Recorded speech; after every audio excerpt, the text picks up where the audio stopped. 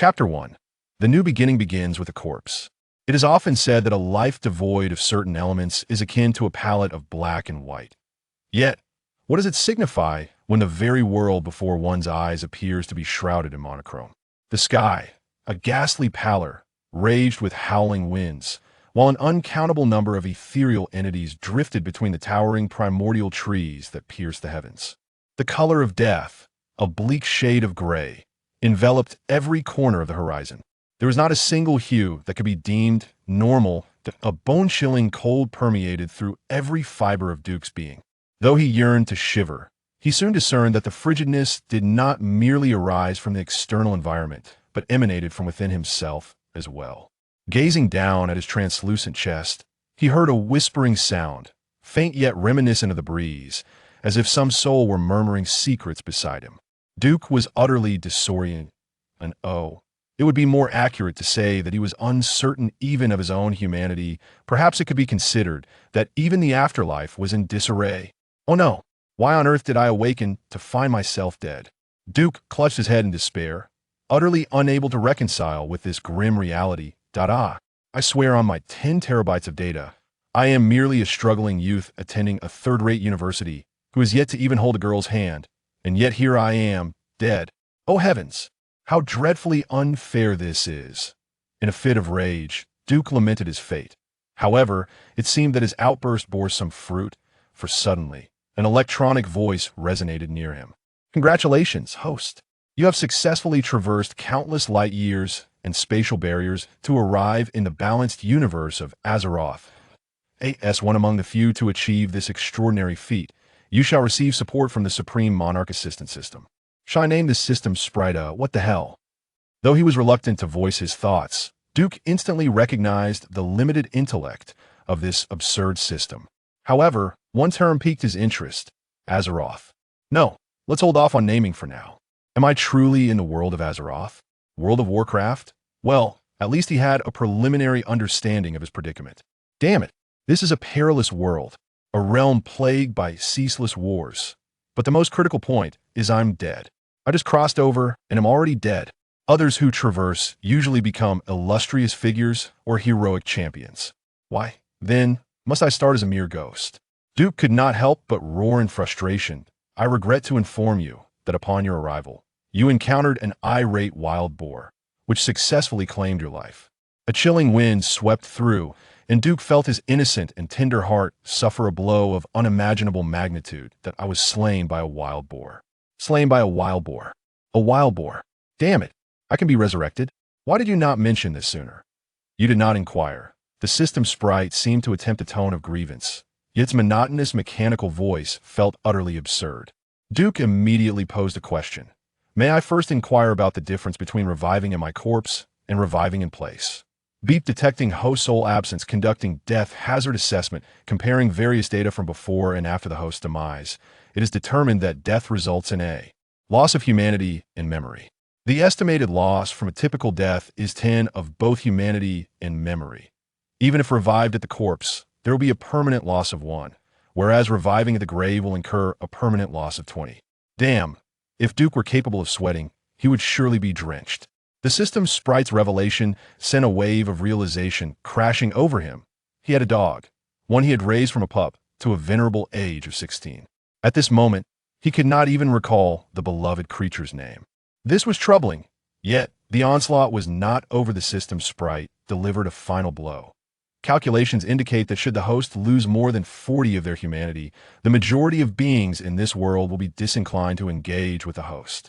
Should the loss exceed 90, the host is predicted to transform into a low-tier ghoul, eternally wandering this realm until both body and soul are utterly obliterated. A chill of icy dread coursed through every aspect of Duke's being. He refrained from making any immediate decisions. He needed to assess the situation first. Drawing upon the faint connection between his body and soul, Duke began to run. The distance from the graveyard where he had perished to his corpse was not far, approximately 300 meters. Before long, he arrived. Upon entering the vicinity, the system's sprite prompted him. Would you like to revive here? Duke hesitated, choosing not to make a decision. He was observing. For he had crossed over. He was no longer the player seated in front of a computer, manipulating a character on a diminutive 19-inch monitor with a few keys and a mouse. He had genuinely entered this world, this moment. He could not ascertain where the timeline stood. He was aware only that Azeroth was fraught with danger, with cataclysmic wars among various races ahead, and the Lich King Arthas, a vile scourge of pestilence, lurking behind, along with a multitude of ancient deities wreaking havoc. If he did not strive for success, dying once, 100 times, or even 1,000 times would be all too easy. To say nothing of the fact that merely witnessing a wild boar, its back towering taller than an adult and its mouth lined with 6 dagger-like tusks, made it clear that this world was fraught with peril. Duke did not revive immediately. A furious wild boar, larger than an adult rhinoceros, posed a dire threat to him. In these times, there were few young men who played games and possessed exceptional physical prowess. Observing the dense forest and rugged terrain surrounding him, Duke understood that if he were to revive recklessly, it would likely lead to his swift demise once more. Patience. Remain calm. Duke repeatedly reassured himself. After 10 minutes of waiting, Duke grew increasingly frustrated. The obstinate wild boar refused to vacate the area. Though it showed no interest in Duke's lifeless body, it stubbornly lingered nearby, using its elongated tusks to root through the earth, refusing to leave. Just as Duke found himself at a loss, a graceful and agile elf entered his line of sight. Even though her appearance deviated somewhat from the in-game representation, Duke instantly recognized her as the most renowned High Elf Ranger General of the Warcraft universe, Illyria Windrunner. Chapter 2. Aurelia. Upon catching sight of Aurelia, Duke was immediately reminded of a pivotal concern: the timeline. The very existence of Aurelia signified a profoundly grave issue. According to the historical narrative of Azeroth, Aurelia was active in the world long before the cataclysmic event of the first war between humans and orcs at the Dark Portal. In the game prior to Duke's transference, Aurelia had already been immortalized as a missing hero, with a grand statue of her even gracing the gates of Stormwind, the capital of the human kingdom. Thus, it dawned on him: had he traversed back to a time before the first war against the orcs? Duke quickly recognized the imperative of his resurrection. The direst scenario was that the Orcish horde was on the cusp of breaching the Dark Portal to invade Azeroth. Should the land he inhabited be engulfed in the flames of war, he must gather his strength and prepare for the impending conflict. At the very least, he had to evolve into a formidable protector of his own existence.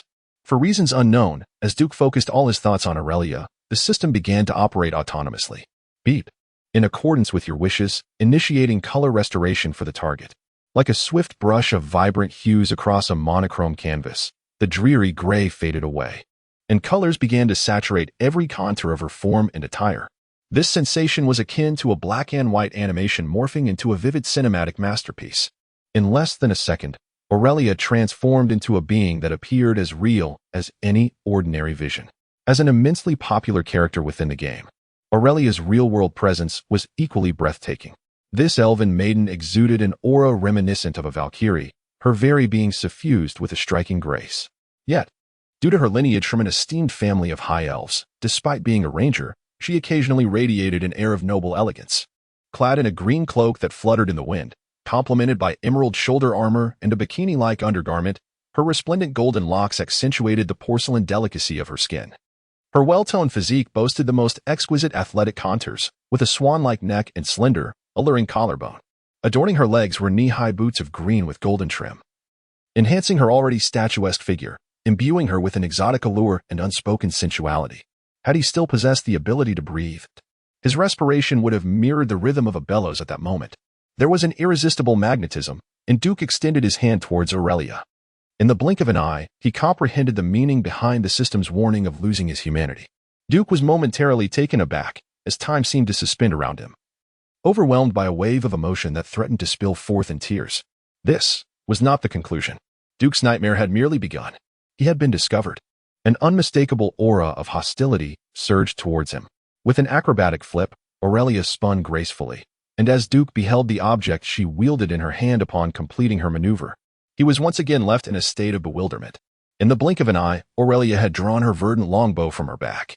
Unbeknownst to him, 3 white feathered arrows had already been firmly gripped in her hand, their silver-tipped heads emanating a sense of apocalyptic menace that enveloped Duke. He had not once contemplated why Aurelia could perceive him in his ethereal state. Oh, what the devil! This is a fantastical realm. Here, the inexplicable is commonplace. Suddenly, the system's mechanical voice echoed, detected extreme hostility from Aurelia Windrunner towards you. Loading boss template. It is surmised that she possesses at least 100 skills, with a threat rating classified as the highest, Red Skull. It is advised that you surrender immediately or flee. Otherwise, should she annihilate you again in your soul state, you may suffer a loss of over 50 of your soul. At that moment, the sheer tumult of 1,000 wild horses galloping through his mind could not adequately encapsulate Duke's feelings. Why is it that traversing Azeroth, one encounters highborn elves or the sons of human dukes, yet I, upon arrival, am destined to perish immediately? And to make matters worse, I have unwittingly provoked one of the Alliance's most formidable heroines. Duke suddenly recalled a statistic, according to well-meaning observers. If an average university student were to be transported to a fantastical world, over 99 would meet their demise on the very first day. The reasons were simple: inability to adapt, lack of cunning, or perhaps merely bad luck. Had Duke hesitated for even a moment longer, he would likely have become one of that unfortunate 99, but he was not without wits. He halted in his tracks, and his outstretched hand, suddenly shifted downward, transforming a gesture that could be construed as lewd into one of beckoning. Aurelia furrowed her brow. From the reaction of this heroine, Duke was certain that she could perceive him. Allowing his inner thespian to emerge, he feigned a sorrowful expression and pointed towards the direction of his own corpse. Duke was resolute. There was no way Aurelia, with her keen perception, could overlook the nearby murderous wild boar. Did that wild boar kill you? Aurelia inquired tentatively. When her malice dissipated, Duke found her voice to be quite melodious, reminiscent of a warbler in the woods. She spoke in the common tongue of humanity, a language Duke initially could not comprehend, but thanks to the system's built-in translation software, clarity washed over him in an instant. Aurelia sighed softly and released her bowstring. The crisp, melodious twang of the bowstring resonated with an unusual beauty. In the next heartbeat, Duke felt his heart race. 3 arrows, seemingly capable of slaying gods and vanquishing demons, ignited with green flames, were hurtling towards him at breakneck speed. Good heavens! This woman still does not trust me. Does she intend to obliterate my very soul? The sensation of impending doom, enough to freeze one's essence, left Duke utterly paralyzed with fear. Yet, nothing transpired. The arrows had not been aimed at him. He merely occupied a position adjacent to their trajectory. Or perhaps, this woman was merely intent on frightening him. Oh, how terrifying. The arrow, released in a perfectly geometric trajectory, grazed past him before soaring into the vast expanse, tracing a magnificent arc through the trees, deftly navigating countless towering obstacles, and ultimately vanishing into the distance. Where was she aiming? Though it seemed somewhat implausible, Duke felt an inexplicable premonition. A piercing squeal of a pig echoed in the distance. Duke stood in stunned disbelief. Could this truly be happening? For the first time, he gained a visceral understanding of the extraordinary boss-level heroes within the world of Azeroth. Unmatched, undeniably formidable, and astonishingly impressive. Chapter 3. Recovering Lost Dignity. Do not thank me. I merely rid the forest of a vile beast, he said. You may rest easy in the afterlife. With those words, Duke realized that their brief exchange was reaching its conclusion. In his ethereal form, he placed his right hand upon his left shoulder and bowed gracefully to Aurelia. She nodded in acknowledgement and, with a swift motion, vanished deftly into the woods. Duke exhaled deeply, a weight lifted from his spirit. Shaking his head, he sprinted toward the vicinity of his lifeless body, and indeed, he beheld the massive boar that lay fallen. 2 arrows had found their mark, piercing the creature's eyes and penetrating its brain, while a third lodged itself in its throat. Duke gasped in astonishment at the prowess of the archer. How fearsome her aim was. Fortunately, his wits had prevailed. Otherwise, those arrows would have struck him instead of the boar. Please, your jest is hardly amusing. So, shall I be resurrected? Of course. With that thought, he confirmed the resurrection option that appeared before him. Instantly, the world around him transformed. He watched as his gory, mutilated body disintegrated into a shimmering essence, leaving no trace of blood behind in mere seconds. All the radiant energy began to converge upon Duke's soul.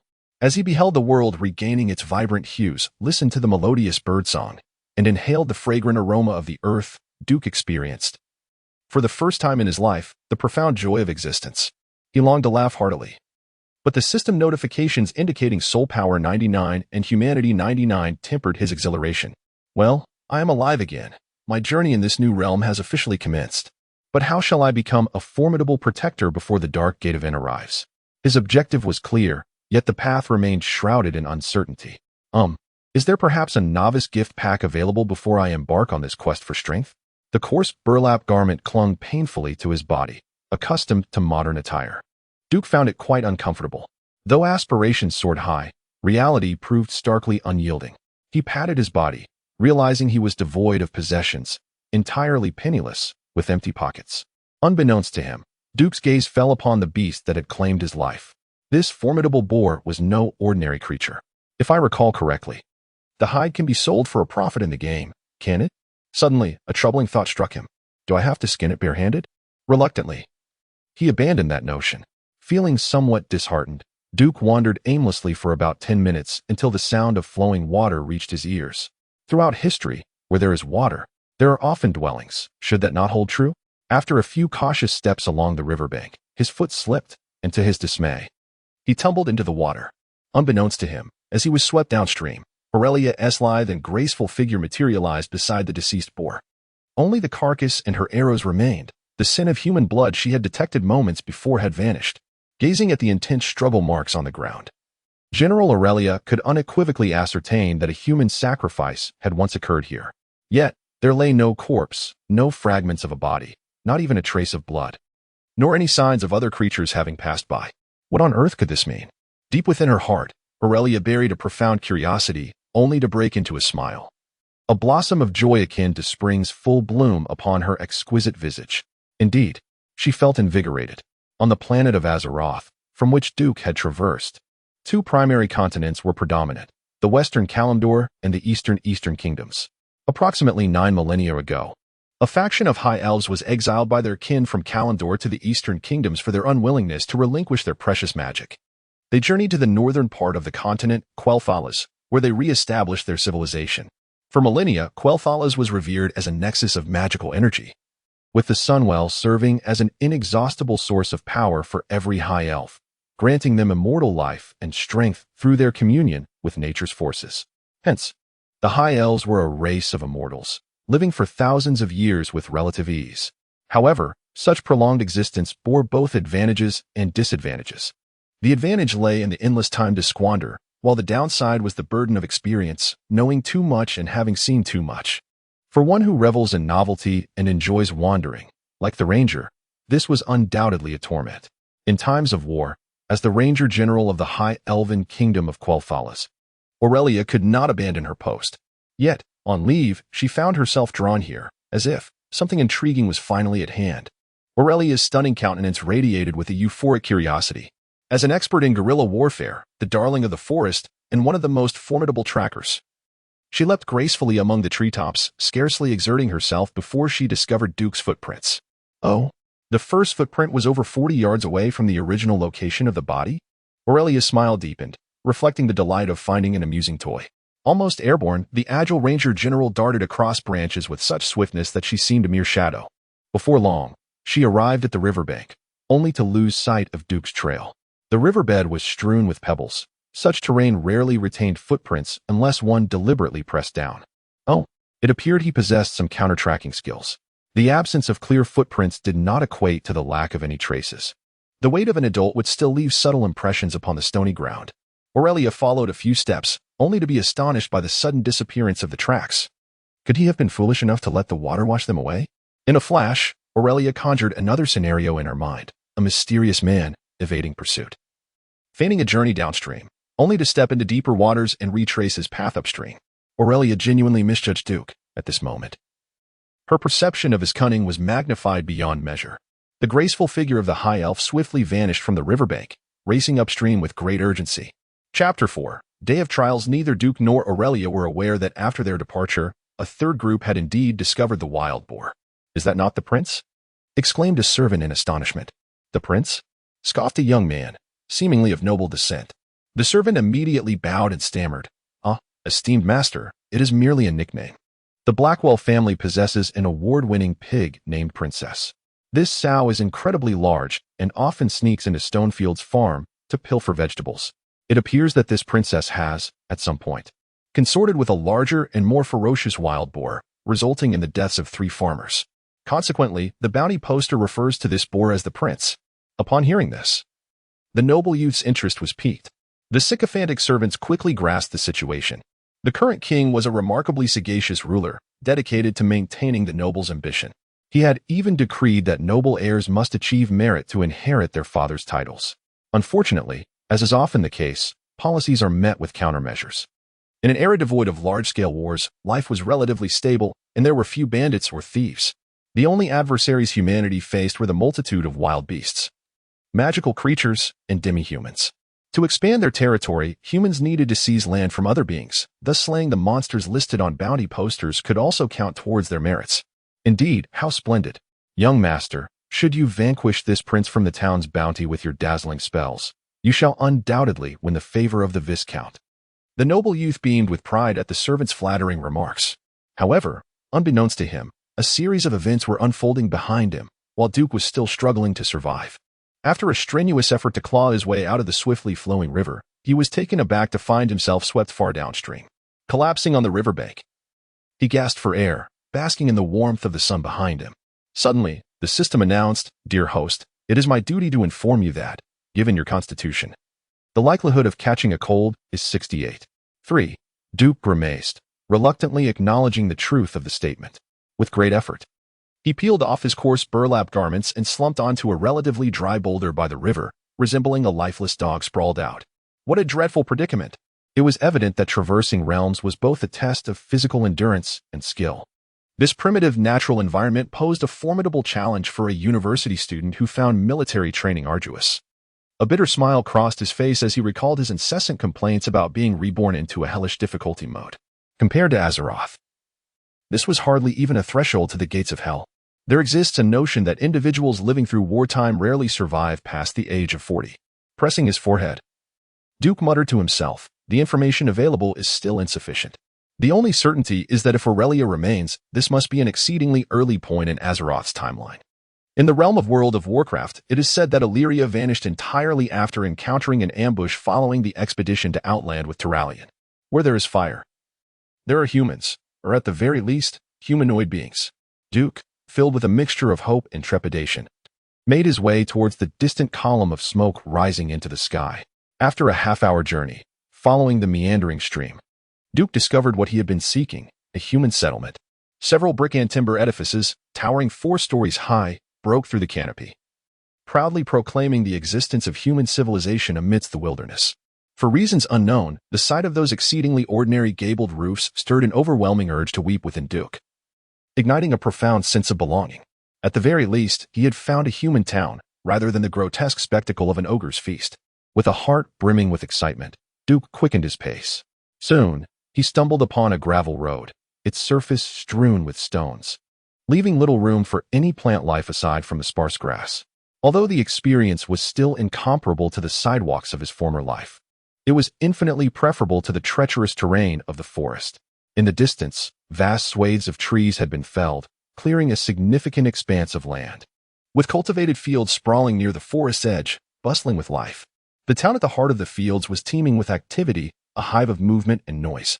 The landscape was dotted with charming cottages reminiscent of Western European architecture, while a grander edifice, painted white with black trim, stood proudly among the quaint structures. Colorful banners adorned the ancient brick and timber homes, and even the thatched roofs had been recently renewed, echoing with the sounds of jubilation and cheer. The guards donned the quintessential attire of Stormwind, a far cry from the sleek, laser-etched armor of cinematic portrayals, nor did it resemble the crude craftsmanship of cosplay armors. The soldiers' armor exuded an authenticity that resonated deeply with Duke. Gazing at the lush forest before him, thoughts of Stormwind inevitably conjured images of Elwynn Forest. As the gateway to Stormwind and the primary settlement of its citizens, this area should inherently be safe, with scarce conflict. Yet, what did Duke behold?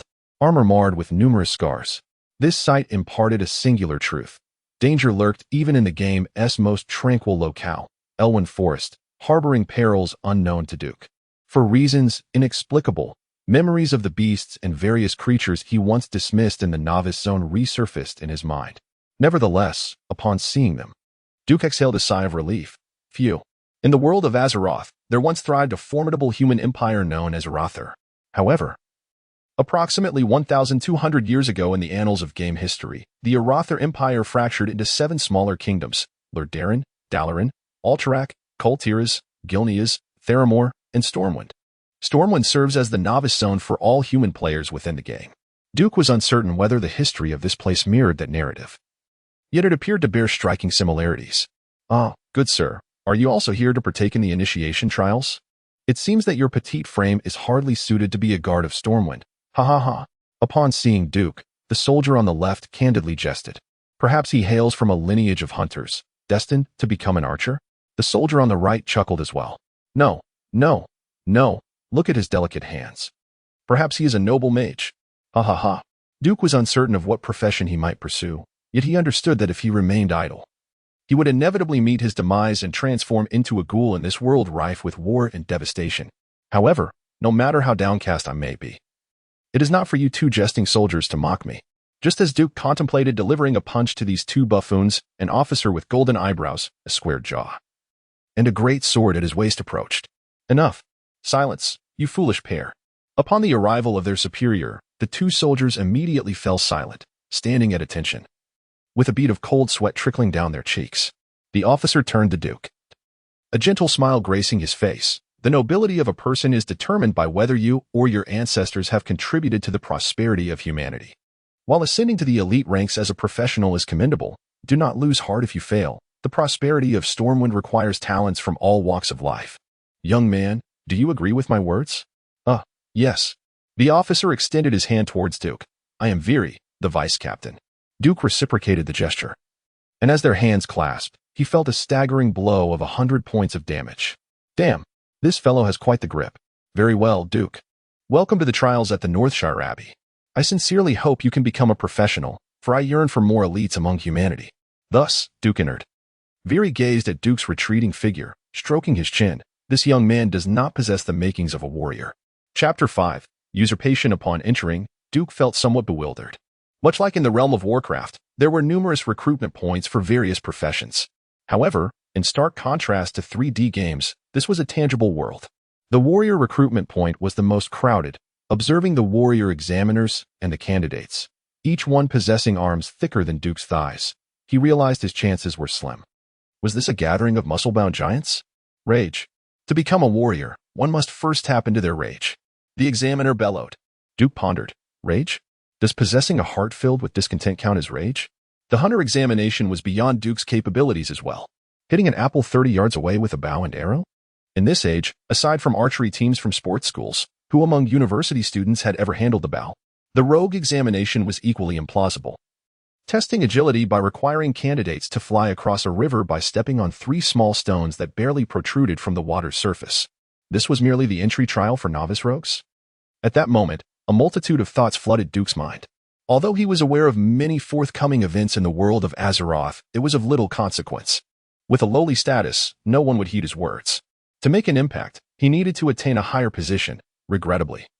Assimilating into this fantastical world reminiscent of medieval Europe was no trivial task. Abruptly, a cacophony erupted. Duke seemed to hear the crowd cheering. "Hail Sir Brant, who has rid us of the vicious boar prince." The crowd erupted in fervor. The young newcomers appeared somewhat dazed, yet all the locals eagerly surrounded the nobleman, extending their most heartfelt congratulations. There were so many people that Duke could not discern the noble's appearance, but he clearly saw the boar skin being held aloft by 4 servants on a wooden frame. As if struck by thunder, Duke's mind became clouded. Wasn't this the very boar that had recently defeated him, only to be slain by Aurelia with her magnificent 3-arrow shot?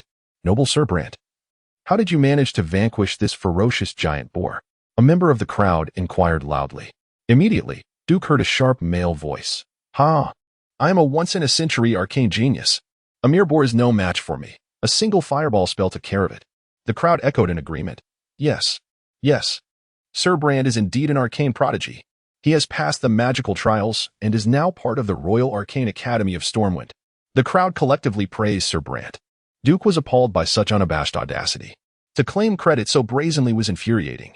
The boar that had bested him was clearly slain by the formidable Aurelia. What business did this pompous noble have in taking the glory? Yet, there were others more incensed than he. A slender figure concealed among the treetops let out a cold snort as she cast a glance at the unresponsive Duke. recently diverted and still harboring some irritation. She suddenly considered that this might be an opportunity to compel Duke to reveal his true abilities. In the next moment, a voice resembling Duke's by 70% wafted through the air. Sir Brando's fireball technique is truly remarkable. 2 fireballs shot like arrows into the prince's eyes, while another struck his throat, leaving him with several fatal wounds. Yet, lo and behold, there was not a single scorch mark on the prince's fur. Sir Brando is truly impressive. As these words echoed through the air, silence enveloped the crowd. It was as if their necks had instantly turned into rusted machinery. Struggling to turn toward the nearly flawless boar hide, the crowd, largely ignorant, blindly worshipped the powerful sorcerer wielding mysterious forces. Yet a moment's thought would reveal why a fireball would not singe the boar's skin. In truth, such a clumsy act of claiming credit had not gone unnoticed. However, it had become commonplace for noble youths to usurp accolades, and those with a modicum of intelligence wisely chose silence, considering it no crime to deceive the gullible populace. Yet, a Na'vi youth inadvertently exposed the truth, leaving no room for retreat. Duke felt an ominous sense of foreboding upon hearing that voice. Most jarringly, he received a system notification. You have been targeted by a powerful, mysterious figure using the skill Mislead. All threat levels previously directed at Sir Brando will now transfer entirely to you. What is this? What absurdity is this? Mislead can be wielded in such a manner? This defies logic. At that moment, Duke realized he had been ensnared, though he quickly grasped who had orchestrated this mischief. He pondered where he could possibly find a river to jump into and cleanse his name at that very moment. Duke's complexion turned pale in an instant. Meanwhile, Brando, easily guided by the psychic connection induced by Mislead, spotted Duke amidst the crowd. You, what are you saying? Are you, a mere commoner, suggesting that I, Sir Brando, who bears the blood of the great Emperor Saladin, am lying and usurping credit? The crowd parted like a tide, revealing the unfortunate protagonist thrust into the spotlight by Duke, a young man with a pointed face and a cruel demeanor, his blonde hair glinting in the light. He glared at Duke with narrowed eyes filled with indignation. The claim of possessing the bloodline of Emperor Saladin was merely a common practice among nobles to adorn themselves with false prestige. In reality, only one individual was genuinely acknowledged as bearing the bloodline of Emperor Saladin, and that was Anduin Lothar. As a certain elven ranger general made his announcement, Duke had contemplated a swift retreat. Yet, for reasons unknown, the elf articulated the very sentiments Duke had longed to voice but dared not express, leaving him feeling somewhat relieved. He was oblivious to why Aurelia was present, but he surmised that if he were to cower, she would surely despise him, even though she had ungraciously ensnared him with Mislead. Moreover, the question arises, who is mightier, the formidable Aurelia the Great Demon King, or the inconsequential Brando? A name scarcely recognized? It is evident to any discerning mind. Thus, it appears that pleasing both parties is an impossible feat. Duke resolutely opted to bolster his reputation with the illustrious Aurelia. With a smile, he boldly met the gaze of the noble youth named Brando, remarking, "Nay, I merely wish to witness how the great, once-in-a-century genius mage, Lord Brando, manages to cast a fireball so diminutive as an arrow while retaining its devastating power to vanquish such a large wild boar." Naturally, Brando was incapable of such a feat. Had he possessed that ability, he would at least have attained the status of a high-ranking mage. His angular face flushed a deep shade, resembling that of a liver. As he nearly bellowed, "You lowly commoner, you are not even a professional, and you dare to question my qualifications." At that moment, Vice Captain Viri, who had recently aided Duke, approached quietly, murmuring, "I apologize, Duke, but commoners have no right to question the actions of nobles, for the subjects are considered the property of their lord. I am unaware of your origins or why your parents did not enlighten you about the universal laws of our human realm. However, I must caution you that to offend a noble recklessly is not a wise course of action." Duke shuddered, sensing Aurelia's gaze upon him, and immediately whispered back, "Are you suggesting I should submit to that scoundrel?" Viri's eyes dimmed. "Child, integrity is a rare and precious virtue. I do not wish to discourage you, but the truth is that beyond the confines of the Northshire Monastery, I cannot guarantee your safety.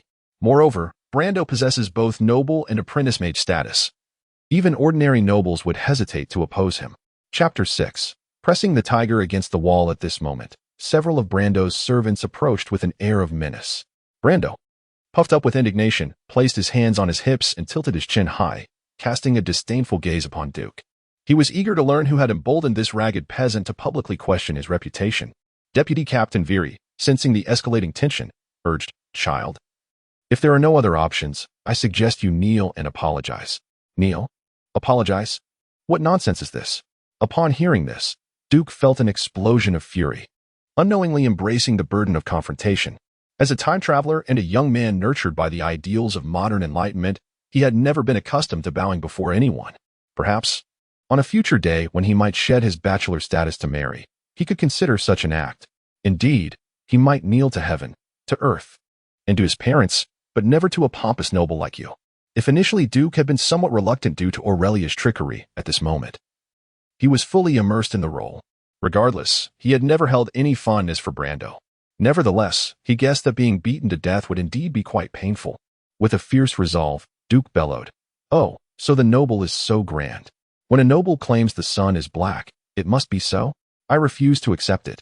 If you possess the ability, then turn that fireball into an arrow." It was clearly Aurelia Windrunner, the high elf ranger general of Quel'Thalas, who dispatched that wild boar. How dare you take credit for it? Duke's words sent a ripple of astonishment through the crowd. Even Brando felt a shiver run down his spine. Why had the conversation veered toward those haughty, long-eared beings? This could easily escalate into an international incident. Humans and high elves were allies. But alliance did not equate to equality. The high elves held a status that was exalted. Were it not for the high elves imparting magic to humans, who relied solely on swords, they might not have triumphed over various beast and troll-like tribes. Not everyone present was familiar with Aurelia. Yet there were certainly those of discernment among them. At that moment, an elder's voice emerged from behind Duke. "Ah, young man. Would you care to attempt the mage qualification test with me? Should you succeed in attaining the status of a mage apprentice, you would gain standing equal to that of Sir Brando." Turning to face the source of the voice, Duke beheld a table adorned with a crystal ball and an eccentric-looking old mage beckoning him over. A mage. A thrill coursed through Duke in the game. He was an unequivocal master of magic. He relished playing mages, warlocks, and priests. Any cloth-wearing class was to his liking. But could the game's mechanics truly translate into reality? Was it possible that by striking a pose akin to a character from a game, he could unleash fireballs with a mere gesture? Despite the absurdity of it all, Duke found himself inexplicably drawn to the old mage. At that moment, Brando's ominous warning rang out. "You, peasant. Do you truly believe that merely obtaining the title of mage apprentice will safeguard you? Do you comprehend the gravity of your actions? You are not only slandering Fam Brando, but also provoking the entire Brando family." Vieri, anxious, whispered rapidly, "Duke, don't. The aptitude for magic is exceedingly rare. It takes 1,000 commoners to potentially produce a single apprentice, let alone a high-level mage. To stand against the Brando family, you must at least become the court mage of Stormwind." Duke cast a grateful glance at Vieri before turning and striding purposefully toward the elderly mage. A servant, witnessing Duke's audacity, immediately shouted, "You insolent brat, halt. How dare you disregard the Brando?" Yet, to everyone's surprise, Brando intervened. "Let him be." "But, young master, haha, do you think that the talent for magic can simply be acquired?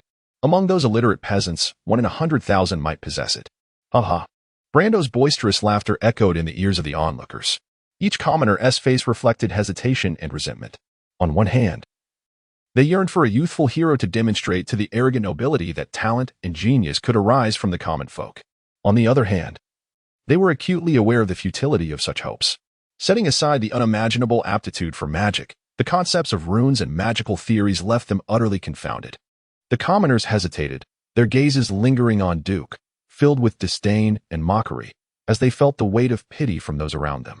Duke's chest swelled with a simmering emotion known as indignation, layer upon layer, accumulating higher and higher, like a volcano on the verge of eruption.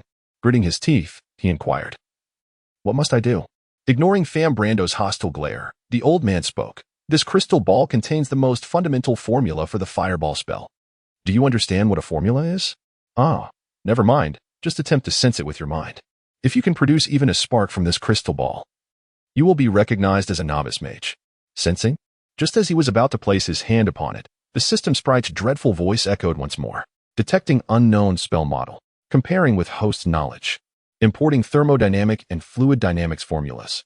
Calculating entropy values. Enhanced spell model constructed. Importing thermal energy from the fire element realm. Under the astonished gaze of the old man, amidst Duke's bewilderment and the horrified expressions of all the onlookers, crimson ribbons of runes suddenly surged forth from the crystal ball, swirling around Duke and forming rotating rings. In the next moment, a fireball as large as a water barrel. Blazing fiercely and radiating terrifying heat, erupted from the crystal ball, trailing a long tail of flame. Boom. The unimaginable explosion sent shivers down the spines of nearly 1,000 spectators in the trial grounds, their ears ringing with a deafening buzz. Oh, by the light! What has transpired? Those in close proximity could certainly see, but countless individuals at a distance, unaware of the situation, exclaimed in panic. Make way! Clear the area. Non-essential personnel. Please evacuate. We may be under attack. It must be said that the quality of the guards in Stormwind is commendable. Upon suddenly hearing the explosion, their first instinct was to maintain their posts, while the patrols hastily proceeded to the scene. Soldiers who were resting hurriedly emerged from their quarters to assist in crowd dispersal. Another vice captain, accompanied by a fully armed patrol team of 12, arrived at the scene without delay. Chapter 7. The North District in turmoil. What transpired? No sign of any assailants, only 2 individuals of African descent, alongside the scarecrows that had been symbolically placed in the clearing, now reduced to mere dust. Not far off, Deputy Captain Viri stood agape, his mouth agape as if one could fit an egg within. A short distance away, Sir Famblando and several of his servants were paralyzed with fear, cowering on the ground. Oh my heavens, what have I witnessed? Viri could hardly believe his eyes. His predecessor had once informed him that a talented mage could conjure a fireball from a crystal orb to obliterate a scarecrow. And now, he beheld the remnants of 10 scarecrows, all vanished, the ground littered with black ash and remnants of hay that had yet to fully combust. Cough, cough, cough. 2 individuals, an elder and a youth, were coughing violently, choking on the thick smoke produced by the fierce flames. Sasha, the old mage, called for his assistant, his voice brimming with uncontainable elation. Inform old Mike to bring me that precious bottle of wine. I have stumbled upon a treasure. Treasure? What treasure? The flustered mage assistant rushed over, bewildered. Old Norton seized the still-dazed Duke and exclaimed, he is a once-in-a-millennium, no, a once-in-a-10,000 years prodigious mage. Instantaneously, the entire trial ground of the North District Monastery erupted in fervor.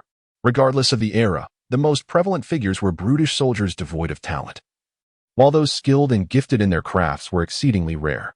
Spellcasters, in any form, were exceptionally scarce, akin to the proverbial phoenix. Almost at the moment of the old man's proclamation, Duke felt the shift in the gazes directed at him. Most were filled with envy, a select few with jealousy. But there was also reverence. Amidst the cacophony, Duke grasped that as soon as he became a formal mage, he would be regarded as an aristocrat, destined perhaps for his own domain and a mage tower in the future. The 2 guards who had once looked down upon him were now being twisted around by Deputy Captain Viri, pleading like dogs for Duke's forgiveness. Yet, the most profound shock was experienced by Sir Famblando. Once the initial astonishment faded, his expression darkened, for he had heard a proclamation. From this moment forth, you are the highest-ranking apprentice mage of the Stormwind Royal Academy, possessing the esteemed 9th-tier qualification. I shall petition for special privileges on your behalf, allowing you to enjoy benefits akin to those of a noble. What? Impossible! Duke's relatively handsome visage, in Blando's eyes, appeared more loathsome and menacing than the most grotesque of ghouls. Blando could scarcely believe his ears. 9th-tier qualification. What did that even mean? Since the founding of the Kingdom of Stormwind, only one individual had ever received such an accolade, the current Grand Mage of the Stormwind Royal Court, the illustrious Lord Medivh, heralded as the next guardian of the world. Who was Medivh's mother? The illustrious guardian of the world of Azeroth, Egwin. How could an obscure, impoverished youth possess such formidable talent? Brant was on the verge of madness. He realized he had been bested. Despite the absence of any formal wager, Brant comprehended his defeat. His ability to claim accolades so brazenly stemmed from his noble lineage and the fact that he had secured the rank of a 5th-tier apprentice in the prearranged mage trials. Among mortals, a 5th-tier designation already signified excellence. There exists only one Medivh in the world, and more distinguished prodigies had already been summoned to the sanctum of human mages in Dalaran. Thus, the status of a 5th-tier apprentice was sufficient for Brant to strut through Stormwind with arrogance. Regrettably, when compared to the astonishing 9th-tier apprentice, Duke, he was rendered insignificant. Young man, what is your name? The old man grasped Duke's hand tightly, as if fearing that this treasure would slip away at any moment. Duke, you say? What of your surname? Duke paused, realizing, indeed, this is a fantasy realm steeped in Western conventions. To others, Duke was merely a first name, not a surname. He could hardly reveal to the old man that his full name was Duke Du, a theoretical distant relative of the great poet Du Fu. At that moment, a surname suddenly emerged in Duke's mind, one that belonged to a character in the World of Warcraft game, a name that every male aspired to envy and resent. Without thinking, he uttered, Marcus. Duke Marcus. The old man, clutching Duke's left hand, raised it high. Behold, the newly crowned champion of this year's Mage Apprentice Trials, Duke Marcus. The revelation sent shockwaves through the crowd, with over 1,000 mouths agape in astonishment. Staring blankly at the unfolding spectacle, a profound silence enveloped the gathering. Gradually, the crowd's attention shifted back to the noble youth, Brant. Confronted by a barrage of hostile, disdainful, and contemptuous gazes, Brant's face flushed with humiliation. Apologize? Impossible. Nobles would only apologize to other nobles. Even when aware of their faults, nobles would never yield to a commoner. Regardless of the elevated status of mages, Duke, despite his extraordinary talent, remained merely an apprentice. The notion of an apology was utterly inconceivable until he ascended to the position of court mage. Humph. With a scowl, Brant stomped his foot and retreated, accompanied by a throng of servants in utter disgrace. After what felt like an eternity, once Brant's figure had vanished from sight. Boom. The crowd erupted. The tide of excitement surged forth at that moment. Every commoner was fervently discussing, whispering to companions about the astonishing events that had just transpired, inciting waves of cheers and exclamations. Did I hear correctly? That young man named Duke won the bet? Indeed, he did. Duke had triumphed over Brant's scion in the Mage Apprentice Trials, a 9th-tier talent. That was a level far superior to Brant's 5th-tier designation. Indeed, it is utterly astonishing that a common child has triumphed over the noble-born Brant. Speaking of which, has young Duke entered the Royal Mage Academy in Stormwind? Upon your mention, it suddenly dawns on me that Duke is the first commoner to gain admission to the Mage Academy since the founding of the Kingdom of Stormwind. An exuberant young man, his muscles rippling with excitement, exclaimed, Duke is truly remarkable. I must become his follower once he graduates from the Mage Academy. Still waiting for Master Duke to graduate? I suggest you establish a connection sooner rather than later. With a rank 9 aptitude, he might very well be the next Grand Mage of the Stormwind Court. TSK. Just look at the radiant eyes of the surrounding young ladies, as if they wished to devour Duke whole. A throng of young men roared with abandon, expressing their fervent exhilaration. Chapter 8. The ambush. Countless innocent maidens cast flirtatious glances at the still somewhat dazed Duke, reveling in the exhibition of their youthful beauty. As part of the annual trials, it was not solely the examiners who were present. Numerous upperclassmen, who had successfully entered various academies, were also there to lend a hand. The 1st and 2nd year students from the Warrior Academy, Thief Academy, and other institutions were all bewildered. To the untrained eye, it was merely a spectacle. To those versed in the craft, it was a display of skill. For instance, Sasha, a 2nd year student and apprentice mage from the Mage Academy, had just arrived and was left utterly stunned. How could this be possible? The power on display rivaled that of the fireball spell. Duke, the junior, had managed to replicate the effects of the fire blast through the model of the fireball spell? Was this truly an apprentice mage? Surely, many official mages would struggle to achieve such potency. Good heavens, if this were to spread, it would shatter countless expectations and terrify many hearts. A prodigy indeed. It was no wonder the teacher had proclaimed him a once-in-a-millennium talent. By the heavens, even I, a mid-level apprentice, find myself in awe of him.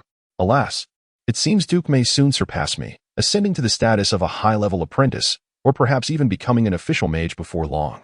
Sasha gazed enviously at Duke, who had become the center of attention. In truth, it was not only the commoners and apprentices who were stirred, the instructors of the Mage Academy, upon receiving the magical transmission, erupted with excitement, eagerly sharing the news and expressing their exhilaration. At last, we have another genius, they exclaimed. Dalaran boasts figures like Kel'Thuzad, Ronan, and Kael'thas, while we have only had Khadgar passing through. Now, we finally have a promising young talent. The elder mages were in a state of ecstatic jubilation. Stormwind, however, was not a center of magical prowess. It lagged far behind the human mage sanctum of Dalaran in terms of overall magical standards. Yet, rivalry between the two had never ceased. Khadgar, being the direct disciple of the court's Grand Mage Medivh, could barely contend with the cadre of exceptional students trained by Antonidas, leader of the Kirin from Dalaran. Alas, one Khadgar was simply outmatched, unable to compare with the multitude of prodigies from Dalaran. Now, they all seemed to foresee the rise of a monstrous genius. While others were filled with elation, their blood surging with excitement, Duke felt a disconnection from it all. The notions of glory and future accolades were lost on him. His mind was a tangled mess, for he had inadvertently overheard a phrase, "Praise the great King Lane Rin." Furthermore, the term Grand Mage Mediv echoed in his thoughts. In that moment, Duke's expression darkened. King Lane Rin of Stormwind, and if his memory served him correctly. In this timeline, a figure named Gul'dan had united all orc tribes, forming the Horde, and was poised to breach the great portal known as the Dark Portal, launching an assault on the world of Azeroth. Ryan is destined to perish in the first large-scale invasion by the orcs, in the city of Stormwind, where Duke resides. Will be besieged by the Horde, leading to the utter destruction of the entire city and kingdom. If Aurelia's earlier appearance merely confirmed that the timeline falls before the event of the Dark Portal, then Duke is now painfully aware that this monumental event is nearly upon them. Reflecting on this, Duke feels an overwhelming sense of dread. While being appointed as a mage is undoubtedly a cause for celebration, the impending large-scale war has made him acutely aware of the urgency of time. There is no escape from this fate. The war will engulf the entire world, from Stormwind to Ironforge, from the wetlands to Alterac. In Lordaeron, there will be scarcely a safe haven in the realm. Moreover, this is not the only threat, aside from the Orcish War. The scourge led by the Lich King and the Burning Legion commanded by the Dark Lord Sargeras will also descend upon Azeroth, making evasion an impossibility. The only way to avoid becoming a mindless abomination is to grow stronger, to surpass all others, and even to influence the course of the impending wars. To become a hero, even a leader of the world. Duke is uncertain of the exact timing of the first war against the orcs, nor does he know if that cursed dark portal has opened. The completely different calendar system from the game leaves him without a reliable means of assessment. Most crucially, the system's compatibility rating with the existing world of Azeroth fluctuates around 80, indicating a plethora of uncertainties. Duke casts aside distracting thoughts. As a traveler devoid of noble lineage, his only path lies along the arduous road of the mage. He must either establish himself as a hero in this world or succumb to the fate of becoming a ghoul. There is no third option. As night deepens, Duke can hear voices near Northshire Abbey, where many discuss him with excitement. The sensation of becoming a figure of renown is quite exhilarating. Leaning against the windowsill, Duke murmurs to himself. At that moment, someone interjects. Indeed, but alas, only for half a day. Before he can fully react, a sudden, intense pain pierces through his mind. A blunt instrument? A rogue? The agony is accompanied by a fierce dizziness, disorienting him completely. In the next instant, his neck is assaulted as a sharp dagger pierces the skin at the nape of his neck. Yet, he feels no pain, only a numbing sting in his mind. A poison that paralyzes the brain? Duke realizes, despite his confusion, that he has undoubtedly been ambushed by a rogue, one who is exceptionally skilled and experienced. He is unsure whether this world operates on a level system, but through the interface, he sees a large skull marking above his assailant's head, indicating an opponent far beyond his capability to combat. The rogue's careful approach suggests that he has been perceived as a professional mage, with no room for retaliation. Duke found himself suddenly overturned by a swift kick. His mouth instinctively gaped open in an attempt to breathe, yet in that fleeting moment, he was oblivious to what had been thrust into it. A muffled, sorrowful sound escaped him, a vague lament born from profound discomfort. Just before losing consciousness, he caught a glimpse of a stranger's face, obscured by a black cloth that concealed everything below the nose. Who are you? Duke's lips moved in a desperate attempt to inquire, but he could not utter a single word. Chapter 9. Death and counterattack. Once more dazed and disoriented, Duke awakened to the sound of rushing wind and a sharp pain in his right side. As his blurred vision cleared, he realized the scene had shifted from the flickering flames of the North County Monastery to the dark, twisted branches of the Elven Forest. Can you hear me, kid? Listening to the deliberately suppressed voice, Duke knew he could not possibly recognize the speaker. In truth, he swore he had never seen this individual before. As he opened his mouth, he could only expel a bubble of blood, utterly incapable of uttering a word. It was only then that he discovered a dagger had been plunged into his right side, and although the paralyzing poison dulled his senses, the agony surged beyond the limits of numbness, delivering waves of excruciating pain. Let me make this clear. If you hadn't embarrassed Sir Brant during the day, perhaps, due to your magical potential, the Brant family would have considered you as a family mage, guarding the entrance. Alas, the speaker mocked. What a pity for your talent. Duke longed to curse, but the dagger's piercing inflicted a torrent of blood into his lungs, rendering him incapable of speech as his capacity to breathe was compromised. Damn it, truly, there is nothing virtuous about the nobility. A wave of regret washed over Duke, saturating his heart. As a law-abiding scholar, He had yet to fully transition into a hardened individual, and thus he had fallen prey to the situation. He had collapsed effortlessly under the retribution of the Brandt family. Felled by a mere rogue of uncertain caliber. Don't think anyone will come to your rescue, no matter how gifted you are. Without the ability to convert that talent into power, you remain nothing more than a fragile little wretch. Rest assured, I shall take good care of you. The assailant gripped Duke's face, forcibly twisting his neck to point towards the indistinct distance. There lay a lakeside dotted with crude triangular houses, and beside the shore, a horde of monsters with fish-like upper bodies and bizarre, human-like limbs. Duke recognized them instantly. Yes, the fishmen. The assailant cackled wickedly, a naive lad, unfamiliar with the area. Excited and unable to sleep at night, accidentally wandering into the elven forest, only to encounter the indiscriminate fishmen and meet his doom. Is this not a perfect scenario? At least, even if anyone suspects foul play, they will have no evidence to implicate Sir Brandt. Duke's body trembled. The thought of his flesh being torn apart by those sharp, fishy teeth filled him with revulsion. As darkness enveloped him, Duke succumbed to death. The assailant had overestimated the frailty of Duke's frame. Perhaps he believed that a mere commoner could endure for about 20 minutes. With that, the rogue assassin stepped forward, intending to hoist Duke's legs and carry him away to the fishmen. However, at the very moment he lifted Duke, he suddenly felt the weight on his shoulder vanish. The voice of the system sprite incessantly echoed in Duke's ear, although one would expect a continuous stream of speech to be slow and time-consuming. Duke was astonished to discover that the voice was indeed compressed, akin to how a sophisticated computer can perform billions of calculations in a mere second. The system's voice transformed into comprehensible text, images, and even synchronistic information that Duke received directly. Meanwhile, the external world experienced not even a fraction of a second of delay. The system detected that the host was in a critical crisis and estimated the enemy's reaction time to be 0.3 seconds. The spellcasting process was disregarded. It identified that there were no usable elements in the environment and automatically shifted to extracting mana from the host's body.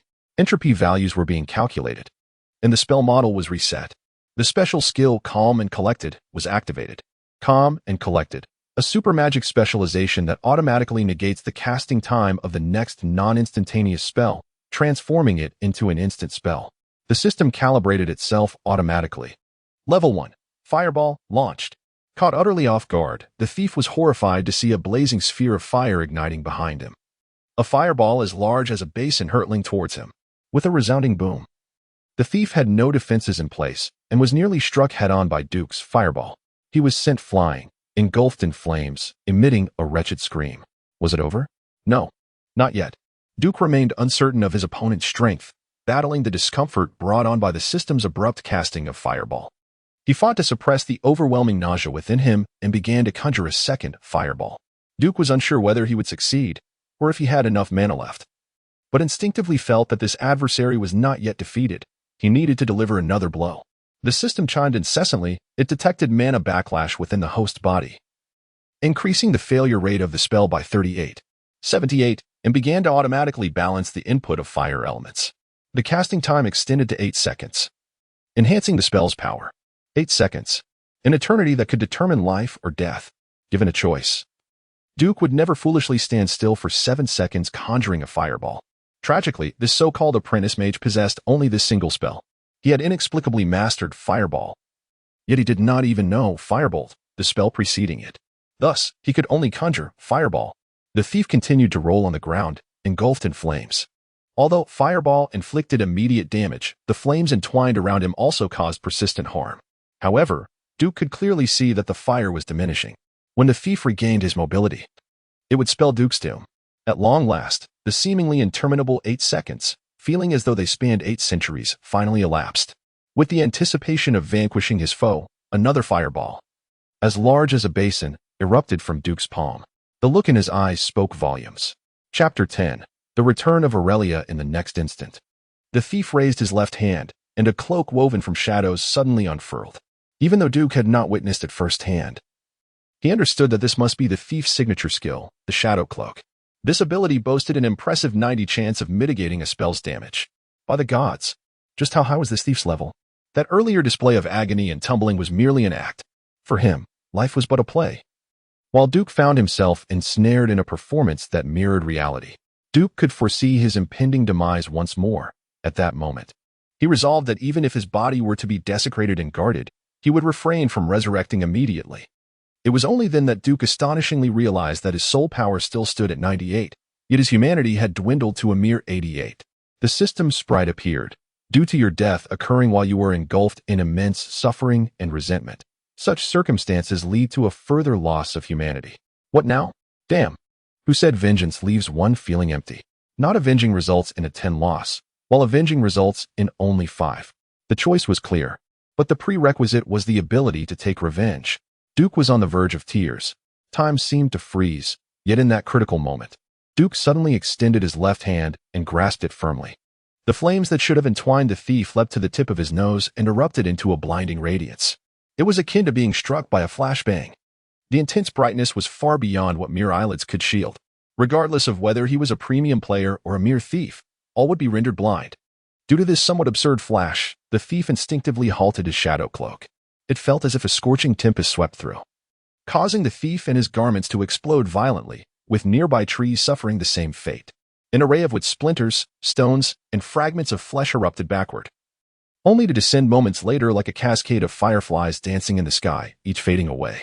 At the moment of the explosion, an almost imperceptible speck of light shot forth from the remnants of the thief's body and surged into Duke's chest. Naturally, Duke remained oblivious to this anomaly, as his own eyes were also affected. Oh no. Everything transpired with such swiftness, akin to a bolt of lightning too quick to evade. Duke had blinded the thief, but his own eyes were now stinging from the brilliance. The only certainty was the system sprite's notification. Congratulations. You have achieved a level up by defeating an unknown level thief, earning 800 soul experience points. Despite the pain, Duke finally understood that the thief had, without question, absorbed the full brunt of the fireball. Here, this is a handkerchief that has been soaked in water. Applying it to your eyes should bring you some relief. A somewhat unfamiliar yet melodious female voice resonated. Wait, something seemed amiss. Duke, with one hand, removed the handkerchief, forcing his eyes open. After the blinding light, his eyes were in utter discomfort. Duke, with great reluctance, finally caught sight of a pair of peaks enveloped in verdant armor. Goodness, it was Aurelia. How did Aurelia end up here? However, knowing her, she would never resort to indiscriminate violence, right? According to the course of history, Aurelia would emerge as a universally acknowledged hero of the Alliance in the world of Azeroth, an embodiment of courage and justice. She first gained fame during the war between the High Elves and Trolls, subsequently taking a prominent role in the Alliance's resistance against the Orc invasion. Although Duke was baffled as to why Aurelia was present, he clearly exhaled a sigh of relief, collapsing onto the ground. While Duke felt a sense of relief, Aurelia was far from pleased. Hey, you're rather peculiar. What do you mean, collapsing at the mere sight of me? How did you recognize me as Aurelia Windrunner? Aurelia stood with her hands on her hips, resembling a mother Tyrannosaurus on the verge of a tantrum. My magical energy is in disarray. I need a moment to collect myself. Duke stammered, feeling utterly unwell. He was unsure if he had just experienced an overwhelming encounter with an enemy, but he was in no condition to assess it. Humph. Aurelia gritted her teeth in frustration, observing the dire state of the young human, ultimately choosing silence. In this realm, High Elves were the true masters of magic. Born into the illustrious Windrunner lineage, even though her heritage was steeped in rangers and hunters, Aurelia had spent millennia amidst a plethora of sorcerers, enabling her to discern that Duke was on the brink of magical backlash. For a few moments, Aurelia nearly believed Duke would succumb to the consequences of his own spellcasting. Miraculously, she witnessed him accomplish feats that many seasoned mages could not. He was methodically guiding the elements within him back into alignment, calming their tumultuous flow. Such a feat was inconceivable for a mere apprentice. Furthermore, Duke was only nominally an apprentice. He had not undergone even half a day of formal training. At long last, Duke opened his eyes and gazed at the stunning yet formidable High Elf heroine before him, sighing, "Well, I thought you would leave after the excitement. You've been following me? Since when?" Aurelia smiled radiantly. Even in the darkness, her beauty shone like a beacon, her golden hair illuminating the night. "Since you extricated yourself from that wild boar? All this time, so you witnessed everything." Duke felt a wave of despair wash over him. Suddenly, a thought struck him. "You just had to expose my blunder in front of that pompous noble, leaving me in such a predicament. And then watch as he turned his wrath upon me. Do you have no conscience? Oh, it seems you possess quite a bit of knowledge." Aurelia replied with a mischievous smile. "Here you stand, a super apprentice of the renowned Aurelia Windrunner, who has successfully deceived the king of the forest. Your mirror image spell is more formidable than that of many high-ranking mages. I believe you can handle that little noble. Besides, if things go awry, I will ensure your escape to Lord Darren or another safe haven. Aurelia certainly possesses a carefree spirit. Duke appears somewhat bewildered. Well, it seems I have met my demise. Only to be mistaken for a mirror image spell. That is a sophisticated incantation reserved for mages who have reached level 80 in the game. The sole comfort lies in the fact that, due to Aurelia's own assumptions regarding the mirror image, Duke need not exert himself in fabricating a tale to explain his demise and subsequent resurrection. Chapter 11. What on earth? The Windrunner Sisters. Duke cast a sidelong glance at Aurelia, feeling inexplicably that this elder sister of the Windrunners diverged significantly from his preconceived notions. Not only was he curious, but he was also inclined to dig deeper. Could she truly be the mature and composed eldest sister of the renowned Windrunner trio? Or was Aurelia merely a representative of the 20 that stood apart from the 80 he expected? In response to Duke's silence, Aurelia, displaying remarkable empathy, reassured him. Do not worry. I am merely a high elf passing through on vacation, simply intrigued by the unknown. If my inquiries have encroached upon your privacy, I sincerely apologize. Oh, I have already heard your name, Duke Marcus. As they shook hands, Duke was taken aback. As a ranger, drawing a bow was a fundamental skill. In his mind, he envisioned that Aurelia, being a celebrated ranger general in the world of Azeroth, would possess hands that were rough and calloused. To his astonishment, however, he was met with a delicate and supple hand, light and graceful, akin to those of noble ladies. Indeed, are all high elves some form of enigma? How can they practice without their fingers becoming coarse? While Duke was still lost in contemplation, Aurelia flashed a sly smile and remarked, Ah, Duke, you indeed know who I am. I believe I have yet to introduce myself to you. In my experience, all high elves seem rather similar to your kind. What was that term again? Ah yes, face blindness. Duke suddenly realized that Aurelia had set a trap for him, and, foolishly, he had leaped into it, burying himself further. Well, the Windrunner sisters are quite famous in our realm as well. Aurelia erupted in laughter. Ha ha, you are truly amusing. It's quite entertaining. Even among those who claim to be the wisest mages in the kingdom of Stormwind, at least 80 do not know the name of the king of Quel'Thalas. Yet here you are, a mere commoner, familiar with the name of a ranger general from Quel'Thalas, miles away. How intriguing. With no hint of derision or reproach, Aurelia was simply filled with uncontainable curiosity. A human of only apprentice caliber, capable of employing mirror image to feign death, adeptly casting formidable fire spells almost intuitively. And aware of the name of an obscure ranger general from the northern continent, Aurelia had transitioned from mere curiosity to keen interest. After laughing heartily for quite some time, Aurelia finally straightened up, wiping the tears of mirth from her eyes. Fortunately, you have erred at least once. Otherwise, I might have thought you were a sage. A reincarnation of an omniscient being. I was mistaken? Duke felt somewhat bewildered.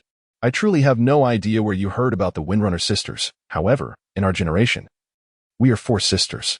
If we speak of fame, my third sister, Lyriel, is the most renowned. She gained prominence 2 years ago by single-handedly slaying 128 trolls in the war against them with just her bow. After listening, Duke exhaled sharply and exclaimed 3 times, What the hell? Unbelievable. The legendary alpaca. Such significant matters deserved repetition. Otherwise, one might fail to recognize their gravity. Indeed, the flesh, whether belonging to foes or allies, was unreservedly meaty and sanguine. They were not only barbaric and malevolent, adhering to various cruel blood rituals, but also formidable warriors. Eliminating these brutes was no easy feat. Even the professionally trained soldiers of Stormwind would require at least 3 to 4 men to take down a single troll.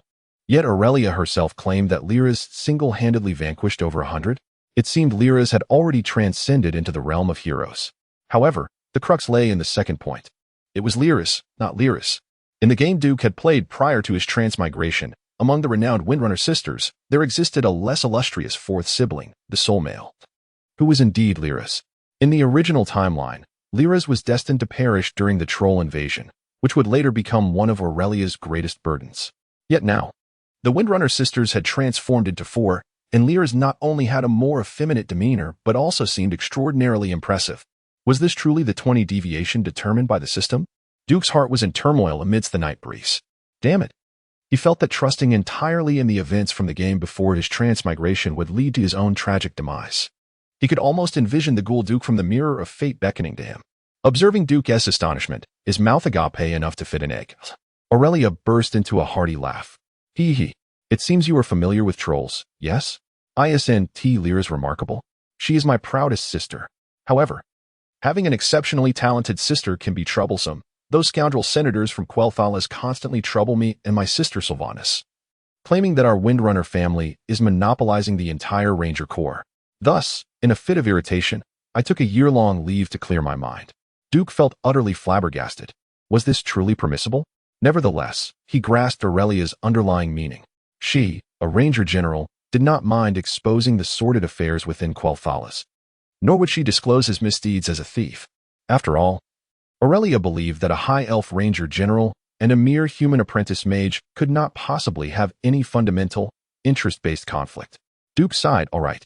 If you disregard my conflict with the nobility, I shall likewise ignore your scrutiny of me. Is that your intention? Let us not frame it as though one were a voyeur. I merely wish to convey that if you have any engaging and diverting activities, do include me. Very well. As a reward for your courage in opposing the insipid nobility, and as a token of gratitude, here is a gift for you. Aurelia presented him with a small booklet. This is Chapter 12, Why Do You Still Live? The introductory manuscript of the High Elf Mage Apprentice. It is superior to the educational materials of your human sanctum of magic, Dalaran. The only issue is that it is composed in the language of the High Elves, thus necessitating either assistance from another or self-study to grasp the intricacies of their tongue for translation. It is explicitly stated that this is merely an introductory text for apprentices.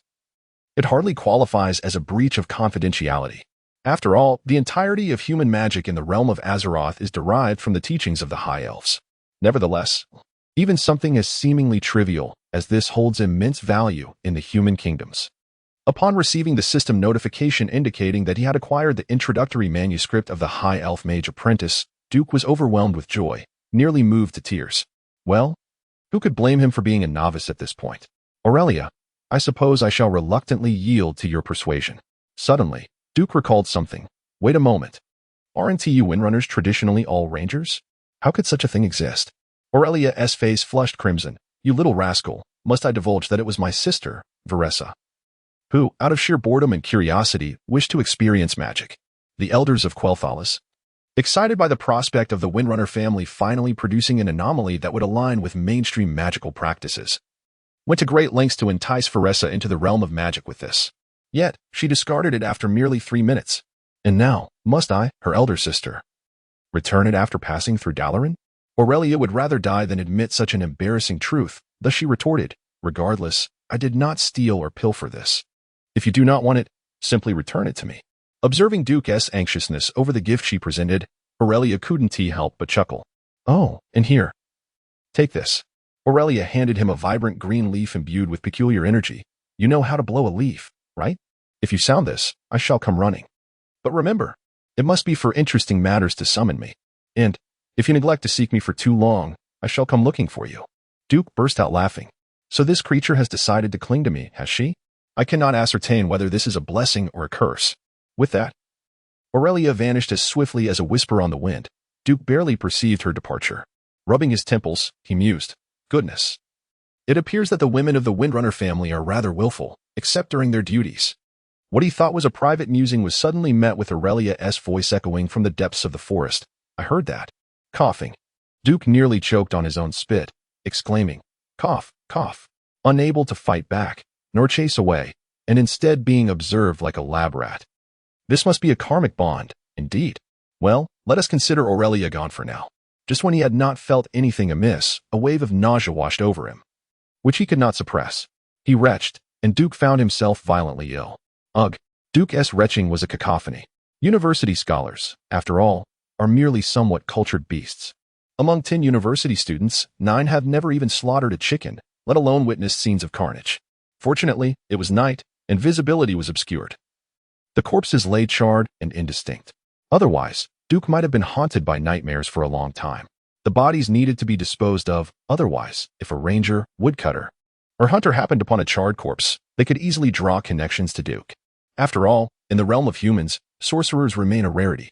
At this moment, the distant fishmen seemed to have been stirred, as faint footsteps echoed in the air. although it was highly probable that the fishmen would consume the corpse left behind. Duke dared not take that risk. Before the fishmen arrived, he swiftly scavenged the half-burned body, extracting several dozen silver coins. After disposing of the remains into the river, he promptly turned to leave. If his calculations were correct, the thief's body would drift downstream into the fishmen's territory. Even if it did not reach them, the fishmen would undoubtedly catch the scent and pursue it. The fishmen of Azeroth are far from benevolent. To mistake them for mermaids would be a grave error. These creatures possess a grotesque upper body resembling a swollen mass of flesh, a fish-like form the size of a water tank, and humanoid limbs. They exemplify the brutal, low-intelligence beings that are impossible to eradicate completely. Following the lights of Northshire Abbey atop the distant hill, Duke navigated through the darkness. The wind carried the unsettling sounds of human bodies being devoured by carnivorous beasts, sending chills down his spine and prompting him to quicken his pace. Northshire Abbey is merely a human settlement, not a large town, so its defenses consisted of nothing more than a 2-meter-high wooden fence, devoid of any sharp objects. For a university student accustomed to scaling walls to evade dormitory restrictions, this posed little challenge. Noticing the absence of onlookers, Duke easily climbed over with a simple hand-supported maneuver. Captain Veery, may the kingdom of Stormwind be blessed. Duke has not met his demise. As Duke was whisked away by the thief and leaped over the fence, Veery caught a glimpse of him from afar, but he could not be certain. He could not recklessly command the guards to undertake a large-scale search in the woods at night based solely on a fleeting silhouette. Nor could he abandon his post to verify Duke's whereabouts at the inn. He understood that if Brando's men were to strike, it would be too late. After confirming Duke's distant figure had vanished, Veery quietly emerged and meticulously erased all traces of Duke's crossing, such as footprints. Upon returning to the inn, Veery noticed nothing had changed in the room. Duke, utterly exhausted, physically, mentally, and spiritually, succumbed to a deep slumber. The following morning, while having breakfast on the inn's ground floor, Duke noticed 2 young individuals, likely fellow apprentices, standing beside the elderly Mage Norton. The elderly man observed Duke, brimming with vitality, and a smile spread across his wrinkled face. Smoothing out the creases, he pointed to a robust young apprentice, towering at nearly 6 feet 3 inches. This is Daniel, a qualified candidate from the East Valley Lumber Mill. Possessing third-tier credentials, this young lad appeared to be no older than 14 or 15, certainly not yet 16. His face bore the unmistakable signs of youth and innocence. Clad in a rather ill-fitting short shirt. Greetings, Mr. Marcus. I am Daniel, the son of the lumber mill owner. I am delighted to be your contemporary. Duke smiled serenely as he shook his hand, replying, Hello, Daniel. Before old Norton could introduce anyone else, another young lady stood up, seemingly eager to grasp Duke's hand. I am Itana, the daughter of the Secretary of the West Spring Fortress in Elven Forest, with 4th-tier credentials. Duke Marcus. A pleasure to meet you. Likewise, Itana. Just as Duke was preparing to engage in further conversation with the 2 apprentices, a sudden scream erupted from behind, a piercing cry from Sir Brant. How are you still alive? Chapter 13. Strike thy left cheek. When a person is bitten by a mosquito, their instinct is often to eradicate the pest. Is it truly a matter of consequence to slay a mere mosquito? Certainly not. In the eyes of the noble Brant, extinguishing the life of a commoner named Duke is no more significant. Faced with Brant's brazen inquiry as to why he still draws breath, Duke is once again acutely aware of his translocation to another realm. In the world prior to his crossing, the society was governed by the rule of law. Should a privileged offspring behave as recklessly as Brant, exposure would spell doom for him, irrespective of his lineage. Yet, the human kingdoms of Azeroth are evidently ruled by men. Where kings and nobles reign supreme, their decrees and wills unquestionable, leading to a corruption that is absolute. The Northshire Abbey, being relatively close to the capital of Stormwind, highlights the absurdity of a lowly nobleman wielding such unchecked power. Duke begins to grasp why, during the First War, the human kingdom of Stormwind was decimated by the orcs. Their capital reduced to rubble. The once great legacy of Emperor Thoradin of the Arather Empire, who tirelessly expanded human territories, has devolved into a mere shadow of its former self, riddled with corruption that has all but vanished among the common nobility.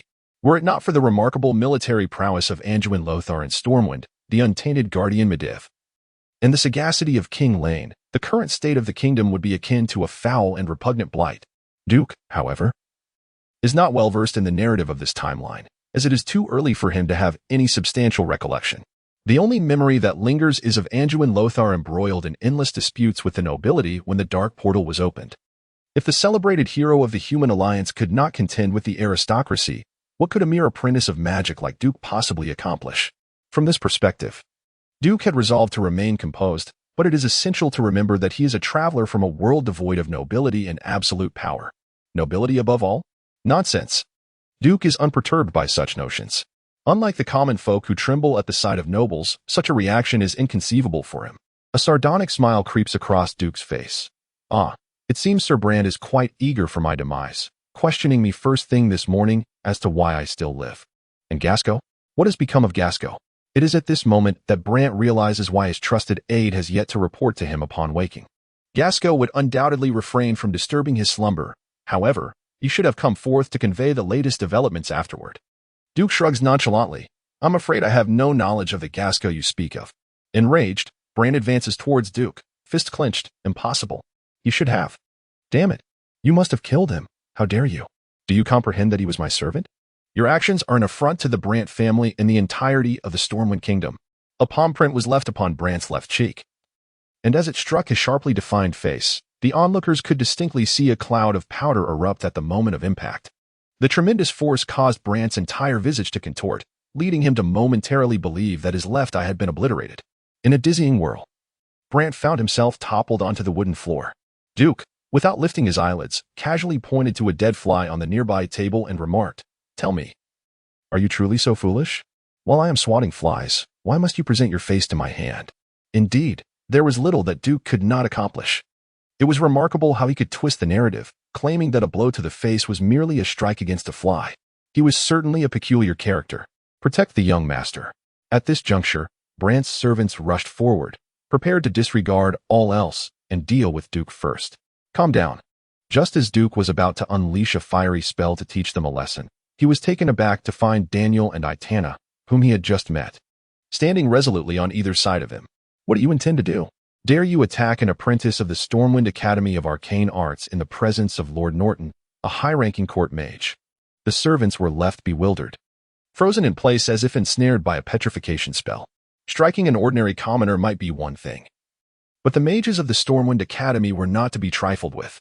Their standing in the kingdom of Stormwind, and indeed in the entire human realm, was unparalleled. Furthermore, there was a high-ranking court mage present. Duke was most astonished that the recently acquainted Daniel and Itana chose to stand by his side. Unbeknownst to him, that single slap had shifted the balance of allegiance. Before his arrival, the commoners oppressed by nobles like Brant were numerous. Regardless of age or gender, commoners, guards, and even knights had long harbored disdain for the actions of these lower-tier aristocrats. Yet, they lacked the courage to resist, fearing the repercussions from the noble families behind them. Now, with the rising star of the Stormwind Academy boldly taking a stand, these commoners instinctively gravitated towards Duke's side. The trio of aspiring mages, whose future status promised to be illustrious, united against Brant, creating a palpable tension in the atmosphere. It was then that Brant's voice rang out, Kill him. Kill Duke Marcus. He has insulted the Brant family. He has disrespected the kingdom of Stormwind. He has tarnished the bloodline of Emperor Saladin. He deserves to descend into hell, consumed by flames for eternity. Kill him. The consequences shall be borne by the Brant family.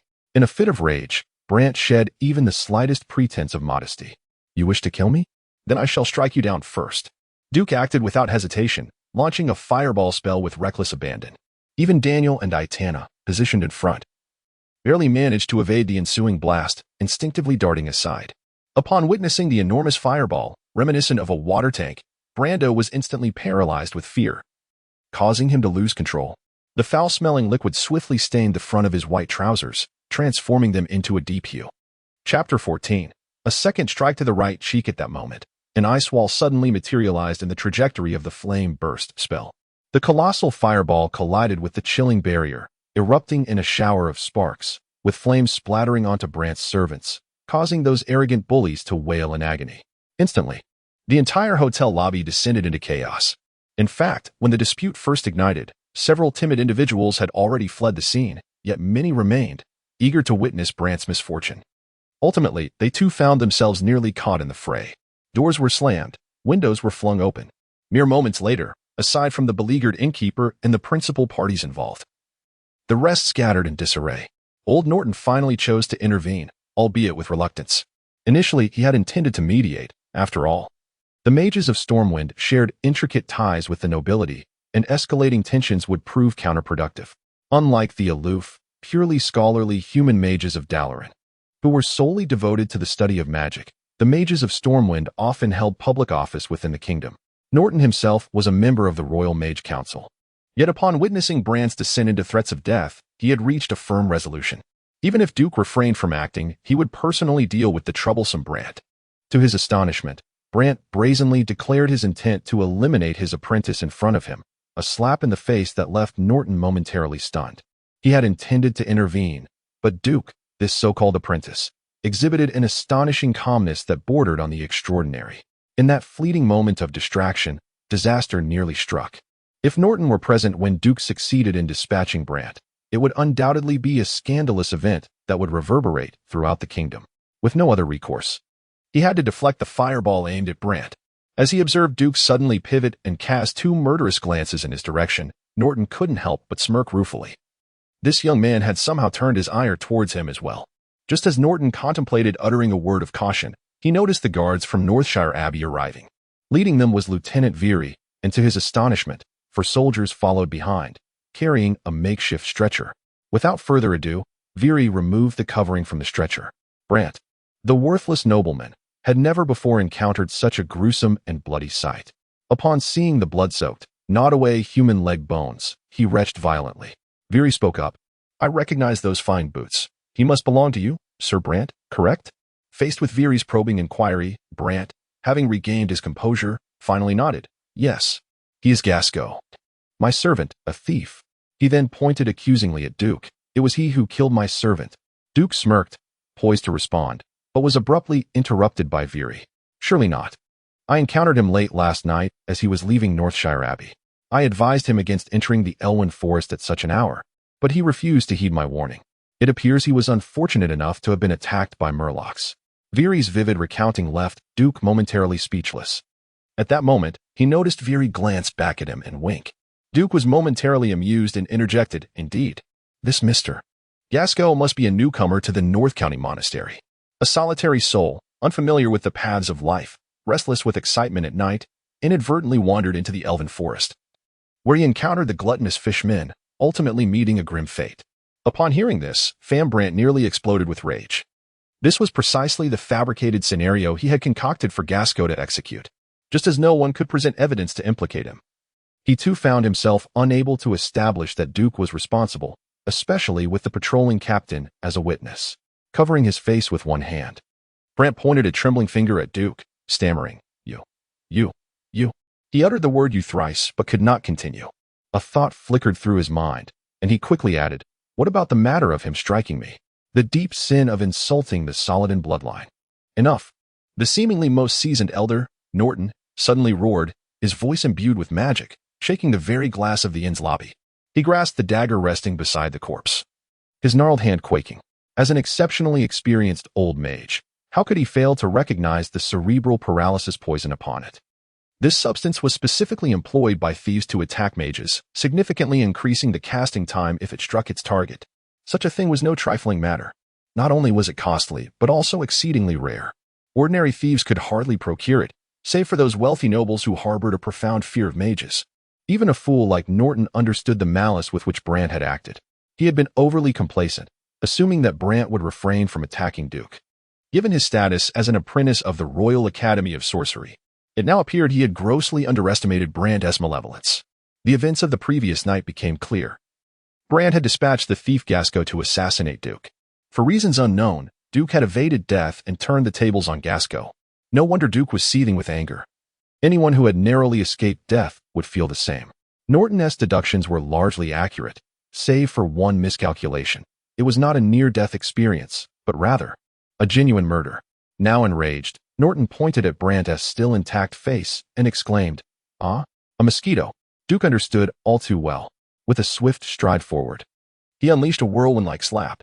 In front of Brant's servant, the members of the guard, and nearly 100 witnesses who had suffered under Brant's tyranny, Duke delivered another resounding blow. It was evident that a prominent tooth near Brant's right cheek was sent flying, spinning through the air, stained with blood.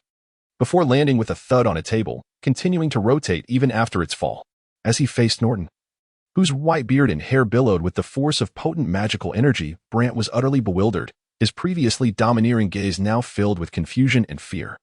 Almost as an afterthought, he muttered as he exited, "By the way, your qualification as a mage apprentice has been revoked this year. I am the chief examiner, and my word is final. Not even the arrival of McDavid could sway my decision."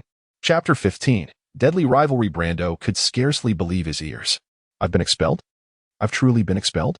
Slumped on the ground, he lacked the strength to rise, sprawled inelegantly on the floor of the NS lobby. His unfocused gaze fixed on the ceiling above. Following the revocation of his apprenticeship by the Royal Sorcery Academy of Stormwind, he remained a noble. Yet he was relegated to the status of a laughingstock within the aristocratic circles. He was not the eldest son in his family, and according to the succession laws inherited from both Stormwind and the Arthi Empire, he could never inherit his father's title. The only remaining avenues for a noble to ascend were through military merit or alternative means of elevation. Stormwind, situated in the southern part of the eastern continent of Azeroth, is near the western coastline, with impenetrable mountains to the north. The ideal fiefdom would be the crescent-shaped Elwyn Forest to the south and east, which encircles the city. Alas, after a millennium, Elwyn Forest, the heart of the kingdom of Stormwind, had long since run out of land to accommodate more nobility. To the southwest of Stormwind lies the desolate western wilds, and further south is the eternally night-shrouded and eerie Duskwood, while continuing east leads to the barren Reed Ridge Mountains. For pleasure-seeking nobles, every direction was a forsaken wasteland. Once military achievements were secured, to become a landholding noble, one must be assigned to one of these three inhospitable regions, enduring a life of hardship and despair. Thus, attaining a title was hardly a desirable prospect. Ascending the ranks was equally formidable. The military was firmly under the control of Anduin Lothar, the last scion of Emperor Thoradin, and one of King Laene's closest childhood companions. Lothar's position within the military was unassailable by any noble. It could be said that the military was so tightly knit that even a needle could not be inserted. Meanwhile, positions in domestic affairs were strictly allocated, and the Brando family could only elevate his elder brother. There was no chance for Fam Brando. It is no exaggeration to assert that Brando's current elevated status was solely due to his prowess as a mage. Now, he had been condemned to a death sentence by the words of old Norton. Would Brando not go mad? After a brief moment of bewilderment, a gaze brimming with murderous intent and endless resentment first fell upon old Norton, but in the next instant, Fam Brando, in fear, shifted his focus to Duke's back. Ding. You sense the hostility of your nemesis, Fam Brando.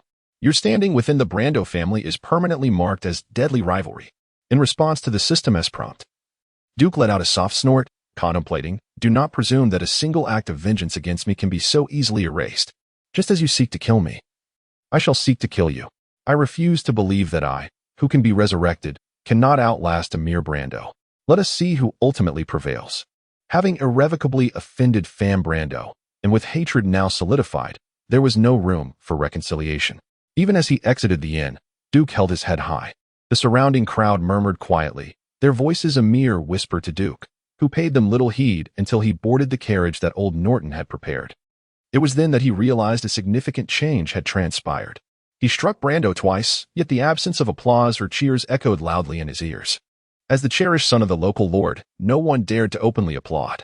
However, as the carriage rolled by, Duke was taken aback to see many townsfolk approach him silently, offering smiles and presenting a variety of local delicacies, a few eggs, a basket of potatoes, or a box of cured meats. The villagers' thoughts were so simple and sincere that Duke felt an unexpected lump rise in his throat. Having lived for 18 years without committing any grievous sins or notable good deeds, he was suddenly revered as a minor hero, and the sensation was perplexing. Just as Duke contemplated saying something, he was jolted by the system's notification. "Congratulations, you have earned the gratitude of the people of the North County Monastery. Your reputation there is now respected. For reasons unknown, your humanity has experienced a slight restoration, increasing by 1. Your current soul power stands at 98, with humanity at 94. In that moment, Duke felt a wave of disorientation wash over him. He was reminded of the importance of reputation, akin to its significance in games. To his surprise, reputation held equal weight in this new world. Curse it, though carriages might be a luxurious indulgence for the common folk, for Duke, accustomed to the smooth asphalt roads and the comfort of spring-mounted automobiles, it was nothing short of torment. Once aboard, the atmosphere shifted again. 3 apprentices sat obediently in a row opposite old Norton, who inexplicably produced a pipe and began blowing smoke rings out of the window in front of the young ones.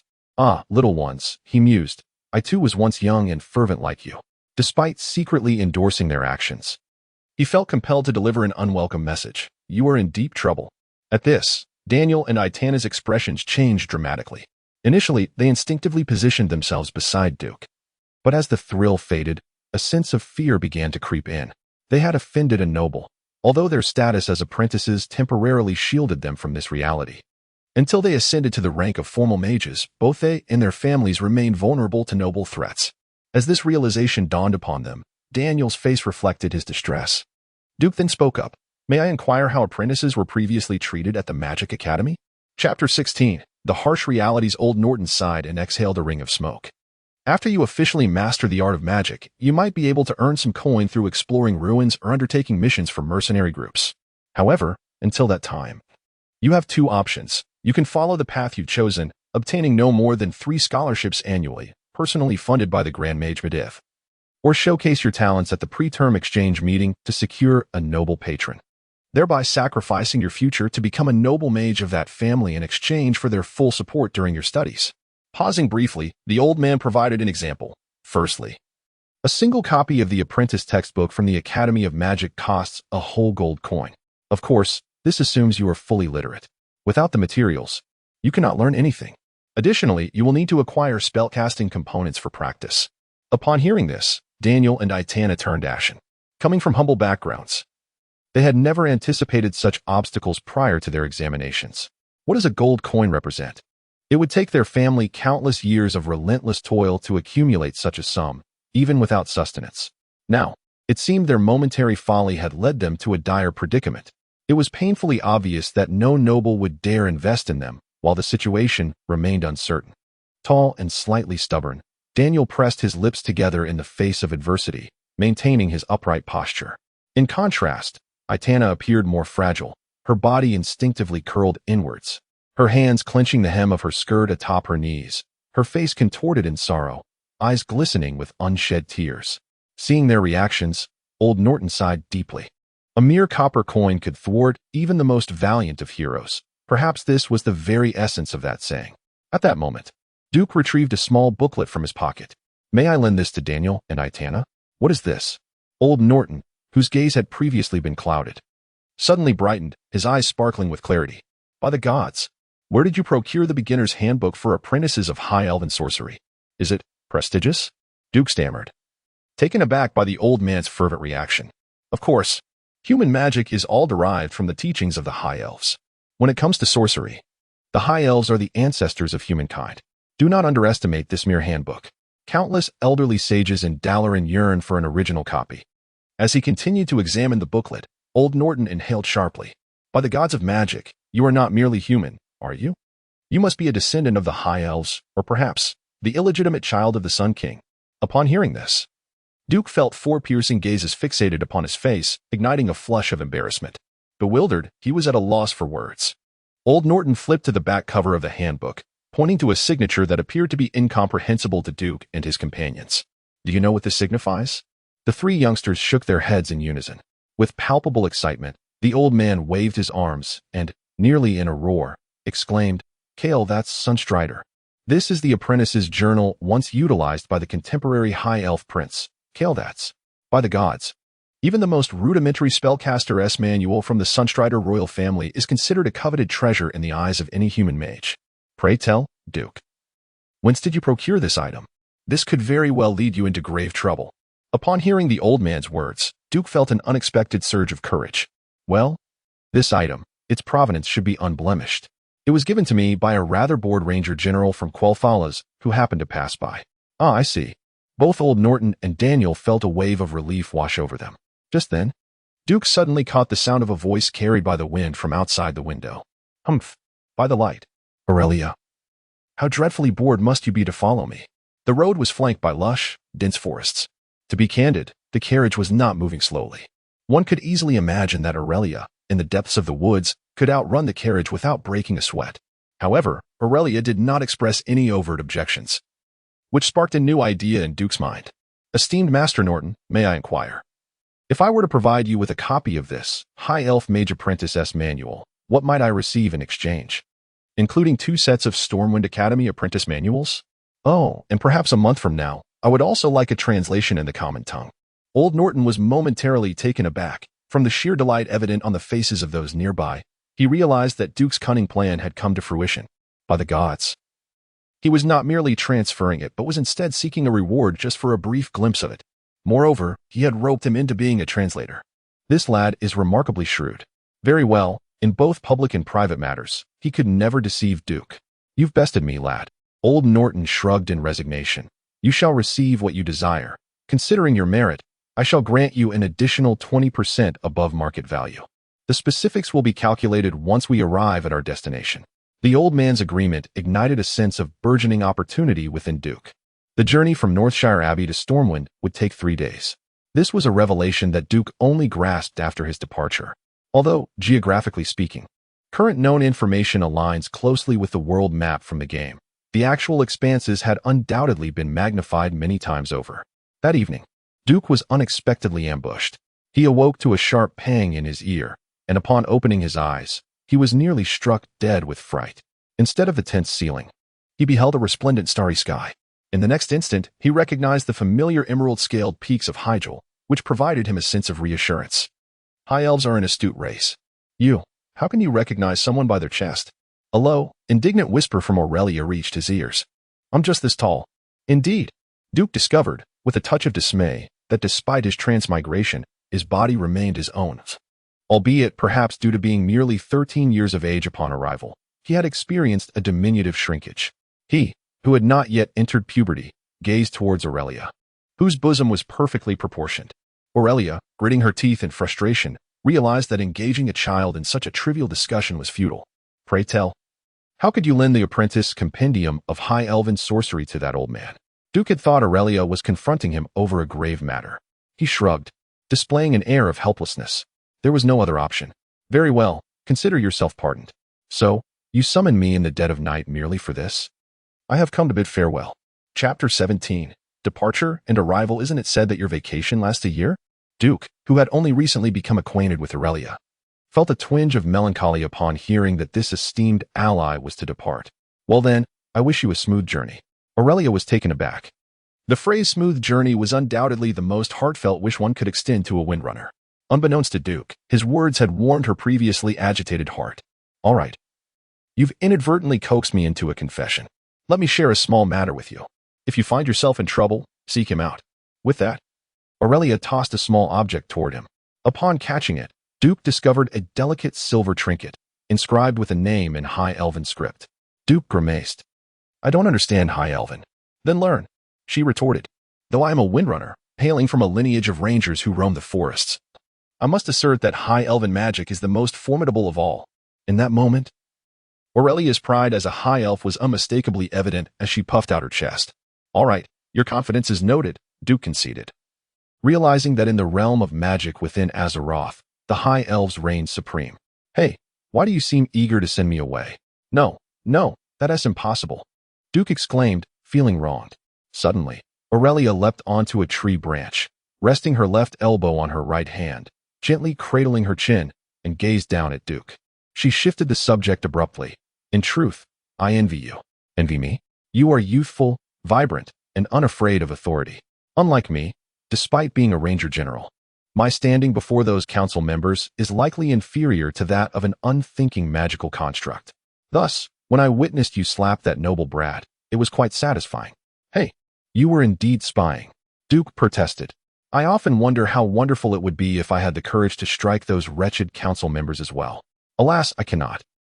As the eldest daughter of the Windrunner family, I must serve as a role model for my sisters and uphold the dignity of our lineage. For every action of mine is magnified. Upon hearing Aurelia's heartfelt admission, Duke fell silent. Then, he broke into a smile, tentatively asking, So, are we friends now? Aurelia shook her head. No, high elves have no interest in befriending humans. Rather, we tend to avoid such friendships.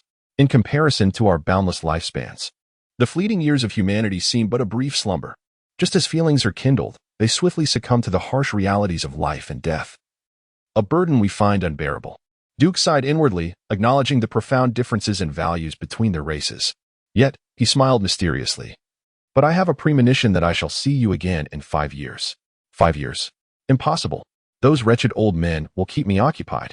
I can hardly spend less than 50 years on the front lines. Our battlegrounds do not permit humans to draw near. Let us make a wager. Should we meet again in 5 years, you must swear to be my friend. For reasons unbeknownst to him, Duke secretly appended the character female before friend in his mind. Humph. A wager it shall be. Aurelia harbored no belief in charlatans. She crossed her arms, as if observing a dreamer lost in fantasy.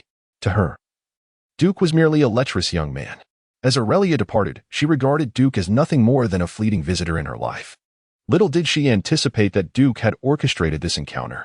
If Duke's calculations were accurate, then within 5 years, the Dark Portal incident would erupt, and Aurelia, as a member of the Alliance, would once again traverse the human realm to unite against the Orc invasion. The following morning, Duke resumed his journey, spending the next 2 days mostly aboard the carriage. As he sat, his body jolted with the movement of the vehicle, and he realized he had begun to adapt to the world of Azeroth. From initially succumbing to nausea shortly after boarding, he had grown accustomed to the rhythm of travel. Yet, what struck Duke most deeply were the events that transpired along the way. Even in the peaceful Elwyn forest, traversing alone was a perilous endeavor. The caravan was ambushed. Old Norton did not venture forth with merely the 3 apprentices. Accompanying them were his magical apprentice Sasha and a fully armed escort of 16 guards. Including the coachman and servants, their number exceeded 20, with 3 carriages and nearly 30 horses. Despite the seemingly lavish assembly, they were still attacked. On the second evening, they were besieged by hundreds of forest wolves, driven away only by Norton's firewall spells.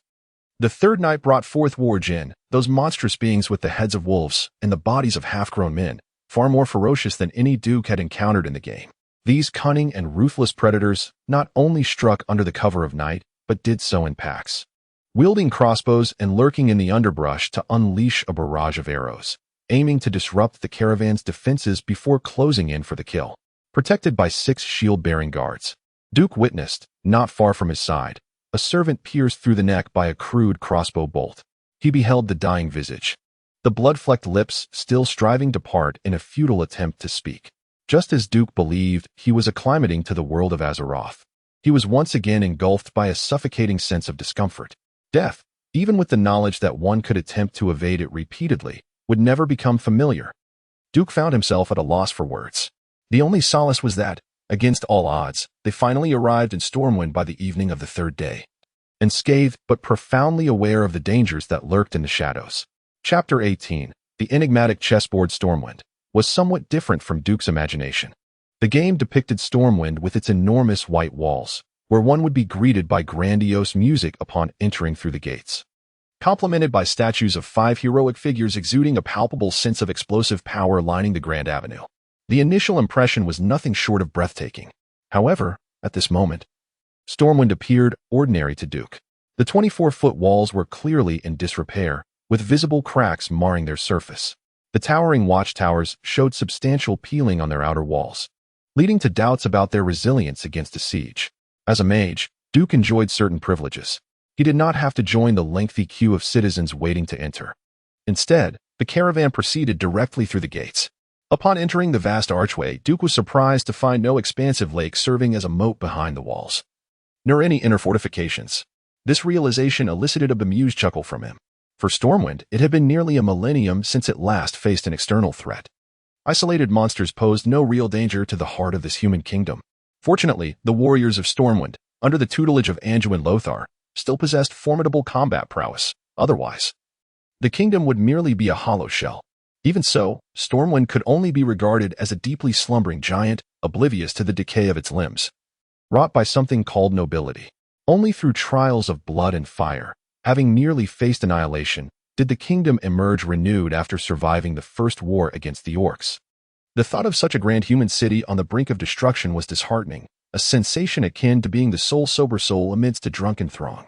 Beside him, Daniel and Itana, 2 Na'vi individuals, stood with their mouths agape, large enough to fit an egg. The stark contrast in their reactions amused old Norton, who inquired of Duke, "What? Are you disappointed with Stormwind?" "No." "Well, yes. My recollection of Stormwind includes 50-foot-tall, pristine outer walls adorned with blue and gold alliance emblems, and an inner lake spanning 100 feet wide serving as a moat, Duke expressed, employing the standard units of this world to articulate his impressions of the game as Stormwind, unaware that a significant figure patrolling the walls had inadvertently overheard his words. As this individual turned to survey the terrain within the walls, a contemplative expression crossed their face. The carriage traversed bustling streets, swiftly leaving behind the clamor of the trade district, and crossed a small river to enter the Mage District, home to the Royal Academy of Sorcery. Just after crossing the bridge, Duke heard an explosion. Another blast? This time, it was the laboratory of a mid-tier mage, Valor. Damn it. A high wall should have been erected. The citizens of the trade district are terrified day in and day out. Through the carriage window, Duke observed the guards of Stormwind routinely dispatching personnel, some to maintain order, others to extinguish fires, and a few hastening to the church square to summon priests skilled in healing to provide assistance. Well, one can simply get accustomed to it. The old man Norton appeared somewhat embarrassed. Duke suddenly perceived that mages were merely a peculiar group treading further down the path of self-destruction. Realizing that he would soon join this eccentric group, Duke felt a sudden wave of melancholy wash over him. Fortunately, the world still had the magnificent engineering of goblins to shield them from calamities, he mused to himself. Indeed, the frequent explosions caused by mechanical contraptions were often the handiwork of those diminutive green-skinned creatures, hardly resembling their representations in games. In this timeline, Stormwind boasted a colossal academy of magic, with iron gates adorned with intricate golden patterns soaring 10 meters high, far more impressive than the gates of many universities Duke had known before his journey. On the square paved with pristine white marble tiles, the old man Norton alighted first. "All right, young lads and lasses, we have arrived," he announced, gesturing towards a library-like structure at the edge of the square. "Step inside and report in. Your documents have already been submitted in advance. Within, you shall encounter a rather troublesome dormitory administrator who will engage you in a little game. Should you emerge victorious, additional rewards shall await you. That is all I can impart, and I wish you good fortune." With a sly glint in his eye, he turned to Duke. "As for you, Duke, once you have settled into your dormitory, do pay a visit to my laboratory. It pertains to the items we exchanged." "Very well, Master Norton," Duke replied, ensuring to observe the proper decorum in the presence of others, for the old man's credentials were undeniably formidable. Ascending the 9-tiered staircase, Duke and his companions entered the library. To their astonishment, the vast and hollow hall was devoid of any patrons. Here it is," Duke exclaimed, startling the trio, particularly the timid Itana, who let out a gasp. The oil paintings adorning the walls began to stir, with figures in the frames beckoning to Duke and his friends. Evidently, all the portraits depicted the same individual, shrouded in a brown hood, rendering their features indistinct. "Greetings, I am the dormitory administrator of the Royal Academy of Magic, known as Raven. A rather harmless spirit, I assure you. I presume the mage who escorted you has informed you of my existence." Duke and his companions shook their heads in unison, much like a trio of rattling drums. "Did he not mention me? Goodness, who was leading you?" What a wretched sense of humor to nearly frighten such delightful newcomers. "Not nearly. You have indeed frightened us." Duke felt Itana's 10 tiny fingers clutching his left arm with the strength of iron, causing him discomfort. "Well, if fright is the order of the day, so be it. After all, this is the Royal Academy of Magic, not a library. Those who are too timid ought to aspire to be librarians." With that, he waved his hand, and the 3 young individuals found themselves irresistibly drawn into 3 distinct oil paintings. A feeling of disorientation washed over them, reminiscent of the jarring sensation Duke experienced when he first traversed through dimensions. Regaining his senses, Duke discovered himself suspended in a void, surrounded by twinkling stars. Before him lay a colossal chessboard, vast enough for Duke to perform 18 somersaults followed by 36 lateral flips without ever tumbling off its surface. The alternating black and white squares signified that this was a standard international chessboard. Yet, the pieces upon it were extraordinary, neatly arranged on either side. Each piece stood approximately 2 men tall. On the left, the Alliance, resembling human figures, and on the right, the Orcs, evoking the essence of tribal warriors. Suddenly, Duke recalled a particular level guardian, Mediv, in the chess challenge within his lair in Karazhan. Chapter 19. Life is like chess at this moment. The system sprite suddenly emerged. "Dear host, I have detected a harmless illusion along with unknown laws. Would you like me to filter them for you?" "Harmless illusion?" The landscape before Duke transformed, revealing a chessboard adorned with an array of chess pieces. However, each piece had undergone a complete metamorphosis, resembling animated stick figures. If not filtered, the vision shifted once more, reverting to the chess set Duke was most familiar with from Karazhan. In front of him stood a row of fully armored Stormwind guards, their blue plumes and shields emblazoned with golden lion heads imparting an inexplicable sense of valor. Wow, can it change according to my imagination? Such an enchanting illusion was far beyond the immature 3D gaming technology of his previous life. Upon comprehending this, Duke felt less startled and more intrigued. There were 6 types of pieces, and although their shapes were still categorized as Alliance and Horde, they differed from the settings in the Karazhan chess scenario. The first type was the pawns, an entire front row of them. On the Alliance side stood Stormwind soldiers, corresponding to armored Horde infantry. The second type was the knights, 2 per side. The Alliance featured heavily armored knights riding fully equipped steeds, while the Horde displayed wolf riders wielding massive spiked clubs. The third type was the bishops, with 2 on each side.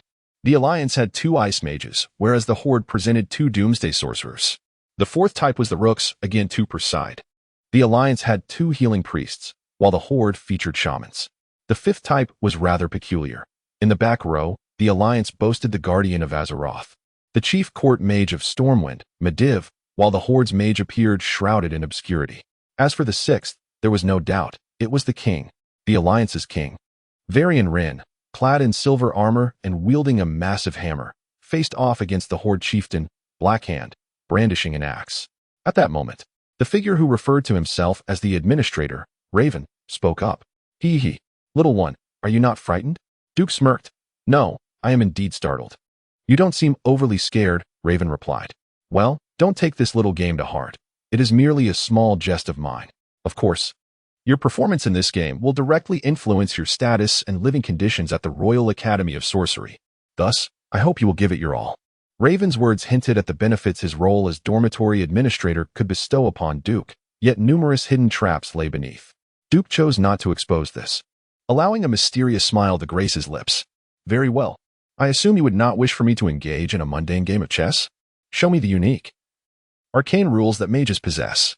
Raven's face, mostly obscured by shadows under his hood, revealed a knowing smile at Duke's request.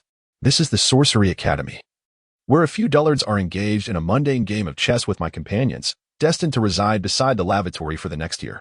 Oh, how utterly unfortunate. Allow Duke a moment of schadenfreude to mourn for those poor souls. Now, what you are witnessing is the ultimate version. First, you must prove your worthiness to become a piece on this chessboard. In Duke's perspective, a massive golden scroll unfurls, inscribed with numerous incantations written in the universal tongue. Above the scroll, an enormous hourglass materializes, its meaning unmistakable. Once the sand runs out, the scroll will close. Almost instantaneously, Duke commands the system sprite to spring into action. System sprite, commence analysis. Record. Understood, my host. Beep. Preliminary detection indicates this is a simplified formula for intelligence augmentation, ice arrow, and blizzard spell models. The formula is being transcribed. The spell models have been recorded and are currently being reverse engineered into their complete formulas. Duke quickly realizes that this is a tremendous opportunity. It seems this is not merely a game, but rather an entrance examination in disguise. The test does not seek to uncover how powerful the apprentices are or how many spells they can master. Rather, it aims to assess the adaptability of the candidates. Although this method of spellcasting is akin to placing a firearm in the hands of a candidate, merely pulling the trigger does not guarantee hitting the target. And hitting the target does not ensure striking a vital point. Even if one does hit, timing, method, and effect are all crucial considerations. How to utilize the spells. In what manner, each aspect tests the candidate's ability to adapt, their affinity for elemental forces, and their imagination and comprehension of magic. It is no exaggeration to say this is a comprehensive magical assessment. For most candidates, the sand within the hourglass is worth its weight in gold 1 billion times over.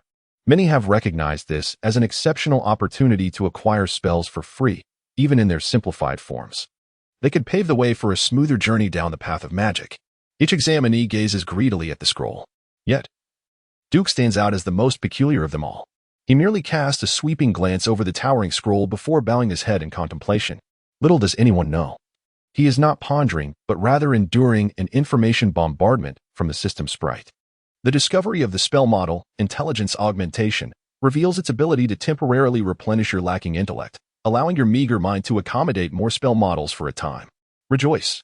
Level 1, Intelligence Augmentation, grants you an additional 2 points of intelligence, temporarily boosting your mana by 20 points, thus enabling you to meet the minimum intelligence requirement for mastering Blizzard.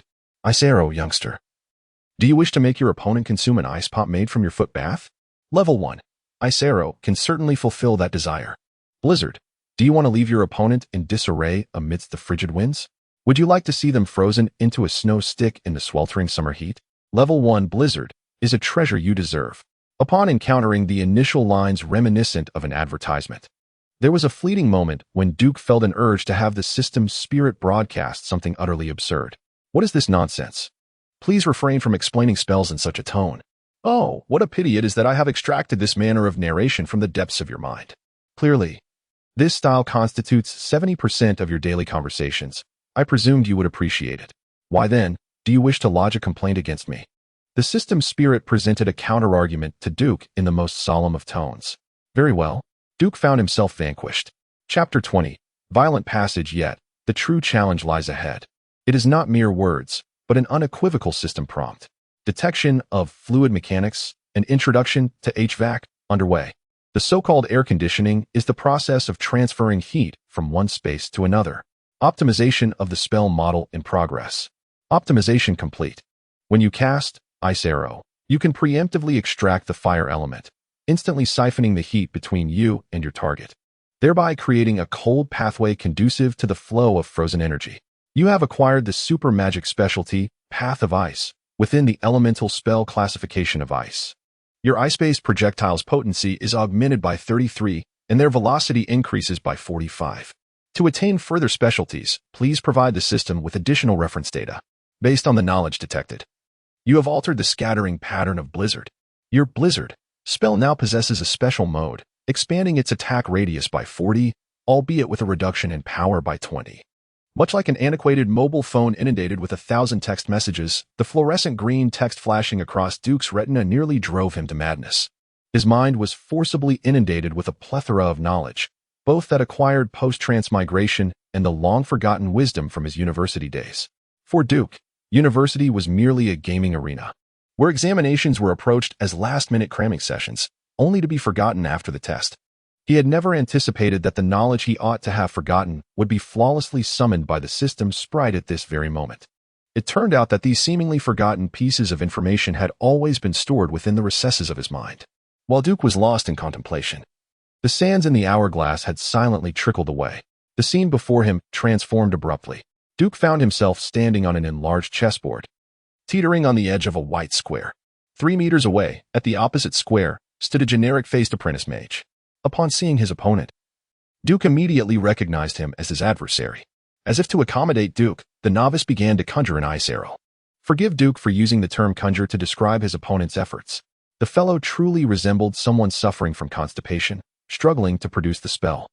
Successfully casting a spell is no trivial endeavor. A standard casting process requires not only the corresponding incantation, but also the invocation of one's internal magical power, the communication with the elemental realm, and the summoning of the requisite amount of energy. Subsequently, this energy must be shaped into the appropriate form before being released. Even though this process has been deliberately simplified, wherein sufficient mental strength allows for communication with the elemental realm and the drawing forth of ample elemental energy, the automatic cessation of absorption and shaping of energy still poses a formidable challenge for an apprentice with almost no knowledge of spells. Therefore, it is quite reasonable that the opponent intentionally allotted time for Duke. Duke, however, remained ungrateful.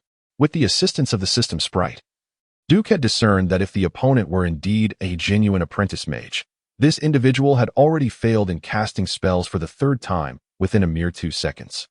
The initial 2 attempts were thwarted in establishing communication with the elemental realm, while the 3rd failure was attributed to insufficient absorption of elemental energy. The scant amount of icy energy was hardly sufficient to craft even a popsicle. Duke decided to lend this fellow a hand, advancing with a horse stance. He executed a left hook followed by a right hook. Job well done. Before a colossal oil painting depicting Duke's battle, a dozen esteemed mages stood spellbound, their mouths agape.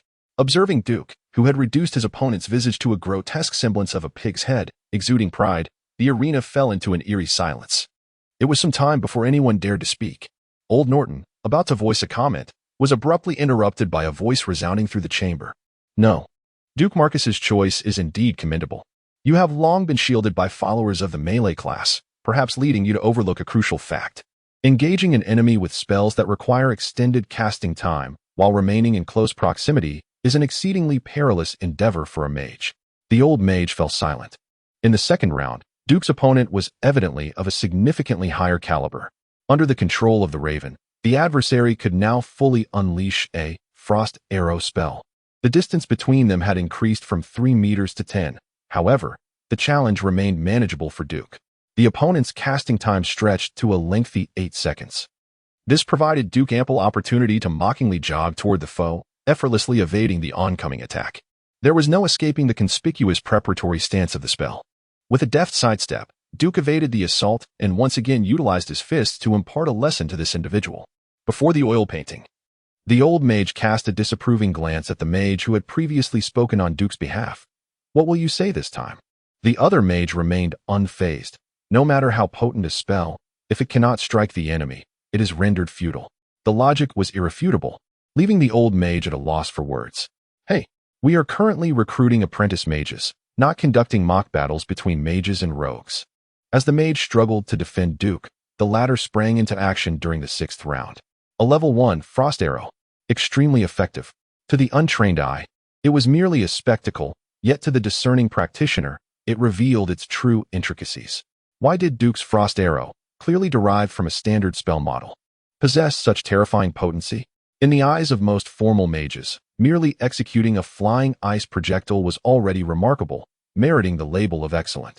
To grasp and employ a simplified spell model under such pressing circumstances was a feat understood only by those who had ventured down that path. The seasoned mages present, who had toiled countless times to harness the elemental forces, would only cast a minuscule shard of ice after arduous practice. But what of Duke's frost arrow? Swift, accurate, lethal. Its velocity rivaled that of an arrow shot from a powerful bow, striking directly at the center of the opponent's forehead. Upon impact, the ice arrow spectacularly split into 2 shards, violently embedding themselves into the opponent's eyes. Perhaps Duke's frost arrow, in itself, possesses insufficient power. Such a degree of icy chill is inadequate to slay an adult. However, Duke has seamlessly augmented the elemental damage with physical harm. Were his opponent a living being, they would have been instantaneously vanquished by Duke. Observing the trial, the room filled with spectators, a dozen or so mages collectively gasped in astonishment, their minds echoing a singular word: genius. Chapter 21. My name is Duke. A genius. An absolute genius. Undoubtedly a once-in-a-millennium prodigy. Even Kael'thas, the disciple of Medivh, did not exhibit such extraordinary talent at the tender age of 13 or 14. The only one who could possibly rival Duke's innate ability is none other than the contemporary world guardian, Medivh himself. But who is Medivh?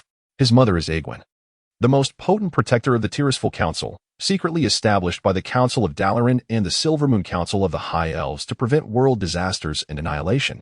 Even his lesser-known father, Nyelas Aaron, was a renowned court magician of Stormwind, a quintessential example of impeccable lineage. Yet, here is Duke, a mere child from some obscure corner, possessing such astonishing talent that it drives the mages into a frenzy. In the realm of mages, aside from those noble families that have produced generations of spellcasters, most belong to specific magical schools or traditions. For the Royal Academy of Sorcery in Stormwind, which recruits from all of humanity in the High Elf Kingdom of Quel'Thalas, the origin of a talented mage matters little, as there are too few promising candidates among humans. If one were to become Duke's mentor, they might have the chance to cultivate a court archmage. A mage is never an isolated entity. Each mage often has their own followers, lands, and influence to ensure they have ample resources for advancement and the expenses of magical experimentation. Many mages, who previously had cordial relations with the Brando family, discarded their requests upon witnessing the scene. They must seize this opportunity. Whoever claims Duke as their disciple may soar to great heights. Duke's performance in the 7th challenge was particularly exhilarating, causing the mage's eyes to gleam with fervor. What did Duke accomplish? He maneuvered around the outer edge of his opponent's blizzard, and as the storm rained down icy shards, he unleashed a frost bolt amidst the tumult, defeating his adversary. He passed all 7 challenges effortlessly. Just as a throng of mages prepared to meet this once-in-a-century genius, they suddenly realized that Duke had advanced to the 8th challenge. How could this be? Was there not only 7 challenges? The mages were momentarily stunned, and in unison, they recalled a possibility. The sudden shift in the scene left Duke momentarily bewildered. After 7 consecutive duels, he had almost forgotten that there was indeed a game of chess at Karazhan. The chessboard was no longer a mere board. In the eyes of the other mages, they witnessed Emperor Thoradin commanding the human alliance, centered around the earthy tribe, as they faced off against the Northern Troll Empire in a grand battle. Yet, what Duke perceived was the expansive grassland at dusk. The two armies stood poised for conflict. With the heavy breaths of human soldiers, the whinnies of horses, and the deep growls of massive black wolf mounts echoing across the field, the two sides stood like colossal beasts poised for a decisive battle on the vast grassland. The very essence of their palpable combat spirit enough to terrify any novice stepping onto the battlefield. The slanting rays of the sun cascaded over the distant, undulating hills, bathing the plains in an orange-red hue, reminiscent of the blood soon to be shed upon this earth. Not far from Duke, King Varian Wrynn of Stormwind, with his golden hair shimmering under the sunset, stood as the focal point of this battlefield. The annihilation of Wrynn would ensure total victory for the Horde, conversely. Should the war chief of the Horde fall, it would herald the triumph of the Alliance. Duke's gaze followed Wrynn's as it swept across the horizon, reflecting the formations of both armies. No longer was it merely a monotonous chessboard, but a genuine theater of war. Beside Wrynn, the formidable Anduin Lothar raised his hand, his powerful roar echoing across the fields. Prepare for battle. First combat sequence, form the shield wall. Baros, Jajasa. Mobilize the cavalry on the flanks for a countercharge against the Wolf Riders. Though the nobility of Stormwind had decayed, it must be acknowledged that under the great Lothar's command, the Stormwind Guard emerged as one of humanity's mightiest forces, their performance impeccable and beyond reproach. Faced with the towering Orc soldiers, they remained unshaken. As if propelled into action in a heartbeat, the front line drove the tips of their massive shields into the earth, while the second line positioned their shields atop the first. The third and fourth ranks of pikemen leveled their lances, a symphony of metallic sounds heralding the emergence of a glinting forest of polearms beyond the shield wall. To charge against such a formation would undoubtedly come at a grave cost. 5 minutes. In a mere 5 minutes, a meticulously organized battle line had manifested before Duke's eyes. Warriors. King Wrynn raised his warhammer high. Will you allow the filthy enemy to roam freely upon the lands of Stormwind? The arrival of our foes renders war inevitable. And behind you lies your home, Stormwind. Many of you may find eternal rest here, but your loved ones, your comrades, shall owe their survival to your valor. Should we emerge victorious, our names will be sung in every tavern, recounted by every elder across the Eastern Kingdoms for generations to come. Fight for the Alliance. With Wrynn's impassioned declaration, the soldiers' fervor surged to its zenith. The cacophony of 1,000 voices, the convergence of countless wills, ignited a fervent spirit within Duke, despite his awareness of its illusory nature. At that moment, Duke suddenly noticed Anduin Lothar approaching him, the remarkably handsome Alliance commander. Adorned with a charming beard and a square jaw, clapped Duke on the shoulder, smiling. I count on you for magical support. With you here, Stormwind shall not falter in the arcane warfare. With your presence, with your presence, with your presence. For reasons unbeknownst to him, a warm sensation ascended within Duke's heart, even though he was fully aware that this was but an illusion, that this Lhasa was a mere fabrication. Duke felt an undeniable sense of being needed and recognized. Very well, I shall take charge. Behind Duke, a young sorcerer, resembling a high-ranking mage, stepped forward and addressed him. Esteemed Archmage, the Mage Guild of Stormwind shall act entirely in accordance with your directives, wherever your spells may reach. The Mage Guild's assault will surely follow. Oh, is this akin to the leader of an archery battalion? Duke chuckled. However, the military forces of Stormwind found little to laugh about, for they were at an unequivocal disadvantage in the arcane confrontation. The opposing warlock faction relentlessly bombarded the soldiers of Stormwind with meteor swarm, while Duke's mages floundered about like inebriated revelers, utterly oblivious to their actions. Chapter 22, The Disciple of Medivh? I refuse. The warriors of Stormwind continued to display their valor, fighting valiantly amidst the chaos. Yet they found themselves at a disadvantage due to Duke's inadequate support. 3 entire mage battalions seemed utterly oblivious to their purpose. Not only did the comrades in the fray cast bewildered and furious glances, but even the mages spectating from outside sighed in disappointment. The miraculous aura that once surrounded Duke appeared to vanish in an instant. Old Norton murmured to himself. Indeed, no matter how brilliant one may be. The gap in experience cannot be bridged. However, at that moment, a faint smile graced Duke's lips. An unexpected sense of wickedness washed over him. Yes, there was a perverse delight in casting his opponent from the lofty heights of anticipated victory into the abyss of despair just as they were about to savor their triumph. This exhilarating thrill, even if experienced countless times, would always leave Duke feeling euphoric. Little did he know how many spectators outside had shattered their glasses in astonishment. He only recognized that his ice arrow had manifested precisely where it was most needed on the battlefield. With reckless abandon, believing the mages of Stormwind to be inept, the overall formation of the horde gradually pressed forward. War Chief Blackhand brandished his battle axe, wreaking havoc at the front line. Each sweeping blow of the axe claimed the lives of numerous Stormwind warriors, leaving their corpses strewn across the ground. Even though the leader of the Shaman Battalion had meticulously calculated the range of Duke's Mage Battalion, such calculations applied only to ordinary mages, not Duke himself. This was a trial as well as a game. If the range of the Mage Battalion was set to be equivalent to Duke's, then wherever Duke could strike, so too could the mages. The super magic specialization, Trajectory of Ice, was activated. Simultaneously, Duke had the system sprite assist in adjusting a super magic specialization akin to the mage talent in the game, Frigid Extinction. Although its effects could not rival those of a dedicated talent. Nevertheless, with the aid of the battle-enhancing magic array, even the slightest increase in the mage's personal capacity would be magnified exponentially. In the throes of despair, the warriors of Stormwind and the valiant horde warriors instinctively paused. They beheld a cluster of pure, white light, reminiscent of falling meteors, pierce the heavens, soaring across the battlefield, and unerringly landing amidst the horde's priesthood. The chief priest of the Shaman Battalion was struck by Duke's blow, a massive hole appearing in his chest. In the next instant, that shocking wound was sealed by ice. Leaving no opportunity for healing spells, the chief priest met his demise. Following swiftly in the wake of Duke's strike, more ice-like meteors tore through the void, descending upon the shaman priests. A cacophony reminiscent of shattering glass echoed as a pristine rain of crystal splinters fell upon the shaman priests. Countless chilling shards cascaded like a tempest, blanketing the prairie in a layer of frost. The pure ice rain, stained with crimson blood, transformed into a sight of grotesque beauty. An entire regiment of shaman priests from the horde was utterly annihilated. Without granting the tribe a moment to respond, the second wave of strikes commenced. A mere 5 seconds later, the remaining shaman circle of the other tribe was swiftly obliterated.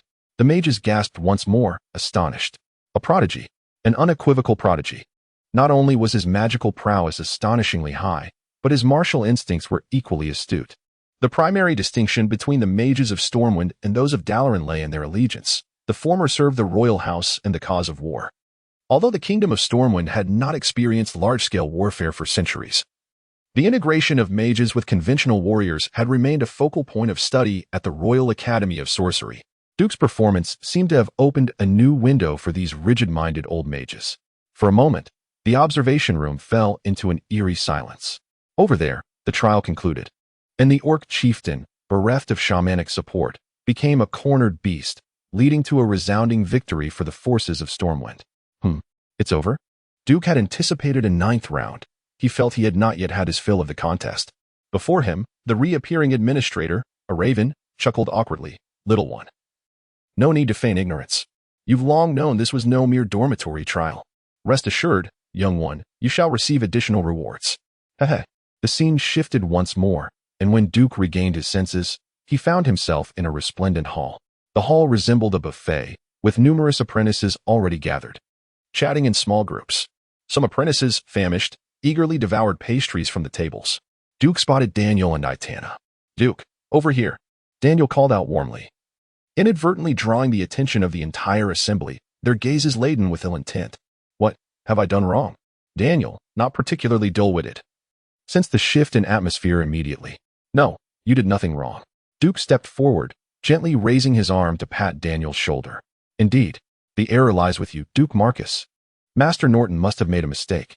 You cannot possibly possess 9th-tier aptitude. At that moment, a stern voice, devoid of any room for argument, rang out. Duke's gaze sharpened as he turned to the speaker, a meticulously dressed young blonde boy of around 14 or 15, clearly from a wealthy background, with his hair neatly slicked back. Just a pretty face. Did your mother never teach you not to interrupt others? Basic etiquette dictates that you should introduce yourself before speaking to strangers.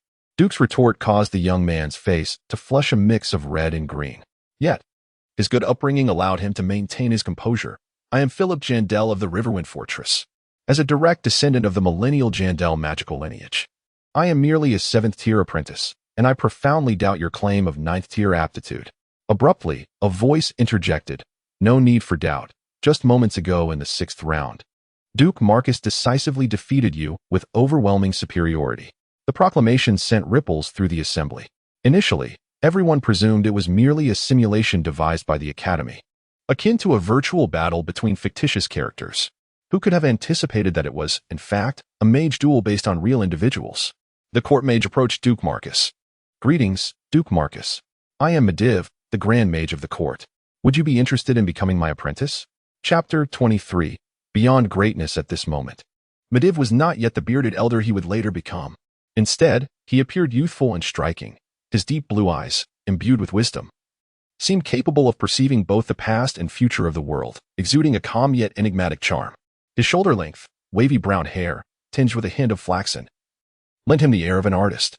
Complementing his athletic physique, he was undeniably handsome. As the guardian of the kingdom of Stormwind and indeed the entire world of Azeroth, and as a childhood friend of King Varian Wrynn, Mediv held an esteemed position as the Grand Mage of Stormwind. He was not often seen within the city. More frequently, he conducted his experiments and research in the distant tower of Karazhan along the windward path southeast of Stormwind. Whenever he made an appearance, who would dare to disregard him? Yet, Duke chose to do just that. If Duke's earlier garnering of Medivh's favor had elicited envy and jealousy from the apprentices and mages alike, at this moment, all gazes turned toward Duke were filled with mockery. Young man, do you know whom you just rejected? Mediv, the world's most powerful mage, the guardian of Azeroth. Young man, even if this is due to your ignorance, it is utterly outrageous. Voices erupted all around him, but with a mere lift of his hand, Mediv silenced them all. Rather than showing anger, he smiled and addressed Duke. Young Duke, are you certain you know who I am? Training under the strongest mage is not an opportunity afforded to every qualified apprentice. I have been the world's guardian for quite some time, and I have only taken on one apprentice, Khadgar. If you are unaware of what you stand to gain by becoming my disciple, I would be glad to elaborate. No, I am well aware of who you are. However, I must respectfully decline, Duke replied resolutely. What a jest! To become Medivh's apprentice at this moment? That would be sheer folly. Indeed, to anyone else, becoming the disciple of the most formidable mage, Mediv, seemed like an unparalleled honor, the pinnacle of glory for any mortal. The remaining 99 of beings in Azeroth would undoubtedly prostrate themselves, exclaiming thrice, Master, please accept your disciple's bow. However, in the realm of Azeroth, only the veteran player Duke would accurately recall the implications of Medivh's existence. In Duke's eyes, there was a conspicuous pit carved into Medivh's forehead. At this juncture, Mediv represented the greatest pitfall in the world, bar none. Why? Because, at this moment, Mediv was possessed by the dark titan Sargeras. Possessed. This matter was of utmost significance, hence its repetition. Who is Sargeras? In the dawn of this world, a pantheon of godlike beings known as Titans embarked on their creation journey. Sargeras was the Titan warrior tasked with vanquishing numerous evil entities during this grand endeavor. Approximately 25,000 years ago, Sargeras betrayed the Pantheon Council, ascending to the title of the Dark Lord and subsequently creating the Burning Legion. He embarked on his burning crusade with the intent to obliterate the experimental achievements of other Titans. Sargeras, in his formidable might, effortlessly annihilated world after world until he encountered the realm of Azeroth. Here, his demonic legions faced fierce resistance from a coalition of the five-colored dragons, leading to the legion's defeat. Subsequently, the demonic forces made repeated attempts to conquer Azeroth, all of which ultimately ended in failure. Around 300 years ago, Medivh's mother, the former guardian Aegwynn, ventured to a place known as Northrend to thwart a cadre of demons hunting dragons, where she confronted Sargeras himself. In a remarkable display of strength, she vanquished the Dark Lord and imprisoned his corporeal form within an ancient night elf ruin. However, she failed to perceive that Sargeras' essence had stealthily infiltrated her own being. As she gave birth to Mediv, Sargeras' soul intertwined with that of her child. Upon reaching adulthood, Mediv found himself nearly completely under the control of Sargeras, which often rendered him erratic, with only fleeting moments of his true self asserting dominance over his actions. It is no exaggeration to state that in the ensuing tragic events that unfolded in Azeroth, the initial and most formidable antagonist was none other than Medivh, who now stood before Duke. Duke never anticipated that his exceptional performance would attract Medivh's attention. Just moments before, he had harbored a flicker of hope that the world had changed, pondering whether Medivh could perhaps be the variable that constituted the elusive 20 difference. The system spirit's voice pierced through his thoughts, detecting an exceedingly malevolent and immensely powerful demonic while observing you. Combat assessment indicates your chances of victory are approaching 0. Please evade immediately. This revelation left Duke no room for hesitation, and he resolutely declined the impending confrontation. The surrounding mages, initially poised to swarm and attack Duke, hesitated as Medivh raised his hand, signaling for silence. Duke Marcus, is it? May I inquire about your reasoning? Medivh's inquiry prompted Duke's mind to race. He understood that failing to provide a fitting and reasonable explanation could lead to dire consequences. A terrible premonition loomed, akin to teetering on the precipice of an abyss. Esteemed guardian Medivh, your greatness is undeniable. Duke's opening words slightly tempered the mage's ire. However, since discovering my own gifts, my ambition has been to surpass greatness itself. Duke lifted his chin defiantly, embodying the spirit of youthful aspiration. Ah? A flicker of surprise crossed Medivh's face, quickly replaced by a smile. Do continue. Unbeknownst to him, Duke's voice ascended an octave, his crystalline tone illuminating the hall. And so I pondered, if I were to become the disciple of you, the greatest mage Medivh, then regardless of the monumental feats I may achieve in the future, or the countless times I might save the world, it would be deemed a mere expectation. For I am the disciple of Guardian Medivh. A great teacher imparts wisdom to their most exceptional disciple. Thus, I shall forever dwell in your radiant aura. People will remember me merely as Duke, the disciple of Medowin, rather than the illustrious mage, Duke Marcus. In these resounding words lies the essence of Duke's realizations. Insights born from his journey as a traveler. Insights from a junior with aspirations and ambitions. Insights from a young man eager to carve his own path in a foreign world. Had Duke uttered these sentiments in the classroom or on any social media prior to his traversal, he would have at least elicited knowing smiles from his elders, even if he did not receive thunderous applause. Yet here, what Duke encountered was a deafening roar of disapproval. How audacious. Chapter 24, Defying Fate to Save the World? Just you? The world is well guarded under the protection of Lord Medivh. There is no need for your concern. A mere apprentice mage dares to aspire to surpass the great guardian? Duke Marcus, you insult the Grand Mage. You dishonor the supreme arcane sanctuary. The apprentice mages, who had just been envious and indignant towards Duke, now retreated into the background, their expressions filled with malicious intent, eagerly anticipating the unfolding drama as they cast hostile glances at Duke, who stood at the eye of the storm. Initially, it was mere accusations, but within moments, the air was thick with a cacophony of insults. The mages, their necks flushed and mouths agape enough to reveal their throats, unleashed a torrent of almost frenzied verbal assaults upon Duke, utilizing language befitting their stature. Medivh maintained his gentlemanly demeanor, albeit with a furrowed brow, while Duke stood in astonishment. It seems that in any realm, there are always critics. Their vitriol requires little justification. Yet, those who lash out with reason wield a ferocity that is truly earth-shattering. The relentless barrage of invective drowned the entire hall, and Medivh, or more accurately, Medivh under the influence of Sargeras, expressed a semblance of shock, albeit subtly stoking the flames of discord. He could have easily shielded Duke with a single word, sparing him from the onslaught, but he chose not to. In Sargeras' eyes, the immense pressure would shatter the young Duke's spirit, leading him to capitulate and weep at his feet. However, Duke's response was entirely unforeseen. He stood resolute, defiantly facing the ire of the multitude. Sargeras was unaware of Duke's status as a time traveler. At that moment, Duke contemplated a different matter entirely. Being transported to such an early Azeroth was a boon, as it represented one of the last peaceful epochs of the realm, granting him the opportunity to amass strength. Conversely, it posed a challenge, for these individuals had basked in peace for far too long. An extended era of tranquility had dulled their awareness of lurking dangers. The unchanging elite of the kingdom had sapped ambition, allowing corruption and arrogance to fester within their souls, unnoticed by all. Perhaps some sensed it, but deemed it a natural state of affairs. The hereditary nobility led each noble and every high-ranking individual to believe themselves inherently superior, transcending the common folk. Their brazen attacks on Duke were less a response to his provocations than a furious reaction to the challenge he posed to their entrenched aristocratic system. It is quite simple. Medivh's mother, Egwene, was the guardian of the world, an immortal symbol who had lived for over 8 centuries. She bequeathed this noble and powerful position to her son, epitomizing the enduring legacy of noble bloodlines.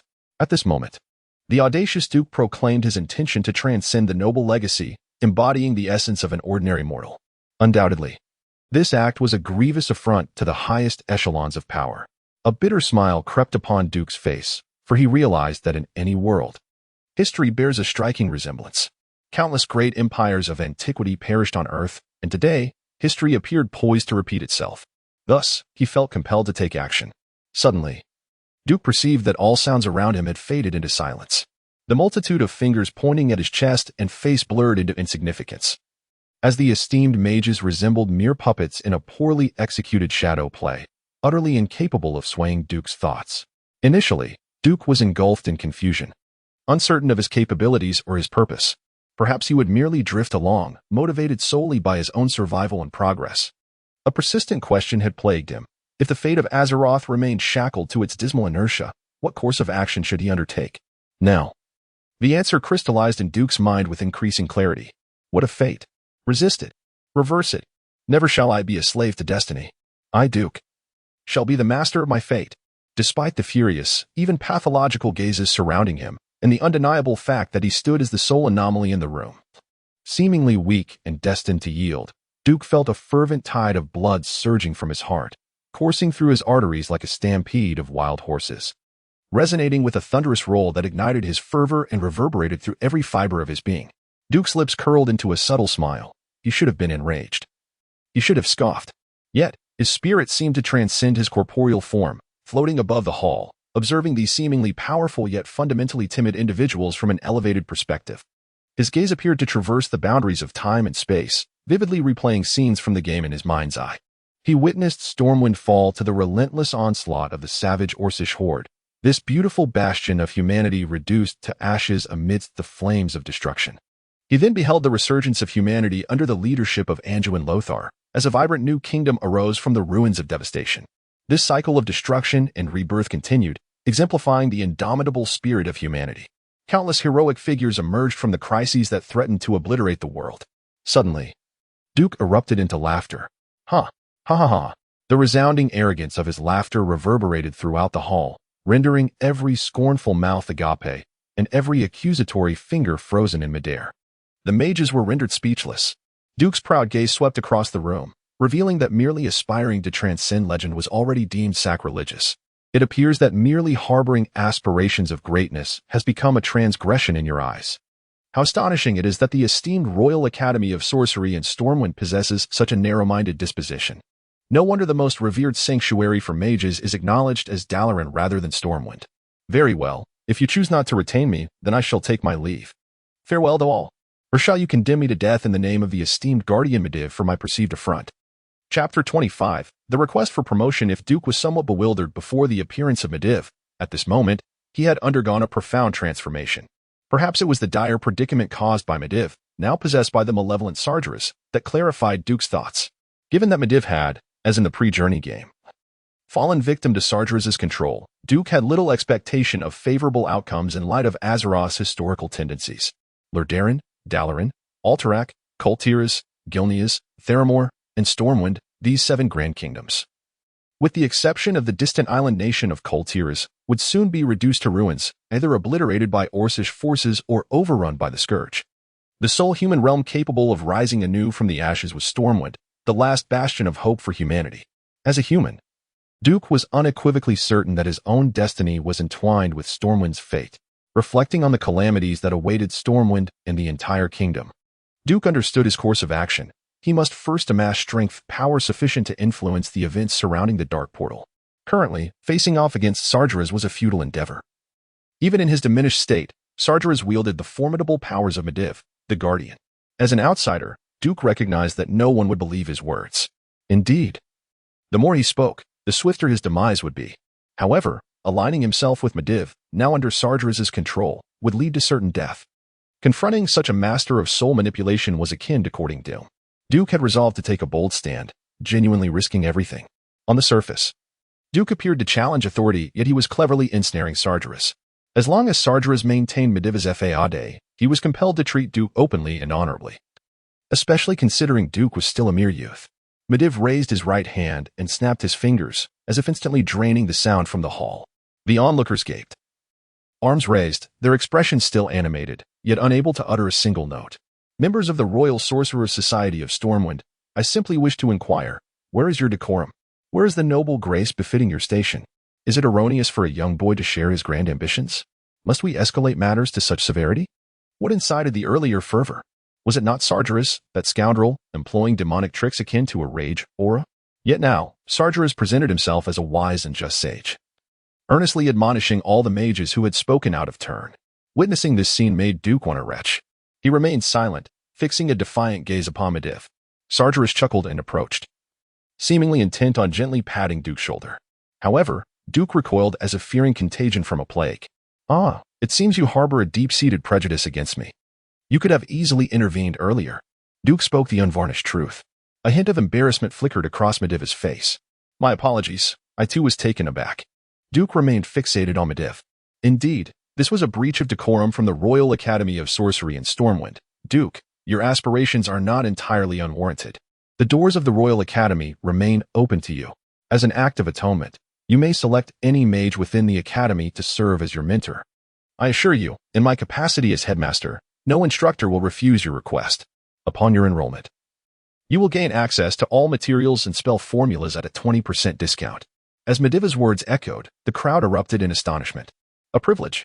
It was indeed an extraordinary offer. Yet, Duke was acutely aware that Sargeras' proclamation was little more than empty rhetoric. He, Duke, disregarded even the mightiest mage, Medivh. Who would dare take him on as a pupil? Wouldn't that be tantamount to slapping Medivh in the face? Even if Duke were to insist on becoming a student, who would genuinely impart their knowledge to him? In that moment, even Norton, Duke's closest ally, seemed apprehensive, instinctively retreating a couple of steps, lowering his head to hide among the crowd. The only tangible benefit was the discount, contingent on Duke becoming a member of the Academy. A smile crept across Duke's lips. At this juncture, he had a second option, to abandon Stormwind and seek refuge in the Sanctum of Mages, Dalaran. Perhaps this would allow him to temporarily escape the tumult at the center of this global storm, yet it would also entail forfeiting a significant opportunity for his ascendancy. Very well, as long as I may peruse the library's resources according to your regulations, I consent to join the Royal Academy of Sorcery in Stormwind. As for a mentor, I presume no one would wish to take on that role, so let us dismiss that matter. The moment his words fell, Duke could vividly envision the ensuing chaos. Indeed, the next instant, the atmosphere erupted in uproar. Arrogance! Utter arrogance! A mere apprentice, not only claiming to surpass the world's most formidable mage, Medivh, but also brazenly declaring a lack of need for a mentor? Did he truly consider himself a self-taught prodigy? Yet, as everyone observed Medivh's authoritative gesture, none dared voice their dissent. However, they were more than willing to cast the harshest judgments upon Duke in their minds. Medivh appeared somewhat troubled. Indeed, our public library is accessible to all members. However, the number and level of magical tomes permissible for each rank vary. As an apprentice, the selection available to you is quite limited, typically commencing with the apprentice notebook provided by your mentor.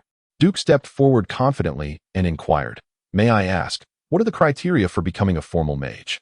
Before Medivh could respond, his disciple, Khadgar, interjected, in the presence of 3 formal mages, without the aid of any magical artifacts. One must independently cast 3 first-level spells to be recognized as a novice mage.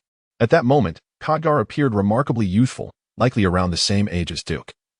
Approximately 13 or 14, his face bearing the clear marks of youth. The faint outline of what would later be recognized as a mustache above his lips was barely discernible. With a head of short black hair and a complexion rather fair, he bore little resemblance to a typical peasant boy. Apart from that, he was much like any other youth from Stormwind.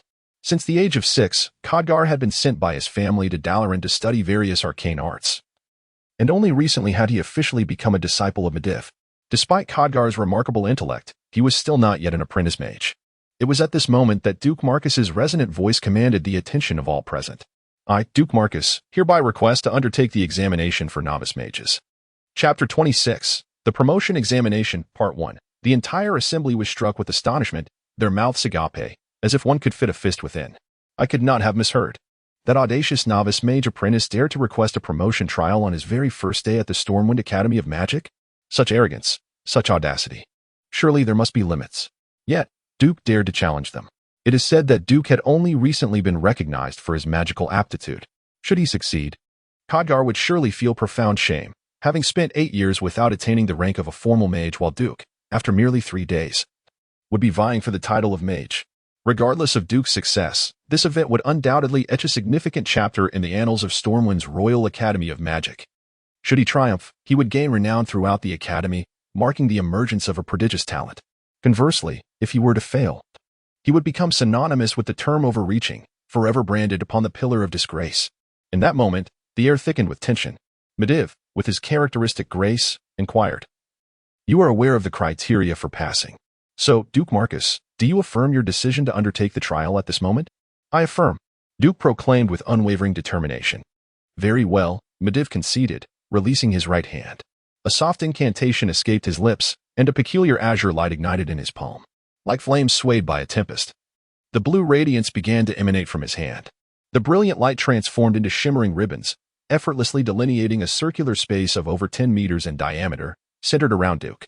From either inside or outside, the surroundings remained unchanged. System notification, alert.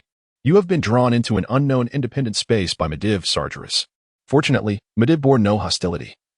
A gentle smile adorned his face. This is a relatively independent realm, yet it will not impede your communion with the elemental planes. Mr. Marcus, you may commence. As long as you can cast 3 distinct first-level spells without the aid of magical artifacts, you shall be recognized as a formal mage of the Stormwind Royal Academy. Duke inhaled deeply, preparing to commence his endeavor. In that moment, he caught sight of Daniel and Itana's concerned expressions. Without needing confirmation, he understood that they were urging him to temper his ambition, to avoid drawing ire from the elder mages. Duke could only manage a wry smile. He had no choice but to strive. His financial situation left no room for leisurely study within the academy. To earn money, he must venture forth, even with Medivh's promise.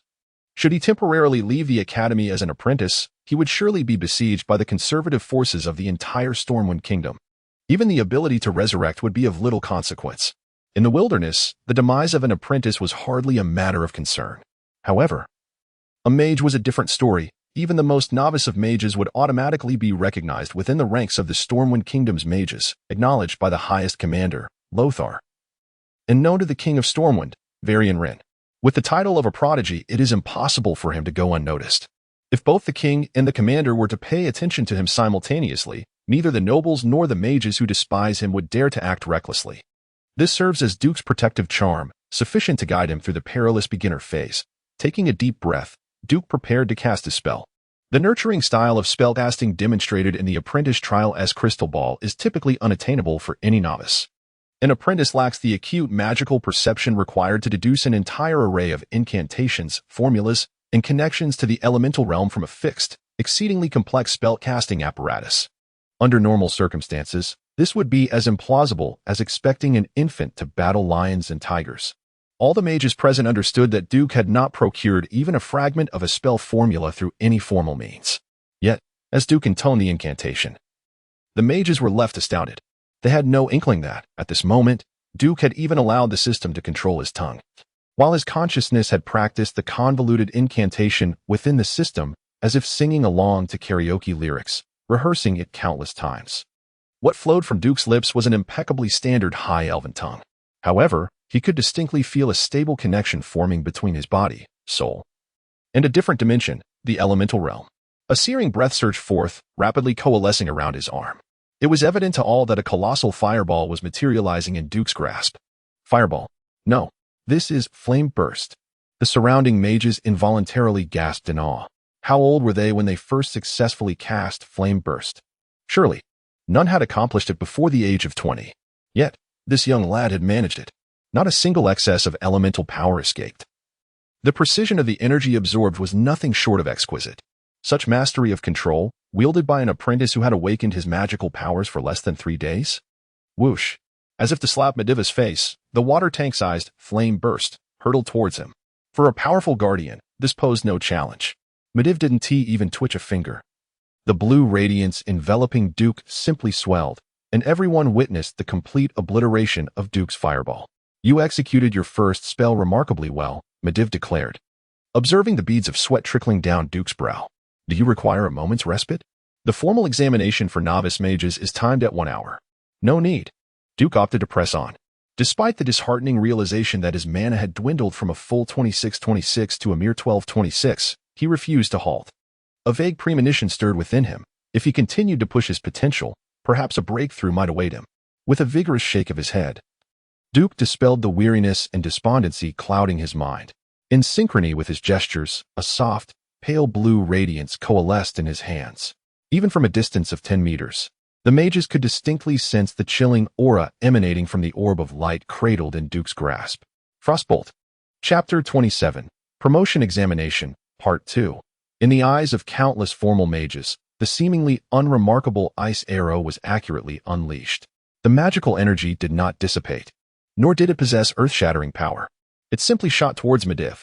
In the midst of battle, if a mage from a wizarding order were to cast such an ice arrow, it would at least earn a satisfactory evaluation. While it might not be capable of slaying a fully armed soldier, it could certainly dispatch an unarmed peasant. Such was the extent of its power. If this spell were cast by a mage from a wizarding order, no one would think twice. However, when one considered Duke's remarkably youthful visage, his performance immediately stirred up a tempest in the hearts of the mages. Good heavens! How old is this lad? 2 perfectly executed first-level spells. Even if they appeared ordinary, recalling Duke's performance in the trial space rendered the mages utterly unsettled. Deriving magical formulas from magical artifacts was a skill that only an expert-level enchanter could master.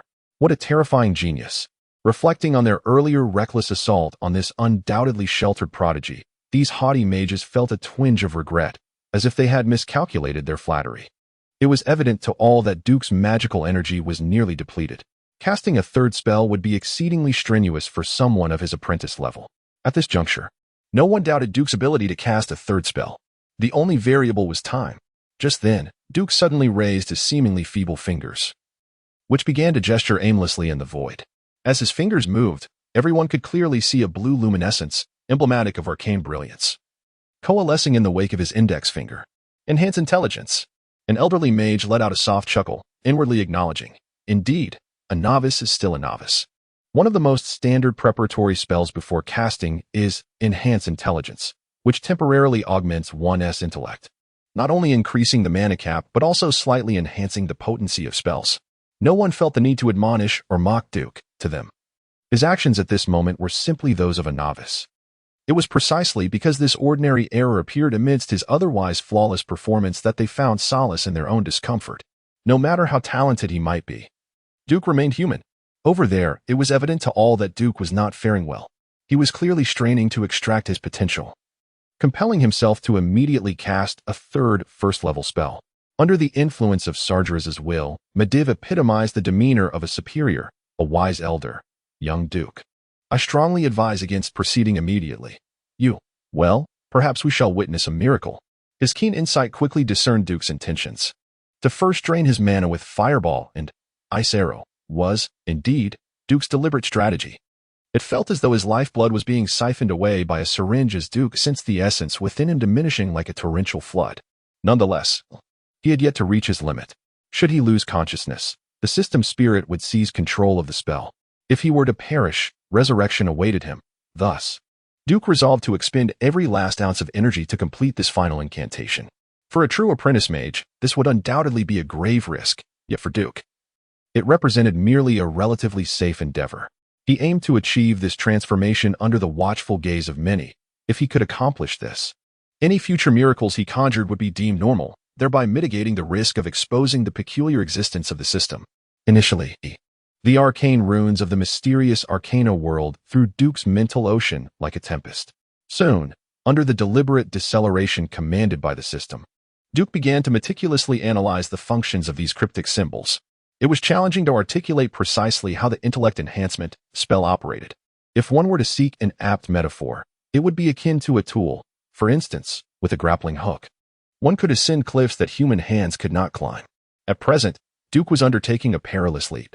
His consciousness grew increasingly nebulous, and he could not ascertain when he might lose awareness. Yet, as the last remnants of his magical energy were thoroughly depleted, he sensed his mental realm brushing against a membrane. Beyond that barrier lay a subtle, yet unceasing flow of mental power, his own strength, which he could faintly perceive even through the veil. Suddenly, the membrane was shattered by Duke. The system detected an increase in the host's magical capacity.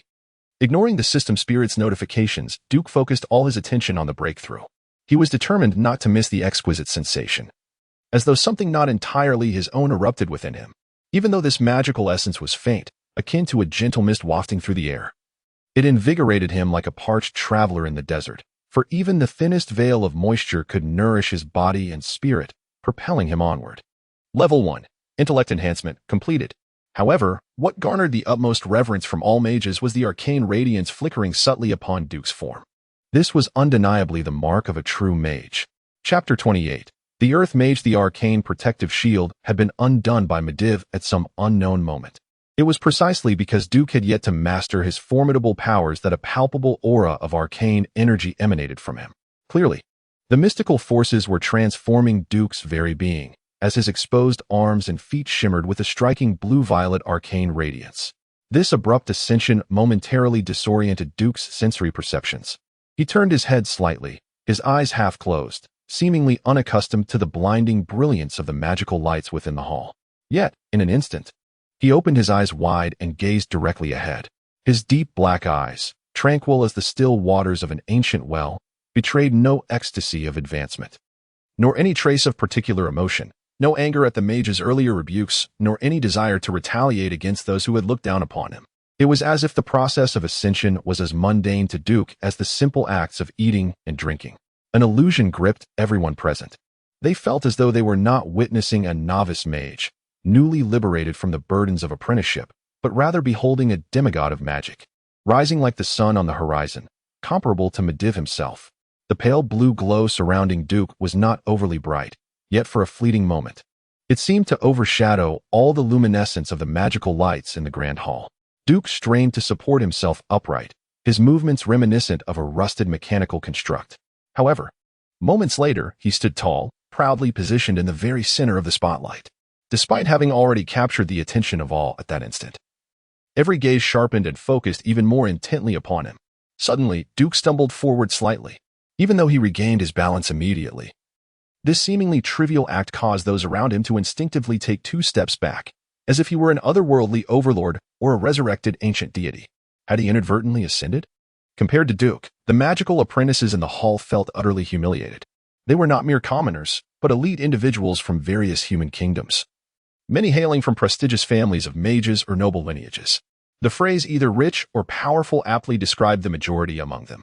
Initially, they had contemplated how to contend with Duke, the 9th-tier apprentice who had recently garnered significant attention during the apprentice trials. Who could have imagined that all competition would be rendered obsolete before it even began? Duke had effortlessly cast these elite prodigies into the shadows. The blow to their pride was immense. A comparison of worth leads to despair. A comparison of individuals induces envy. At that moment, save for a few exceptionally self-assured souls, the rest shamefully bowed their heads. Meanwhile, Daniel and Itana, who had recently traveled alongside Duke, were left utterly astonished, nearly forgetting to breathe. Who would have thought that the Duke they had just seen as an equal would, in the blink of an eye, ascend to the status of Master Mage? Even Khadgar, Medivh's esteemed apprentice, gaped in disbelief, his eyes wide and mouth agape. He seemed to grasp, albeit slightly, the fervent desire of his master to personally take Duke under his wing as a disciple. Khadgar felt his face flush with warmth when, at that moment, Medivh gently placed a hand on his shoulder, offering a reassuring smile. Medivh stepped forward, and with a flick of his wrist, a palm-sized emblem of a golden-bordered lion, forged from arcane energy, materialized in his hand. The visage of Medivh, imbued with a refined demeanor, radiated humility and gentleness as he gazed intently at Duke. Duke Marcus sighed.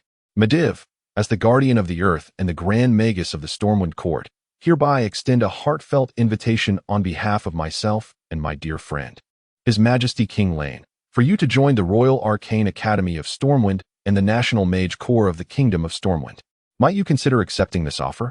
To Duke, this scene was as peculiar as a war fanatic presenting an award to a Nobel laureate, fully aware that the figure before him was none other than Medivh. Cunning and treacherous, under the control of the malevolent Sargeras, Duke felt as if he were dancing with fire, courting danger. Yet therein lay the thrill. For Duke understood that Sargeras's attention was far from directed at him. He was merely a promising young lad. The cautious Sargeras would likely only deal with him incidentally, without dedicating his focus to Duke. After all, at this very moment, the Council of Tirisful, intent on safeguarding the world, still existed, and Mediva's mother, Egwene, was very much alive and vibrant. Until those formidable entities that could thwart his plans to invade Azeroth were dealt with, Sargeras would not recklessly reveal his true intentions. Moreover, Duke, well versed in the progression of events, was acutely aware that Sargeras harbored numerous vulnerabilities. I am willing. Thus, in that moment, the second youngest official mage of the Royal Arcane Academy of Stormwind was born, the youngest being the prodigious Mediv, who became an official mage at the tender age of 10. Mediv gently pressed the arcane emblem, which then imprinted itself upon the outer side of Duke's left arm, followed by a fleeting sensation of warmth and mild discomfort, leaving behind an arcane insignia adorned with a golden lion's head. "Welcome, Master Marcus of the Earth," Mediv proclaimed. "Earth Mage?"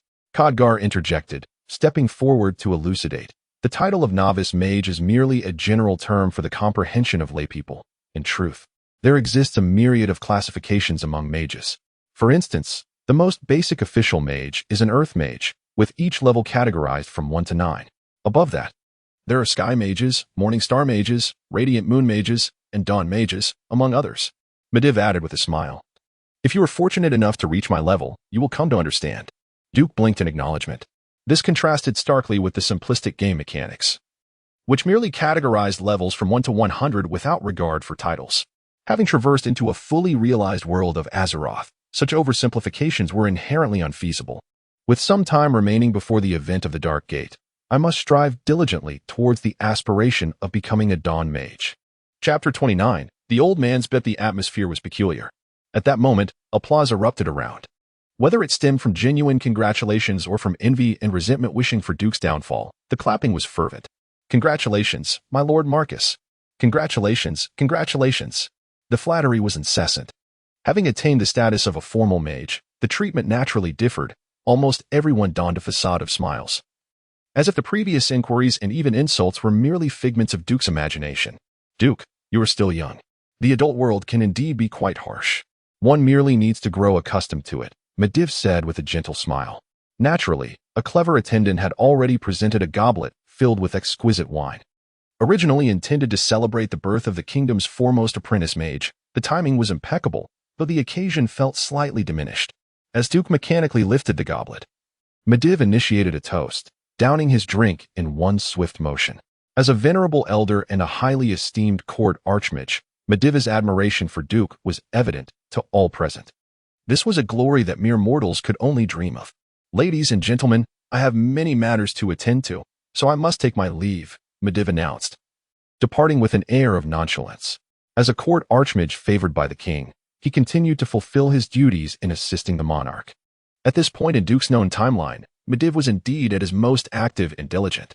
One could not discern whether the Mediv of earlier was truly Sargeras, the will of Mediv himself, or perhaps Mediv as well under the mental influence of Sargeras. After all, the intricacies of a dual soul are extraordinarily complex. However, one might wonder if this could be described as pulling off a grand act and then fleeing. How thrilling! Or perhaps, the boss forced to perform before me and then escape, even more exhilarating. At this thought, Duke felt a surge of blood boiling within him. He never anticipated that he would one day wield a villainous superboss as a shield. Suddenly, he realized he seemed to be awakening a penchant for thrilling malevolence. The subsequent events became somewhat detached from Duke's involvement. A host-like figure stepped forward to announce, "All right, it is now time for the mutual selection of apprentices and mentors." According to the Academy's regulations this year, the mentors required to recruit magical apprentices are. The host rambled on about a plethora of matters that bore no relevance to Duke. This mutual selection reminded him of a job fair, but regrettably, having spurned even Mediv, Duke was unlikely to attract any eager mages seeking his favor. In previous years, there would have been a ceremony for the chief magical apprentice. But with Duke having directly ascended to the status of an Earth Mage, such formalities were rendered unnecessary. Duke had stolen the limelight, and the remaining apprentices and mages, unwilling to make fools of themselves, swiftly dispersed. It was only at this moment that Daniel and Itana, who had accompanied Duke, approached him. "Congratulations, Duke." Your Excellency Marcus. This is Daniel speaking, accompanied by Itana, who seems rather hesitant to meet Duke's gaze. "Just call me Duke," he replied. Daniel appeared somewhat reluctant, but eventually spoke plainly. "Duke, we have spoken with Minter Norton and decided to become his disciples." Suddenly, Itana lifted her head. The freckled girl seemingly summoning immense courage. "Duke, perhaps we should plead with Minter Norton together. After all, he was the one who discovered your potential." Duke raised a finger to halt Itana's words. In his heart, he mused, "If Norton had the courage to accept me, he would have approached me by now." Perhaps age has rendered him timid. He bore no resentment towards Norton. After all, not everyone possesses the qualities and fortune necessary to become a hero. Yet it is the ceaseless struggle of countless mortals against fate that weaves the tapestry of epic events. Each individual has their own path, and mine diverges significantly from yours. Focus on your studies under Minter Norton, and should fortune favor you, I shall keep an eye on your progress. The two youngsters nodded, half comprehending. As the group dispersed, Duke inquired about the location of the servant, who guided him through the lengthy marble corridor, under the watchful eyes of numerous portraits, until he finally knocked on Minter Norton's door. The door was opened by a seemingly ordinary second-year apprentice named Sasha, who greeted Duke with a warm smile. Her flaxen hair and light brown eyes sparkling with kindness. She softly remarked, "You truly came. The Minter has been hoping for your arrival. His heart is not unkind, merely filled with concerns." Having quickly conveyed her message, Sasha announced loudly, "Welcome, Duke Marcus. The Minter is available. You may enter." Duke nodded with a smile, standing tall as he stepped inside. The room, perhaps a makeshift space for receiving apprentices, was quite different from what Duke had envisioned. To be precise, it resembled a noble's parlor more than a wizard's chamber. A pristine rectangular oak table sat empty in the middle, its edges adorned with opulent golden curves, each filled with intricate arcs. Before the table was a chair draped in red velvet, designed for the apprentice's comfort during discussions with the Minter. The Minter's chair was somewhat extravagant, featuring two crystal orbs infused with arcane energy, casting a gentle glow, an indication of Minter Norton's expertise in the arcane arts. However, Minter Norton was not seated there. Instead, he faced away from the entrance, gazing out of the room's nearly floor-to-ceiling window, taking in the verdant vistas of the academy. Seemingly lost in thought, "I apologize for any trouble I may have caused," Duke began. With a deep sigh, the Minter replied, "From the moment I laid eyes on you, I anticipated trouble, but I never imagined you would be quite this troublesome." "Do you regret it?" Duke inquired with a smile. "If I truly regretted it, I would not have allowed you to enter this room," the Minter replied. "Then you." "I have decided to take a gamble." Chapter 30. Encountering a marshal. No one knew what Duke had acquired from the old mage Norton, but soon, half of the Academy's mages were aware that the old man had obtained a tome belonging to the royal family of Quel'Thalas, specifically the apprentice's notebook of high elven sorcerers, which had once been used by Kale that Sunstrider. This revelation stirred a flurry of speculation regarding Duke's origins. Duke paid little heed to these musings. He had spent a night in the reception hall of the Magic Academy. Remarkably, that very evening, he received a letter from Illyria. The missive bore the unmistakable hallmark of the Windrunners, delivered by a lark. A small note was tied to its slender leg, inscribed in elegant common script, "Congratulations, Master Duke Marcus." Scratching his head in bewilderment, Duke pondered why this lark had taken on the duties of a messenger pigeon, and why it had chosen to peck at his window in the dead of night. Had this lark somehow transcended its nature? He mused to himself. It was unclear when or where Illyria had learned of his news, but this peculiar high-elf ranger had somehow been informed and sent her kind regards. As he gazed at the graceful script, an inexplicable warmth enveloped Duke's heart. In a vast, boundless forest, the first rays of dawn filtered through the dense foliage, illuminating the earth below. Illyria, just roused from slumber atop a great tree, regarded the lark with a curious expression. The lark chirped melodiously, relaying its report to the Windrunner. "What? It said you've transcended?" Illyria mused, momentarily amused. "Well, this young man certainly possesses a discerning eye. What? That roguish fellow wishes to cling to my coattails?" Illyria exclaimed incredulously, her eyes widening. To her surprise, the lark flapped its wings as if to showcase its fine legs. Unconsciously, Illyria glanced at her own long, flawless limbs, devoid of any excess flesh. In the next instant, a faint blush crept across her delicate features as thoughts of Duke's lingering gaze upon her curves flitted through her mind. She bit her lip in frustration, resolving that she must teach him the importance of respecting his elders. At that moment, Duke inexplicably sneezed. "What on earth? Have I caught a cold?" Little did he know, his musings had inadvertently led him to a rather unfortunate predicament orchestrated by the lark. After donning his attire, Duke admired himself in the large mirror of his room and realized the truth of the adage, clothes make the man. Clad in a mage's robe, he felt somewhat encumbered. Yet the scholarly appearance he projected lent him an air of refined elegance. With a plan already brewing in his mind, he prepared to put it into action. However, upon opening the door, he was taken aback. In the reception area stood 3 soldiers from Stormwind, their postures as straight as spears. 2 were fully armored guards, while the middle figure, a gallant middle-aged knight, donned ceremonial attire adorned with blue patterns on a white background, gold epaulets resembling sword tassels gracing his shoulders, a head of neatly combed chestnut hair, so immaculate that even an ant could not ascend it. The knight struck his left chest with his right fist in salute, addressing, "Greetings, esteemed Duke Marcus, Master of the Earth. I am Garcia Rodi, commander of the 3rd Battalion of the Stormwind Guard, and I come bearing the regards of Commander Anduin Lothar of Stormwind." "Lothar is seeking my presence?" Duke Marcus replied politely, "Indeed, I am Duke Marcus. What matter does Commander Lothar wish to discuss?" "Well, it is with great joy that both His Majesty King Lane and Commander Lothar have learned of your distinction as the 2nd youngest official mage in the history of the Kingdom of Stormwind, and they are eager for you to join the Mage Guild. Thus, I have brought you their greetings." Duke Marcus nodded appreciatively. "I am grateful for their concern. Please extend my thanks." Garcia smiled and raised his hand, prompting a procession of attendants to enter the reception room. "Here is the official appointment letter from His Majesty, personally issued for your induction into the Mage Guild. Each autumn, there is a formal welcoming ceremony hosted by His Majesty for new members of the guild. Additionally, His Majesty has bestowed upon you a sum of 100 Arather gold coins as a token of goodwill. It has come to our attention that you hail from a pioneer settlement beyond Elwyn Forest. Hence, the king has graciously allocated you a residence. Furthermore, you will be provided with 2 servants. Should you find them unsatisfactory, do not hesitate to inform me, as I am authorized to accommodate your needs to the fullest extent." Indeed, King Lane is a wise monarch, fully aware of the value of talent.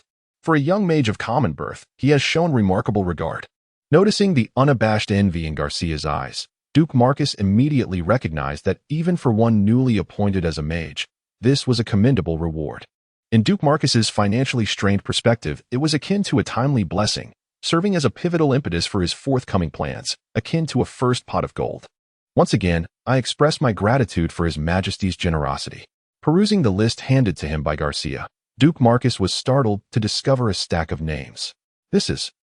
Garcia quickly clarified, "These are potential followers carefully selected by Commander Lothar for your protection. Every mage of the realm is deemed a valuable asset, deserving adequate safeguarding. Among these candidates, each has demonstrated unwavering loyalty to the kingdom and possesses commendable combat skills.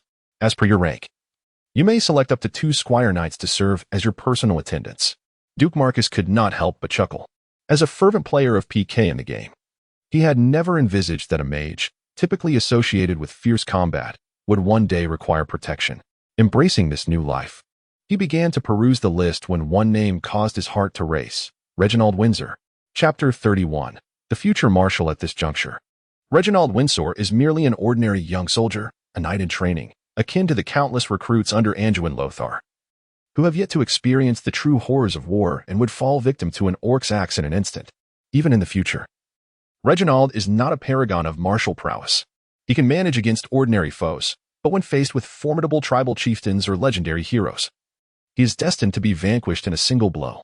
He lacks exceptional leadership skills, and in the realm of the world of Warcraft prior to Duke's arrival, he boasts no remarkable achievements. His promotions seem merely a result of enduring the passage of time. Yet, it is this very Reginald Windsor who ascends to the rank of Marshal, and upon his death, is immortalized by the populace, soldiers, and players alike, hailed as a hero. What accounts for this? It is his unwavering loyalty to Stormwind and to the greatest human kingdom on the continent. This tale unfolds several decades hence. One fateful day, the king of Stormwind mysteriously vanishes, prompting Reginald to notice an unsettling shift among the nobles of Stormwind. They become increasingly indulgent in pleasures, neglecting the realms beyond Stormwind itself. This negligence forces the beleaguered populace in various regions to fend for themselves. In the Western Wilds, Grian Stallman rallies the People's Army, while in Duskwood, Duke Elro Aberlock establishes his Night Watch to protect the citizens of Darkshire. When the Blackrock orcs tighten their grip on the burning plains to the north of Lakeshire, and rumors of a black dragon begin to circulate, Reginald can no longer remain passive. He contemplates his mission and actively seeks to lead the Alliance forces against the Blackrock Orcs and the looming dragon threat. However, the influential Countess Kathrana Prester staunchly opposes his proposal, wielding enough clout to sway the decisions of the regent, Duke Bolvar for Dragon. After a complete fallout with the Countess, Reginald ventures alone to the Alliance encampment in the Burning Plains, effectively exiled by Stormwind, to oversee the battle against the Blackrock Orcs.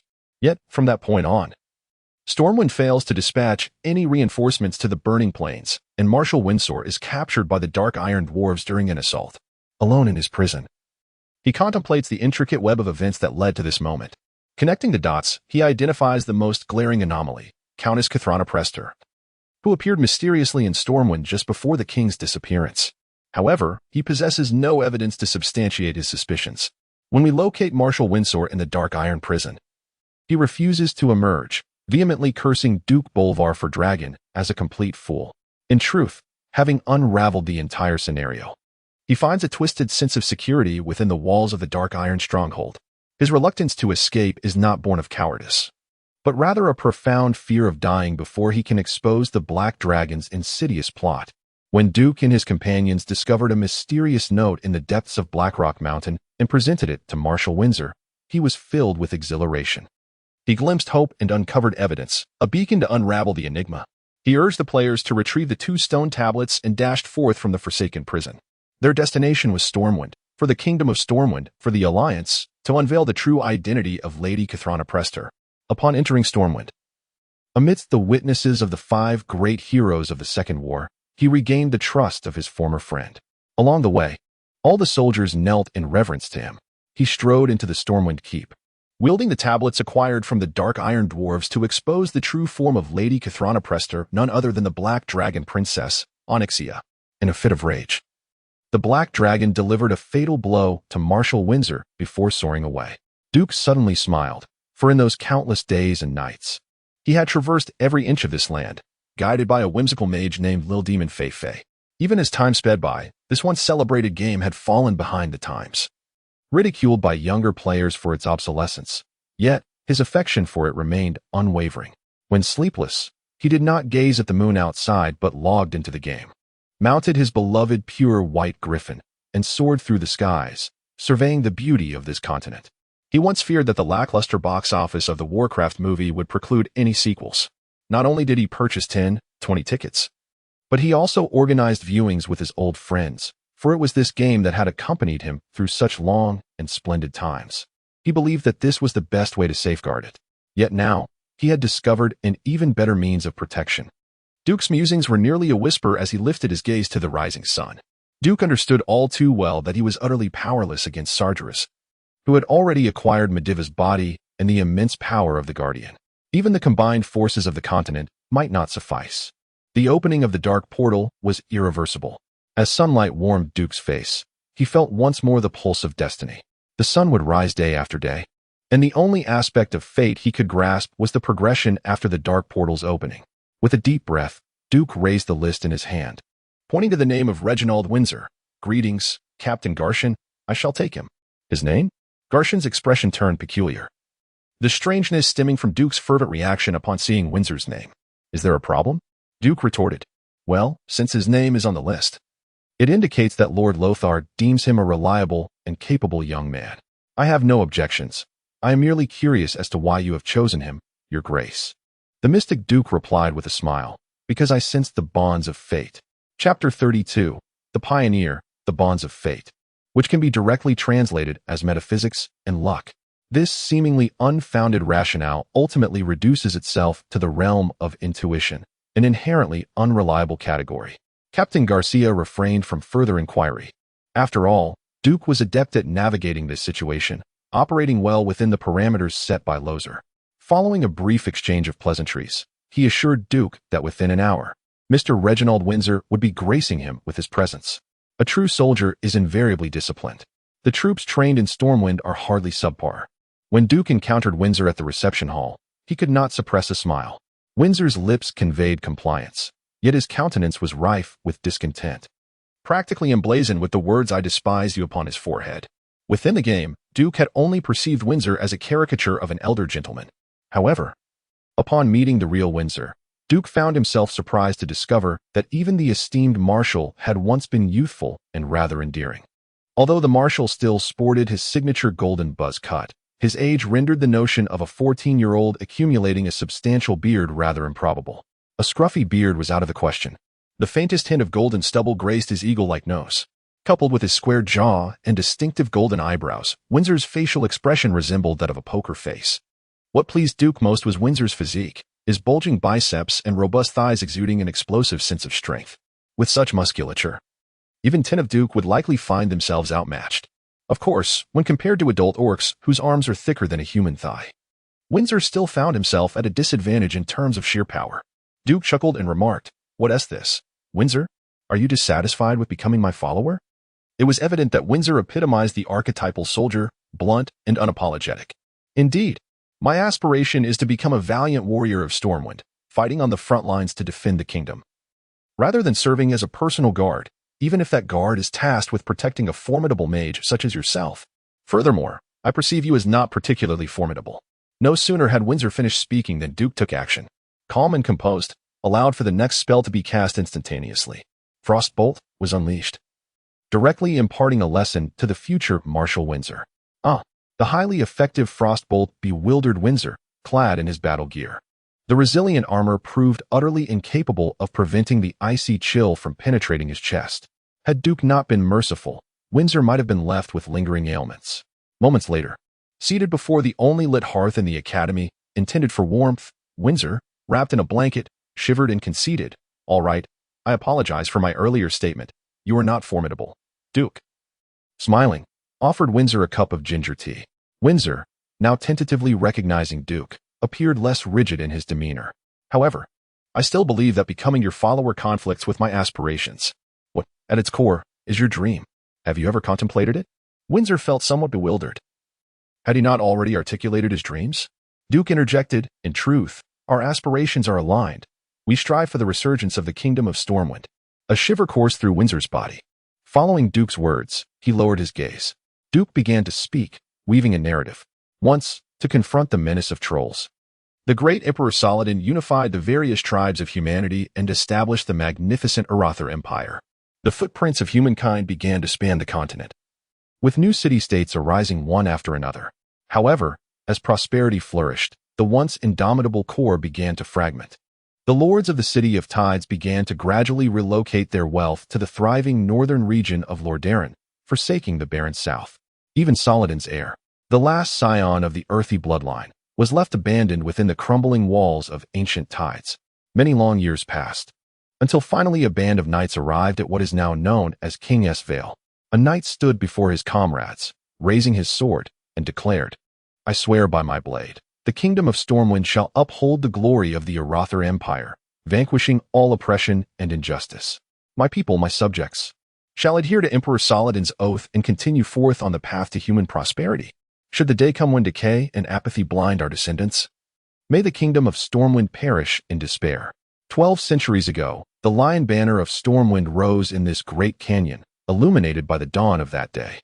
Yet Windsor, I implore you, why, after 1,200 years, does the direct territory of Stormwind still primarily encompass Elwyn Forest? Why is the western wilderness still referred to as the Wilds? Why does Redridge bear the stark designation of barren? Windsor, for whom do you draw your sword? Is it not for the future, for tomorrow, for our progeny, that they may have a broader realm in which to exist, free from the shadows of monsters and various external threats? What the kingdom of Stormwind most urgently requires is not simple-minded soldiers, but rather pioneers. Windsor's lips quivered. It was evident that his still tender heart was beginning to waver under Duke's persuasive influence. Nevertheless, he harbored an unusual tenacity within. "Lord Marcus, I beseech you to reveal your plan, a comprehensive plan." Windsor sat up, his azure eyes reflecting an unwavering resolve amidst his uncertainty. "I shall present it to you." 15 minutes later, Duke led Windsor to the docks of Stormwind. Ships. From the moment Duke decided to develop in Stormwind, he envisioned vessels. He could not forget the scene from the Warcraft film, where the gleaming armored guards of Stormwind were engulfed by the green tide of orcs.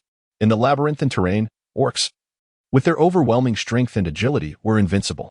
What humans deemed insurmountable ravines or perilous landscapes were trivial matters to the orcs, accustomed as they were to harsh environments. Based on the patterns of history, Duke held little hope for Stormwind. Had he traversed into the persona of King Ryan, perhaps salvation would have been within reach. Regrettably, he did not. He bore the humble status of a commoner. Even with the assistance of a system sprite, Duke's capabilities remained constrained. Thus, he contemplated the necessity of vessels, essential for both retreat and future counteroffensives. Chapter 33. Care for a bet? Before him lay a dock, small and chaotic, suffused with the cacophony of noise and the pungent odor of fish, prompting a frown from Windsor. Had it not been for the occasional fish in his meals, he would have scarcely realized that Stormwind even possessed a dock exclusively for fishermen. The narrow wooden platform extended merely 40 paces from the sandy shore to the water's edge, populated by a multitude of modest fishing vessels. Many of the planks on the dock were decayed and riddled with gaping holes, emitting perilous creaks underfoot, threatening to sprain an ankle with the slightest misstep. In the distance, there stood a slightly larger stone dock, the exclusive military port of the Royal Navy of Stormwind, a force that paled in comparison to the naval might of the great Mongol Empire. Both laughed at should they dare to proclaim their aspirations as reaching for the stars or the sea. 3 medium-sized armed sailing ships constituted the entirety of the Stormwind Navy, which, despite being well-maintained, with freshly painted hulls and new recruits scrubbing the decks under the watchful eyes of their officers, left Duke with an impression of utter inadequacy. In his mind an image began to form. Endless hordes of orcs, like a colossal, thundering green tide, surged through the long streets of Stormwind. The valiant guards of the city, though fierce in their defense, crumbled like paper against the overwhelming might of the Orcish infantry. Each line of defense faltered under the pressure, swallowed whole by the relentless onslaught, reduced to naught but ashes. Towering and immensely strong, the orcs orchestrated a series of terrifying tremors. The Trade District, the Mage Quarter, the Stormwind Keep, every structure fell like a house of cards, collapsing effortlessly. The denizens of the city either succumbed to captivity or became sacrifices alongside their beloved Stormwind. All land routes had been firmly sealed by the Orcish army, leaving the sea as the sole lifeline for escape. The maritime kingdom of Kul Tiras, one of the 7 human kingdoms, dispatched a formidable fleet to assist in evacuating citizens and soldiers from Stormwind, yet the narrow dock hampered the speed of their retreat. This marked the first catastrophic disaster in human history in Azeroth, all triggered by a mere inadequate dock. Hence, following the second reconstruction of Stormwind, a vast military-civilian port, Stormwind Harbor, was established. Yet at this moment, it remained nothing more than a fisherman's dock, unworthy of a place on the city's map. Duke felt a wave of disappointment wash over him. Not only was he unable to procure a vessel in the immediate term, but even if he managed to acquire one, it would be of little use due to the dock's limited capacity. Moreover, amassing a fleet larger than the Royal Navy would be a cumbersome endeavor for a mere mage. A compelling reason was essential. In his mind, Duke swiftly recalibrated his plans. Onward, to the shipyard, accompanied by the perplexed Wind Soul. Duke arrived at the modest shipyard adjacent to the harbor of Stormwind. The shipyard was not grand, and an elderly hunchbacked man, bare-chested and revealing a physique untouched by age, stared at Duke for several seconds before reacting and bowing. After all, the sight of a young mage adorned in a formal robe bearing the insignia of a wizard alongside a youthful knight in armor was indeed a rare spectacle in this place. "Good morning, esteemed mage," he greeted. "How may I assist you today, Master Jackson? How large of a vessel can you construct here?" "I mean, the largest," Duke inquired directly, gesturing towards the royal fleet docked in the military harbor. "Could you build something of that scale?"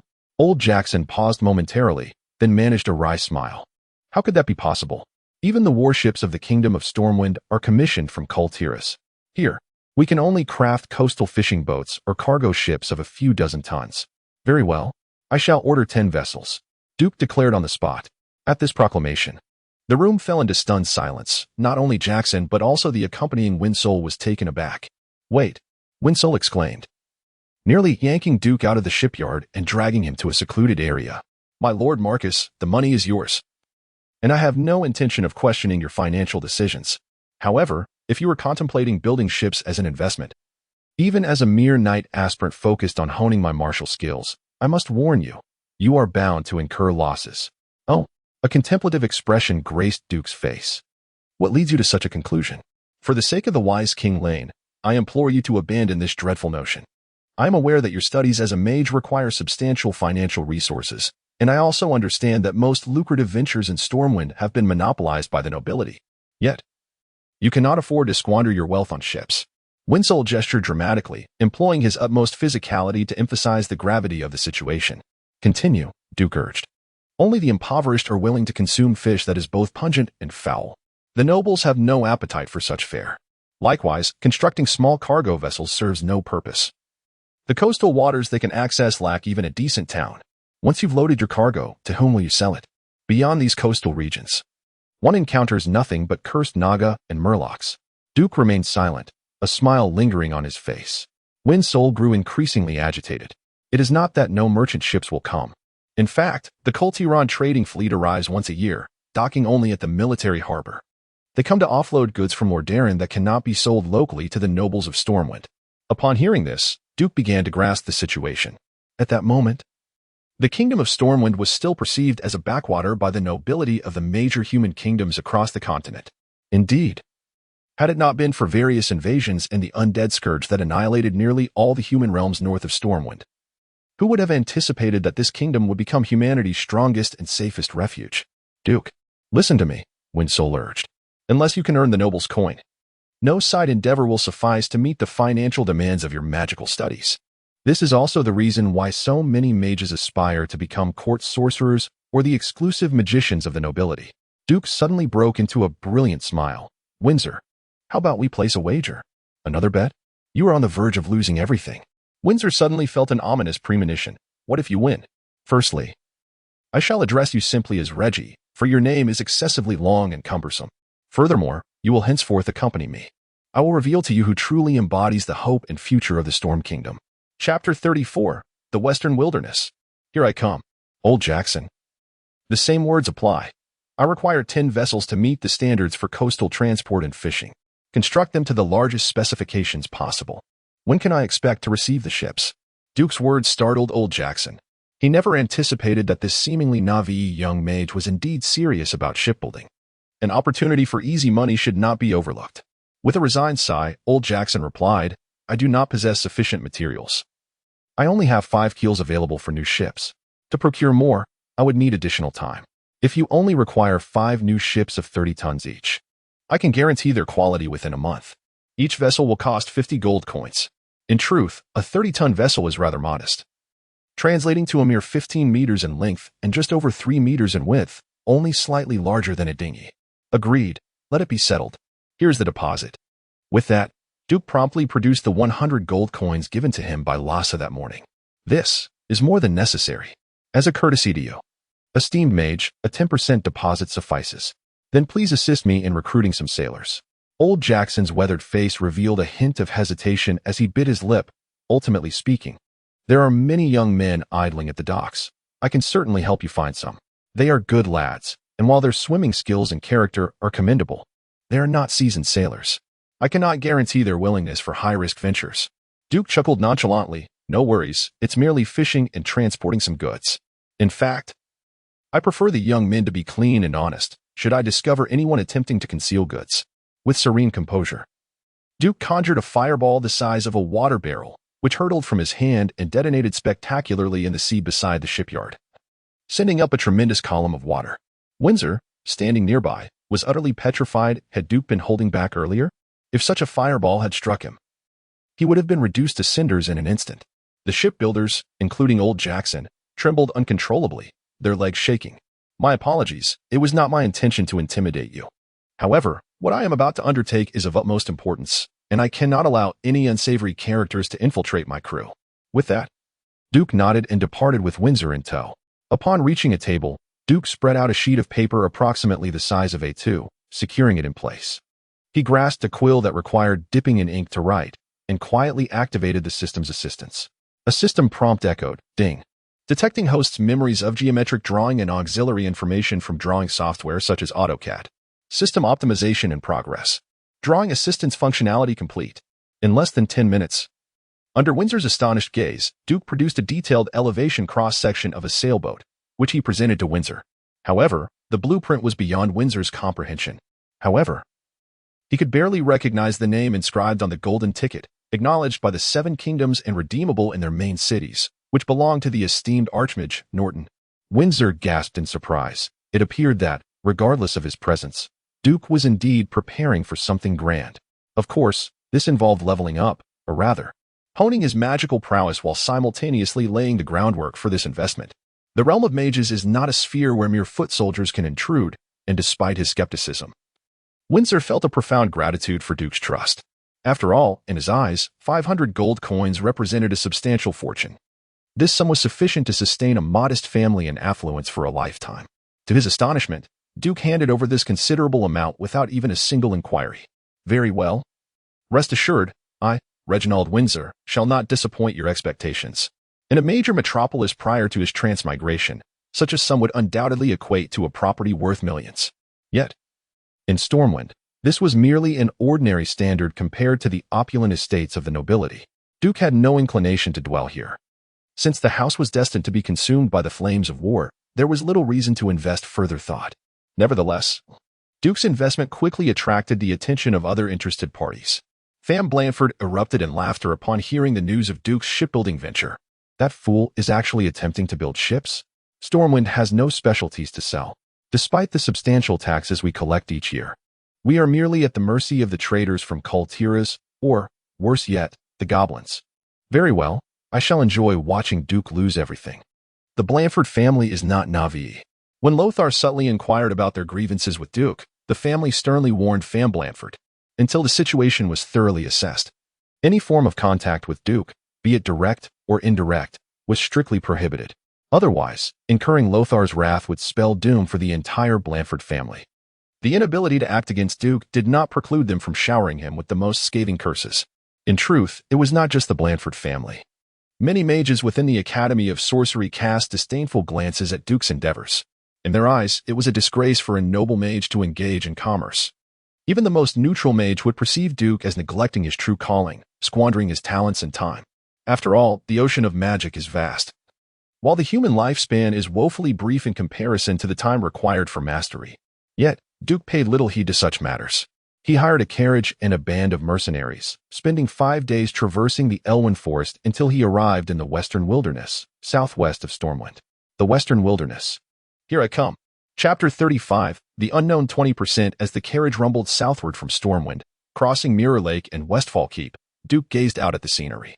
The outside world was bathed in what seemed like an eternal, clear sky, with the wind carrying a hint of desolation and dryness.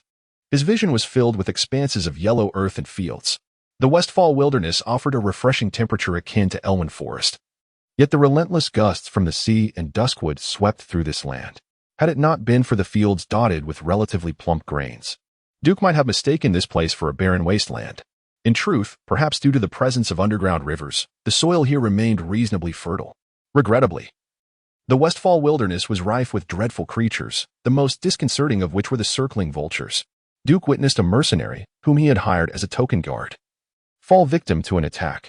A shadow flitted across the sky, tracing a line of death in midair. In the blink of an eye, the deadly silhouette descended.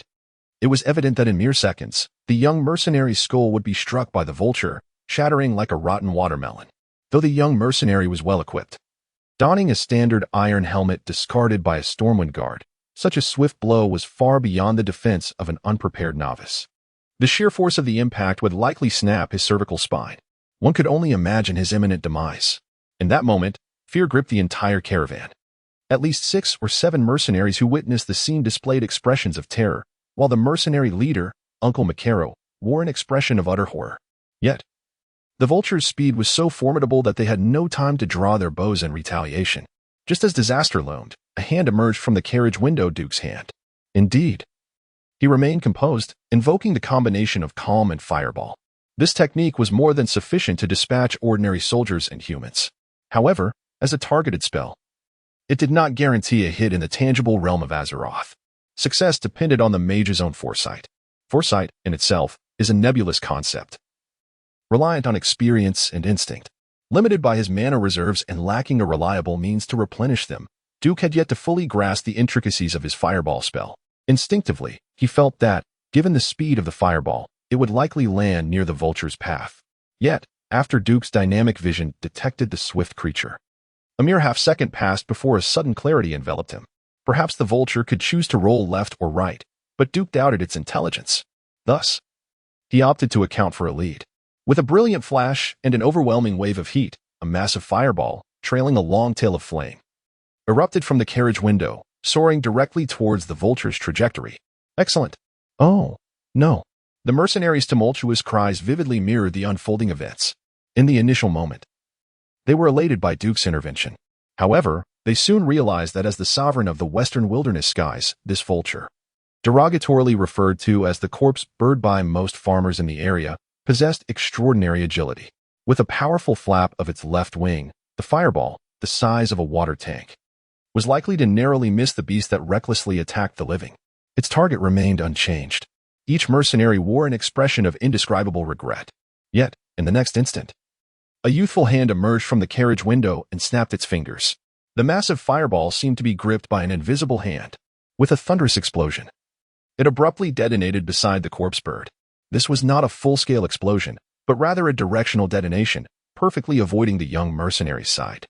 Faced with flames more torrential than a downpour, the detestable creature was instantly transformed into a blazing torch, plummeting from the sky. From joy to disappointment, and then to ecstatic jubilation, the mercenaries' emotions resembled a roller coaster. As they witnessed the corpse bird's descent, they collectively raised their weapons in triumph. Long live Lord Marcus. It was only at that moment that the young man, who had nearly met his demise in the attack, realized he had been lingering at the very threshold of hell. Hearing the fervent cheers, Duke felt a tinge of astonishment. He was determined to alter the fate of the Storm Kingdom. Yet this did not equate to becoming a benevolent savior for every soul. The notion of a saint had never crossed Duke's mind. To him, rather than a rescue, this encounter was merely a practice exercise. His actions had preceded his thoughts. The mercenary captain, Macaro, rode over on his lean horse, pulling the young man who had narrowly escaped calamity closer. I am immensely grateful to you, great Lord Marcus. You have just saved my son. A son? It's good that all is well. Let us continue our journey. In truth, Duke did not desire to become too entangled with Macaro and the others. He regarded this band of mercenaries merely as a cover, unwilling to involve them in his own affairs. Observing Duke's somewhat aloof demeanor, Macaro took no offense. For Duke had just demonstrated his nobility through action. Macaro inclined his body. Actually, this is how it is. I came into possession of a set of spell notes during an unexpected incident, inscribed with characters that we do not understand. However, I believe this might be of assistance to you, my lord. If you would graciously accept it, that would be splendid. Ah, then thank you. Duke, not one to feign humility, directly accepted the small notebook-like notes. Old Norton-S funds would inevitably run dry, and when it came to spells, Duke was eager for abundance. However, when he opened the notes, he found himself dumbfounded. It was not that the system sprite could not decipher or learn from it, but rather that the system's prompts appeared somewhat esoteric. Congratulations, esteemed host. You have acquired the level 0 spell Mage Hand, as well as the level 2 spells, Dayson's Chilling Prison and Dayson's Scorching Forge. Duke has played World of Warcraft for such an extended period that he would boldly wager his very life that these 3 spells do not exist within the spell repertoire of mages in Azeroth. Chapter 36. Duke's Life. Worthless. Duke's oath still held some measure of efficacy. A tremor coursed from the depths of his heart as he once again felt the cruel jest of fate upon entering the world of Azeroth. The tales of the 4 Windrunners were already beyond absurd, but now even the magic system exuded a palpable sense of cross-genre influence. Yet, magic remained magic. Almost instantaneously upon opening that note, Duke profoundly sensed a mysterious resonance with these spells. It was akin to a feeling of kinship, a more expansive cognitive framework infiltrating his thoughts. At that moment, it seemed as if a brilliant chemical reaction had ignited within the rigid definition of mage solidified in the game. In Duke's previous understanding, a mage merely represented a high-damage ranged artillery, the pinnacle of crowd control. However, in this instant, a radiant light illuminated his mental expanse. And within that light, a grand door swung open. He seemed to traverse through this portal and behold myriad concepts that transcended his previous cognitive boundaries. Unbeknownst to him, a list of spells began to emerge in his mind. All forms of magic were reclassified into 9 categories: protective, enchantment, divination, necromancy, illusion, transformation, universal, and more. Most categories remained shrouded in obscurity, yet they symbolized a wealth of potential. This was not merely a fleeting illusion. It represented a pioneering breakthrough in the established magical rules of Azeroth. Accompanying this spell classification chart, the system sprite could repeatedly summon it within his vision. Duke also discovered that spells he had once known, such as Fireball and Frost Bolt, along with the current Dathun's chilling prison, were markedly enhanced. Even those that merely bore a tenuous connection to his pre-transmigration repertoire. The system prompted an array of thermodynamic formulas related to fire and ice spells. Even Mage Hand, typically classified as a trivial cantrip, underwent significant augmentation. Duke was left speechless by the rationale behind these enhancements. The notion of motion capture, widely recognized in his previous life as a means for filmmaking, involved affixing dozens of trackers to an actor's face to convert muscular movements into measurable data for computer processing. To his astonishment, this technology could be inversely applied by the system sprite. Before Marcaro, Duke snapped his fingers. With a resounding crack, a magical hand, the size of a human hand and radiating a soft blue luminescence, materialized out of thin air. This spectacle startled the mercenaries, who, despite their shock, swiftly drew their weapons. However, they soon regained their composure, realizing the source of their unease. The floating ghost hand mimicked Duke's own right hand with perfect precision. They finally comprehended that this phenomenon was conjured by Duke himself. A gentle smile blossomed on Duke's face as he expressed his gratitude to Makaro, saying, "Thank you for your generous gift. I owe you a favor." This exchange swiftly warmed the previously somewhat distant relationship between employer and employee. With Duke's insistence, Makaro agreed to forego the formal title of Your Excellency and instead addressed Duke as Marcus. Unbeknownst to them, night had fallen. Upon entering this world, Duke found himself grappling with various unfamiliarities. Everything around him felt so primitive, and as darkness enveloped the land, light was nearly non-existent. The absence of moonlight rendered the western wilderness a dim shade of yellow, visible only within the flickering glow of the campfire. The caravan set up camp in a sheltered area behind a small hill. After dinner, only a few campfires remained to ward off wild beasts and keep vigil, as everyone else succumbed to slumber. In the midst of this tranquil darkness, Duke, who should have easily drifted into sleep, found himself wide awake, captivated by the peculiar surroundings. He began to review the scant few spells he possessed. At that moment, he overheard the conversation between two night watchmen. "Kalen, did you hear that sound? It seems something is approaching." Almost simultaneously, Duke received an alert from the system spirit. Host. A significant number of life signals categorized as dangerous detected. Enemies identified as Wurgens. Count 50, 60, 100, 170. In the shadows of the distance, countless diminutive figures were silently advancing at a rapid pace. The piercing and resonant cries of the night watchman roused all the mercenaries from their dreams. "Oh, damn it.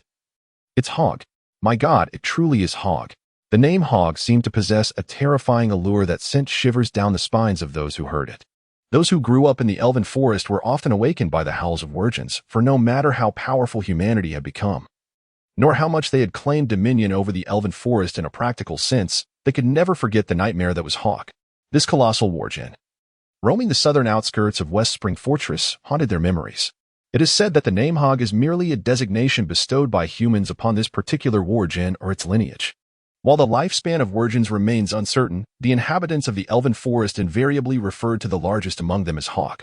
Legends claim that Hog stands twice the height of an ordinary Wurgen, that his claws can effortlessly rend a foot soldier's shield in twain, and that his powerful legs can easily catch up to any hapless adventurer attempting to flee. If one were to list the most notorious and formidable villains near Stormwind, Hog would undoubtedly headline the wanted posters, having dispatched nearly all adventurers lured by the bounties set by the city. Now, Hog has arrived, accompanied by his army of Wurgens. Chapter 37. Ice Storm Darkness evokes an instinctive dread in humanity, a primal fear that has been etched into our souls since the age of savage beings. At this moment, this fear was fermenting in the hearts of all present. Each mercenary felt a bitter taste in their mouths. Good heavens! Did Hog bring his entire pack of Wurgen with him? Were they not confined to the Elven Forest? Why have they crossed the river to the western wilds? In this era, the populace suffers from a deficiency of seafood, leading to widespread night blindness. Even the faintest flicker of light appeared to them as a phantasmagoria of shadows. "Boss, we are surely doomed." The jest of Makaro failed to uplift their spirits. "Have you forgotten who we still have?" Makaro's reminder suddenly rekindled their morale. "Indeed, we still have His Grace, Duke Marcus." The memory of the Duke's magnificent and extraordinary magic from earlier in the day surged through them like a potent elixir, flooding their bodies with warmth and momentarily diverting their minds to the carriage. At this moment, Duke Marcus wore a grim expression. He had not anticipated that his first true battle would arrive under such dire circumstances. The most pressing concern was that the demeanor of the war-djinn had markedly changed. When old Norton had escorted Duke and his 3 apprentices to Stormwind, they had encountered war-djinn before. Back then, they were merely stout yet diminutive beasts, lacking in prowess aside from their sheer numbers. Now, the scene was entirely transformed. Through the system's interface, Duke could see the outlines of the war-djinn. He noted the data provided. Adult war-djinn stood approximately 1.9 meters tall and weighed around 120 kilograms. As the system illuminated the targets, he observed their skin was a mottled green-gray or black-green, their heads elongated like those of hyenas. These humanoid monsters possessed physiques threefold that of their kin. And then, there was the colossal creature over 100 meters away, towering more than 4 meters high, marked with the following annotation: Transmuted Elite Monster, Hog, Data Unknown. Detecting unusual power amplification. Danger assessment. High risk. Strongly advise host to retreat. Upon seeing this, even Duke could not suppress a sharp intake of breath. What in the world? This was entirely against the rules. For meters tall? This was akin to the template of an ogre. By the way, Hog, was it truly necessary to leave your territory to pursue me? Before Duke's crossing, Hog was notorious as a new player killer in the world of Warcraft. In the initial game version, nearly all novice players, upon receiving the bounty quest Hog must die in golds higher, would naively and eagerly rush to hunt Hog down. What was the result? Players experienced firsthand what it meant to face an elite monster. The number of novice players felled by Hog could wrap around the equator of the Earth twice over. Of course, this is an exaggeration, but the fact remains that players learned a valuable lesson from the formidable Hog. In the discourse of the players, whenever the name Hog is mentioned, it is often accompanied by a teasing title of grandfather. Thus, Hog has come to be known as Grandfather Hog. As Duke traversed the Elwyn Forest, perhaps due to Macaro's deliberate choice of the western fortress of Westfall, which is closely monitored by the guards of Stormwind, he encountered no war-djinn, leading him to inadvertently forget about Hog entirely. However, the situation took a turn.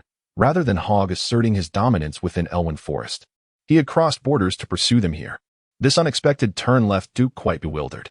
With a whoosh, a massive figure loomed over the distant warning fire. In the flickering light, Hog's terrifying silhouette appeared even more colossal and imposing. Illuminated by the flames, one could discern Hog's dog-like head adorned with long yellowed teeth and blood-red eyes, his body enveloped in a thick coat of black and yellow fur. The war-djinn typically fashioned rudimentary leather armor from the hides of cattle and other livestock. Naturally, they also relished acquiring various weapons from their human victims, resulting in a hodgepodge of armaments adorning their kind. Hog, however, was different. Perhaps his immense size rendered conventional weapons impractical. Or perhaps he had only recently transformed into such a gigantic form.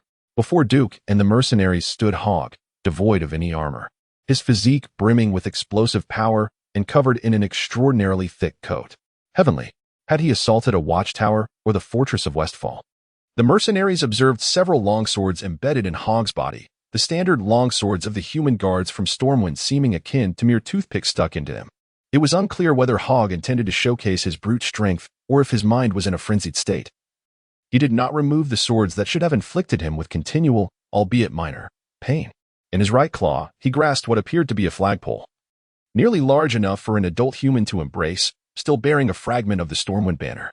A low growl reminiscent of a dog mixed with the howl of a wolf erupted from Hog, a roar imbued with intimidation that proclaimed his presence to the entire caravan. In mere moments, Hog's minions had encircled them from all sides. At this juncture, Macaro and his companions finally heard a voice from within the carriage. A voice akin to celestial music. "Gather around me, stay within the blizzard's range." While the mercenaries comprehended the notion of gathering, the idea of remaining within the blizzard's confines bewildered them. In the next moment, as the roaring war-djinn surged forth wielding a variety of weapons, their foul breath palpable in the air, the mercenaries grasped the situation. The exquisite voice. The essence of sound should not be exquisite. Yet at that moment, as hundreds of icicles plummeted from the sky, crackling ominously, this sound, a sound that had spared Macaro and the others from peril, suddenly adorned the word sound with a prefix of exquisite. The icicles crashed down upon a clearing spanning several dozen meters, momentarily stalling the war-djinn's relentless assault. The tide of savage monstrosities still sought to breach the seemingly frail defensive formation of Macaro and his companions, but soon, they too fell victim to the icy onslaught. Chapter 38. The art of leveling up through monster slaying. The front line of wolfmen inexplicably collapsed. their low intellect rendering them incapable of comprehending the concept of progressive damage amplification.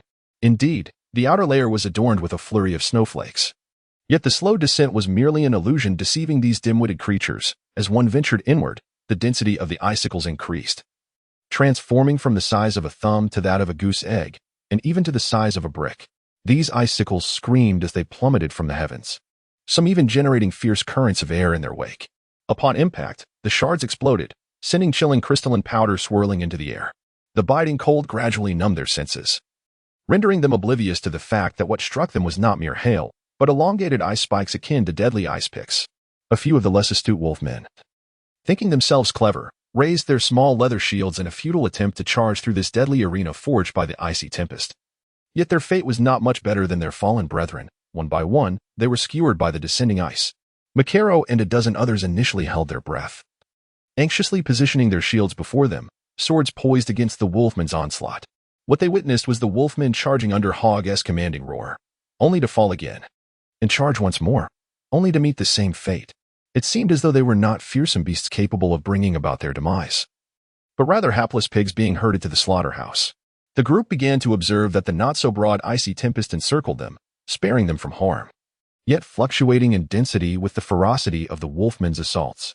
Despite the palpable tension that the individual within the wagon might exhaust their magical energy at any moment, and that this exaggerated defensive barrier could collapse, such scenarios did not unfold. Each time the density of the icicles diminished, as if they could no longer claim even a single more wolfman, the magical energy seemed to replenish itself inexplicably, restoring the icicle density to its original state.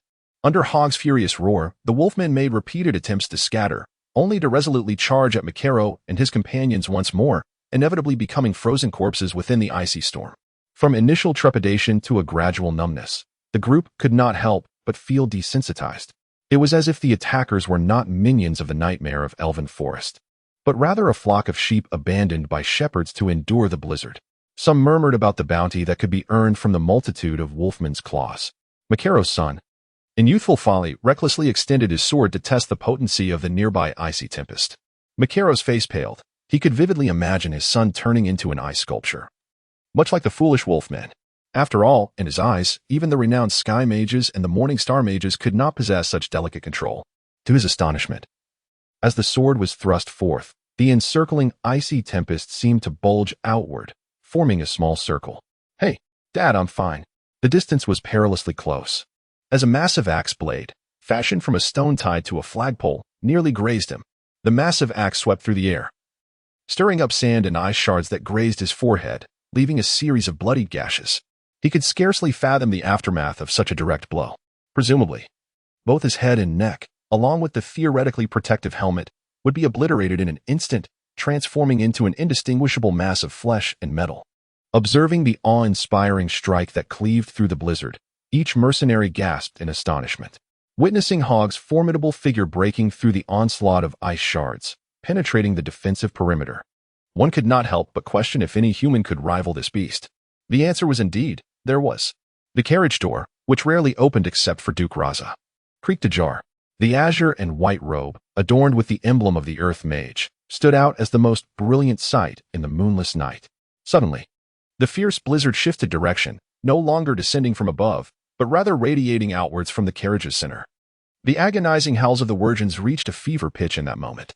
Yet, it was evident that this was not the end. Many Wirgins had perished, and even more were grievously injured, but at least 40% of their ranks remained unscathed. Makaro shook his head, regardless of whether mercenaries who abandoned their employer would find new work. The mere act of forsaking the savior of his son stripped him of his humanity. Makaro and the mercenaries behind him shared the same resolute expression, their eyes reflecting an unwavering commitment to follow him to the death. Duke fell silent for a heartbeat. "Then take care of yourselves," he instructed. In the next instant, Duke's dark, profound gaze locked onto Hog's crimson eyes not far away. Though words could not bridge the chasm between them, they both understood that this would be a confrontation of kings. The victor would cause the remnants of the opponent's forces to disband in an instant. Hog huffed heavily, his broad canine snout flaring, driven by a primal thirst for blood. In a flash, his arms, almost as thick as Duke's waist, burst forth with explosive muscular power. He effortlessly hoisted his nearly 6-meter-long handmade stone axe onto his shoulder, exuding an overwhelming aura of dominance. Duke stepped forward with pride. At that moment, the previously scattered Wirgins rallied again with ferocious cries. The Wirgins employed two tactics. Either they scattered in chaos or surged forward en masse. What Makaro and his companions would do was beyond Duke's concern. His entire focus was on Hawk. Had Duke just emerged from Stormwind, he would undoubtedly have been no match for Hawk. Hawk's error lay in allowing his underlings to charge first. Duke was unaware that in the world of Azeroth, there existed a concept akin to experience points. To call it experience points might be slightly misleading, for the system notification clearly stated, Chapter 39, The Ancestral Mirror Clone, Part 1, as an ardent player, Duke, having traversed into another world, still found himself unable to distinguish between the realms of gaming and life. He automatically interpreted his experiences as the necessary experience points for leveling up. In practical terms, there existed a certain resemblance. Throughout history, the path of murder and arson had always been a shortcut to wealth, with the Wolfmen possessing at least a semblance of humanity. Duke unceremoniously harnessed the soul power derived from these minions to ascend from a first-tier archmage directly to a fourth-tier. What is the strength of a fourth-tier mage? Duke was uncertain, yet instinctively felt that his mana pool remained but a small bucket, barely able to unleash 10 or 8 frost bolts before running dry. He had often fantasized about Lord Hawk, in a moment of folly, bestowing all his minions as experience points, followed by a hearty laugh, declaring that anyone capable of vanquishing his minions indeed deserved to duel him. Ultimately, he envisioned himself teaching Hog a lesson with a mighty fireball after his level up. Alas, Hog's reckless and impulsive nature shattered Duke's dreams. To his dismay, Hog charged forth, braving the blizzard head-on. Was it not agreed that bosses made their appearances at the climax? This was simply unscientific. Yet, whether it was scientific or not became irrelevant. Fixated on the human mage, whom he despised most, resembling a matchstick, Hog barreled forward. Swift. Remarkably swift. Despite Hog's immense stature, his speed remained undiminished. On the contrary, propelled by the almost Herculean strength of his powerful hind legs. Hog and Apos, as colossal forms surged forward like a speeding bullet train, exuding overwhelming force. The mountainous silhouette rapidly expanded in Duke's field of vision. Calm and collected, flame blast, this technique, nearly infallible since Duke's arrival in this world, failed this time. With no sense of fairness, Hog wielded his massive axe, executing a sweeping motion so spectacular it seemed to explode, and astonishingly, cleaved Duke's fireball in twain. The core of the fireball obliterated. The remnants flickered into feeble flames, writhing in the night sky before vanishing. What the hell? Duke stood agape, stunned by this unscientific spectacle, only to find death looming. Hog, closing in at breakneck speed, did not even need to swing his destructive stone axe again. He merely cast a scornful glance at Duke before delivering a contemptuous kick to his chest. The impact produced a profoundly dull thud against Duke's torso. In the next moment, he was sent soaring like a sack of refuse, his blue and white mage robes tracing a tragic arc in the darkness, ultimately crashing down near the blood-soaked Marcello. This scene left the mercenary group in a state of bewilderment. Could it be? Was not Lord Marcus the strongest? How could he have fallen? My lord, Lord Marcus, someone shouted. No healing potions. Who has a healing potion? It was over. Duke's chest had caved in completely. His internal organs were likely reduced to pulp, and he was undoubtedly doomed. The mercenaries were thrown into disarray, for none could have anticipated that the remarkably calm, enigmatic, and powerful young sorcerer Duke would eliminate Hog with a single encounter. However, upon reflection, it was only logical. Hog was the nightmare of Elven Forest. A foe they could not conquer themselves, so why would they expect Duke, who surpassed them in strength, to succeed where they failed? The defeat of the formidable Hog was merely an illusion, a fleeting dream. Makaro abandoned his adversaries and rushed forward, cradling the nearly lifeless Duke in his arms. Memories of how Duke had rescued his son flooded back, along with visions of Duke's smiling visage. Makaro bellowed to the heavens, all units, charge forth. Avenge Duke Marcus. The rallying cry resonated in a crescendo of fervor. Hog, a distance away, did not advance immediately. Its hyena-like maw split wide open, revealing a jagged array of teeth glistening in the firelight. It was laughing, mocking the feeble humans for their audacity, deriding their desperate struggles. Not only Hog, but even the surrounding werewolves joined in with their triumphant howls. Just as the mercenaries believed Duke had perished, Makaro suddenly felt the weight in his arms vanish mysteriously. You must leave. The seemingly departed Duke surged toward Hog, radiating a chilling blue-white light. Marcaro and the others were taken aback. They had just witnessed Duke's grave condition, a state on the brink of death. Astonishingly, Duke, in such a frail state, sought to buy them time for their escape. Unbeknownst to them, tears welled in the mercenaries' eyes. This was the hallmark of heroism. They watched as Duke unleashed a frost arrow. Hog seemed caught off guard, unable to evade the icy projectile, which enveloped its left forearm in frost. Duke was not faring much better, as he was hurled backward. The mercenaries could see fragments of his own arm being torn apart by the overwhelming force. What a tragic scene it was. For the sake of these mercenaries, whom he had only known for a few days and who had merely hired him for coin, Duke, the kingdom's future hope, a most noble sorcerer, sacrificed himself. As they beheld Duke's not-so-imposing figure fall once more amid the flames, they were consumed by fury. Duke, kill. Let us slay these wretched beasts. Charge forth. Avenge Lord Marcus. Enraged, the mercenaries launched their desperate assault, abandoning their shields, their voices raised in wrath as they relentlessly pursued the towering werewolves. Despite being outnumbered, the werewolves found themselves in retreat, pursued by the mercenaries' fury. Hog howled, and at that moment, the werewolves regained their morale, swiftly regrouping around their leader. Yes, as long as Hog remains alive, these brutal, yet cowardly werewolves will fight like the fiercest berserkers until the last breath. However, at this moment, Duke astonishingly stood up once more. The mercenaries were in tears, though men seldom shed tears. The faces of these battle-hardened mercenaries were now etched with the tracks of sorrow. Chapter 40. The Ancestral Mirror Clone, Part 2. Do we truly merit such dedication from Lord Marcus? They pondered. Who would have thought that despite being a mage, he possesses the heart of a warrior? Heaven lies to the left, while the warrior strides to the right. His valor is unparalleled. His audacity is boundless. Amidst the relentless onslaught of the war djinn, Duke managed to cast a single fireball before succumbing. What followed was a profound sense of bewilderment among the mercenaries. Duke rose once more. Curse you, Hog. Another fireball. Duke stood again. I shall obliterate your war djinn lineage for 18 generations. Time and again.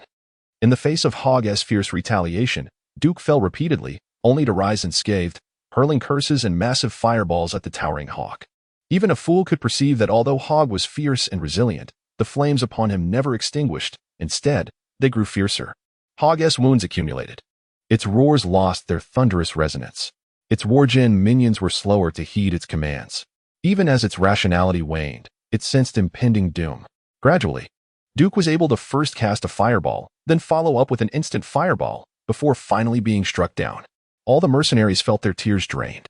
It seemed they were being toyed with by this enigmatic young mage, yet perhaps not. After all, Duke had initially urged them to flee.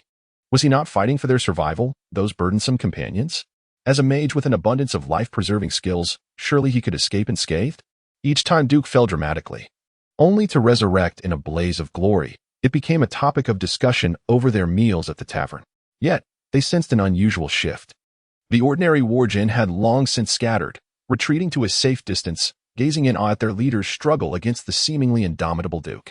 Over there, Makarov solemnly instructed his subordinates. What we witness today, not even a whisper shall escape our lips, even if we descend into hell. If I am not mistaken, this pertains to a most critical secret of Duke and Lord Marcus.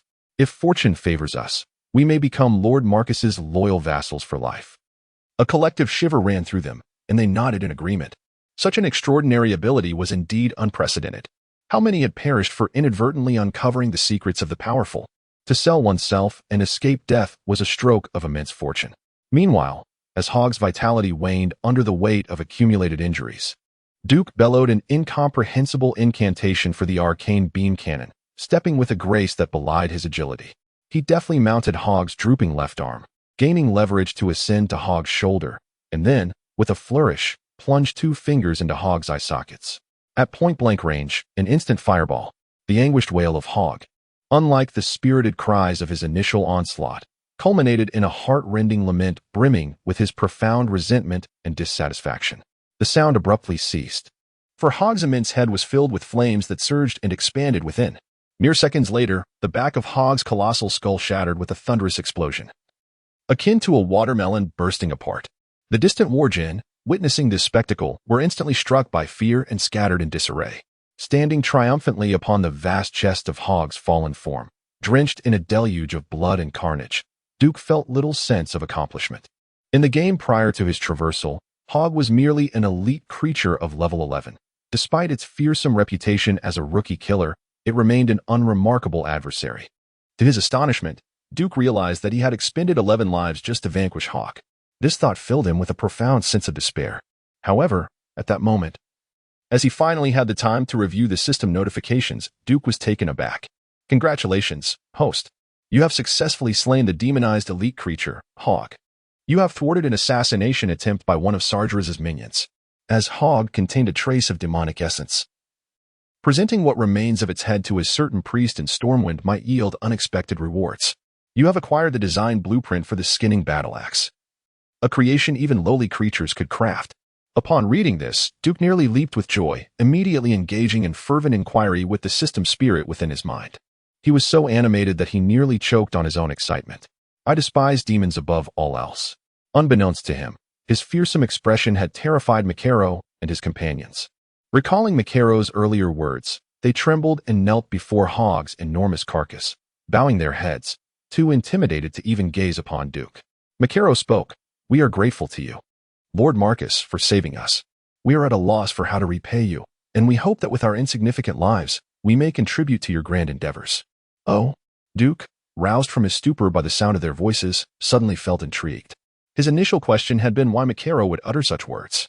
However, Makaro, sensing Duke's menacing demeanor, misinterpreted the inquiry, believing Duke was questioning why they sought to spare them. We are immensely grateful for your salvation, my lord. Yet we have witnessed your secret of immortality. We wish to live, so we are willing to pledge our lifelong loyalty to you. Duke was momentarily taken aback. And for reasons unknown, he recalled how Aurelian had once concocted elaborate justifications for herself when she was first confronted. A chuckle escaped him. I truly appreciate your willingness to serve me. As he spoke, it was evident that Makaro and his companions exhaled a collective sigh of relief, as though they had just circled back from the gates of hell. Yet, Duke's next words sent their hearts plummeting once more. However, I cannot accept your loyalty on such grounds. Makaro, in a state of panic, exclaimed, Lord Marcus, we. Just then, an unexpected event transpired. Not far from Duke's feet, a still-breathing werewolf suddenly leaped up, its crude stone axe striking fiercely against Duke's neck. The incident transpired so swiftly that no one had the time to react. A collective gasp escaped the mercenaries as they witnessed blood spurting from Duke's neck, followed by him collapsing, lifeless. Good heavens, what has Lord Marcus done? Before they could fully register their astonishment, Duke's body transformed into a wisp of faint light and vanished. In an almost seamless transition, Duke stood unscathed barely 2 steps away from his former corpse. Once his emotions settled, he resumed the demeanor of the elegant mage he truly was. You see, this is merely a form of magic. To be precise, it is the ancestral talent of my family known as mirror clone. Each lineage of mages possesses its own heritage. Some families excel in elemental magic, while others specialize in the arcane. I am merely a bearer of a once prominent mage family's legacy. This is not a staggering secret that requires bloodshed for concealment. Naturally, it is one of my trump cards, and I would prefer that you refrain from discussing it indiscriminately. Duke's revelation left the mercenaries in astonishment, yet his explanation brought genuine relief to their hearts. So it is the enigmatic art of magic. We, the common folk devoid of magical prowess, have truly broadened our horizons. Observing their jubilant expressions, Duke felt a pang of sorrow deep within. Chapter 41. The deathmatch cage. Duke resigned himself to a harsh and unavoidable reality. The unfortunate aspect was that to prevent his greatest asset from being discovered too soon, he would have to endure the agony of death yet again. Having perished 11 times in quick succession, he initially felt little, but now, in a moment of calm reflection, he recognized the profound pain that death entailed. Even more lamentable was the absurd necessity to feign nonchalance in the face of further demise. Yet, what truly unsettled Duke were the entries recorded within the system. Due to your consecutive deaths within a short time frame, you have triggered the negative soul state of the 7 deadly sins, wrath. Upon resurrection, your spell intensity increases by 20, your attack speed surges by 30. Your evasion rate plummets to 0, your defense diminishes by 30, and your willpower escalates by 200. You will become immune to the majority of mental magic or effects. Following a plethora of disordered information, a striking red notification appeared, Deathmatch Cage. Upon triggering this effect, with each resurrection, Your maximum health and mana will temporarily decrease by 10 based on your last death stats. With each additional revival, your spell intensity increases by 10, and your attack speed similarly rises by 10. This effect will persist until you eliminate your target or until your humanity is entirely lost. After absorbing this information, Duke found himself utterly speechless. It seemed that dying continuously would transform him into a berserker, yet this was far more reckless than a gambler consumed by desperation. He faced a stark choice: either orchestrate a dramatic reversal to vanquish his adversary, or succumb to the fate of a ghoul, sealing his doom. Of course, Duke did not overlook the phrase 7 deadly sins: wrath, pride, envy. Just contemplating these traits filled him with a sense of demonic grandeur. If not for the absence of any normal female presence within the undead scourge, which might tarnish his limited charm, he might have seriously considered aligning himself with the scourge and usurping the position of the Lich King. Currently, the system's sprite could not ascertain the true strength of the demonized Hog. However, based on the original game, Hog was merely an elite enemy in the novice zone. How powerful could he truly become after demonization? Could he possibly rival the likes of wicked dragons, ancient gods, or the leaders of demonic legions? Suddenly, the path ahead appeared daunting. The evening breeze carried a certain raucousness. Humans are inherently sensitive beings. A mere glance exchanged between them conveyed their mutual understanding.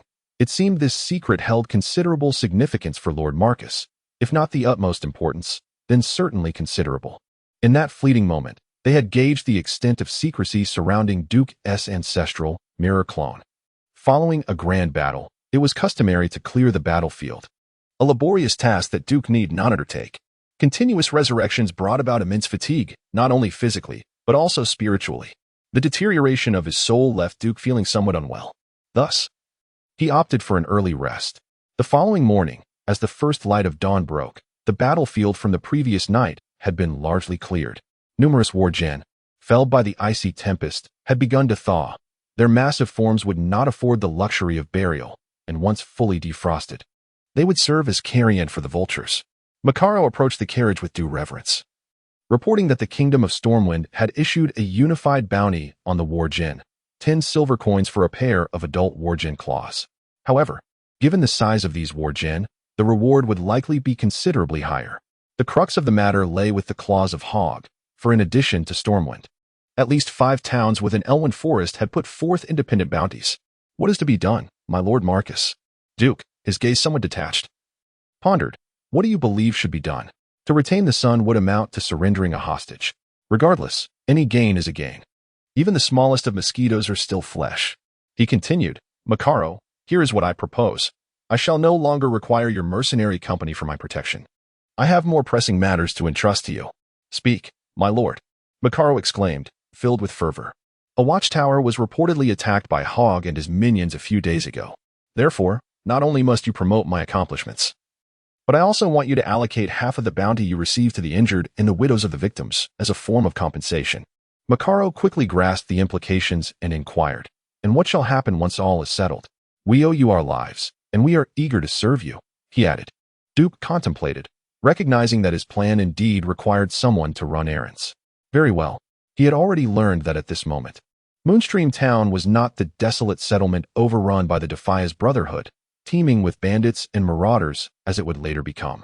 As a pioneering town on the border of the Kingdom of Stormwind, it boasted over 1,000 residents and a lord, a baron who had assembled a militia of 100 men as requisite military force. Perhaps this was the precursor to the People's Army of the Western Wilds in the future. However, Duke's focus was not on that direction. His gaze was fixed upon the coastline to the north of the Western Wilds. There, numerous Murlocs awaited. Chapter 42. Please call me the God of Death with 100 Hands, Part 1. Murlocs, the most ubiquitous and exasperating creatures in the realm of Azeroth, can be spotted along nearly every coastal marsh and expansive lake. Their slick skin, oversized clever eyes, flamboyant dorsal fins, vibrant hues, and brazen demeanor are their defining characteristics. A solitary Murloc is undeniably ineffectual. Encounters often unfold as follows. With a guttural cry, the Murloc initiates combat. A moment later, feeling the sting of pain, it promptly retreats. Should one pursue, this creature, endowed with robust limbs and a fishy visage, can swiftly escape both on land and in water. In no time, a horde of Murlocs will come rushing towards you, ready to teach you a lesson. Even if you manage to fend them off, more murlocs will undoubtedly join the fray, creating a chain reaction akin to a culinary disaster. This led to Duke experiencing considerable hardship in the past. Why then does Duke seek out the murlocs? Firstly, they serve as vassals to powerful deep-sea beings that remain either dormant or in waiting. It can be said that murlocs have grown accustomed to subjugation. Secondly, they are not as foolish as many presume. Evidence suggests that their gradual and systematic encroachment upon land is marked by a surprising degree of coordination and organization. However, whether this plan aligns with the murlocs' own desires and interests remains a mystery. Most crucially, on that fateful day in Elwyn Forest, after delivering the body of a beleaguered thief from the Brandu family to the murlocs as a midnight snack, Duke was astonished to discover an unusual dialect within the system prompts, Murloc language.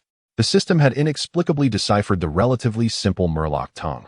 Before his transmigration, possessing proficiency in 2 foreign languages was deemed more advantageous than a university degree in the job market. Upon utilizing the translation software provided by the system sprite, Duke found that his intended exclamations of disdain morphed into comical sounds like walla and gakga, much to his bewilderment. This revelation sparked a glimmer of hope that he might be able to reclaim the murlocs. Under normal circumstances, Duke would never entertain such an impulsive notion. However, considering that the Orcish onslaught had yet to commence and the dark portal remained sealed, it was evident that in the world of Azeroth, every nation adhered to a strict hierarchy. Without a unique approach, Duke would have no chance of elevating himself to a position of influence before the dark portal opened. Thus, he resolved to act, seizing the opportunity to turn the improbable into possibility. Early the next morning, Duke ventured to the beach alone.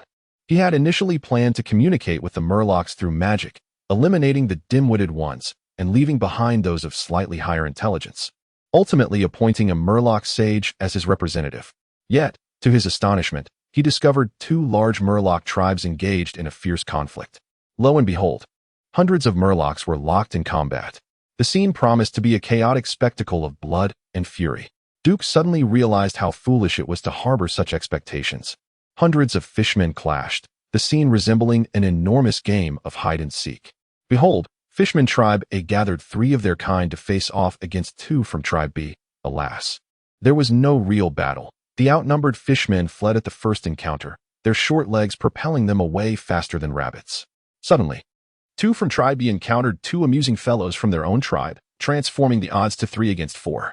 Swift retaliation ensued, or rather, a hasty retreat on the part of the 3. At last, a confrontation arose between 2 factions of roughly equal strength. The leader of Tribe A hurled a stone with great force, striking the eyes of Tribe B's leader and instantly extinguishing their courage, causing them to scatter in disarray. The cacophony of their peculiar cries, translated roughly, implied, "It's not that our army lacks effort. Alas, we are up against a formidable opponent." How ridiculous! That mere stone, which they elevated to the status of a high-velocity kinetic weapon, warrants an apology to the entire world. Infuriated by the system's absurd translation, Duke felt the urge to silence the system sprite. Nevertheless, witnessing this farcical skirmish among the fishmen led him to abandon any notions of organizing them into a military force. Knowing well that his adversaries were inept, he would not foolishly venture to trade swords with them. With a heavy sigh, Duke took action. Initially, he believed he would need to eliminate at least 100 fishmen to instill some semblance of calm among them. But as soon as he made his move, an eerie silence enveloped the battlefield. Moments later, the cries of the fishmen erupted in a chorus as they prostrated themselves before Duke on the beach. The sole reason for this submission was Duke's mage hand. This spell, typically an embodiment of arcane energy shaped like a human hand, performed simple tasks for the mage, such as retrieving a key from a high perch. However, Duke's mage hand was distinct. After the system's sprite extracted knowledge from his mind regarding motion capture, he surmised that his spell was at least of the 2nd tier, both in quantity and quality beyond that of an ordinary mage. 8 luminous hands hovered in the void behind Duke, while 4 more effortlessly tore apart the fishmen that charged towards him with the greatest speed. O great emissary of the ocean, I, the Blind One, represent the entire West Coast tribe in submission to you. O mighty god of the sea, I, the Fish Spear, represent the entire North Tide forces and surrender to you. Hundreds of fishmen knelt before Duke, treating him as a deity, creating a scene both humorous and surreal. Was it truly this simple? Duke found it hard to believe. Perhaps it confirmed the adage, there is no such thing as a free lunch. Suddenly, A violent splashing echoed from the coastline, causing Duke's pupils to narrow. Creatures that should not have been present here, the Naga, were approaching. Unlike the myriad creatures inhabiting the world of Azeroth, the origins of the Naga are rather noble. Approximately 10 millennia ago, the malevolent leader of the Burning Legion, Sargeras, seduced Queen Azshara of the Highborn and a multitude of elven aristocrats, inciting them to prepare a portal for the invasion of Azeroth. This ancient conflict culminated in the defeat of the demon lord Sargeras. In their desperate bid for survival, Queen Azshara and her loyal followers succumbed to the call of the old gods as they plunged into the depths of the ocean, transforming into the serpentine beings known as Naga, capable of thriving beneath the waves. Thus, the Naga are indeed creatures of remarkable intelligence. The female Naga, having inherited the ethereal beauty of the Highborn, possesses a strikingly exquisite upper body, though regrettably, her lower half is that of a serpent. At this moment, two factions of Naga are clearly engaged in combat. The foremost female Naga, upon spotting the Murlocs, cried out in their tongue, "In the name of Aethys, I command you to shield me from those foolish male Naga behind." Chapter 43, Please Call Me the God of Death with 100 Arms, Part 2. What is Aethys? Duke was at a loss. However, it was not difficult to deduce that since the Naga originated from the highborn Queen Azshara and her loyal aristocrats, this must be a name associated with a noble clan among the Naga. Indeed, upon hearing this name, the foolish Murlocs trembled in fear, casting wary glances towards Duke, the so-called messenger of the ocean. Humph. Duke scoffed coldly. He was uncertain why the Murlocs bowed to him, though it likely had something to do with the arcane hands he conjured. Wasn't it simply a matter of having more hands? Come now, who's afraid of whom? With a flick of his wrist, the system's spirit activated without delay. Though the arcane hand had been enhanced to a level 2 spell, its energy consumption and requirements were those of a mere cantrip, utterly devoid of burden. In an instant, 108 hands radiating a cerulean arcane glow hovered in a mystical formation in the void. The spectacle was undeniably formidable.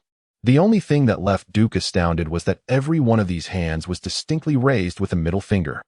What does it mean to have a forest of middle fingers? This was it. The glaring display of middle fingers exuded supreme disdain and contempt.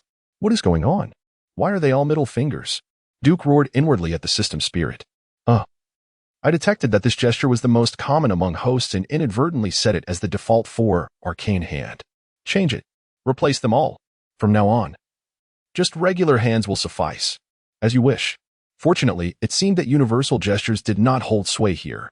Neither the Murlocs nor the Naga comprehended the meaning. However, the Murlocs completely misinterpreted the gestures Duke had conjured. Having been the subservient of aquatic higher beings for over 10 millennia, the Murlocs had retained little knowledge. But one gesture was essential to remember. The direction indicated by the finger of a superior always signified a singular command. Attack, you wretches. Gaogalalo, this sea god's hands are more numerous. He is the genuine one. Slay the lowly impostors. Indeed, a 6-armed Naga was more formidable than a 4-armed one, and an 8-armed creature exceeded even that. Whether Duke believed it or not, the Murlocs certainly did. Duke's multitude of arcane hands seemed to imbue these somewhat simple-minded creatures with newfound strength, a strength known as confidence. In the heyday of marine life, it was they who dominated all of Azeroth. The multi-armed sea monsters served as banners on the battlefield, marking the presence of the ocean's indomitable will, truly invincible. In stark contrast to their previous cowardly skirmish, the Murlocs rallied with renewed courage, charging forth en masse against the Naga. The Murlocs were not purely a melee race. While many wielded simple spears, a notable number of Murloc sages cast spells that glimmered with arcane light. The peculiar sight of Murlocs employing the Frostbolt spell, a seemingly illogical phenomenon, was perfectly manifested in the world of Azeroth. Compared to the mermen, the Naga are undoubtedly formidable beings. Yet their strength is insufficient to disregard the sheer numbers of their aquatic adversaries.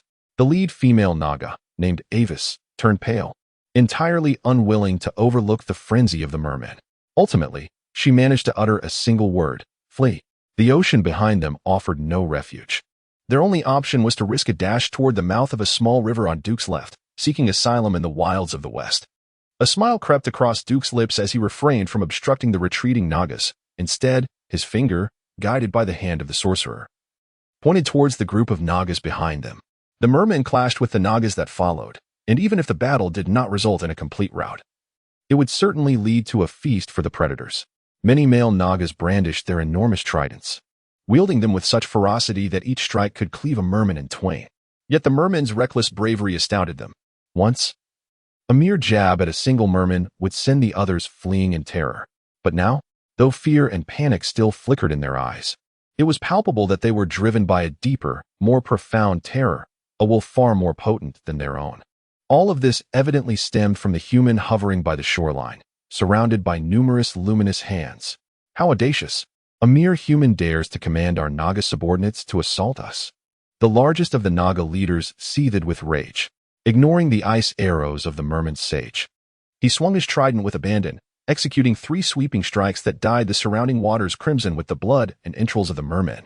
He lashed his elongated, serpent-like tail, creating a distinct white wake across the rippling azure surface of the sea.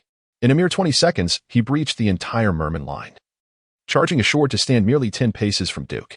Insignificant human, you shall pay the price for your blasphemy against the sea god. Your life shall be the cost. In truth, Duke felt quite vulnerable in naval battles. Swimming was merely a matter of traversing 50 meters in a pool. Beyond that, it felt akin to being a stone sinking into water. However, the Nagas on land, just moments ago, the once mighty male Naga, exuding confidence as if 1,000 more like him existed, suddenly found himself in a state of panic. He sensed the moisture around him evaporating at an alarming rate. The furnace of Dason's heat activated. Almost instantaneously, the once warm and humid beach beneath him transformed into a parched and searing desert of death. The scorching grains of sand assaulted his unprotected underbelly, and the rapidly rising temperature sent him into a frenzy. The droplets of water clinging to his scales sizzled away, leaving behind significant burn marks. It felt as if countless invisible hands were forcibly extracting every water molecule from the gaps in his scales and even from his skin. He could distinctly observe his once bulging body rapidly shriveling. The very moisture he depended upon for survival was being violently stripped away, leaving him ensnared in a hellish inferno of despair. He was in a state of alarm. What sorcery is this? As he screamed in terror, he attempted to hurl his trident, aiming to strike Duke dead. Yet it was futile. Dozens of azure-hued, spectral hands materialized in the air, restraining him before he could release the trident. The grip emanated a formidable strength, as though he were being held down by the combined force of numerous burly men. To his astonishment, he discovered that he was utterly immobilized. Chapter 44. Please call me the god of death with 100 hands, Part 2. Before the awestruck gazes of hundreds of mermen and nearly 100 Nagas, Duke approached the Naga leader with deliberate slowness. He raised his right hand gently, uttering the clearest words in the language of the mermen, as the price for your offense. I shall now enact the 100 hands of shattered corpses punishment. In the next moment, nearly 100 mage hands surged forward. These hands, resembling human palms, suddenly transformed, their nails elongating and sharpening into claws reminiscent of demons, each fingertip a lethal iron hook. The Naga leader's dark gray scales were forcibly pried away, discarded upon the sandy shore. His thick, taut skin, impervious even to ordinary human daggers, was brutally torn off, revealing the crimson flesh and sinew beneath. Yet this was not the end. The torture persisted. Each muscle, each tendon, was ripped from his body, as the Naga leader's unending wails echoed through the air. Both mermen and Nagas halted their combat, watching in horror and bewilderment this gruesome spectacle. Even Duke himself was unaware of the cold indifference etched upon his face, as if he were not dismembering a towering humanoid creature twice his height, but merely gutting a live fish. The Naga's vitality was remarkably resilient, being the strongest among his clan as the male leader. Thus, he endured additional suffering. He howled for a full 5 minutes before succumbing to death. During this time, the remaining Nagas had silently retreated into the depths of the ocean. Only hundreds of mermen remained, still reverently prostrated around Duke. Did I truly do this? Duke pondered in astonishment. Host, to be precise, it was you who enacted this when you entered the cold mode, the system fairy informed him. A loss of humanity to a certain extent can indeed lead to various psychological conditions. However, during that mode, your casting speed increased by 45, and your spell power surged by 32. Should you encounter formidable foes in the future, I would recommend you forcibly enter this state. Are there any side effects? None have been detected thus far.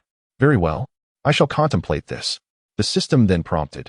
The merman leader, Fish Spear, wishes for you to publicly partake in the fresh silverhead salmon.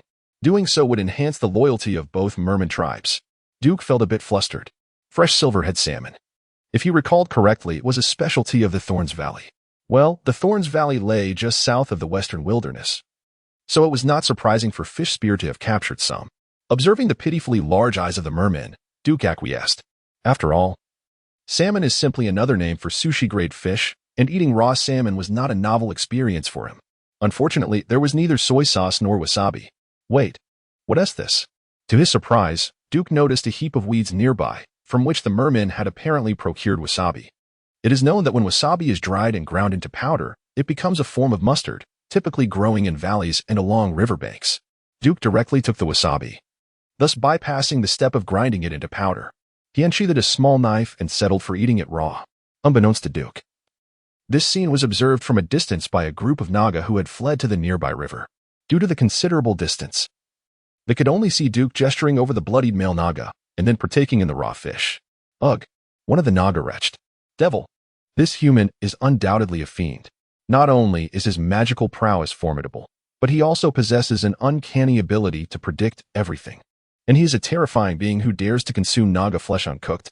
The leader, Avis, trembled all over. Suddenly, not far from Avis, the cries of the fishmen echoed. Oh no, they'd been discovered. It was too late for silencing them. The entire fishman tribe was already in a frenzy, eager to curry favor with their new master, Duke. The fishmen brandished their weapons and surrounded the Naga. Unlike the previous encounter, there were no other targets to divert the fishmen's attention this time. Moreover, they had personally verified that the small river was a dead end. Duke smiled. It was entirely normal for this group of Naga to be unable to escape. Throughout the western wilderness, apart from the large river that separated the elven forest from the western wilderness, all waterways extending to the sea were mere streams. Not far from the shore, they transformed into narrow underground rivers. Both the Naga and the fishmen are aquatic beings, incapable of straying too far from the shore. Beyond the small river lies the desolate expanse of the western wilderness, teeming with various monsters. Just moments ago, numerous carrion birds and vultures were already circling in the sky. It could be said that this batch of Naga had unwittingly cornered themselves into a dead end. Avis, will you lay down your weapons and come over? Or shall I have the fishmen carry your corpses over? Duke spoke in the common tongue of humans, yet he was aware that the Naga would undoubtedly comprehend him. The highborn Naga, descended from high elves, possessed a commendable linguistic aptitude. Avis bit her lip in frustration. The situation was overwhelming. Ultimately, she relinquished her staff, allowing the treacherous fishmen to swarm and seize her and her subordinates' weapons. Most of the battered Naga remained several paces away, while only Avis was brought before Duke, who sat casually on a large rock by the shore. Esteemed human warrior, Vala, the Fury Scale Avis, pays her respects to you. Oh, Fury Scale? Why would the Fury Scale Naga from Blood's Secret Island venture to the western wilderness? Initially, Duke merely asked out of curiosity, yet it stirred a tempest of dread within Vala. Blood's Secret Island is such a secluded place that many human historians are unaware of it. How does this human mage know? In an instant, Vala felt a terrifying illusion that all her secrets had been laid bare before Duke. We are exiles. Exiles. Exiles are those forsaken by their tribes, forced to fend for themselves in a harsh world. Those who fare well, like the high elves of Quel'Thalas, establish new territories and carve out their own destinies. Those who do poorly, like the present Vala, are relentlessly hunted. May I inquire your esteemed name, and how? Shall you choose to deal with us? Initially, Duke intended to speak candidly, but upon reflection, as an ordinary human and a rather obscure mage, he thought it might be unseemly to announce his gathering of numerous alien subordinates. Thus, he casually fabricated a title. I am the Reaper of 100 Hands, but you may address me as Lord Huijia. Chapter 45, Pearl the title Death God of 100 Hands was utterly unfamiliar to Vala. She could not fathom which prominent figure in the realm of humanity bore such a name. However, upon witnessing the multitude of magical hands still hovering beside Duke, she found the moniker most fitting. With Duke having revealed his title, an inexplicable sense of reassurance washed over her, as if this esteemed individual had no intention of annihilating them entirely. Vala, understanding the gravity of the moment, bowed deeply once more. Consider this. Vala, there exists a place in my plans where your services shall be invaluable. Bestow upon me your unwavering loyalty, along with that of your kin. In return for your fidelity, you shall be granted a vast sanctuary. The entire coastal expanse of the western wilderness will become the domain of your clan, with all the mermen bowing to your command. As for the humans, with my presence, they pose no threat. Duke's words were audacious, imbued with a brazen arrogance. Yet Vala found no exaggeration within them. The mermen lived in fear of the Naga, having willingly served them for millennia, adhering to the age-old belief that he who wielded the most powerful arms reigned supreme. Although acutely aware that Duke's hands were mere magical constructs, the lifelike dexterity they displayed was far beyond the capabilities of an ordinary mage.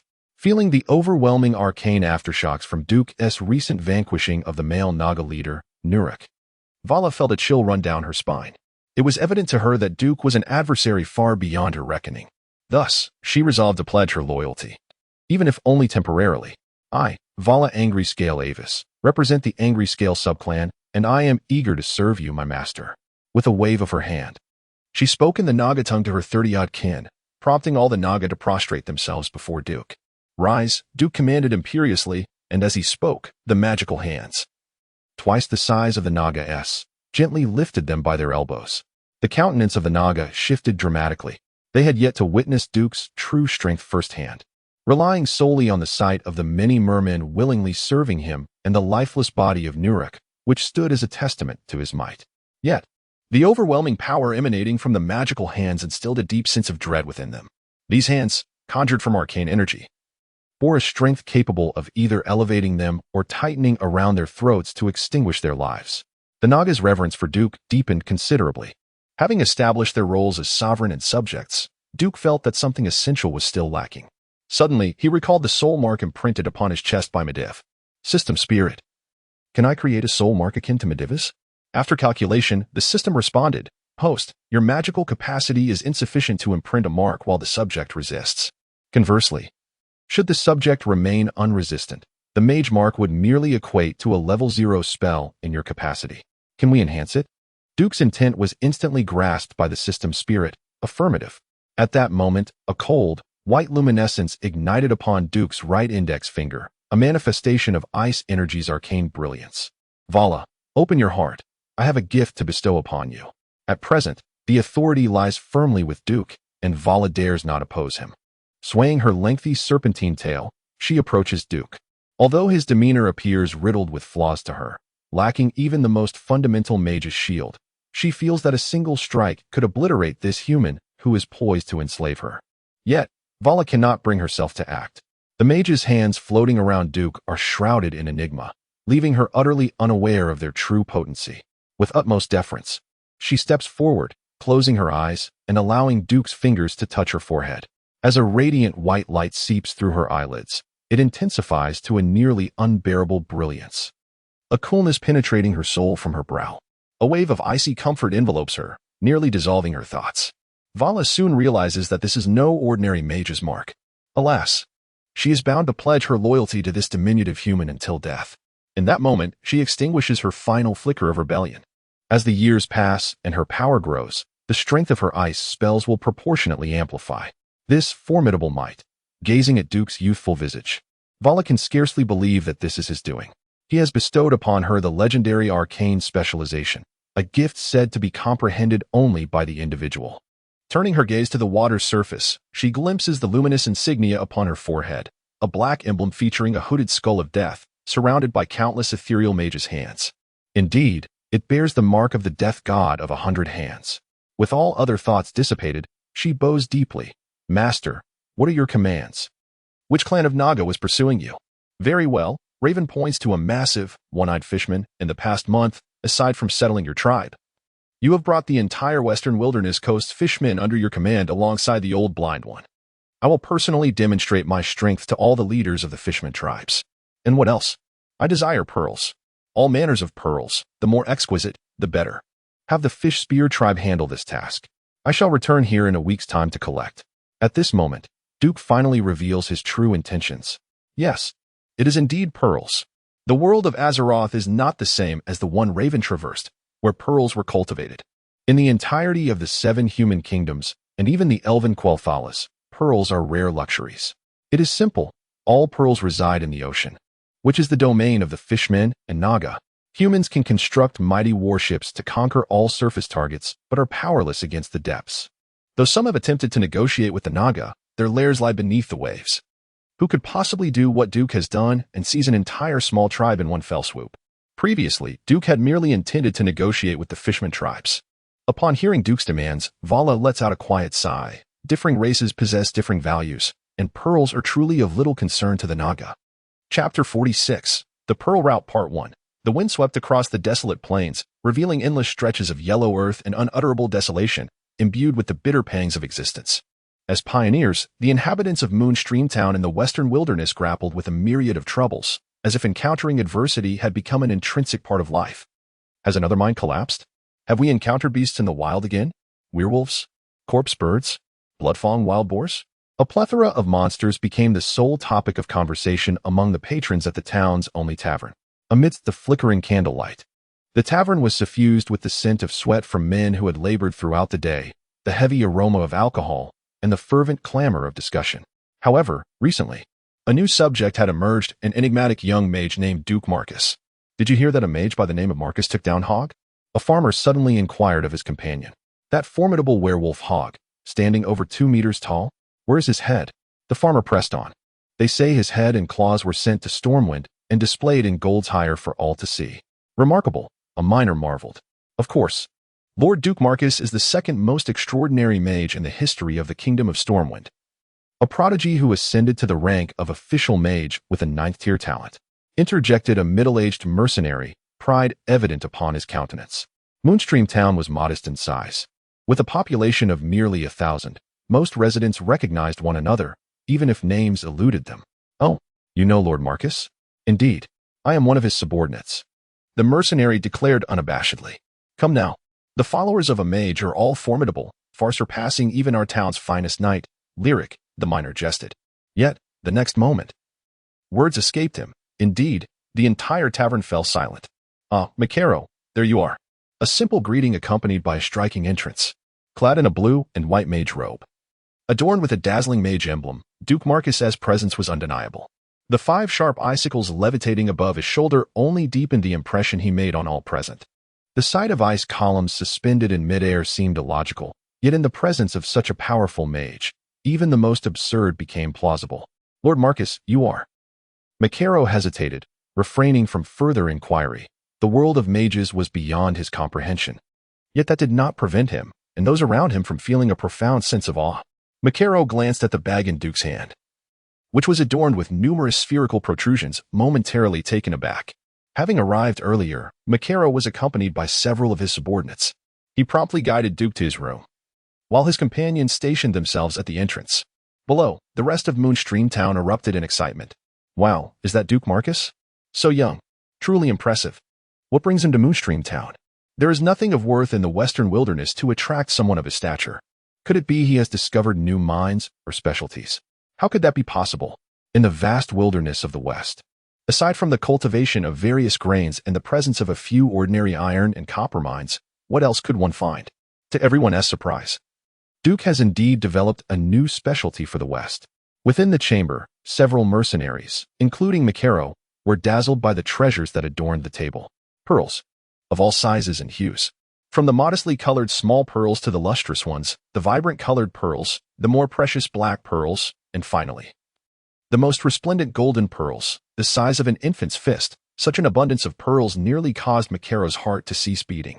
Of course, in addition to pearls, there were various beautiful corals in the yellow translucent shells of tortoises, yet the pearls stood out most prominently. This is a specialty I have developed from the West, and I intend to establish a trade route, aptly named the Pearl Route. The mercenaries gasped in unison. A trade route. That was no trivial endeavor. A trade route implied a stable source for Duke's pearls. The worldly wise Macaro couldn't help but voice his skepticism. Pardon my impertinence, but the entire coastline of the West is infested with those relentless fishmen. How do you? Oh, that, Duke interjected, by a stroke of fortune. I have come to control a tribe of fishmen. They are the ones collecting the pearls for me. Ah, Macaro exclaimed in astonishment. It was said that mages would keep bizarre familiars as their servants, but fishmen, those brutish, savage, and dim-witted beings, were truly beyond their imagination. However, from their initial acquaintance, Macaro realized that this young man was a miracle worker capable of turning the impossible into reality. He had transitioned from shock to a state of numbness, even blind faith. Your Excellency, how may I be of service to you? He inquired. I have placed an order for a fleet of ships with old Jackson at the Stormwind shipyard.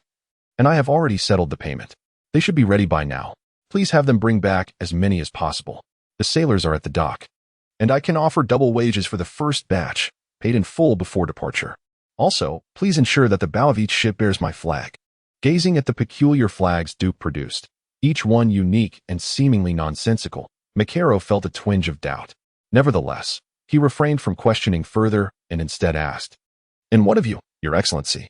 I cannot leave for the time being. As for the funds, you may sell the pearls here first." No, Your Excellency. You still have plenty of bounty left from slaying Hogger. The sailors should suffice. I am not well versed in the pricing of pearls. It would be more prudent for you to handle that personally. Duke rubbed his temples, realizing the scarcity of capable individuals to assist him.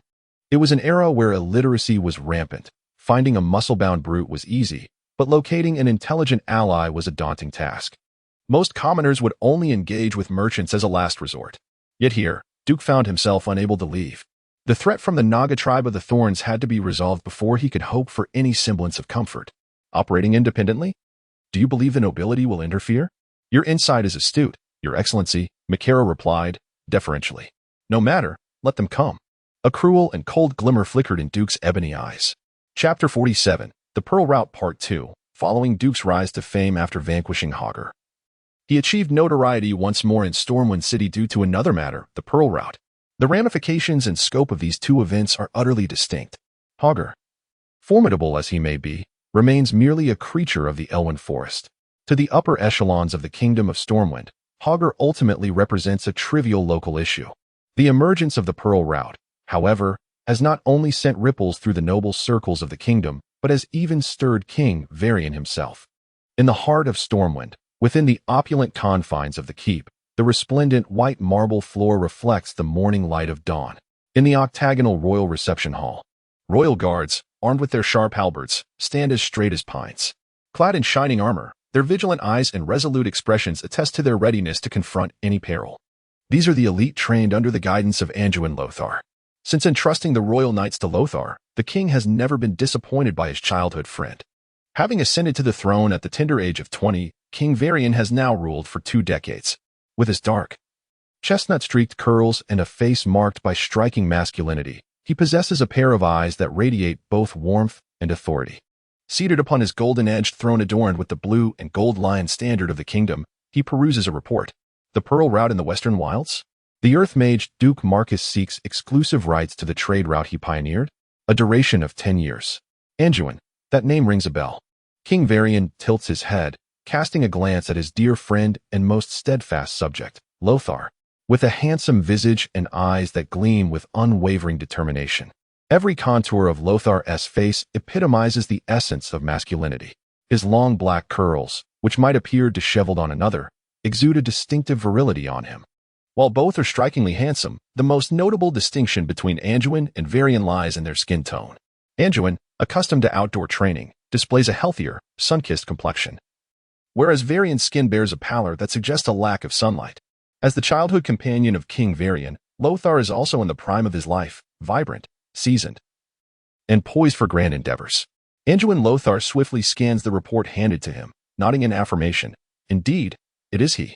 I recently submitted a report to your majesty regarding this. Duke Marcus is the second ever 9th-tier apprentice mage in our nation's history, achieving the rank of Earth Mage on the very day he entered the academy. He is a once-in-a-century genius. He is also a member of the Royal Mage Corps. Varian smiles, a warmth akin to the gentle embrace of spring suffusing his expression. If this Pearl Route is indeed genuine, our kingdom's finances will significantly improve. The rampant monsters in Elwyn Forest have hindered our tax collections. Your persistent urging for the restoration of Stormwind's walls seems to have found a promising solution. However, I find myself pondering a question. My liege, you inquire. Lothar gracefully bows. My domestic advisor consistently informs me that unless I expend half of the National Treasury's annual revenue to sustain a fleet comparable to 1/3 of the maritime power of Kultiras, I should abandon any thoughts of dominion over the sea. How can this Marcus ensure the safety of a maritime route? The application does not elucidate this matter. Nonetheless, I shall conduct a thorough investigation. Ryan lightly flicks the report with his finger. I admire this ambitious young man. Should he bring stable tax revenue to the kingdom annually, I would be inclined to levy merely a 10 tax on him. Loser, kindly issue a warning to those short-sighted individuals. I have no desire to jeopardize the kingdom's budding prospects. Understood, my liege. Loser respectfully withdraws. Duke remains unaware that he has garnered the joint attention of King Ryan and Anduin. At this moment, he is situated on a desolate island off the western coastal wilderness. Quietly listening to Vala's report, the female Naga chieftain appears to have adapted well to her new role, her submissive demeanor providing Duke with a sense of comfort. Master, we have gathered over 3,000 pearls, among which the most valuable include 31 golden pearls and 125 black pearls. Shall I transport them all at once? Duke waves his hand. There is no need for that. Leave 1/10 here. I intend to employ a strategy of scarcity. Scarcity of what? Duke internally sighed. Never mind. This is a matter you wouldn't comprehend. However, remember, the 3 Murloc tribes closest to Stormwind must not be conquered. Only vessels bearing my magical mark are to be escorted, and the trading point shall be established here. When humans arrive on the island, you need only leave a male Naga for the handover. Understood, my master. You may take your leave. Yes. In the distance, 3 modest cargo ships entered Duke's line of sight. As he gazed, apart from Makaro, an unexpected figure also captured his attention. As the vessels drew nearer, Duke realized he was not imagining things. Standing at the bow was a lady of dignified grace, her golden hair elegantly coiled atop her head, clad in a water-blue gown. She seemed to inhabit an entirely different realm compared to Makaro and the young sailors clad in tattered shirts and shorts. A 30-ton small ship did not require a designated dock. Anchoring on the sandy beach was hardly a challenge. Taking advantage of the receding tide, the newly hired captain grounded the vessel on the shore, anticipating the rising tide to facilitate its return to the sea. Almost as soon as the ship was secured, the lady exuberantly leapt down. This middle-aged woman may not be conventionally beautiful, her relatively flat forehead surmounting a pair of slender, darting eyes with slightly arched brows. Her gaze, clear yet astute, was complemented by a petite, pointed nose, revealing a distinctly independent spirit. However, she possessed a unique charm, characterized by the keen instincts of a merchant. While her dignified ladylike demeanor instilled a sense of comfort, swiftly approaching Duke, she gracefully performed a curtsy. Greetings. I presume you are the esteemed Duke Marcus?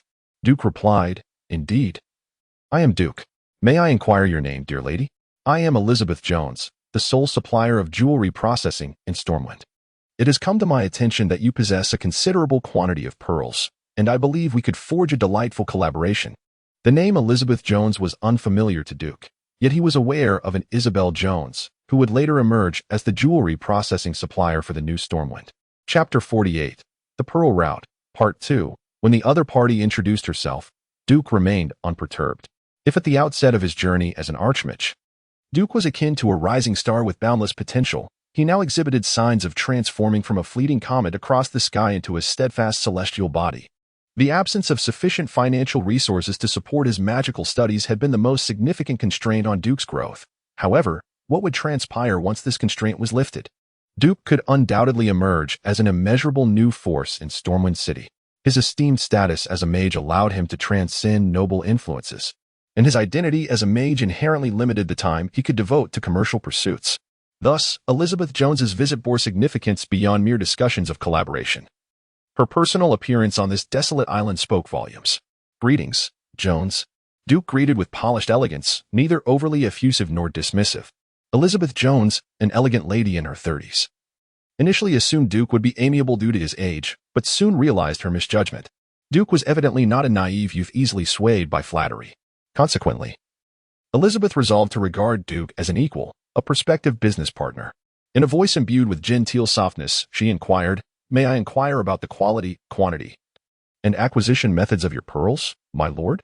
Duke snapped his fingers, and a cacophony of splashing water echoed from the shore. The sudden appearance of mermen startled both Jones and the newly hired sailors. The sailors braced themselves for combat, for they were face to face with mermen. With their vibrant, fish-like forms complemented by robust limbs, 2 mermen approached Duke and Jones, grandly presenting a colossal shell before kneeling in reverence. Duke emitted an unusual sound akin to a joyous exclamation, prompting the mermen to merrily scamper back into the sea. As arcane light emanated from their hands, the sailors gasped in surprise once more. Duke, suppressing a smile, summoned his mage hand to unveil the shell.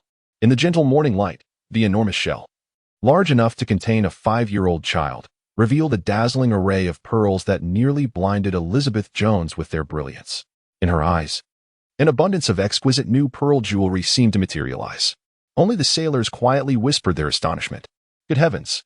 Our employer, Lord Marcus, has tamed the mermen. Those brutish, malevolent creatures that would hunt nearby humans? Duke raised his hand, silencing the sailors' hushed discussions. Turning to them with a smile, he reassured, similarly. The vessels bearing my mage's mark are utterly safe in these waters from the port of Stormwind to here. The mermen will not only refrain from attacking you, but will also protect you from other marine threats. Certainly, venturing into the sea entails considerable risks, as the mermen cannot withstand the formidable marine creatures that exceed their combat prowess. In a moment, both Jones and the sailors felt a surge of warmth in their hearts. Splendid. Departing from Stormwind on land, heading south to Gold's Hire, then proceeding west through the Westfall Keep into the western wilderness, ultimately reaching the northern beaches, would require a full week's journey. Conversely, the maritime route offers unparalleled simplicity, setting sail from the port of Stormwind, following the southwestern coastline. The destination can be reached within a day. The wait is tedious, in fact, within the confines of the ship's cramped quarters. Duke had fundamentally established a cooperative agreement with Elizabeth. This is a decade-long contract. Henceforth, Duke is to ensure an annual supply of no less than 1,000 pearls to Elizabeth Jones's jewelry store. As the raw material supplier, Duke shall receive 40% of the final retail price of the pearl jewelry, with the price being mutually agreed upon at the time of delivery. Upon delivery, Duke will hand over the goods and receive payment simultaneously. After Duke delivers the first batch of pearls, Elizabeth is required to pay an additional 10,000 gold coins to Duke as a signing fee for the exclusive sales rights of Duke's pearl trade route. Within the cabin, Elizabeth's attendant presented a fine wine, symbolizing their agreeable collaboration. Duke and Elizabeth gently clinked their glasses in a toast to their partnership. To be candid, Lord Marcus, I must remind you that this method of collaboration will yield me greater profit than you might anticipate. If you are amenable to post-sale settlements, quarterly reconciliations could potentially double your wealth compared to the current arrangement. Duke gently swirled the liquid in his goblet, allowing the aromatic essence to waft through the air. Taking a delicate whiff, for a merchant, the pursuit of greater profit is instinctual. Yet, I am first and foremost a mage, and only thereafter the master of the pearl trade route. I comprehend your perspective. Indeed, it is precisely because our values differ that we are able to enjoy such a pleasant collaboration. Duke's smile held a hint of intrigue. Moreover, your decision to purchase my pearls outright entails considerable risk. A slightly lower selling price is not out of the question. Although he felt a twinge of remorse, he could not help but remark, Lord Marcus, you exhibit a level of maturity that belies your years. Nonsense. I am but a university student. Though he harbored these thoughts, Duke felt a pang of guilt. He was uncertain how long this pearl venture would be profitable for Jones. All he knew was that should the orcs invade and Stormwind fall, Jones could incur substantial losses. Alas, for the future of Stormwind, amen. Good luck. Through the auspices of Elizabeth Jones, Duke's pearls swiftly became the new darling of the high society in Stormwind, with nearly all the upper-class nobles aware that Duke Marcus possessed a veritable golden goose. Yet, no one could interfere. It was not that no nobles had considered encroaching upon the pearl trade route. Those covertly dispatched fishing vessels invariably fell victim to merman attacks, suffering heavy casualties. Duke, however, remained indifferent, asserting, those mermen are not my concern, their affairs do not involve me. Thus, Duke ascended the steps of the Royal Sorcery Academy's library in Stormwind, bearing an enviable fortune that elicited the admiration of those around him. Confronted by the librarian, who informed him that each spell copy came at a cost, Duke simply replied, Please package them all. I desire every spell at the Earthmage level. Chapter 49. The facade of grandeur. I have encountered extravagance, yet never have I witnessed such opulence. It is not merely a display of wealth, but an air of eccentricity as well.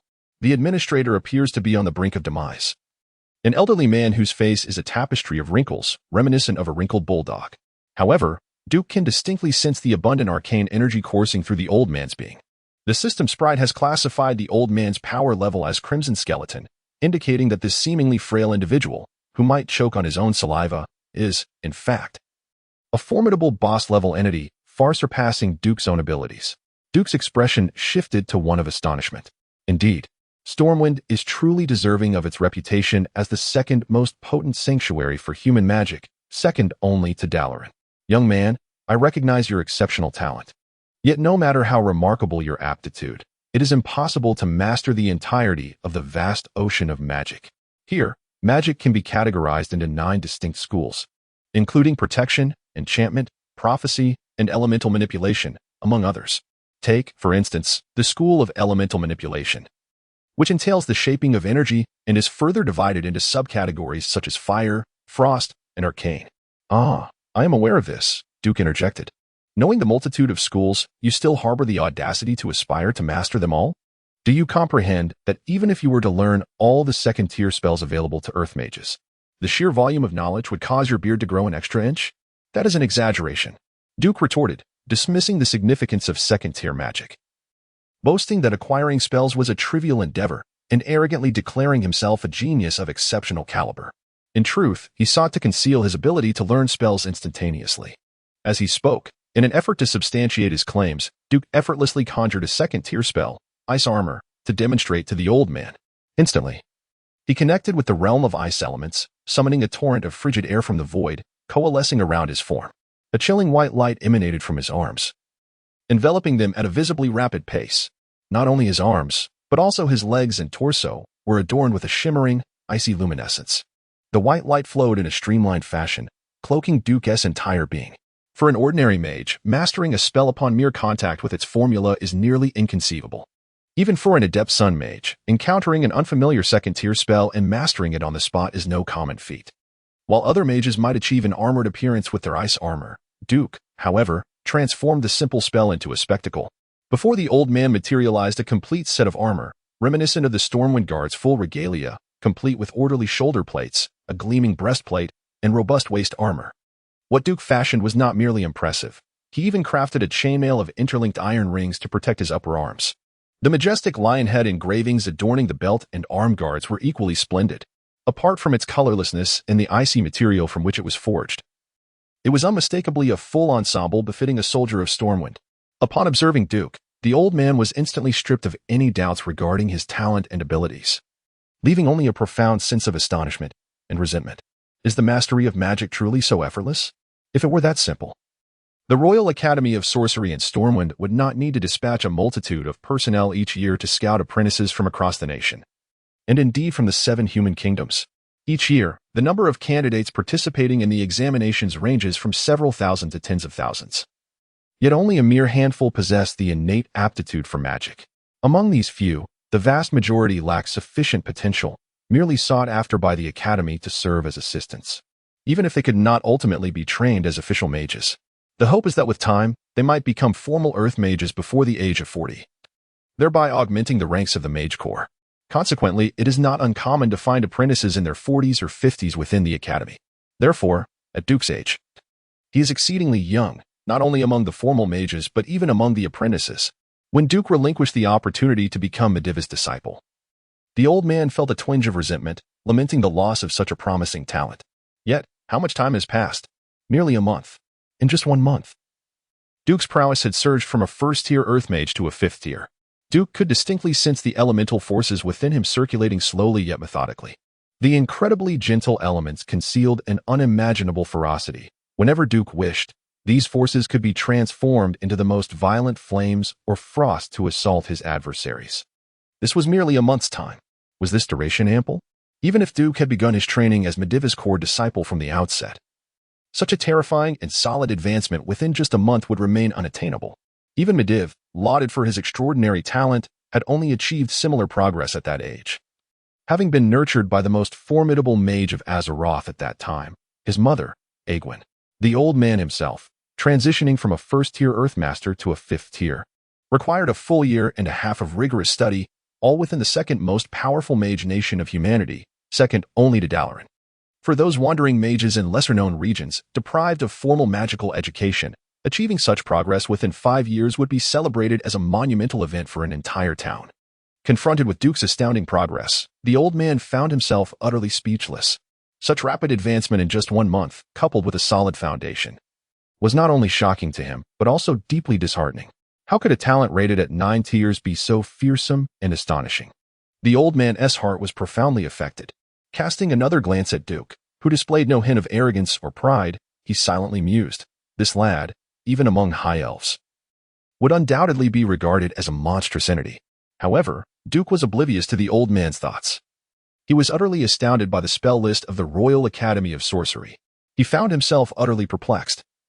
Unable to ascertain whether the spells of the mage class in the original game had been intentionally diminished, evolving into a purely offensive and crowd control-oriented magical profession, or if Azeroth inherently possessed such a plethora of spells. The arcane repertoire included Greasy Spell, Fog Concealment, the Prophetic Arts featured Identification Spell, and the Enchanting Domain boasted Hypnosis Spell. When the old man presented an enormous stack of spellbooks, towering like a small mountain and adorned with a teasing expression, Duke felt a shiver run down his spine. However, having made such bold claims, he resolved to learn, even if it meant donning a facade through tears. He was determined to see it through to the end. Chapter 50. The Legacy of Old Man Norton. Duke discovered a rather daunting reality: the limitations of the system sprite. It turned out that the system sprite was a construct of the scientific realm, for magic that could be elucidated by science. The system sprite was akin to a divine entity. Take, for instance, the previously encountered ice and fire magic. The system sprite not only enabled Duke to instantaneously master these spells, but also facilitated the immediate derivation of numerous advanced magical specialties, thereby enhancing the potency of his magic from every conceivable angle. However, certain categories that felt less scientific, or those unfamiliar to Duke, such as the enchantment school S, hypnosis, were deemed indiscernible by the system. The divination school S, linguistic comprehension, spell, which allowed the user to understand spoken words but not to read or write, was similarly rejected with the response that it did not conform to the principles of translation, thus rendering it indiscernible. Most notably, the necromancy school directly informed Duke of its lack of unknown necessary conditions, rendering it inaccessible to him. Duke recognized that he had been overly demanding. The old man in the library had clearly stated that the various techniques for casting spells and advanced magical specialties were typically imparted by mentors to their disciples. One could not glean any essence of these arts externally, save for some rudimentary techniques presented in public lectures by select instructors to the entire student body. If one wished to learn, it was a matter of equitable exchange. The crux of the matter was that Duke had previously rebuffed Medivh, and it seemed unlikely that any other mentor would be inclined to engage with him regarding magical techniques apart from Old Man Norton. Most critically, Duke was astonished to realize that the overall magical proficiency within the academy was rather lacking. Aside from Medivh, only 2 star mages remained to uphold the academy's reputation, and he could not locate any spellbooks of level 5 or above within the library. To acquire more profound magical knowledge, one would either have to journey to Dalaran or to Karazhan. Yes, the very stronghold of Medivh, now under the control of the Burning Legion's overlord, Sargeras. As the guardian and the son of the former guardian Egwene, Medivh possessed a private mage tower in Karazhan. To the south of Elwyn Forest lay the Twilight Forest, with the southeastern part leading to the Deadwind Pass, where Karazhan was situated. This region was effectively Medivh's domain, strictly off-limits to outsiders. Had Duke accepted Medivh as his mentor earlier, he would have gained access, but it was equally likely he would have been devoured whole. The limitations of the Stormwind Academy of Sorcery were thus laid bare. How might I transcend these boundaries? As Duke pondered this with a hint of melancholy, a knock echoed at his dormitory door. Who is it? Duke, it's me, Daniel, and I brought Aitana along as well. With a flick of his wrist, Duke employed the transformation spell switch. The door lock, situated 10 meters away, was effortlessly released. With a soft click, the door swung open, revealing Daniel and Aitana, both momentarily taken aback by Duke's seemingly remote position as the door's opener. Daniel stretched his sturdy neck, as if trying to ascertain whether there were others behind the door or if Duke had summoned a servant. It's just a switch spell, Aitana softly reminded him. Daniel chuckled, scratching his head, and strode confidently into the room. Due to Daniel's imposing stature, which occupied 2/3 of the aisle, Aitana could only follow behind like a subordinate as they entered. Raising his head from a pile of books, Duke noticed that Daniel appeared to be exhaling in relief. What is this? I never realized you possessed a human side, Duke. I assumed you had no need to learn and had directly ascended to the level of Guardian Medivh. She chuckled. Duke could only helplessly shrug his shoulders. All right, have you come to see me regarding Master Norton's matter? Thank you, Duke smiled, his gaze shifting to the robes of the two, his grin growing brighter. Daniel bore the insignia of 2 small books on his chest, while Aitana displayed 3. This represented the distinction between a novice apprentice and an intermediate apprentice at the Royal Academy of Sorcery. The number of apprentices merely reflects their innate talent. Only the quantity of book symbols signifies an apprentice's standing. Of course, there are those who linger at higher apprentice levels for quite some time. Facing Duke's gaze, Itana felt a bit bashful. We cannot compare to you. Not only the earnest Daniel, but even Itana's face betrayed an unmistakable delight. There was no denying it. Duke had recently garnered much attention. First, he had slain Hog, and then he independently established a pearl trade route. Even their mentor had hinted at the importance of engaging more with Duke. Thus, they accompanied Duke to Master Norton's private laboratory on the northern side of the academy. Only a Master of the Morningstar rank or above is permitted to construct their own mage tower within the academy grounds, as a sky mage. The old Norton merely possessed a standalone house with a yard to serve as his laboratory. As if sensing Duke's arrival, the gates of the courtyard opened automatically. The staircase that should have led to the main hall on the first floor unexpectedly rose in steps, transforming into a direct ascent to the third floor. Just as Duke set foot on the first step, he suddenly heard a voice, "Steady yourself." In the next moment, the entire flight of stairs moved like an escalator, transporting Duke to the third floor. At the top of the staircase was a circular window, which spiraled open just as Duke was about to arrive.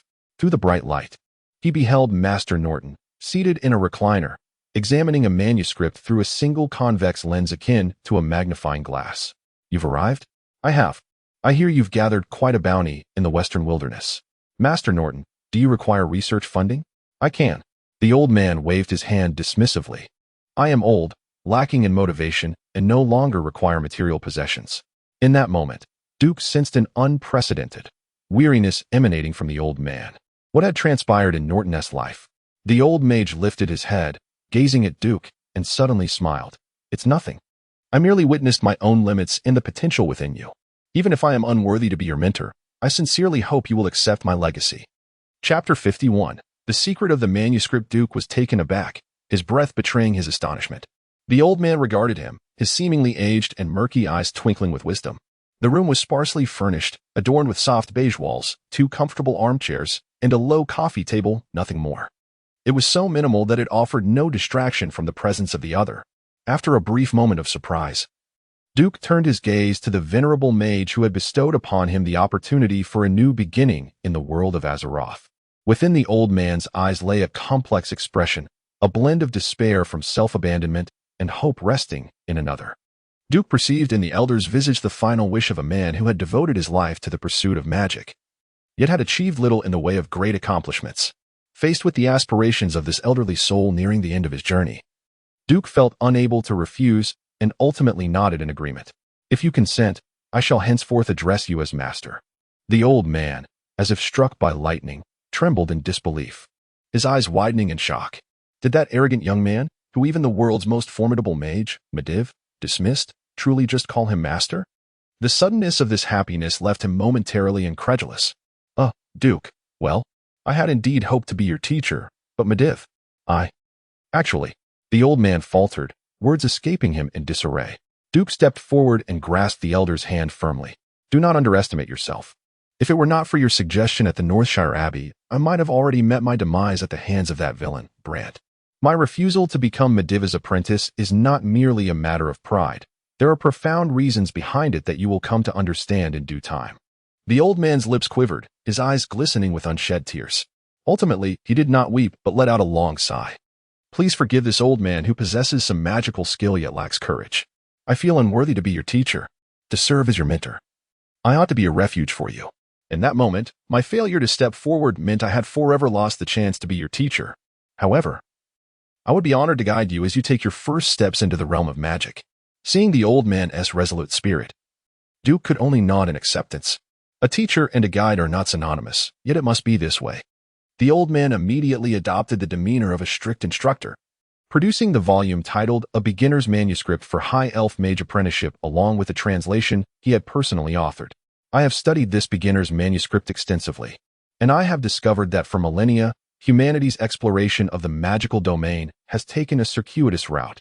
"A circuitous route?" At this, the elder pointed at the elven script within the manuscript, suddenly spitting in disdain. Indeed, this was the safest method of cultivation.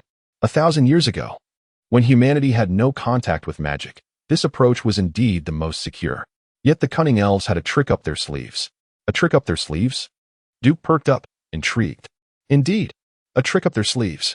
Do you know why the High Elves are inherently more adept at wielding magic than humans? Duke furrowed his brow. Is it due to racial talents? While that is certainly a factor, there lies another reason. The Sunwell. Duke suddenly grasped the implication. You mean? Indeed. For those with exceptional physical attributes, the foundation of magic can be swiftly cultivated. No. Even apprentices with merely average physical capabilities can easily ascend to the level of a Morningstar mage. The prerequisite, however, is the presence of a source of concentrated magical energy, which must continuously transform the body, specifically during the developmental phase of childhood. Duke felt overwhelmed. Where could he possibly find a Sunwell? Such a treasure is tightly guarded by the High Elves, and anyone who dares to approach would face fierce resistance. He certainly did not possess the prowess to negotiate with the Sun King in Quel'Thalas. At that moment, old Norton clapped Duke on the shoulder. I wager that even the person who gifted you this apprentice's handbook is oblivious to the incredible treasure they bestowed upon you. Duke corrected him internally. It was she, not he. The first 49 pages bore little distinction from the human mage apprentice training manual, perhaps just slightly more refined. But the final page. The old man turned to the last page of the handbook, and although Duke did not understand Elvish, he could see that the script had suddenly become hasty and informal, contrasting sharply with the preceding elegant and dignified handwriting. The old man also opened Duke's translated version. To his surprise, the last page remained untranslated. Do you know why I left it untranslated? Duke shook his head. Duke was taken aback. As old Norton explained, Duke quickly understood the reason. According to the historical timeline within the game, it would not be long before Quel'Thalas fell, plunging all remaining High Elves into an inescapable addiction to arcane energy. As the king of the High Elves, Sun King Anasterion was undoubtedly aware of the detrimental allure of the Sunwell for his people. Thus, he sent Kael'thas to Dalaran for his studies, indirectly providing Kael'thas with greater hope and a broader future. Yet, the Sun King did not foresee that this seemingly inconspicuous selfish desire would eventually find its way into the hands of Illyria, and then to Duke. Duke suddenly sighed. Illyria truly was his benefactor. Chapter 52. The Arcane Circuit, Part 1. Old Norton handed over the manuscript of Kael'thas' mage apprentice. Duke, place your hand upon it. And do not resist the visions it imparts. This will be an invaluable inheritance. Gently, Duke placed his hand on the manuscript, and an immediate system prompt emerged. Host. An unknown neural transmission has been detected. The assessed danger level is below 3. Do you accept the transmission? Yes. As a peculiar azure arcane energy flowed from the old man's hand into the final page of the tome, the arcane script upon the page came to life, writhing and coiling before merging and intertwining to form intricate arcane patterns. Duke's perception was entirely transformed. A vision of a starry cosmos unfolded before him. Even his own existence seemed to dissipate, devoid of breath or thought. He felt his essence transmute into countless strands of spiritual filaments. He could distinctly sense his spirit rejoicing, stimulated by an enigmatic force, as waves of magical energy surged through each filament like a rising tide. Then, innumerable strands began to intertwine, coalescing into clusters resembling braids, which in turn amalgamated into a more substantial form. The barriers between the spiritual strands inexplicably dissolved, transforming the slender threads into small conduits, which subsequently merged into larger ones. As these conduits expanded in Duke's perception, they ultimately coiled into a closed loop, a long tube connecting its ends. Duke could vividly see the brilliance of arcane energy surging within the immense tube, incessantly crashing against the scab-like barrier at its head and tail. It seemed that the arcane energy within was insufficient to breach this barrier, but at a critical moment, an indescribable wave of external spiritual force surged forth, akin to summiting a lofty peak only to behold an ethereal summit even higher within the clouds, elevating Duke's comprehension of power to an unparalleled degree. No, this elevation was not an ordinary technique. Duke not only sensed the old man's power, but also an unfamiliar, mysterious energy, imbued with a gentle heat. Suddenly, it dawned on him. This was likely the spiritual essence left by the High Elf Sun King Anasterion. Duke was uncertain whether Kael'thas had ever benefited from this. But now this spiritual force was entirely his. A point, a line, a surface, a three-dimensional form, slowly projecting, gradually shaping. He could still discern the old man's voice, echoing as in a previous Life-S game, where arcane served as the engine for a mage's magical energy. A mage's talent was either arcane plus frost or arcane plus fire. Without the arcane, there would be no sustainability, and magical energy would swiftly deplete. All right, young man. Do not be greedy. It is time to conclude. The old man's voice resonated through the haze. Yet at that moment, Duke realized he could not stop. Damn it! The old man cursed in frustration. In the following moment, his voice abruptly ceased, yet the essence of his mental energy persisted. Suddenly, the reason became clear. Kael'thas. The Kael'thas within the game perpetually exuded an aura of magnificence, with several orbs of magic, a blend of arcane and flame, hovering above his head. These orbs served not only as a testament to his continuous honing of magical prowess, but also as a means of storing mana. When considering that Kael'thas' spells predominantly revolved around fire, the nature of the Sun King's techniques became apparent. They must be of the dual attributes of arcane and fire. Known as arcane fire, Duke felt his mental energy surging like a blazing inferno, engulfing him in an overwhelming sensation akin to being immersed within a furnace. His skin was seared by the intense heat, as if his very hair were singed. Each vein in his body coursed not with blood, but with molten lava. The overwhelming heat dominated his psyche, rendering him unable to suppress the tumultuous feelings within. He yearned to unleash, to vent. Duke was uncertain whether he had roared aloud. Had he been in the realm of reality rather than the mental sphere, his roar would likely resemble that of some frenzied, primordial beast. There was no respite to be found, as though he had just clawed his way up from the depths of a canyon, only to be thrust immediately into the ascent of the summit of Mount Hyjal. Chapter 53, The Arcane Circuit, Part 2. Duke yearned for a moment's respite. Yet he found himself unable to relent. This was a decisive surge. Should he falter now, the costs and torment of future attempts would be unfathomable. Gritting his teeth, he pressed on. Unbeknownst to Duke, at this very moment, he was causing considerable distress to the old man. The fire elements emanating from Duke coalesced as if they had summoned the very flames of the entire Stormwind city into the cramped room, igniting nearly every flammable object within. Fortunately, old Norton was shielded by a magical barrier, but the chair he occupied, the coffee table, and even the walls were engulfed in fierce flames. Unable to withstand the extreme heat and pressure of the fire elements, all the windows shattered instantaneously. And immense tongues of fire licked the air before cascading down like liquid from the windows, transforming each opening into a waterfall of flames. These fiery cascades, akin to torrents of water, crashed upon the grass, instantly reducing it to charred remains, while vast quantities of fire elements erupted, forming colossal, mist-like fireballs.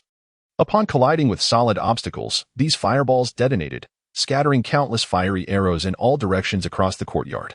A startled scream escaped from Aitana, who stood vigilant outside the courtyard. At the moment the windows exploded, Daniel swiftly grasped her arm, urging her to flee with him. Flames surged around Norton's laboratory, engulfing all the grand trees in the courtyard, accompanied by the crackling of burning wood and the thunderous collapse of trees. The entire courtyard of Old Norton was irrevocably devastated, along with the adjacent courtyards of other mages, all swept into this vortex of destruction. The sole consolation was that this was the experimental zone of the Academy. Most mages were akin to reckless young princes, and the Academy had long prepared for such explosive experiments. The devastation was confined to the courtyards. As soon as the flames approached any structure, radiant magical shields flared to life. These protective barriers effectively resisted the onslaught of fire, allowing the fiery tide to surge through the gaps between buildings, carrying with it a myriad of debris. It resembled the act of squeezing toothpaste. The initial span of the inferno was merely a few dozen meters, yet under pressure, the wall of flames expanded over 100 meters in all directions before it abated. The entire Royal Academy of Sorcery was roused. Good heavens, who is ascending? What an exaggerated surge of magical energy. Is it Khadgar? No, it cannot be him. That is, Norton's laboratory? Speculation swirled among the onlookers, while Daniel and Aitana, still in shock, gazed at the transformed experimental area, mouths agape, speechless. All the roads and pathways had turned a charred black, with swirling clouds of gray ash, and many stone statues along the main thoroughfare bore the marks of soot. Did Duke do this? Aitana, still trembling, ventured. It seems likely. Daniel replied, though uncertainty lingered in his voice. He felt a tremendous explosion in his mind, as if an immense and searing force erupted from a region of his spiritual ocean that had never before been touched by his consciousness. Like the detonation of a mountain, the flame of power, disdainful of the confines of Duke's spiritual realm, began to carve out its own space within his mental world. Good heavens, this was sheer folly. Duke and Appos, S complexion turned pale. In his ears, the system sprite and Appos, S warnings rang incessantly. Warning! Warning! Not only the system sprite, but Duke himself was on the verge of madness. Was there no alternative? Yet here he was in Stormwind, uncertain if there existed ley lines or sources of magical energy in this place. Caught off guard, There was no time to lose. Was there truly no alternative? This was the second time Duke had asked. Yes, let me try Keldats. Initiating the comparison of the original manuscript and the translation, converting the common tongue into High Elf language. Command testing in progress. Command incorrect. Please re-enter. Sun King. Incorrect. Sunwell. Quel'Thalas. Darling. Light of the High Elves. Incorrect. Incorrect. Incorrect. Still incorrect. Duke was nearing the brink of insanity. Almost feeling as if he were being drained to a husk, yet he had to foolishly test these passwords here. Sunstrider? Oh. Ashes. Duke took a deep breath and attempted over 100 commands, all yielding the frustrating result of being wrong. Was there no automated system to input numerous passwords and verify their accuracy? Damn, must he still rely on the Sunwell? In this life-or-death moment, Duke could not help but curse aloud. Damn, must I still rely on the Sunwell? Congratulations, host, the command is correct. A large character of dismay appeared on Duke's face. Chapter 54, The Arcane Circuit, Part 2, in a fit of rage. It is only natural for the Sun King to issue such a decree. Fire, in most instances, is not a gentle force. The Sun King's secret art of arcane fire symbolizes not only brilliance but also destruction and tyranny. Duke certainly hoped to unleash his overwhelming dominance, making the very forces of nature bow before him. The reality, however, was quite different. Oh dear. Lacking sufficient power, he resorted to thievery. Duke nearly spat out a mouthful of blood. To abstain from stealing would mean death. It was evident that the small mages around him possessed little wealth, akin to scant funds in a bank. Thus, Duke unhesitatingly directed his nefarious intentions toward the most valuable treasure trove in his eyes. Mediva's Tower. Indeed. Mediva's true lair lay within Karazhan. Yet, as the chief archmage of the Stormwind Kingdom, Mediv also maintained a tower in Stormwind City as a place of refuge. Mediv was malevolent.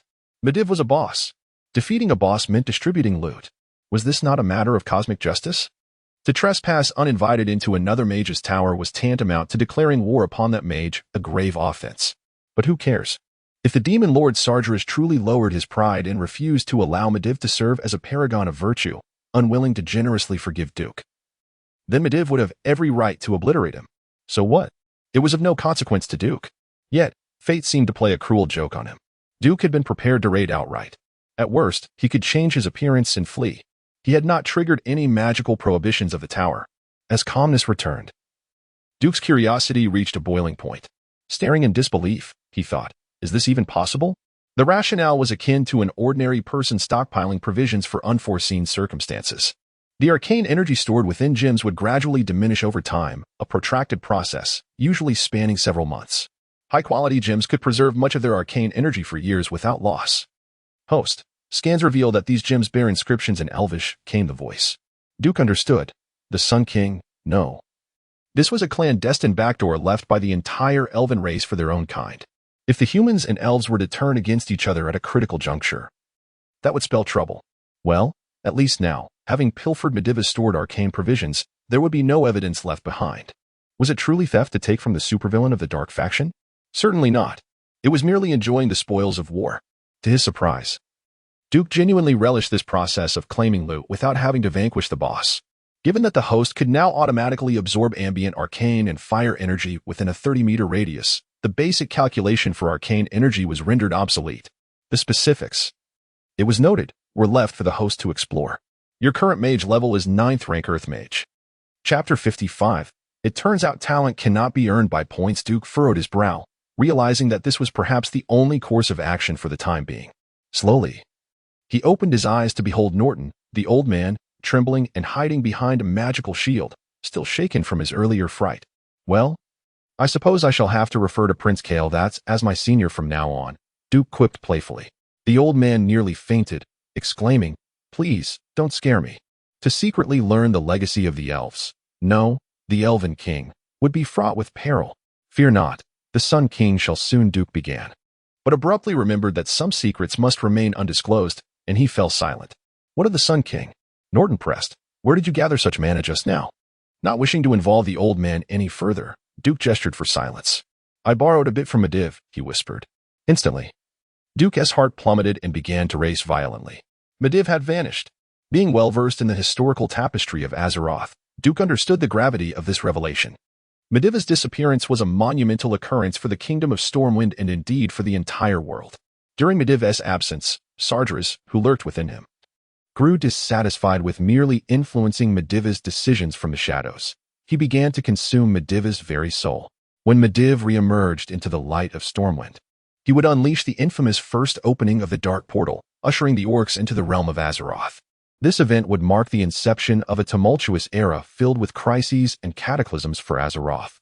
In that moment, Duke felt as though the wheels of history, which had seemed to stall, were once again inexorably turning toward an irreversible fate. Duke could only respond with incredulity. All right, I admit. I did take the mana from the mana crystal that Mediv left in the Mage Tower. But it was T-theft. It was the Sun King's backdoor. He revealed to Norton the secret passage left by the Sun King through his mental prowess. The old man was left in a state of mixed emotions, both astonished and pleased. Compensation? I doubt that. The next time we encounter Mediv, he will have become a boss of the Burning Legion. Why would I offer gifts to a boss instead of fighting him? I must be out of my mind. Nevertheless, Duke's revelation served to comfort the old man. When Duke proposed to compensate Norton for the mana crystal, the old man declined. No need. I have no offspring. I dedicated much of my life to the pursuit of arcane knowledge, only recently realizing my own mortality and contemplating the need for a disciple. Though you may not be my true apprentice, I regard you as my closed-door disciple. Perhaps Atana has a better chance of becoming a sky mage, but for Daniel, achieving the rank of earth mage in this lifetime would be quite an accomplishment. The old man placed his hand upon Duke's shoulder. My research will rely on your assistance to carry it forward. Duke felt his eyes welling with tears. You need not be surprised. When you grow old, you will think similarly. Very well, since you have established a solid foundation, you may commence your formal study of my arcane techniques starting tomorrow. Understood. At that moment, a cacophony of sounds emanated from outside, indicating the arrival of the guards and on-duty mages from the Academy of Sorcery. Hey, Abelin Norton, you old codger, are you dead? If so, just grunt. Came a coarse shout from beyond the window. Very well. And what of that little rascal, Duke Marcus? In due time, you shall be seated alongside him in the Sky Mages and Oppos assembly. Oh, for heaven and Oppos' sake, my life has been in vain. By the way, where shall the bill be sent? To your place, or to Marcus's? This time, the losses are considerable. It won't be settled without several thousand gold pieces. At the mention of several thousand gold, Norton recoiled slightly. Of course, it's that young rascal Marcus who will handle it himself. Duke, momentarily speechless, found his earlier gratitude for the old man's decision not to make him pay for the crystal dissipating entirely. Hey, wasn't it agreed that the mentor would take care of everything? Return my gratitude. Faced with Duke's woeful gaze, the old man deftly shifted the topic. Indeed, your foundation in the arcane arts has been well established. Now is the time to deepen your understanding of magic. Starting tomorrow, you shall come to me for instruction in arcane techniques. Very well, consider it tuition fees. Following that day, the entire academy buzzed with the news of Duke's ascension to the rank of 9th-level Earth Mage. The gazes of all the formal mages towards Duke transformed. Unlike the simplistic mechanics of games where special effects are acquired merely through skill points, in a scenario where the system's sprite could not decipher, Duke was compelled to embrace the role of a genuine apprentice, constantly relying on his intuition to perceive the arcane. Time and again, through a cycle of failures and practice, he persevered. The frequency of his failures was so overwhelming that Duke could scarcely recall the number of times he had stumbled. At long last, Duke triumphed. Arcane Mastery reduces the target's resistance to all your spells. The precise effect will depend on your ability to discern the target's weaknesses in practice. Just when Duke believed his days of study would stretch endlessly ahead, a spell mark on his hand began to radiate warmth. Chapter 56, Is it true that Naga are seeking their demise? On that particular evening, Duke feigned an inspection of the shipbuilding progress at Stormport. Subsequently arriving at a rocky shore nearby, the rugged boulders provided excellent concealment. Even a regiment could easily remain undetected in such a setting. Come forth, Duke uttered calmly. Master, Nagavala said, her arms gracefully layered upon her shoulders as she bowed to Duke. What news? Vala directly addressed the matter at hand. The Grayscale clan has arrived. They have traversed the treacherous reefs across the Thorn Valley and will reach the waters adjacent to the southernmost point of the western wastes, the Dagger Ridge, by tomorrow. I have instructed the old blind seer, who has long dwelled in the southwestern wilderness, along with his kin, to retreat. They are expected to arrive at our new encampment of the Furious Scale Naga by dawn the day after tomorrow. In a confrontation of equal status, a single Naga could effortlessly dispatch 10 Murlocs. It was not merely a matter of combat prowess. The innate dominance of a higher-tier creature over a lower-tier one would render the Murlocs incapable of unleashing more than half of their potential strength. To recklessly send the Murlocs into battle would be tantamount to inviting their demise. Duke slightly raised his chin. "You have performed admirably." Vala deeply bowed once more, then added, "Furthermore, I extend my congratulations on your ascension, Master. Upon my arrival near Stormwind, I could sense the surging arcane power emanating from your mark." Vala nodded, bowed again, and then turned to glide gracefully into the depths of the ocean, her emerald form melding with the waves. Duke was indifferent to Vala's subtle musings. His mark served to communicate his strength and weakness effectively. As long as Vala could not afford the cost of betrayal, her loyalty would remain unwavering. Turning back, Duke set out in search of Makalo. The following morning, before the dawn had broken, fishermen were already preparing to embark on their fishing ventures. The dock was graced by a distinguished guest, the Earth Mage Duke Marcus, accompanied by Makalo and a dozen mercenaries. Next to the report board at the dock stood a raised platform, typically reserved for significant announcements. Today, Duke ascended the platform, his blue and white mage robes gleaming brilliantly, causing many fishermen to avert their gaze from him. Makalo and his crew donned crisp and efficient leather armor, with daggers secured at their waists and on their thighs, a typical attire for naval combat. Duke nodded slightly, prompting Makalo to step forward and proclaim to the fishermen, "Now, the owner of the Pearl Trade Route and member of the Stormwind Royal Mage Corps, the esteemed Earth Mage Duke Marcus, has a rather perilous enterprise to undertake." "Somewhat perilous? A grand venture? Why would it involve us fishermen?" In the absence of Murloc attacks, Naga, or sea beasts, the fishermen had been enjoying a remarkably calm period, earning wages that sparked envy among them. They had often faced reproach from their families for failing to seize the opportunity to amass their first fortune along the Pearl Trade Route. In times of relative peace, the human spirit's propensity for adventure is easily ignited.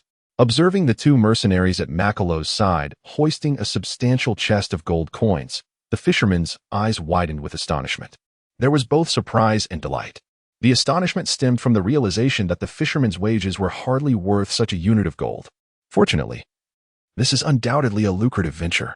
With a somewhat hoarse voice, Makaro continued to proclaim, "Rest assured, my Lord Marcus does not require you to engage in any piratical dealings. At present, a band of Naga is poised to assault your lordship's warehouse. He desires that you sink your old fishing vessels at a designated location, thereby ensnaring those wretched Naga. In compensation, your lordship shall provide you with a brand new fishing boat of equivalent size or alternatively offer you 500 gold coins. Each fisherman daring to scuttle their vessel shall receive a reward of 2 gold coins, and in the unfortunate event of disaster, the compensation will amount to 10 gold coins. Before setting sail, each individual may claim their gold."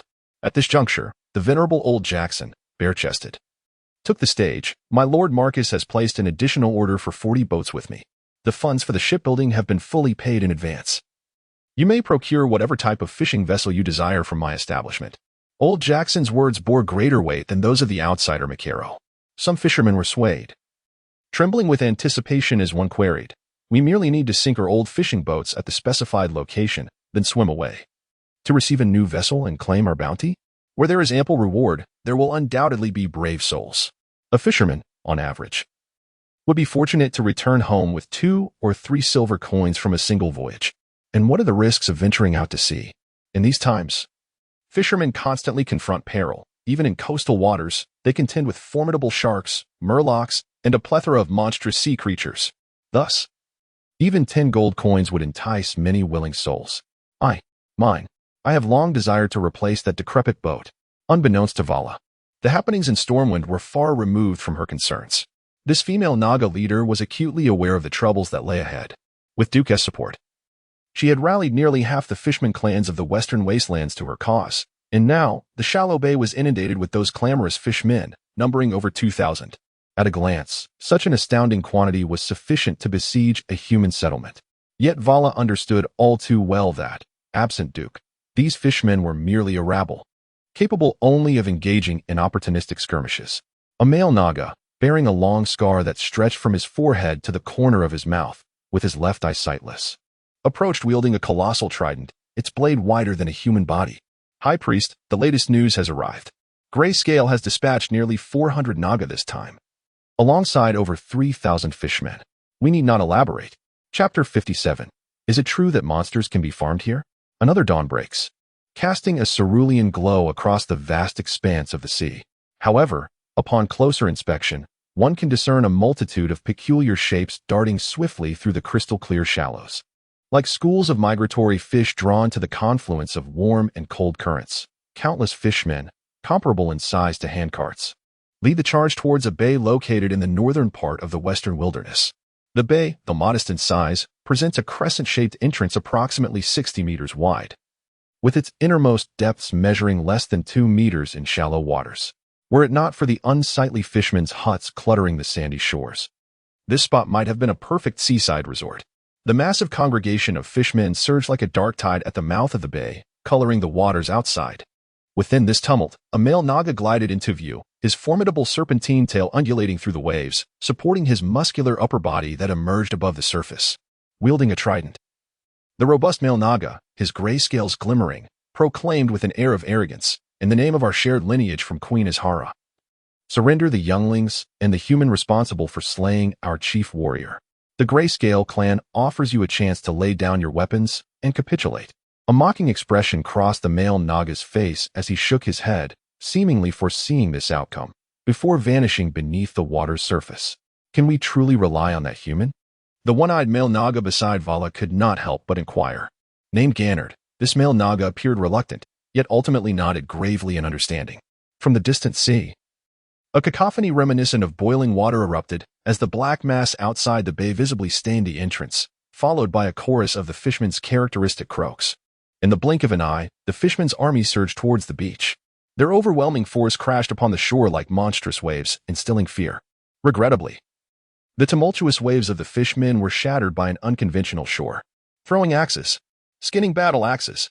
Duke had acquired the blueprints from Hawk. This rudimentary axe, fashioned by binding a jagged stone, commonly found along the seaside, to a wooden staff with a coarse rope, was hardly a weapon one would expect a civilized human to wield, save for primitive tribes. Yet, for the somewhat dim-witted fishmen, it proved to be the ideal projectile weapon. This distant-ranged assault effortlessly shattered the morale of the advancing fishmen, causing them to retreat at a speed faster than their initial approach. Chaos ensued among their ranks. Seizing the opportunity, Vala raised her staff, prompting the defending fishmen to leap into the sea, engaging in a fierce struggle with those seeking to flee. After all, amidst the pursuit and escape, there remained a glimmer of potential victory. However, the situation escalated unfavorably for the angry Scale clan as the Gray Scale clan unleashed a horde of male Nagas onto the battlefield. Towering figures rivaling trolls, these male Nagas, easily exceeding 2 meters in height, proved formidable even on land, often overwhelming 3 to 5 Stormwind soldiers. In the presence of water, they excelled in close-quarters combat. They wielded enormous tridents, effortlessly cleaving the daring fishmen who approached, as if chopping vegetables. After several tentative attempts, the fishmen resorted to long-range assaults using skinning axes and the ice arrows of their wise ones, yet their efforts proved largely futile. As a denizen of the aquatic realm, the male Naga possessed formidable resistance to ice magic and sported exceptionally thick scales. Encased within explosive, robust muscles were fish scales rivaling armor, rendering the fishmen's attacks nearly ineffectual. At that moment, a female Naga adorned with gray scales emerged within the bay. "Vala, I grant you one final opportunity. Prostrate yourself beneath my tail. A Naga priestess with magical prowess should not perish so easily." "I refuse." "Then you shall meet your demise. I shall seek out your young females and educate them properly." Haha. The Naga clans were matriarchal, and those females endowed with magical abilities held dominion. The strength of a Naga clan was often measured not by the sheer number of its members or its enslaved races, but rather by the quantity of spellcasting females within its ranks. Lacking sufficient females of their own, they would seize the young females of others, nurturing them to serve as allies in their clan's expansion and survival. "Come." Vala, in a fit of wrath, brandished her staff with one pair of arms while drawing forth 4 gleaming curved blades with 2 others from the sheaths at her waist. These were exquisite and deadly weapons that should not have belonged to a Naga, their cold gleam reflected in the shimmering waves, momentarily stunning the warriors of the Grayscale clan. These blades were costly masterpieces crafted by the master artisans of Ironforge. At every moment, more than 10 tridents slashed towards Vala, yet she exploited the minute gaps created by the male's inconsistent movements to launch ferocious counterattacks. Each time a strike seemed imminent. Her slender upper body, supported by her serpentine lower half, swayed with astonishing speed, evading those lethal blows just in the nick of time. The staff unleashed chilling ice arrows that felled one male Naga after another, while the ferocious curved blades emitted a continuous stream of lethal light, severing yet another robust arm. Her movements were so swift that they left faint afterimages. Despite her fierce prowess, she still could not stem the tide of victory that seemed to favor the Grayscale clan, for their priest had yet to intervene. At that moment, a melodious male voice suddenly resonated from the mouth of the bay. "I have heard that one can farm monsters here?" Chapter 58. Outside the bay. Over a dozen fishing vessels surged towards the bay's entrance, propelled by the rising tide. Their speed was such that the few scouts of the Grayscale Naga stationed at the periphery barely had time to react. All elite warriors had been summoned into the bay, leaving the scant remaining Naga and fishmen outside unable to respond before Duke's magic overwhelmed them. The entire process unfolded seamlessly before the beleaguered Grayscale Naga realized what was happening. It was all over. As the vessels effectively blocked the narrow entrance to the bay, Duke ascended to the top of the largest ship's cabin, proclaiming with exaggerated bravado, "I hear this place is ripe for monster spawning." Initially, the Grayscale Naga and their subordinate fishmen were oblivious to the implications of his words. To them, it was ludicrous to think a few rickety boats could obstruct their retreat. However, their amusement was short-lived. With a flourish, he cast the second-level spell, Dason's Frigid Prison. A loader spell, yet its efficacy depended on the wielder. In the past, Duke would have been ineffectual, even if drained of his very essence. But now, with a commanding shout, a terrifying wave of cold erupted around him. The feat of freezing the moving seawater was a formidable challenge. But Duke cleverly utilized the sunken ships as a framework. The frozen seawater became ensnared by the wreckage, inadvertently providing support for other ice formations. Layer upon layer of ice coalesced, and the massive glacial dam materialized in the blink of an eye. In the time it took for the Naga and fishmen to blink, Duke stood triumphantly atop a throne of ice, towering over 3 meters above the water's surface, gazing down with an air of serene authority upon the struggling Grayscale Naga and fishmen below. In the next moment, the iconic 108 arcane hands manifested in the void. At this moment, Duke appeared as a dazzling figure, reminiscent of an ice deity descending from the heavens. Nearby, a male Naga, who had intended to assault Duke, found himself encased in ice from the waist down. He emitted deep, mournful wails, thrashing his 3 remaining arms desperately against the ice. Silence. Duke's brow arched coldly, and one of the arcane hands transformed into an outstretched finger, directing a perfectly aimed arcane missile that pierced through the male Naga's mouth, exiting through the back of his skull and spraying a burst of crimson. The Naga's final whimper echoed in the air as his towering form toppled backward onto the ice. A moment of silence enveloped the battlefield. All present seemed to forget the passage of time and the existence of the outside world. Mercenaries and fishermen alike, including Makaro, instinctively halted their actions, inhaling the salty sea air mingled with the biting chill of the ice wind, which carried an exhilarating, fervent essence tinged with the promise of legend. Were all mages of such formidable strength? Or was it merely Duke Marcus who possessed such prowess? Despite the eyes of every individual aboard being fixated upon the excessively youthful figure, Makaro did not neglect the present circumstances. He stepped forward, effectively obstructing the gaze between the dazed helmsman and Duke. His subordinates promptly regained their senses, swiftly altering the helm and setting sail away. Within the bay, the brief lull in combat erupted once more, much like the encounter with the old blind man and the fish spear. The fishmen under the command of the Grayscaled Naga collapsed at the sight of Duke's multitude of arcane hands, wailing, shouting, and uttering various incomprehensible cries. Thousands of fishmen became a chaotic throng in the bay. By the mighty name of the sea god, the death god with 100 hands, attack! The old blind man and the fish spear, accompanied by their subordinates, launched a counteroffensive, cleaving through the Grayscaled Naga as fishmen as easily as slicing through vegetables. Chaos reigned supreme, even though the Grayscaled Naga theoretically held the upper hand in terms of high-end martial prowess. The female Grayscaled Naga priestess understood that if Duke subdued all her fishmen, then hundreds of Naga would meet their demise as well. She commanded her strongest male Naga warriors to continue the assault on Vala, while she personally led her subordinates to charge toward the bay's entrance.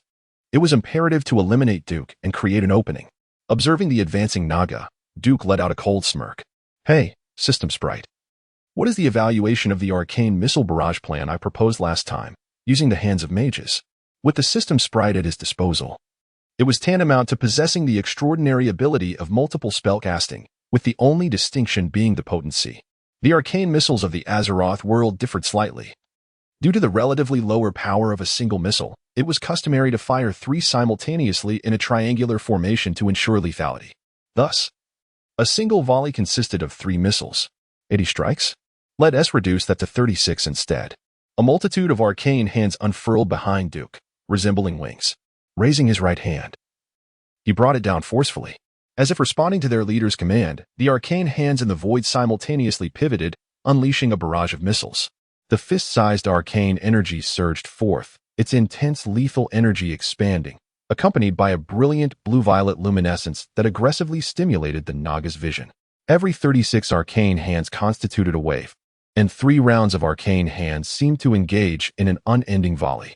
Without deliberate aim, Duke unleashed the arcane missile barrage upon the densest cluster of Naga. The Naga scales, akin to iron plates, were effective at resisting physical attacks. However, they were clearly incapable of withstanding Duke's arcane missiles. The polarized arcane missiles appeared visually as elongated magical lances, mercilessly tearing the bodies of the Naga asunder.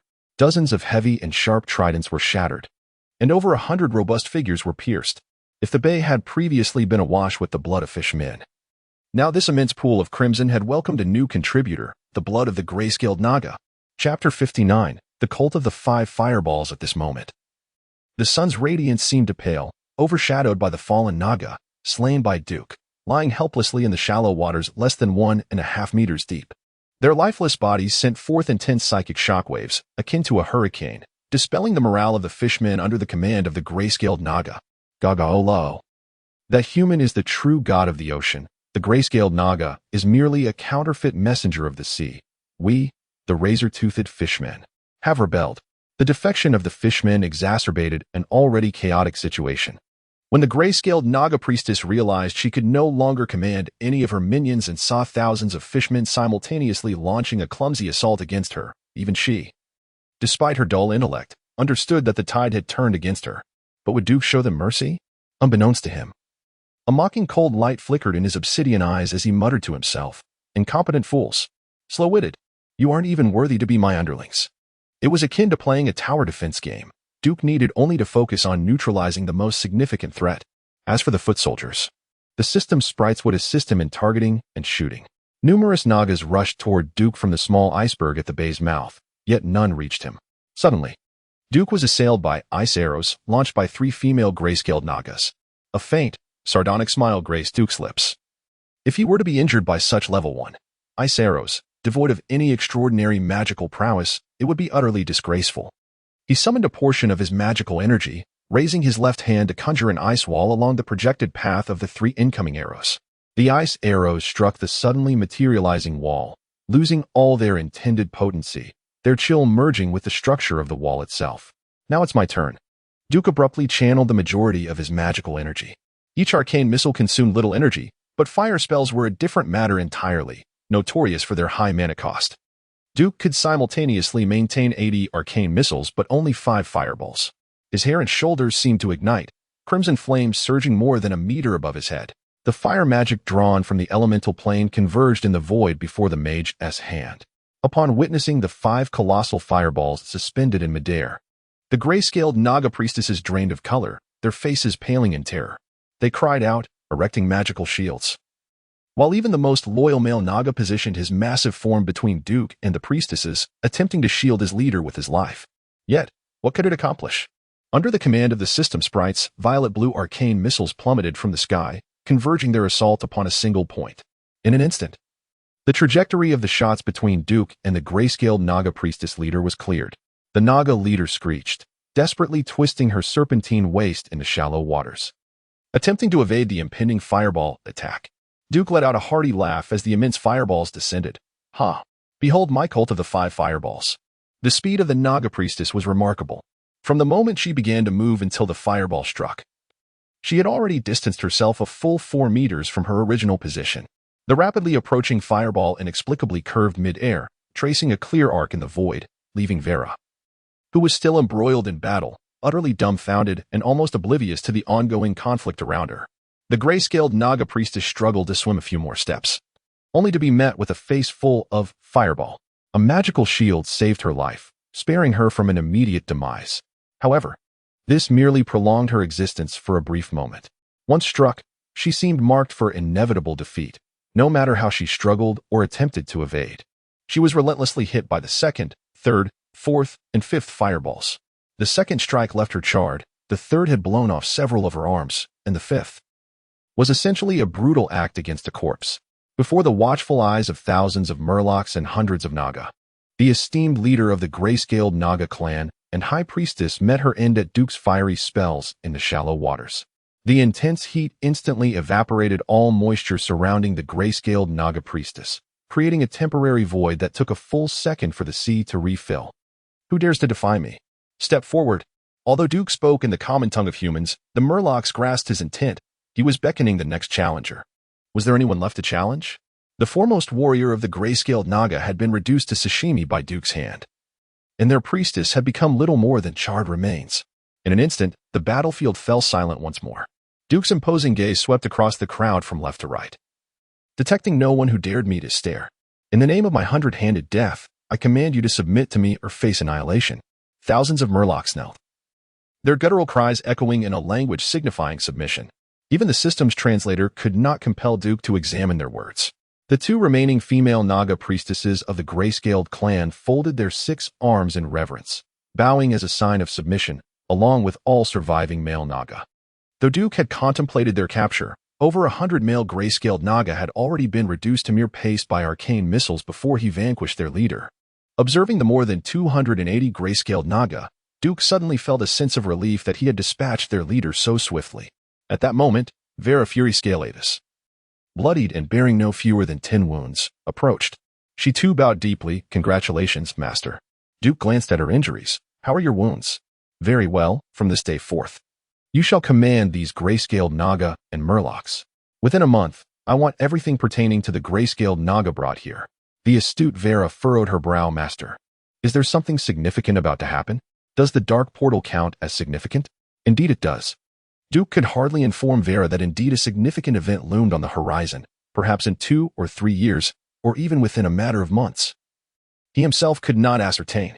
However, it undeniably pertained to a matter of immense global consequence, preparing for a grand naval confrontation. Vera, acutely aware of her status as an outsider, recognized that she could never attain Duke's complete trust. Moreover, Duke's earlier manifestation of divine authority profoundly intimidated her. At this moment, her thoughts were devoid of any other considerations. Although she remained oblivious to the identity of her adversary, Vera bowed deeply once more, affirming, I shall abide by your will.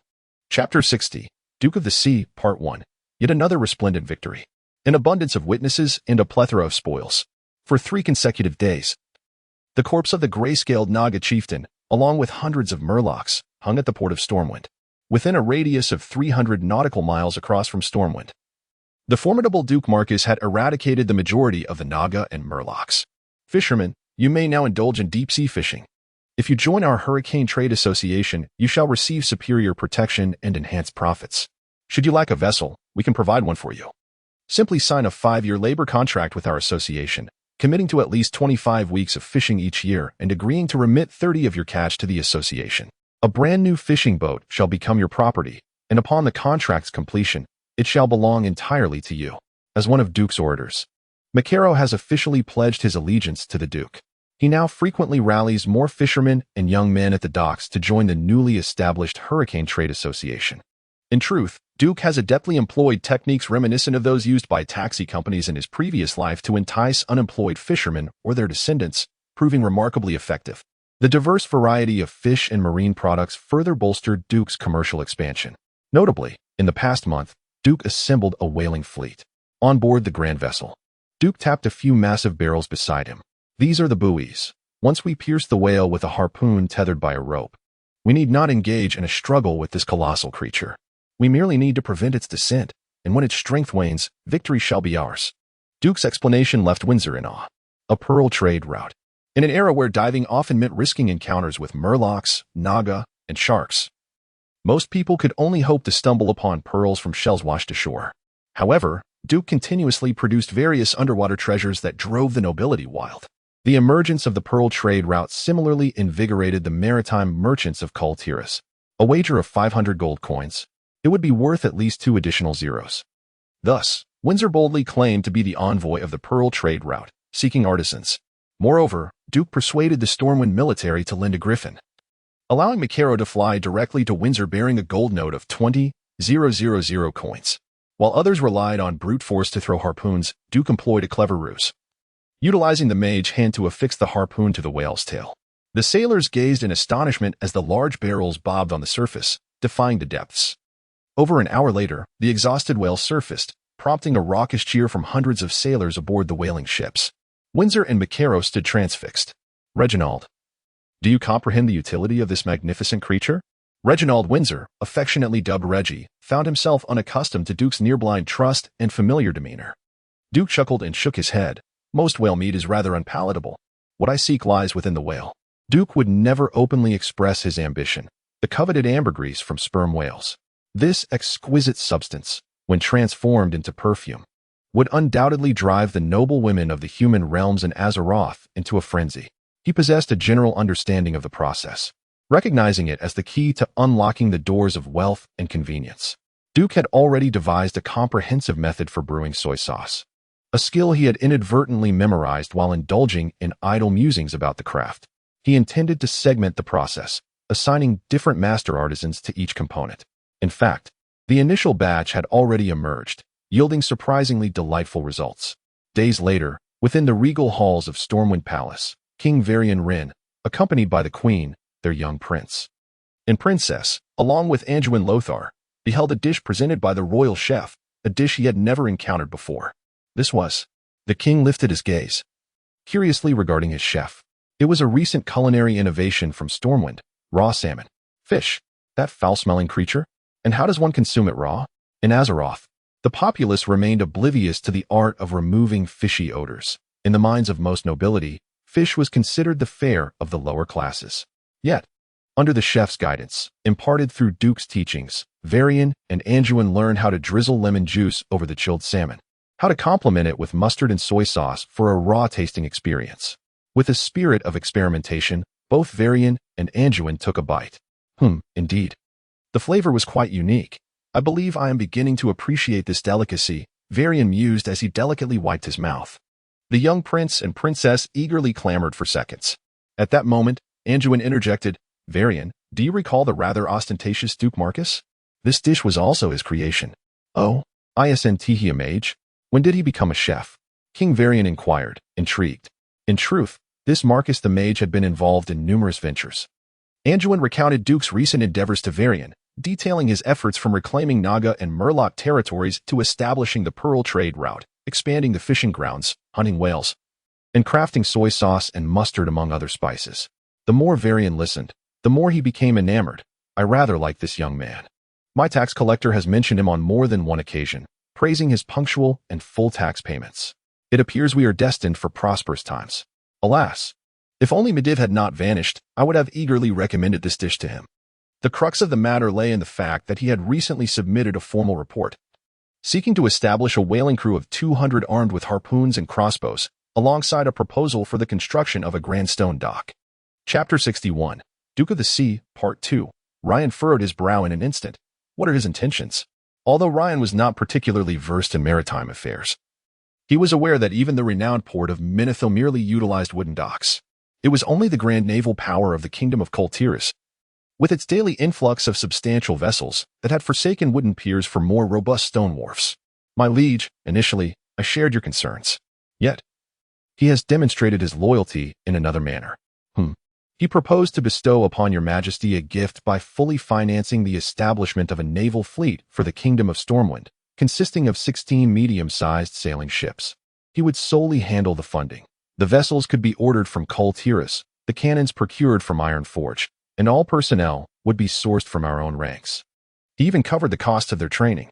At this juncture, despite Anduin's attempts to present the proposal in a neutral tone, he could not conceal the excitement in his voice. Establishing a navy capable of defending the coastlines of the Kingdom of Stormwind was also one of Anduin's aspirations. Ryan was no fool. Everything unfolding before him seemed too facile, almost dreamlike, rendering it somewhat surreal. If Duke intended to assemble an armed fleet capable of overwhelming the Stormwind Navy, Ryan would never consent and would undoubtedly quash Duke's grand scheme in its infancy. However, Duke skillfully silenced Ryan and the nobles. I may have transgressed with the crossbow, but I offer you cannons. Are you not reassured? In the world of Azeroth, Gunpowder weaponry had not yet fully proliferated. Though cannons possessed formidable damage capabilities, most were slow-loading muzzleloaders. Nonetheless, even the most archaic cannon would prove superior to crossbows in naval combat, surpassing them in range and power, with only a slight edge in loading speed for the crossbows. After a moment of contemplation, King Ryan cautiously inquired, "What does this Duke fellow truly desire?" Anduin Lothar gently tapped his fingers upon the table. "He seeks to amass wealth sufficient to construct a grand mage tower rivaling Karazhan." Upon hearing this, King Ryan smiled, as the majority of his doubts began to dissipate. He had heard tales of Duke's audacity, aspiring to outshine even the great Medivh, the world's guardian. Ryan was well aware that the cost of erecting a premier mage tower was astronomical, a sum that would likely deplete the entirety of the Stormwind treasury. Now, Duke was gifted, not only in the arcane arts but also in commerce. If this were his ambition, it was hardly surprising. Ryan chuckled. "It should pose no significant issue. I shall ponder it thoroughly tonight and provide you with a response by tomorrow." Indeed. Anduin departed. Sweet, alluring, yet entirely unobtrusive, following the enticing fragrance.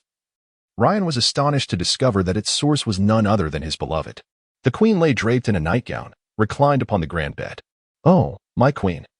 You are truly remarkable this evening." Rain could not help but leap forward, embracing the queen's delicate waist and inhaling deeply, suddenly feeling a warm sensation igniting in his lower abdomen. "This is my newly acquired fragrance. Do you like it?" The queen smiled sweetly. "Oh, damn. No, it's exquisite." Rain quickly understood the meaning behind Anduin's earlier remark at dinner. "You will soon discover the allure of this perfume." How could that little Duke possibly know how to win over the queen? A tinge of jealousy crept into Rain's thoughts. This potion could turn any man into a beast. "Then come and indulge in me," the queen giggled. In that moment, Rain made a decision. That evening, the illustrious King Rain enjoyed a delightful night. "Damn. For the first time, I truly detest how clever you are," the king mused with a mix of amusement and exasperation. "Well, your majesty, what have you decided?" "I have agreed, but with an additional condition for my protection of his business. I require him to provide extra funds to repair the walls of Stormwind." "My king." "Your astuteness illuminates the entirety of the kingdom," Anduin remarked, not forgetting to flatter. "Humph. Who is it that comes to me every few days asking for money to repair the walls?" Rain feigned indignation. "Ha ha." The duo laughed heartily within the palace walls. "This time, your majesty, you have truly opened the lioness' mouth. You, sir, possess but a modest fortune and yet expect to bear such burdens." Windsor spat disdainfully. Duke replied nonchalantly, "Reggie, run an errand for me and say I consent." I shall help you refuse." "Wait, you said you consented?" Even Windsor, the loyal subject of the Stormwind Kingdom, gaped in astonishment. There are countless ways to earn money, but some opportunities, once lost, cannot be reclaimed. The Duke refrained from further elaboration, gazing out from the window of the small house gifted by Anduin at the sprawling architecture of Stormwind, rising and falling with the hills. The Duke was enigmatic, and it was not the first time. Those less acquainted with mages, like Macaroon and Windsor, assumed all mages were thus. The Duke, unwilling to clarify, knew that even explanations would not be met with belief. Stormwind had perished during the first Orc invasion, a regret the Duke harbored deeply, for it birthed countless tragedies. Not only the massacre, but also the future plight of rebuilding Stormwind amid nobles withholding funds. Whether his current actions could alter Stormwind's fate remained uncertain to him. However, to alleviate his sense of regret, he endeavored to accomplish what was within his power, seeking not perfection, but merely the act of doing. Thus, he willingly allowed Rain to extort him, as he was unsure whether Medivh would, as in history, feel pressed for time. The Duke believed he must acquire a measure of power and influence before the arrival of the Dark Portal, without noble status, in the decaying realm of Stormwind's aristocracy. The only genuine way to integrate into the noble circle was to marry a woman of high noble lineage. However, Duke lacks the luxury of indulging in political games. And likewise, any political promise is inherently unreliable. Given this, to swiftly attain the power of a chess player, one must adopt an unconventional approach. Clearly, Duke has succeeded in this endeavor. As soon as the news broke, Duke swiftly acquired a new moniker, King of the Sea Duke. Chapter 62. The shadows of war. The sense of crisis within Duke's heart remained ever present, for it was exceedingly difficult to articulate the current state of Medivh. When Medivh's mind was firmly in control, he was a benevolent and sagacious individual, dedicated to safeguarding the highest leaders of humanity. Firmly believing that the interests of the kingdom always superseded all else, For many years, he stood vigilant over the realm of Azeroth, repeatedly thwarting the fierce assaults of invaders. And the people regarded him as the indomitable guardian of Azeroth. He treated all races with impartiality, devoid of any narrow-minded prejudice. Upon hearing tales and cultural traditions of a particular race, he sincerely respected the storyteller, regardless of their origin, and exhibited a profound interest in the myriad legends and cultures from diverse regions. However, once Sargeras gained the upper hand, Medivh's character underwent a dramatic transformation. He became brooding and reclusive. Scarcely recognizable to his closest friends, while displaying utter indifference toward strangers, his actions were furtive, often embarking on solitary journeys without warning. In the absence of witnesses, the Medivh controlled by Sargeras would unhesitatingly employ spells to drive away unwelcome visitors, or even resort to lethal measures. Nevertheless, for the sake of his schemes, the exalted identity of the Guardian of Azeroth served as a crucial disguise, prompting him to exercise caution in public settings, careful not to reveal Sargeras' true nature. Under Sargeras' influence, Medivh began to clandestinely delve into various malevolent magics and sorcery, constructing an identical underground tower beneath Karazhan as a venue for his dark rituals. All of this remained unbeknownst to Duke, who could only focus on his own domain. He himself aspired to reach the pinnacle of sky magic, while his 3 loyal subordinates diligently prepared for war in accordance with his directives.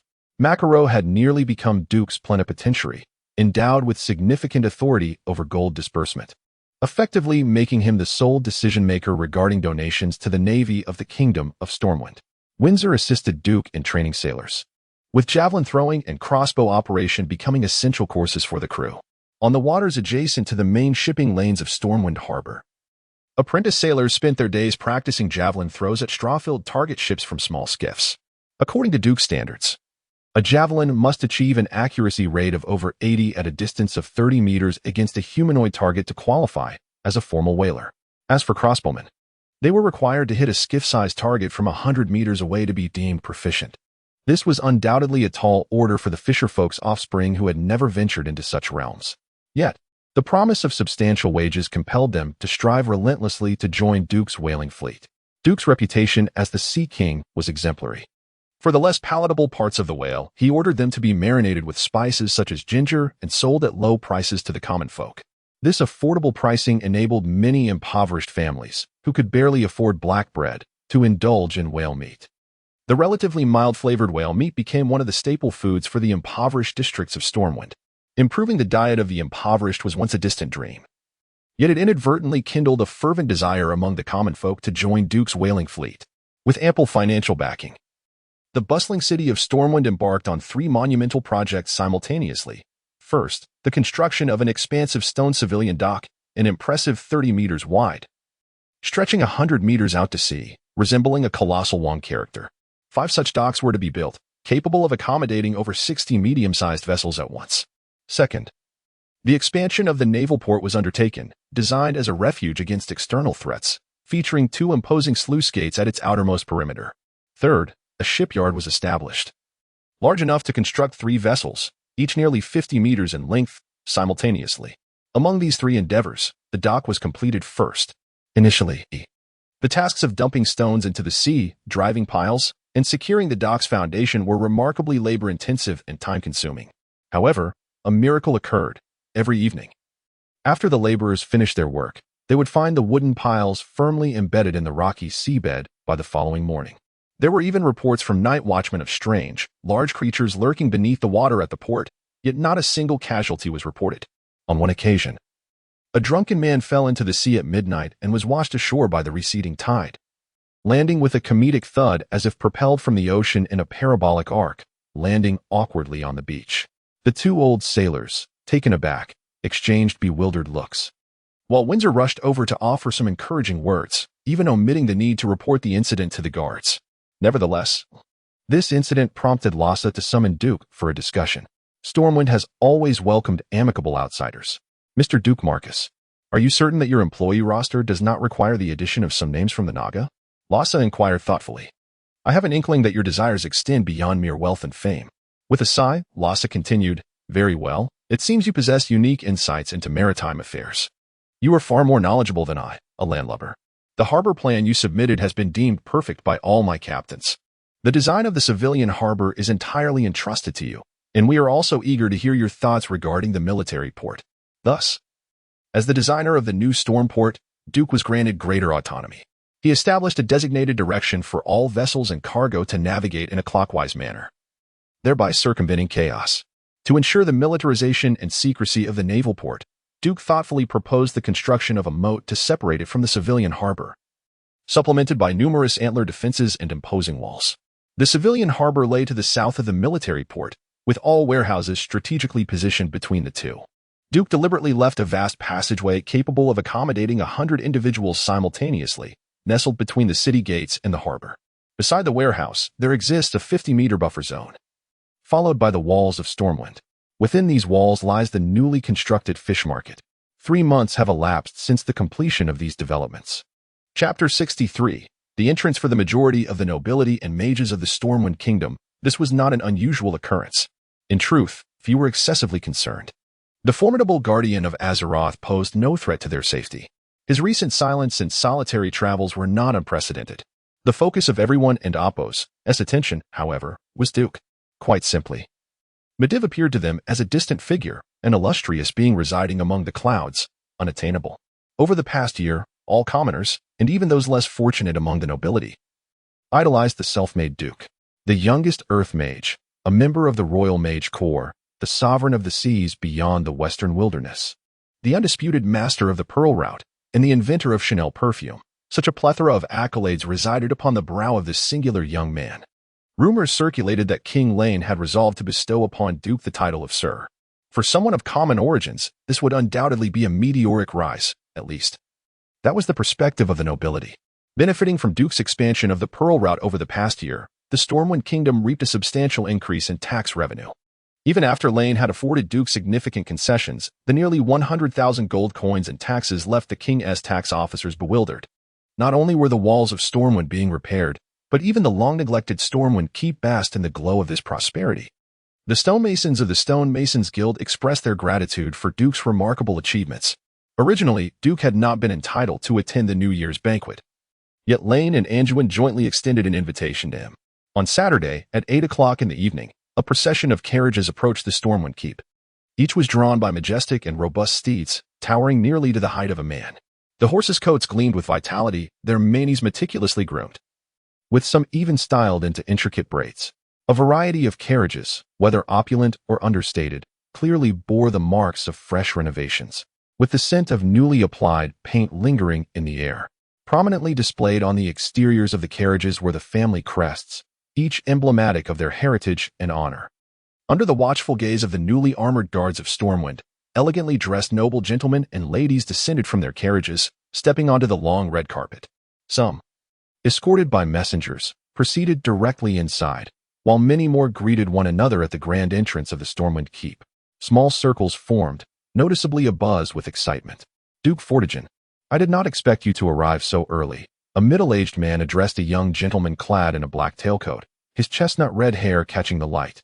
The surrounding nobility regarded this young aristocrat with great respect, for he was the head of one of Stormwind's most prominent families, the Fortigen family.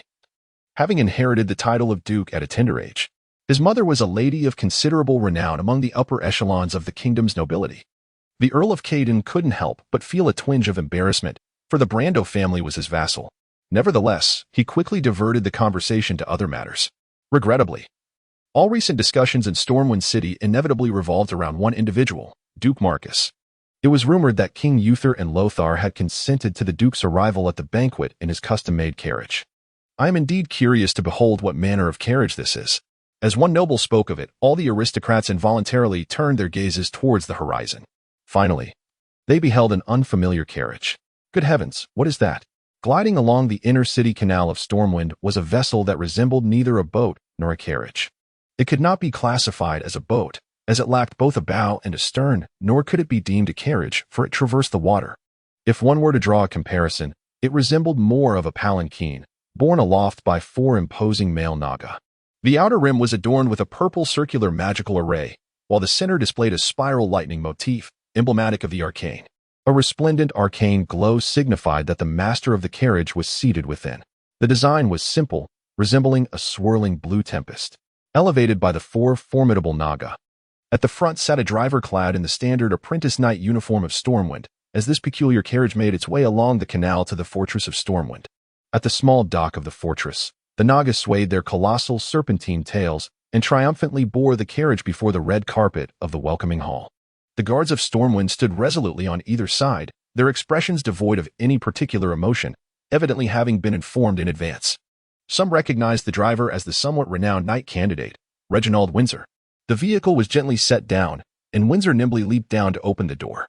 Under the watchful eyes of the assembled nobility, a black-haired youth clad in a blue and white robe trimmed with gold emerged first, followed by a tall, middle-aged woman in an elegant cream evening gown. Her golden hair was styled in an updo, and though her features were not strikingly exquisite, they exuded a charming and pleasant aura. She was Elizabeth Jones, a woman well-favored among the noble ladies of Stormwind.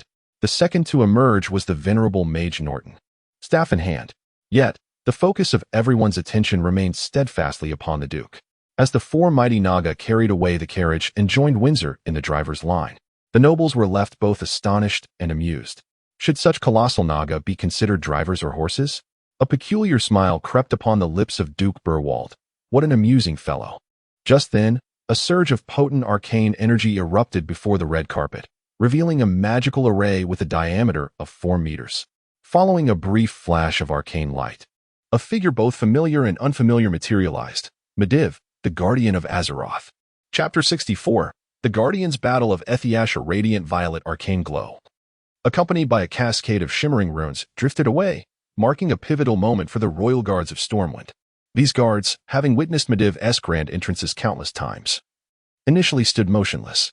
In the blink of an eye, however, more than 10 of them swiftly leveled their long spears. The finely crafted steel weapons, each exceeding 2 meters in length, were far from mere ornamental pieces. Yet, as they readied their stances, hesitation crept into their ranks. Each guard recognized that it was indeed Medivh, yet a lingering doubt plagued them. Was this truly the same soul behind that familiar visage? In days past, even at the height of his power, Medivh bore a humble and benevolent countenance adorned with a comforting smile. Some might even have questioned whether he was a formidable mage or an artist in disguise. But now, his chin slightly elevated, his gaze sharp as a blade, radiating an imperious pride, he surveyed the surroundings with an air of sovereign authority. Unlike the blue and white robes that symbolized the honor of a court mage, today he donned a casual cloak fashioned from soft black feathers, paired with a plush mage's robe. His hair was unkempt, resembling a bird's nest. Most strikingly, there was not a single emblem of the Stormwind Kingdom upon him. The guards, and even the nobles, were left bewildered, no matter their arrogance. They could not forget that their comfortable existence was largely due to Medivh's protection. In the northern regions, such as Quel'Thalas and Alterac, various troll clans posed threats. While virtually every nation faced organized enemies, only Stormwind enjoyed such tranquility. Much of this was attributed to Medivh's presence. What, then, was Medivh up to now? The atmosphere grew tense. Medivh appeared entirely unfazed by the scrutiny of the nobles and guards. He, or rather, Sargeras, took a keen interest in Duke, who was not far off. "Ah, what a surprise to encounter you here, young Duke," he mused. "Youngster?" Duke's eyelids flickered as he received a system notification. "You have drawn the profound attention of Medivh." Now entirely under Sargeras' control, Duke maintained his composure, his subtle remarks piquing Sargeras' interest. The latter's gaze shifted to the Naga beside Duke's carriage. The 4 robust Naga involuntarily trembled under Sargeras' menacing gaze, their eyes reflecting deep-seated fear. They remained unaware that this dread stemmed from their ancestors, a faction of elves loyal to Sargeras, led by the High Elf Queen Azhara. To Sargeras, the Naga appeared weak and ineffectual, and he dismissed them with a smile, pointing at Duke. "Only power is eternal. The title of Sea King derived from these beastly creatures is utterly meaningless. I could eradicate them with but a single finger." Duke's efforts over the past 6 months were rendered utterly worthless, yet he remained unperturbed, subtly implying that on this vast land, nothing exists that cannot be destroyed by him. Upon uttering these words, even the nobles gasped in astonishment. How audacious of Duke to insinuate that Medivh, the world's guardian, is the most formidable presence of all. A few nobles, however, relished the spectacle, having grown weary of witnessing Duke's splendor, feeling impotent under the triple protection of Lyanna, Lothar, and Medivh, akin to gazing at a priceless pearl without the ability to grasp it. Now, Duke dares to clash with Medivh? A fortunate turn of events. A most splendid development. Surprisingly, Medivh remained unfazed, seemingly uplifted by Duke's remarks. Ah, young one, you shall one day come to understand that only power is eternal. His maniacal laughter echoed like a night owl, sending chills down spines and further chilling the atmosphere. At that moment, the imposing Anduin Lothar arrived, clad in a blue and white knightly attire, appearing to have already sensed Medivh's peculiar demeanor. Medivh? Anduin's tone was one of probing inquiry. Ah, my old friend.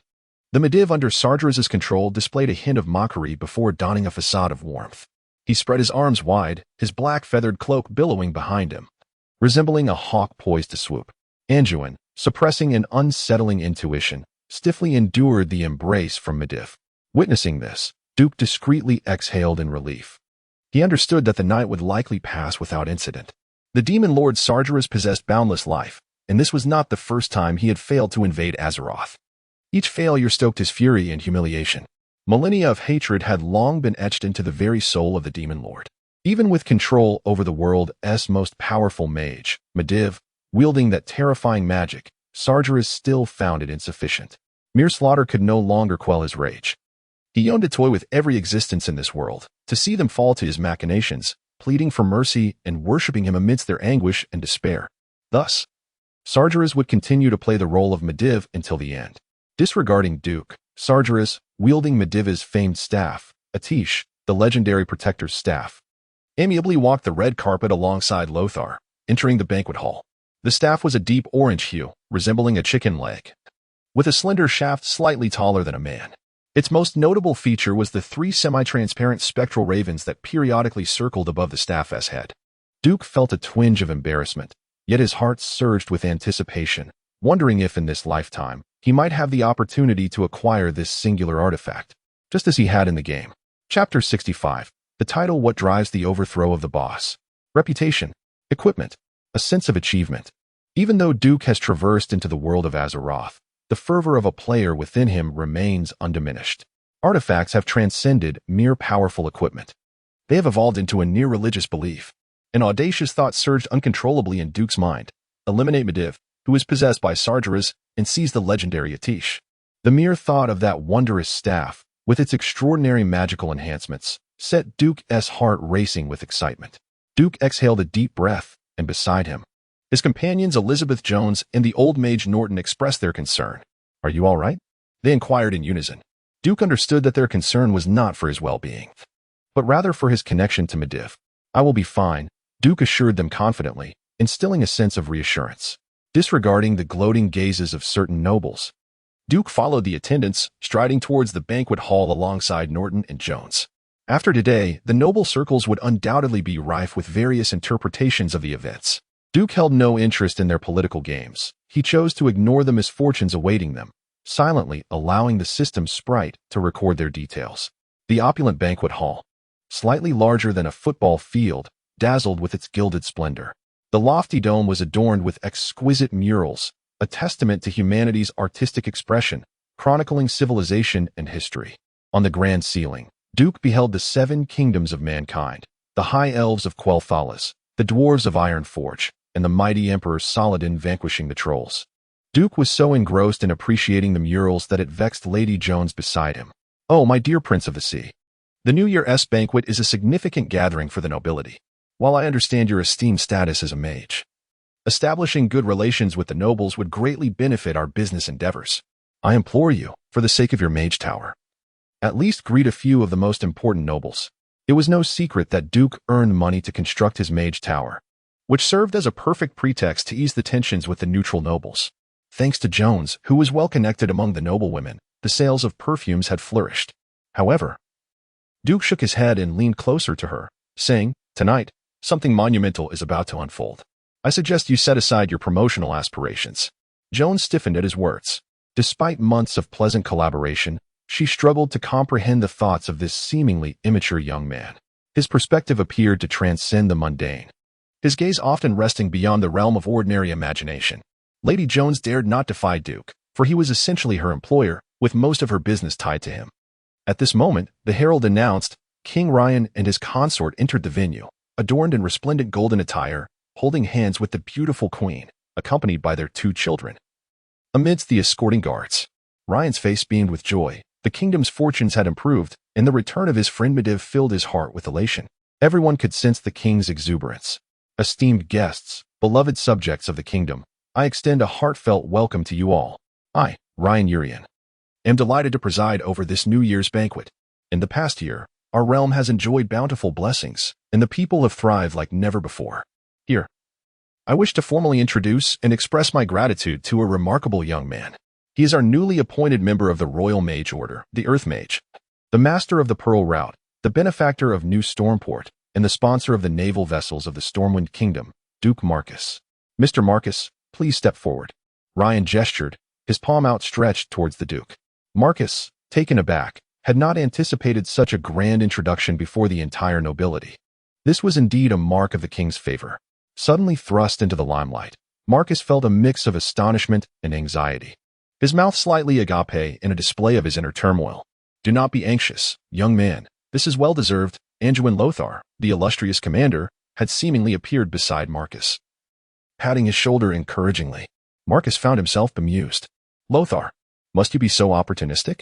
Is this an indication that you intend to extract favors from me next year? Amidst the collective gaze of the audience, Marcus ascended the stage. King Ryan greeted him with a broad smile, affectionately patting Marcus on the shoulder before slowly drawing forth his magnificent sword, its hilt resembling the wings of a majestic eagle. Kneel, young man. Kneel? What on earth?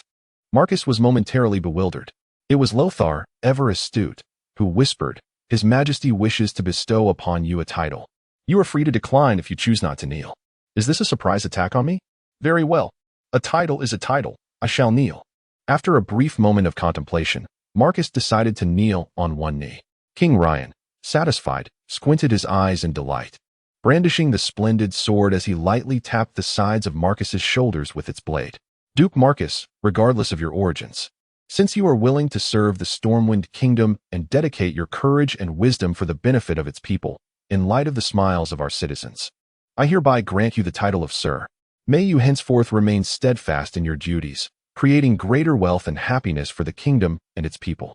Ryan's words brought Marcus great comfort. I, Duke Marcus, pledge to serve the people of Stormwind. Unnoticed by all, Marcus skillfully avoided the use of the terms kingdom and king, merely stating his commitment to serve the people. Ryan was pleased. Sir Marcus, it is not my intention to exploit you. Yet the lives of the kingdom's citizens remain arduous, and I hope for your improved performance in the coming year. I shall endeavor to do so. Duke rose to his feet, acutely aware of the envy and jealousy directed towards him from all corners. To be ennobled as a commoner typically requires remarkable military accomplishments to ascend from the ranks of knighthood. However, Duke has entirely bypassed the entire chivalric class, stepping directly into the realm of true nobility. This is inextricably linked to his covert expansion of territory for the Storm Kingdom. Chapter 66. Raised High Duke was undoubtedly the focal point of the banquet. Even with Khadgar, Medivh's disciple, officially becoming an Earth Mage, the attention remained steadfastly on Duke. Having ascended to the rank of Earth Mage at the tender age of 14, Duke was now on the cusp of grasping the pinnacle of Sky Mage. Despite Khadgar's earnest efforts and his deeper reservoir of magical knowledge, he had only just crossed 15 when he attained the title of Earth Mage. Were it not for Duke's presence, he might have been the center of attention among the kingdom's elite. Alas, Duke overshadowed him. No matter how sharp a genius might be, they would pale in comparison to Duke. The nobles, eager to please Medivh, voiced their congratulations, yet Khadgar could distinctly hear their hushed appraisals. What a pity. Compared to a true genius, Khadgar seemed merely mediocre. Lower your voices. After all, Duke possessed a talent that rivaled Medivh's own. Had they not witnessed Medivh's own desire to take Duke as his disciple, Khadgar should consider himself fortunate. Had Duke become Medivh's apprentice, would he still possess the resources he enjoyed now? In truth, Khadgar was still just a 15-year-old youth. Despite his complicated past, he could not exhibit the maturity of an adult, and the forced smile on his face could not conceal his profound disappointment. He suddenly yearned for Medivh's comfort. Only Medivh, the mightiest mage on the continent and the wisest, most benevolent mentor, could provide him with the solace he sought. He turned, only to feel as though he had been struck by lightning. What did he see? A cold master. If it were merely a matter of authority, it would be tolerable. Yet, the Medivh he had not seen for months wore an expression of detached mockery. What was wrong with his teacher? Khadgar was taken aback. Generally, King Lane was quite adept at navigating social situations. Presenting a gift was not simply about offering material items. Even a penniless individual could earn royal favor through verses of praise for the queen or the young prince and princess. Ah, it must be the latter. It appeared that the art of performance was indeed stratified. Duke had also prepared a gift, which the herald had reviewed prior to the banquet, promptly declaring it to be the highlight. However, to Duke's dismay, Medivh announced his own gift, relegating Duke's offering to the penultimate position. The herald first presented a gilded, intricately carved camphor wood box on a tray lined with crimson velvet before King Lane. The potent aroma of camphor, fresh and slightly spicy, invigorated both the king and queen. "What is this?" Lane inquired with a smile. Duke gestured for the herald to unveil the gift, prompting a wave of envious murmurs among the nobles.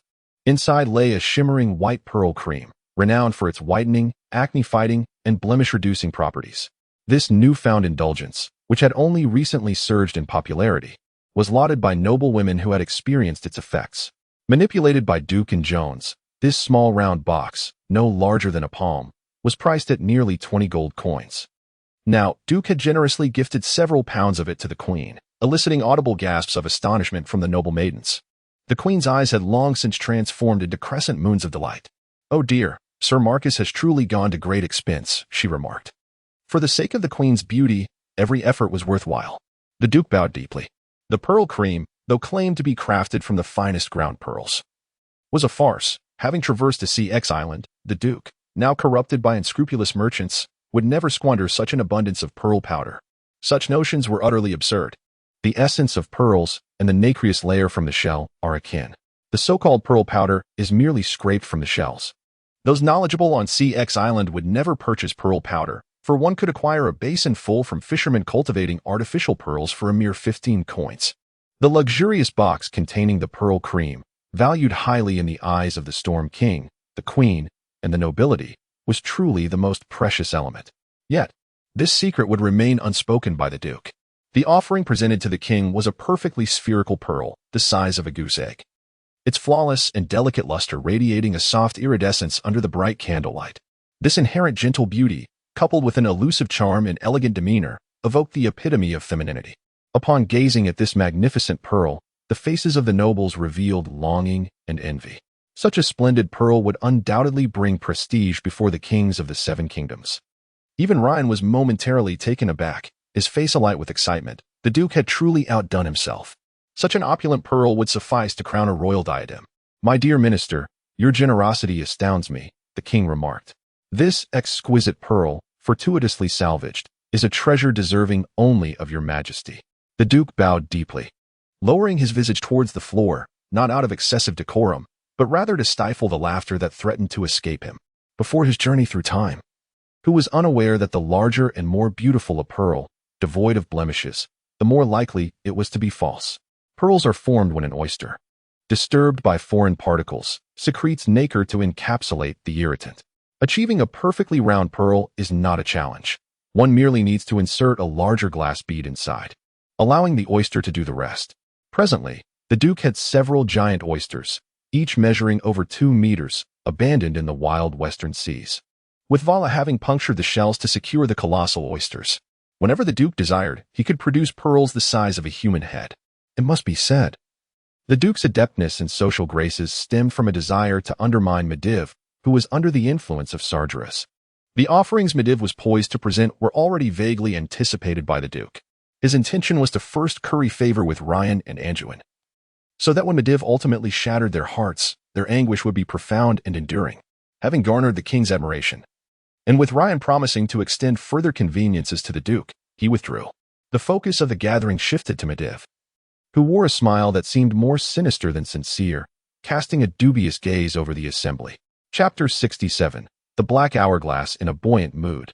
Ryan clapped his thigh while seated upon the throne and exclaimed, "Very well, Medivh, my old friend, the guardian of Azeroth.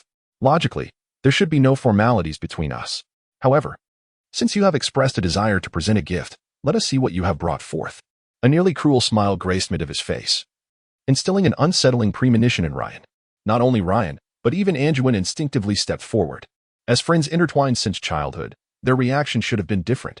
Yet, The ominous aura emanating from Medivh compelled them to instinctively distance themselves.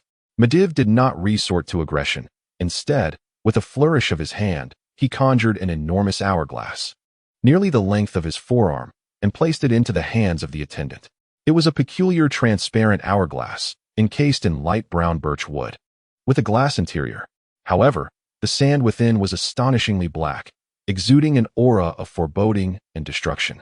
The grains cascaded incessantly, yet the sand in the upper chamber flowed at an agonizingly slow pace, transforming the hourglass into a bizarre magical device that seemed to be counting down. Upon beholding this emblematic hourglass, Duke felt his heart leap violently, so forcefully that it threatened to burst from his chest. In that instant, his obsidian eyes narrowed to the tiniest slits, fixating intently on the hourglass. "Hey, Medivh, from the moment I laid eyes upon you today, I sensed something amiss. What is this nonsense?" Anduin Lothar stepped forward, having donned a suit of armor unbeknownst to him, albeit ceremonial in nature, yet armor nonetheless. It was noteworthy that he had initially appeared in mere knightly attire. Now, the future Lion of Azeroth, Anduin Lothar, subtly positioned himself between Medivh and Ryan, his left hand gripping the hilt of his sword, ready to draw at a moment's notice. "Old friend, if this is meant as a jest, it is rather in poor taste. Tonight is the New Year's banquet." Ryan spread his hands, attempting to diffuse the tension.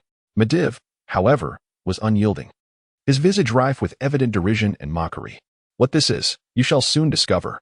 With a slender, bony finger, he gently prodded the hourglass, and in astonishment, the attendant, along with Duke, the royal family, Anduin, and the gathered nobles, watched as the black hourglass toppled. With a thud, the massive hourglass fell, landing upside down.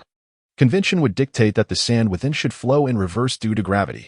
Yet, it did not. Every gaze in the room froze, and every heart nearly ceased its beating. Fear, unease, and profound confusion gripped each individual. The overwhelming tide of negative emotions rendered Ryan's chest nearly unbearable as he pressed his left hand firmly upon Anduin's shoulder plate, seemingly intent on confronting Medivh face-to-face for clarity. Yet, the tense muscles of Lothar signified that the leader of the Royal Knightly Order had already entered a state of readiness for conflict. King Ryan's body stiffened involuntarily. He did not take any action against Ryan. Instead, Medivh's face was etched with boundless arrogance and a hint of malevolence. Without uttering another word, amidst a cacophony of laughter akin to that of a night owl, Medivh snapped his left fingers, and in an instant, his entire form vanished. He transformed into countless black crows that soared through the air, emitting harsh cawing sounds, as they departed amidst the astonished gazes of hundreds of nobles.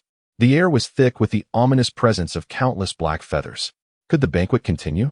Even the chief steward, with great tact, signaled the orchestra to play, attempting to mitigate the foreboding atmosphere with cheerful melodies. Alas, anyone witnessing the ground strewn with black feathers and the hourglass, which inexplicably flowed backward, could hardly muster a good mood. King Ryan, unable to conceal his discontent and bewilderment, tried to uphold the banquet. But this endeavor lasted a mere 15 seconds before he nodded to the assembly and departed with his family. Closely following in his wake were the loyal Anduin Lothar and dozens of fully armed royal knights, who had mysteriously appeared around the venue, forming a mobile fortress to escort the king away. The festivities had lost their charm. The nobles, equally disheartened, began to disperse. "Let us leave." The Duke beckoned to Lady Jones and the elder wizard Norton, intending to take his leave. Suddenly, 3 figures deliberately obstructed the path of the Duke and his companions.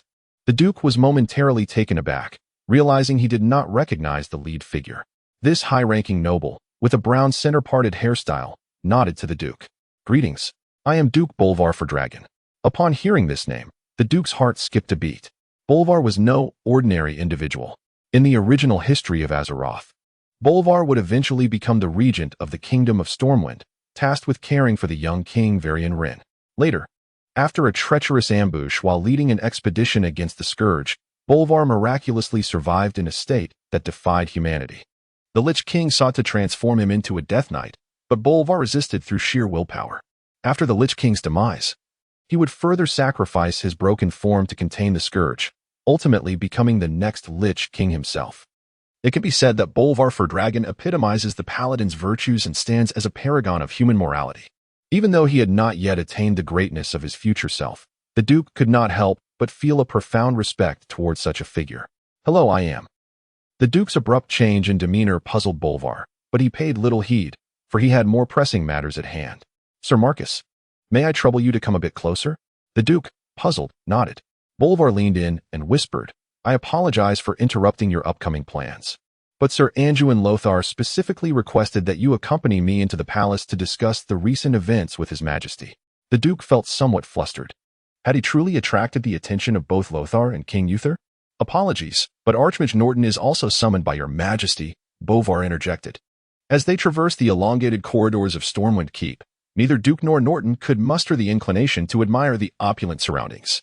Despite the exquisite murals and resplendent gold adornments, their focus was drawn to the fact that each royal guard had donned their battle armor as the ceremonial retinue of the crown.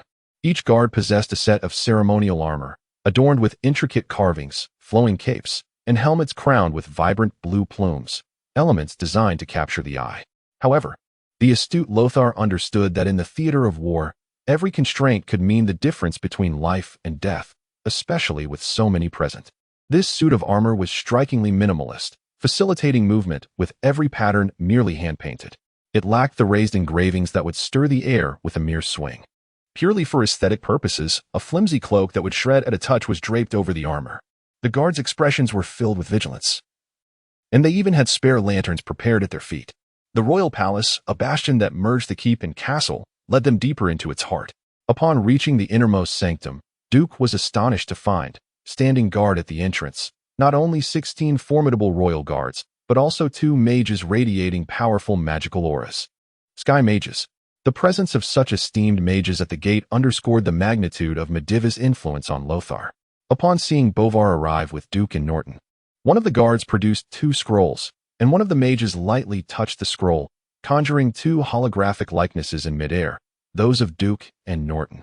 Under the bright illumination, 8 guards widened their eyes in astonishment, scrutinizing Duke and Norton for a full 5 seconds before simultaneously nodding to grant them passage. Almost instantaneously upon the gates opening, the voices of Lothar and Anduin could be heard in a heated dispute. By the grace of the Emperor, Anduin, are you allergic to reason? We have known Mediv for over 30 years. Lothar's fist struck the sturdy long table. Suddenly at a loss for words, Lothar slumped onto the throne, anxiously massaging his brow. Then, he caught sight of Duke and Norton entering the inner council chamber, guided by Bolvar. Very well. Let us set aside the news regarding Mediv until we ascertain his situation. I am aware of Archmage Norton's wisdom. Now, Anduin, can you enlighten me as to why Sir Marcus has also been summoned? Anduin Lothar seemed to temper his temper, casting a contemplative glance at Duke. Because I observed that at the moment the black hourglass appeared, his reaction was the most remarkable of all. Lothar furrowed his brow. Let us inquire once more. Aside from Duke, does anyone here understand what this black hourglass signifies? What does it symbolize? Around the table sat a dozen elderly men with hair as white as snow. They were either recognized sages, historians, or erudite archmages, and each one, including Norton, shook their heads after a moment of contemplation. In the next instant, all gazes converged upon Duke's countenance. Duke realized he was in deep trouble. Indeed, he was the solitary bearer of the truth, if his deductions were not erroneous. This was the infamous hourglass that heralded the momentous event of the Dark Portal's opening and the Orc invasion of Azeroth. However, could he voice this revelation? To publicly accuse Mediv, the world's most formidable mage, a childhood friend of the king and military leaders, and the guardian of Azeroth, of being possessed by the soul of Sargeras from the Burning Legion? To act preemptively is to be a hero. To act 100 steps ahead is to be a pariah, destined for the pyre. In the medieval era, such occurrences were not uncommon. Copernicus proposed the heliocentric theory and was burned alive for it. If Duke were to face the stake, who could assure him that he would not be discovered upon resurrection? A manhunt across the 7 kingdoms? After considerable deliberation, Duke lifted his gaze and spoke solemnly. At the moment I beheld the hourglass, I witnessed a vision. A vision? What kind of vision? At this juncture, Duke summoned the essence of the Oscar-winning performance. In that moment, he embodied the role of a prophet. His voice took on an ethereal quality, ominous. Death and war. Everyone was aware of the hourglass's sinister implications, but the words death and war carried grave significance. How long had it been since true warfare had gripped the continent? In the north, skirmishes with trolls occurred annually, yet these were merely minor conflicts involving dozens of participants, with outposts or border stations being assaulted. However, There had been no battles involving thousands. Yet Duke dared to invoke the term war? The vision he witnessed was but a fleeting instant, a valiant soldier of Stormwind being crushed into a pulp by a colossal creature wielding a hammer larger than his own frame. No sooner had Duke uttered these words than an elder retorted mockingly, "Are you certain what you saw was not your Naga?" This was a pointed accusation. Duke immediately placed the elder on the hit list of the Brando family, though he maintained a humble tone. "My apologies, but that was a gigantic creature, much like you, possessing 2 hands and 2 legs, yet you would only reach its waist." Without further ado, Duke bowed to the king. Had it not been for Mediva's outrageous demeanor, this statement would have bordered on slander. Lane cast his gaze towards Anduin, who merely shrugged his shoulders. "See, I am not the only one with such ominous forebodings." At that moment, Duke Bolvar for Dragon stepped forward. "Forgive me, your majesty, if I may speak candidly." "Proceed." In that instant, I too sensed Mediva's disdain and hostility towards his majesty and indeed, the entirety of the kingdom. Chapter 69, Countdown to the Opening Ceremony, Part 1. Ryan understood Bolvar. He was an exceptionally fair and self-disciplined young man, a paragon of chivalric virtue. As a prominent minister of the kingdom, Bolvar's demeanor held great significance. Ryan sighed despondently and nodded. "Very well, if there are no further opinions, I request that those not part of the cabinet take their leave. We must convene an urgent meeting." Duke and the man who had been staring at him left, escorted by guards, along with a group of individuals outside the core of royal power. Duke had lost interest in the discussions between King Ryan and his ministers. Upon exiting the storm fortress and braving the cold night breeze, Duke gazed upward, catching sight of the colossal statue of Mediv, the guardian of Azeroth, which loomed just beyond the fortress, its grandeur undiminished by the night. This statue had been erected to honor the great Mediv, who had safeguarded the kingdom of Storm for 2 decades. Ironically, the once revered protector of the kingdom, and indeed the entire world, was now poised to become the architect of its destruction. As a witness to this impending tragedy, Duke felt a bitter taste lingering in his mouth. Old Norton approached Duke, seemingly about to speak, but Duke interjected, "Let us proceed. I wish to further inquire about ascending to the rank of Sky Mage." "Duke, are you not being a tad hasty?" Duke merely shook his head, choosing silence. The system sprite had just determined that there remained precisely 100 days until the last grains of sand in the black hourglass would trickle away. Perhaps due to Duke's crossing into this world, history had been dramatically altered. The events surrounding the Dark Portal had been significantly expedited. Time was not on Duke's side. Deep within the Storm Fortress, behind Duke, the king and his ministers were embroiled in a heated debate, yet no constructive outcomes emerged. 3 days later, Duke was unexpectedly summoned in secret by the king. In the clandestine audience chamber of the Storm Fortress, only 5 individuals were present: King Ryan, Anduin, Bolvar, and what appeared to be an elderly mage serving as a guard. The first to speak was the young Duke Bolvar Fortigen, Sir Marcus. "Ordinarily such matters would not be disclosed to you, but Lothar insisted on seeking your counsel, hoping you will not disappoint us." Duke nodded in acknowledgement, well aware that, among the kingdom's elite, a mere mage of his standing would typically not have a voice. In their eyes, he was merely an inexperienced novice. A mage with the potential to earn a modest fortune, not a figure of substantial influence. His presence here was solely due to his seemingly prophetic visions. Anduin's eyes remained bright, yet the dark circles beneath them betrayed his fatigue. King Ryan and Bolvar appeared equally worn, likely suffering from sleepless nights. Anduin leaned on the table, speaking gravely. "Matters are progressing in the most dire direction. On that fateful night, we dispatched 3 waves of messengers. The first group consisted of 3 messengers, brandishing the kingdom's banner and riding griffins. Tragically, they were struck down by lightning, their charred bodies discovered by the second wave near Karazhan." As he spoke, Anduin clenched his teeth and continued, "To be cautious, the third wave of messengers was divided into 2 teams, trailing the second wave from a distance. They witnessed firsthand as the second wave of messengers was obliterated by magical projectiles from the tower. The messenger shouted as he advanced, brandishing the King's summoned guardian token, a unique, enchanted ring ensuring that Mediv could not possibly be oblivious to his presence. At this moment, sitting upon the throne, Lane clasped his fingers tightly against his forehead, contemplating the worst-case scenario. "Our guardian has become our greatest adversary. Other than notifying the Tirisful Council, we find ourselves utterly powerless." Anduin's fist struck the table with a resounding thud. "We have no idea what has transpired with Mediv. If he intends to annihilate the kingdom of Stormwind, he alone could accomplish it. But why would he commit such an atrocity?" Duke, of course, understood the reason. The demon lord Sargeras sought to vent his millennia of pent-up wrath. After repeated failed invasions of Azeroth over the years, he had destroyed Medivh's mother, leaving him a wandering spirit. Mere slaughter could no longer quell the fury of the demon lord. Sargeras aimed not only to ruin Medivh, the guardian, and the reputation of the Tirisful Council, but also to see all living beings of the world grovel in despair and terror at his feet. These 100 days represented Sargeras' entertainment at the expense of the entire kingdom of Stormwind. To be precise, this was merely an appetizer before the onset of total destruction. Lane descended from the throne and gently patted Anduin's shoulder, attempting to temper his rage. "Duke, we summoned you firstly to inquire whether you have seen anything further. Secondly, Anduin believes you possess considerable ingenuity. After all, the kingdom cannot remain idle under threat. We must explore ways to prepare for an impending crisis without inciting public panic. You understand, the potential betrayal of our most relied-upon guardian would plunge the populace into profound fear." Duke pondered momentarily, internally resolving, "Old Medivh, your lack of integrity leaves me no choice but to unveil this era's advanced technology." Initially, he had not anticipated any insights from the young Duke, but to his surprise, Duke appeared confident, thus invigorating King Lane. "Speak. The strategy is to inform the populace that recent anomalies have occurred with the creatures in the Elwyn Forest. Not long ago, I hunted down an oversized wargen, Hogger, who stood over 12 feet tall. Moreover, other wargen exceeded 7 feet in height. This poses a substantial threat to the public, prompting Stormwind to enhance security throughout Elwyn Forest. A 12-foot wargen? Good heavens, that is akin to a giant. How have I not heard of this?" King Lane mused. "Your Majesty, the report I provided contained this information. However, you were preoccupied and neglected such minor incidents of creature incursions," Lothar reminded him. Bolvar shrugged. "It serves as an excellent rationale.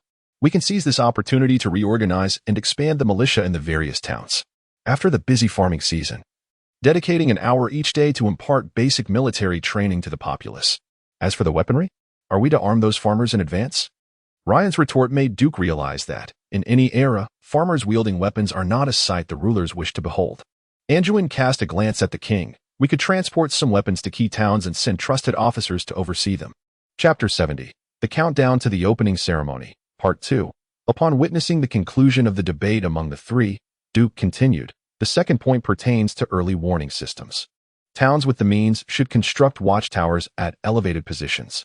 For those lacking resources, signal flares can serve as a substitute." "Signal flares?" Anduin inquired, his brow furrowed in confusion. Duke proceeded to elucidate to Lothar that the notion had arisen after observing the dwarven firearms. The effect would resemble fireworks. Yet by inserting a pre-packaged charge of gunpowder and discharging it skyward, colored signal flares could be propelled to heights of several dozen meters. Specific colors could be designated to convey particular messages. For instance, red would signify an approaching monster, while a certain number of blue flares could indicate the estimated quantity of foes. One of the most significant issues of this era is the lack of efficient communication. Magical messaging is a luxury, and most information is conveyed by messengers on horseback. Only the most urgent messages warrant the use of griffin riders. However, not every town can sustain griffins, and can they match the speed of a signal flare's illumination? Rain, Anduin, and Bolvar, all seasoned in military matters, immediately recognized the brilliance of this idea upon hearing it. A glance exchanged among the three revealed mutual acknowledgement. "That is an excellent suggestion. I am in agreement." Rain affirmed decisively. "And the third point is to strengthen our military." Duke continued, "I am uncertain of the training status of the kingdom's soldiers, but if the enemy truly resembles the towering figures I envision, I can offer my assistance in fortifying the kingdom." Anduin expressed mild curiosity. "The male Naga under my command bear a resemblance to the imposing figures I have imagined. Perhaps I could enlist them as sparring partners?" "Sparring partners?" Anduin's realization dawned as he recognized his oversight in military training. He had been overly focused on hand-to-hand combat among humans. Setting aside the precise nature of the towering monstrosities Duke described, Anduin had indeed encountered trolls. In the territories of the Stormwind Kingdom, Elwyn Forest, the Westfall. In the Reedridge Mountains, there were no trolls. However, further south in the Stonetellan Mountains, they were present. Using the towering trolls as hypothetical adversaries could be advantageous. And should this prove to be a false alarm, the Stormwind Kingdom might yet expand its territory into the Stonetellan Mountains. "Are there any additional suggestions?" Rain inquired. "I cannot think of any more at the moment. Duke responded. Rain repeatedly questioned Duke regarding his visions until Duke could no longer provide further information, at which point they allowed him to depart. After Duke's exit, Rain suddenly spoke up. What are your thoughts? Bolvar was the first to respond. If Duke Marcus is indeed a spy, he must be the most inept one in history. The threat posed by Medivh is palpable, and the methods he has proposed, even upon reflection, seem entirely non-threatening to the kingdom. Anduin shrugged. My instincts have always been reliable. Duke would not wish us harm. Yet, I do sense that he might be withholding something. Holding back? Rain inquired. Perhaps he has witnessed more than he is willing to disclose for some reason, Anduin speculated. Is it related to the allegations against Medivh? Anduin sat slumped in his chair, pressing the cold iron of his gauntlet against his forehead. If a stranger were to suddenly approach you and claim that your decades-long companion might betray you, would you believe it? Perhaps the situation had not yet escalated to that extent. Lothar could only barely suppress the alarm bells ringing in his rational mind, allowing his emotions to temporarily take precedence. The three deliberated for an extended period, and after gathering the members of the cabinet, they ultimately passed Duke's proposal unanimously. 3 days later, in the barracks of Stormwind, the soldiers were greeted by a group of extraordinary instructors, the Naga. Standing on the elevated platform of the barracks, Lothar was fully armored. Beside him hung the desiccated corpse of a towering war djinn, his deep voice resonating across the gathering. Oh, oh, oh. At this point, the thousands of recruits below began to strike their swords against their shields, producing a thunderous roar. As Lothar finished his proclamation, Duke snapped his fingers, and 10 imposing male Naga, each towering over the human soldiers by at least 2 heads, ascended the stage wielding massive wooden mallets, their serpentine tails swaying robustly. Oh, aren't the Naga supposed to be malevolent?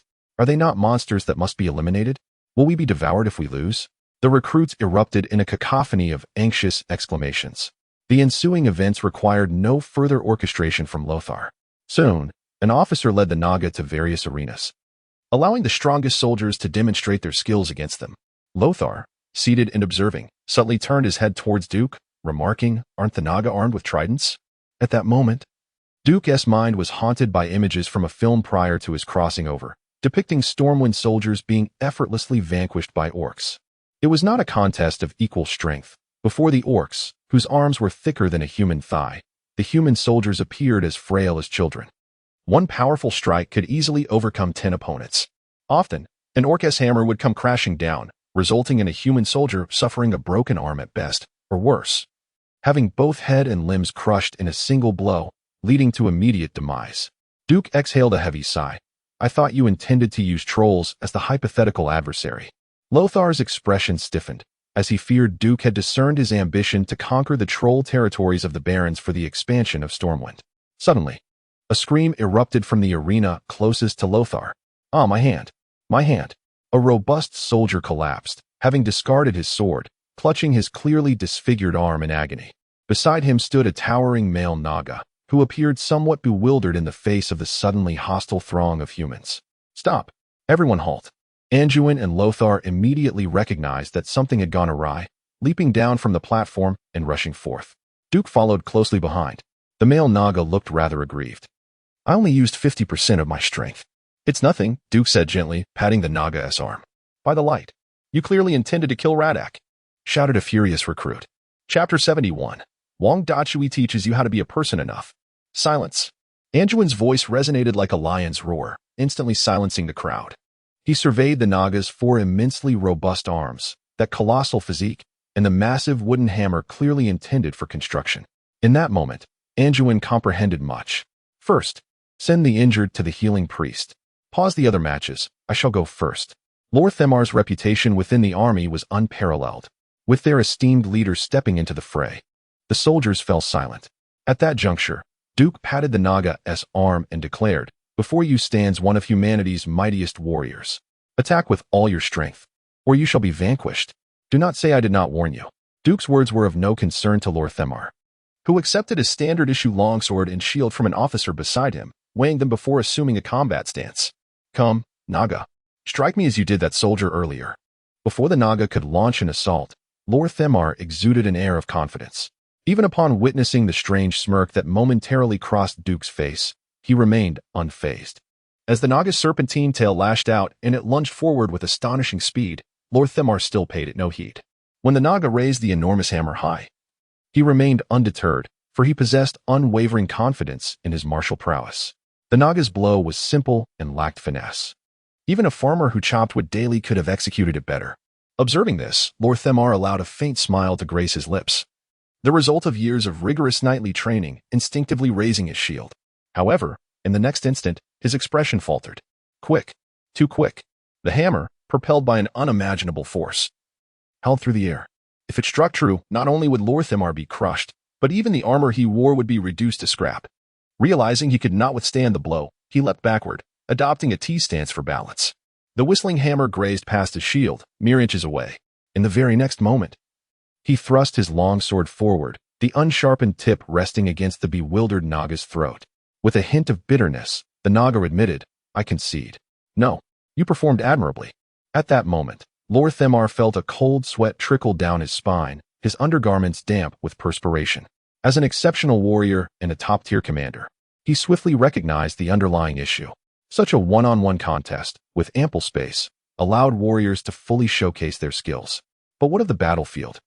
In places where soldiers pressed against one another, maintaining formation was of utmost importance. Currently, there were merely 10 Naga, but if 100, or even 1,000, were to simultaneously swing their hammers, it was evident that the soldiers in the front line would instantly be brought to their knees. Even the mere thought of this brutal scenario sent shivers down Lord Themar's spine. While the soldiers around him cheered, his gaze seemed to lose focus. Before such a colossal adversary, humanity appeared so feeble. What to do? What to do? What to do? Lothar's heart roared with an intensity he could scarcely endure. The thought of his meticulously trained soldiers being effortlessly dispatched, like mere vegetables, before such a monstrous foe was unbearable. Suddenly, he spotted Duke, a mysterious smile adorning his face. "Sir Marcus, do you have any wise counsel?" he inquired. Duke, seemingly oblivious to the gravity of the situation, retorted, "Are you feeling overwhelmed? Why not use both arms to bear the load?" Both arms. In what seemed a foolish remark, Duke inadvertently opened a new window in Lothar's mind. Indeed, if one arm could not bear the weight, why not employ both? "Come, Naga. This time I shall not retaliate. Strike as you did before." Lothar raised his shield high, positioning both forearms against it, his legs adopting a bow stance, muscles taut and ready. It was a posture of unwavering resistance. The heavy hammer descended with the anticipated ferocity. The wooden shield emitted a distressing crack, yet the craftsmanship of the Stormwind artisans held firm, preventing it from shattering immediately. The immense force coursed through Lothar's arms. For a brief moment, he felt a tingling numbness, as though his arms were no longer his own. Nevertheless, despite a tightening in his chest that threatened to expel bile, he had successfully blocked the blow. Lothar felt a surge of joy at this newfound strategy. Again, strike here. Seemingly having grasped the technique, he instructed Naga to deliver a sweeping attack. He braced himself sideways, as if pressing against a door, allowing the shield to rest on his shoulder. Thus, when the blow landed, both his left arm and shoulder bore the impact together. The force of the strike was so violent that it nearly shattered the shield. Yet it still held. Despite having been bested twice, Lothar wore a triumphant expression. Once Naga ceased her assault, Lothar turned to Duke, raising his thumb high in commendation. "You have done a great service for the Kingdom of Stormwind." Duke smiled silently in response. Such a simple technique of dual-wielding the shield, with the shoulder aiding in absorbing the shock, encapsulated the invaluable wisdom forged through countless battles and bloodshed. Historically, it was the soldiers' ignorance of the orcs that had led to their downfall. They instinctively raised their shields one-handed and attempted to retaliate, only to find their defenses inadequate. 90% of them fell by a single blow from the orcs. Even those who survived were often gravely injured, succumbing to the subsequent strikes. After losing thousands, they learned this lesson at the cost of many lives. Now, with Duke's guidance, he was convinced that history would indeed be rewritten. Anduin turned to the officers below and commanded, "Did you observe those two stances? Practice defensive counterattacks in this manner. Do not fear that your dull swords will harm the Naga. As long as you avoid the eyes or throat, their scales are not as fragile as you might believe." After issuing his orders, Lothar approached and quietly inquired, "How many Naga can you lend me?" "All that you require. Rest assured, I shall not allow anyone to bully your Naga subordinates. Although I am aware that you are not in dire need of money, I shall compensate you according to the standards of an instructor." "Thank you. No, the gratitude should be directed towards me and Ryan instead. In truth, Do you not have anything to share with either me or Ryan? No, Duke decisively shook his head. It's all right. I have a fondness for you, my friend. Lhasa gently tapped Duke's chest with his massive fist. As he watched Lassa's figure recede into the distance, Duke murmured to himself, I have done all that I could. Now, it remains to be seen whether Lady Luck will grace us with her favor. Chapter 72. The Great Exam. Wagering integrity. There remains an abundance of aspirations unfulfilled. Gazing at the shimmering stars outside, Duke exhaled a deep breath laden with frustration. The anticipated upheaval has yet to materialize. It appears that individuals as visionary as Lothar are but a rare breed. The majority of the elite across the 7 human kingdoms remain ensnared in a stupor of indulgence. Duke envisions constructing a road through the Elwyn Forest, stretching from Stormwind all the way to the Reedridge Mountains. Even with the awareness that the military officials of this era are unlikely to grasp the concept of rapid troop deployment, establishing a route for the eventual evacuation of the populace during an orc invasion would be invaluable. Why, you ask? Orcs are creatures adept at traversing harsh terrains. Whether in forests or mountains, they move with remarkable agility. In contrast, human civilians have high demands regarding road conditions. Evacuating families often entails the burden of possessions they are reluctant to abandon. Unfortunately, the roads of the Kingdom of Stormwind are in dire disrepair. Aside from the thoroughfares within Stormwind City, the vast majority of the Kingdom's paths are, in Duke's eyes, deplorable muddy trails. On clear days, the situation is manageable. But once rain falls, the roads transform into quagmires, rendering not only pedestrians but even horse-drawn carriages nearly immobile. Duke's ambition to repair the roads has met with considerable resistance. Those short-sighted nobles mistakenly believe that Duke seeks to extend his reach into their traditional territories via the sea. Consequently, they have uniformly rebuffed his proposals. Only a handful, such as the enlightened noble Borval, have consented to road construction on their lands. Yet even then, the result is merely a rudimentary cobblestone path. Despite Duke's financial backing, progress remains excruciatingly slow. It is estimated that within 100 days, the road may only reach Shimmergold. If only there were cement available. Alas, that too is merely a distant dream. Turning away from mundane affairs, Duke has encountered a bottleneck on the path of the arcane. The elder Norton once articulated, in the realm of earth mages, you have excelled admirably. Your connection to the earth serves as your foundation, allowing you to absorb purer elemental powers and store them within. This forms a magical cycle, enabling you to communicate with various elemental planes to cast spells. It is worth noting that the magical energy you currently utilize to contact the elemental realms has been diluted through incantations. Should you permit the unregulated influx of elemental energy, your body would be incinerated in an instant. After the elder's lengthy exposition, Duke seized the opportunity to inquire, are you referring to the intensive concentration of magical energy? Duke is indeed anxious. A mere 3 months remain until the Dark Portal incident. While bolstering the strength of Stormwind Kingdom is undoubtedly the righteous path, enhancing one's own abilities holds equal significance. This is not solely a matter of future standing in the world, but also intertwines with a myriad of subsequent concerns. For instance, who will contend with Gul'dan in a duel of spells? And who is Gul'dan?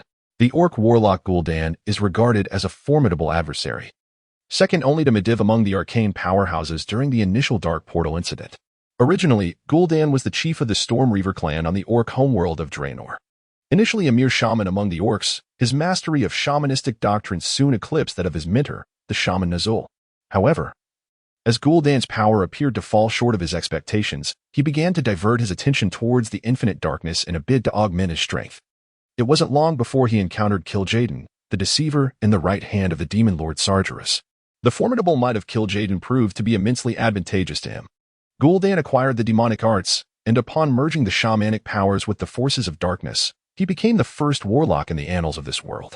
He introduced this arcane magic to the Horde, transforming the orcs into relentless engines of chaos and destruction. He even fed the Orcish army the blood of demons, inciting them to massacre the Draenei. Gul and Apos, Dan and Apos' ever-growing power elevated him to a higher position within the Horde. 8 centuries later, Medivh, possessed by Sargeras, sent a vision to this orc warlock from the world of Draenor, and together they opened the portal that linked Azeroth and Draenor, known as the Dark Portal, to transport the orcs to the world of Azeroth. In the original timeline, the Royal Mage Academy of Stormwind faced utter devastation, nearly obliterating the entire royal conclave of mages. The victors, of course, were the Orcish Shadow Council under Ghoul and Apos, Dan and Apos, S Dominion, on the side of the Stormwind Kingdom and Apos, S Army. After all his efforts, Duke believed that the kingdom could not possibly suffer as dire a fate as in the previous timeline. However, the arcane warfare was a different matter entirely. How could one excel in such a pursuit? First, one must establish a goal, then ascertain the methods to reach that goal, followed by diligent effort, continuous refinement, and resolution of issues that arise before achieving the objective. At present, Duke understood that his ambition was to become the most powerful mage. Yet he remained oblivious to the path that would lead him there. He lacked vital information, and the tomes of the Royal Mage Academy were utterly inadequate for his needs. Rubbing his brow, Duke murmured to himself, "It seems I must resort to raiding Karazhan." Yes, Karazhan, Medivh's stronghold.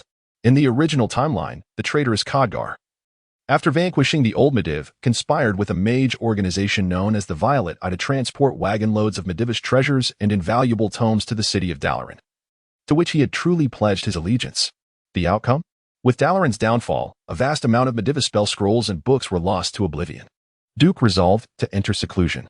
Chapter 73. The emergence of the dashing General Wu. The land of Draenor lay in decay, devoid of any semblance of normal vegetation. A murky wind swept through the atmosphere, suffocating those within its grasp. Without flora, herbivorous creatures could not survive, and consequently, the carnivorous beasts at the apex of the food chain could not endure either.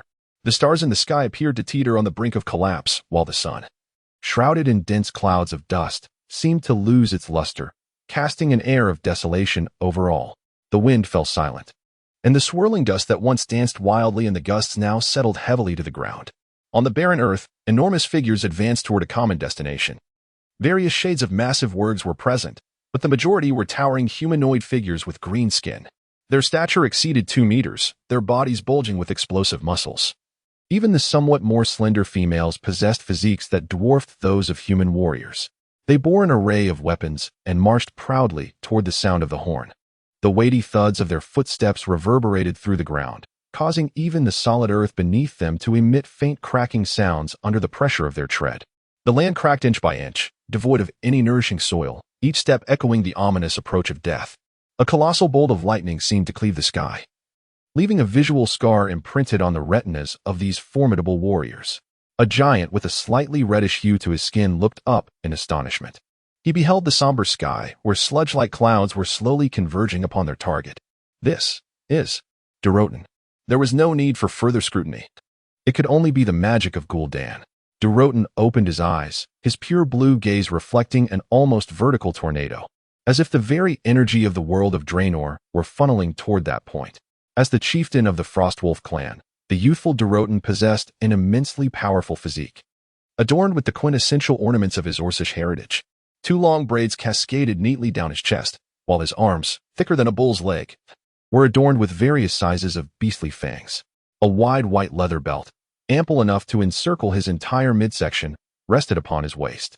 Durotan wielded an enormous axe, as large as half a door of a human dwelling, and beside him walked his beloved white wurg, a beast the size of a water buffalo, weighing no less than 400 kilograms.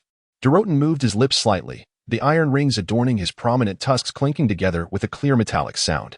Orgrim. I have always felt that the world's destruction is tied to that scoundrel Gul'dan. His friend Orgrim, who would soon rise to become the chieftain of the orc tribes, tilted his head in contemplation. I do not believe one orc can bring about the end of the world. Orgrim's physique, though not as imposing as Durotan's, was still formidable. He appeared slightly smaller in stature. Yet, anyone who underestimated him due to his size would certainly pay a heavy price. For in his hands was a massive square-headed iron hammer, larger than most Orcish torsos. Orgrim adorned himself with various ornaments that epitomized the essence of his Orcish heritage. The formidable tusks he bore served not only as embellishments, but also as symbols of his valor. Only those orc warriors who had independently vanquished ferocious beasts could claim the tusks of these monsters as their own. In this regard, Orgrim stood shoulder to shoulder with Durotan, as both were renowned warriors among the Orcish clans. As they drew closer to their destination, Durotan began to observe an increasing throng of orcs. These elite warriors, hailing from various clans of the Horde, beat their chests or let out thunderous howls, exhibiting their prowess in a myriad of flamboyant ways. occasionally engaging in brawls with those they deemed unsatisfactory. The entire gathering resembled a colossal arena of gladiators. The Wosong clan, the Blackrock clan, the Shadowmoon clan, the Shattered Hand clan, virtually all the major clans had assembled. Ogrim interjected, "Indeed, as the world faces annihilation, we are compelled to heed the call of War Chief Blackhand and Gul'dan." At that moment, numerous orcs caught sight of Durotan. Their pupils dilated in surprise, and the battle-hungry crowd stirred restlessly. The assembled orc warriors parted like waves, creating a path for the two valiant figures adorned with tusk ornaments. At that juncture, a towering and robust silhouette emerged atop a crude wooden platform in the distance. It was a massive orc, encased in heavy iron armor, wielding a colossal warhammer steeped in the remnants of ancient blood rituals, a testament to his might. His ironclad visage seemed to convey to the other orcs that he possessed a heart as unyielding as steel. His presence was akin to a massive battle axe cleaving through the unruly throng of orcs. Those who faltered in retreat were nearly suffocated by the palpable aura of slaughter that emanated from him, their chests caving in with a lack of courage to draw breath. "Oh, Frostwolf clan, seek your place to the south." In this moment, the only figure capable of overshadowing the legendary Frostwolf chieftain was none other than the Warchief Blackhand, known by the moniker Destroyer. In reverence to the Warchief, both Durotan and Ogrim struck their left breasts with their right fists. Yet, Blackhand merely cast a fleeting glance at Durotan before striding away. After a brief period of settling the Frostwolf clan, an hour had elapsed. The sound of a gathering horn resonated before the towering stone gates, which loomed hundreds of meters high. The long, mournful notes seemed to echo from a time long past, heralding the impending demise of this world, known as Draenor by the Draenei, while simultaneously sounding the clarion call for a new war. Most orcs did not ponder deeply. They understood only that Gul'dan was summoning them in the name of Warchief Blackhand. A tide of green-skinned orcs surged towards the vast expanse before the enormous gates, with a hulking figure effortlessly crowding the space until it was nearly impassable. The frail orcs, lacking both strength and stamina, were unable to approach the grand entrance, naturally relegated to the outermost circle. Before the colossal door, towering several dozen meters above the earth, a hunchbacked orc draped in a black cloak slowly emerged into the sight of tens of thousands of orcs, leaning on a staff adorned with a skull. From his back protruded several massive bony spikes, each impaled with desiccated skulls. Though his stature was not imposing, no orc could disregard his presence. He was the one who had surpassed his mentor, Nazul, now wielding dominion over Gul'dan in the truest sense. Chapter 74, The Dark Gate, Part 1, His Form. Grotesque and fearsome due to the insidious corruption of demonic energy, bore claws that radiated a green luminescence from incessant use of infernal power.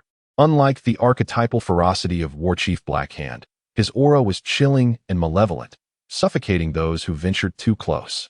His eyes glowed with a wicked crimson light, and his will govern the fate of the entire orc tribe. A staff, imbued with an aura of terror, was thrust into the firm stone tiles. A seemingly trivial sound that echoed through the square, reverberating in the ears of thousands of orcs as the ominous rumble of fate-esque gears turning filled the air.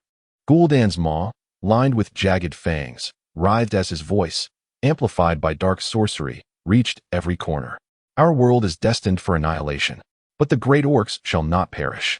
Each word he uttered was robust and potent, exuding unshakable confidence.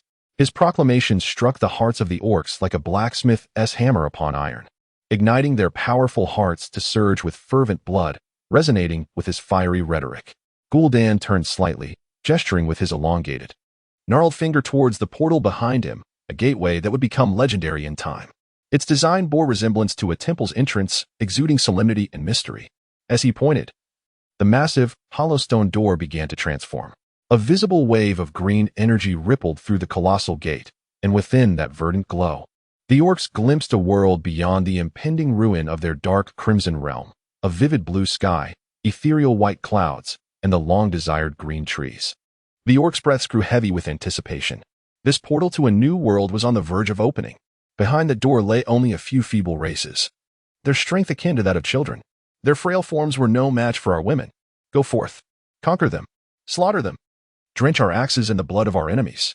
With our valor, let us carve a new sky for the tribe, corrupted by the blood of demons. Most orcs had become fiercely warlike and frenzied. The triumph over the Draenei had propelled their confidence to unparalleled heights. A cacophony of thunderous roars erupted, waves of sound powerful enough to shake the very heavens. Following Gul'dan's directive, the selected warriors of the tribe brandished their weapons and marched with a force that made the earth tremble, transforming into a torrent of green surging toward the immense dark gate. Witnessing this spectacle, Duran turned to his old friend. Grim, I am suddenly reminded of our war against the Draenei. And so what? The city of Shatrath is now the domain of the Horde. A worthless domain, Duran scoffed. I hope this land proves fertile for the Orcish race. His words were echoed by his wife, Draka, who had stood resolutely by. Let us hope it provides a better foundation for our children. Duran furrowed his brow slightly. Draka, do you still insist on joining the first wave of attack? Only the most valiant orcs are permitted to partake in the initial assault. Do you doubt my courage? Draka, somewhat irked, brandished her dagger in a few swift motions. Very well. At the very least, allow me to go first. Following the tide of orcs, Duran boldly surged through the colossal green portal without hesitation. Simultaneously, in Stormwind, Duke abruptly opened his eyes in a sealed chamber, his gaze radiating a piercing brilliance. His hands trembled with a blend of excitement and anxiety, and his heart raced with a mix of exhilaration and a tinge of fear. His emotions were so intricate that he found it impossible to encapsulate his feelings in a single sentiment. As a former student of the Academy, prolonged peace had rendered him unfamiliar with the taste of war. Yet, as a transmigrator intent on carving out a place for himself in the world of Azeroth, upon seeing the system spirit's notification that the dark portal has opened, he understood that both opportunity and peril had arrived simultaneously. Windsor, Makaro, for the first time in 3 months. Duke's voice broke through the door. Recently, even their most basic needs had been met in the hall, and the two men were instantly invigorated. After knocking, they entered the room to find Duke disheveled, with unkempt hair and an unshorn beard. His appearance was weary, yet his eyes sparkled with an extraordinary brightness. Since becoming Duke's follower, Windsor had often questioned whether Duke was a formidable opportunist. Looking around, he perceived a gaze yearning for validation, a desire to achieve greatness. A shiver coursed through Windsor's heart. Duke's clear yet resolute voice resonated in their ears. The catastrophe I have long feared has arrived. Their hearts skipped a beat. Duke raised his chin, declaring, "This is neither the end of the world nor the demise of humanity. There remains much to be accomplished. I will demonstrate to you, to the entire kingdom of Stormwind, and indeed to all of humanity, that my preparations over the past year have not been in vain." Duke's actions were anything but those of a rebel. Today, everything would be revealed. Within Stormwind, Lothar continued to oversee the training of soldiers in the barracks, feeling quite satisfied with their progress. With the assistance of the Naga, the recruits were rapidly advancing. From initially struggling to wield a sword, they had now developed both offensive and defensive capabilities. Over the past 3 months, numerous tactics had been devised, such as having 2 soldiers bear shields in the front while spearmen launched surprise attacks from behind. Today appeared no different from any other day. However, in the dead of night, Lothar's office was knocked upon by a close attendant. "Commander, you should take a look at this." The attendant held forth a message barrel sealed with wax. Upon seeing the lion emblem upon it, Anduin's pupils suddenly constricted. Chapter 75, The Gate of Darkness, Part 2. 10 minutes later, within the royal palace, King Lane, lost in the bliss of a dream, was abruptly roused by a series of urgent knocks at his door. "Your Majesty, an urgent matter has arisen." Even in a state of half-consciousness, Lane recognized the voice of his longtime friend, Anduin Lothar. "By the gods, Anduin, what hour is it? I hope your urgent matter is as dire as you claim." The queen, likewise awakened from her slumber, wordlessly prepared her husband for the unexpected event. Moments later, as the guards opened the grand door to the royal chamber, Lane beheld a tense and fully armed Anduin awaiting him. "Your Majesty, we have detected signs of an invasion from an alien race in the southeastern part of the kingdom. However, before I confirm my report, I strongly advise you to examine the hourglass that Medivh gifted you." Thud, thud, thud. The sound of hurried footsteps echoed through Stormwind Keep. Accompanied by 2 full squads of royal guards, Lane followed Anduin to a storage chamber heavily guarded by 4 sentinels. "Open it," Lane commanded, his voice trembling slightly. The guard complied, swiftly revealing a barren storage room illuminated by flickering oil lamps. Under the glow of numerous torches and lamps, Lane and Anduin's gazes fixated on the black hourglass, which had completely emptied its contents. "When did this happen?" Lane's inquiry bore a note of rising anger. "Did I not command a daily inspection?" The captain of the guards, drenched in sweat, replied, "Indeed, we conducted the inspection. I personally confirmed that this morning." there was still a finger's breadth of sand left. Your command was to check daily and report immediately when the hourglass ran out. King Lane's face turned ashen, and he could only utter a few words. Summon the cabinet immediately. Half an hour later, Stormwind Keep was ablaze with light. On a massive map, Anduin pointed to the southeastern region of the kingdom. The first unsettling report came from the outpost south of the Reedridge Mountains. After 3 red signal flares, indicating a substantial monster invasion, we lost contact. The Griffin reconnaissance squad that I dispatched 2 months ago from Lakeshire immediately took flight and observed a horde of green-skinned giant humanoid creatures emerging from the Swamp of Sorrows. Giant? How giant? King Lane furrowed his brow.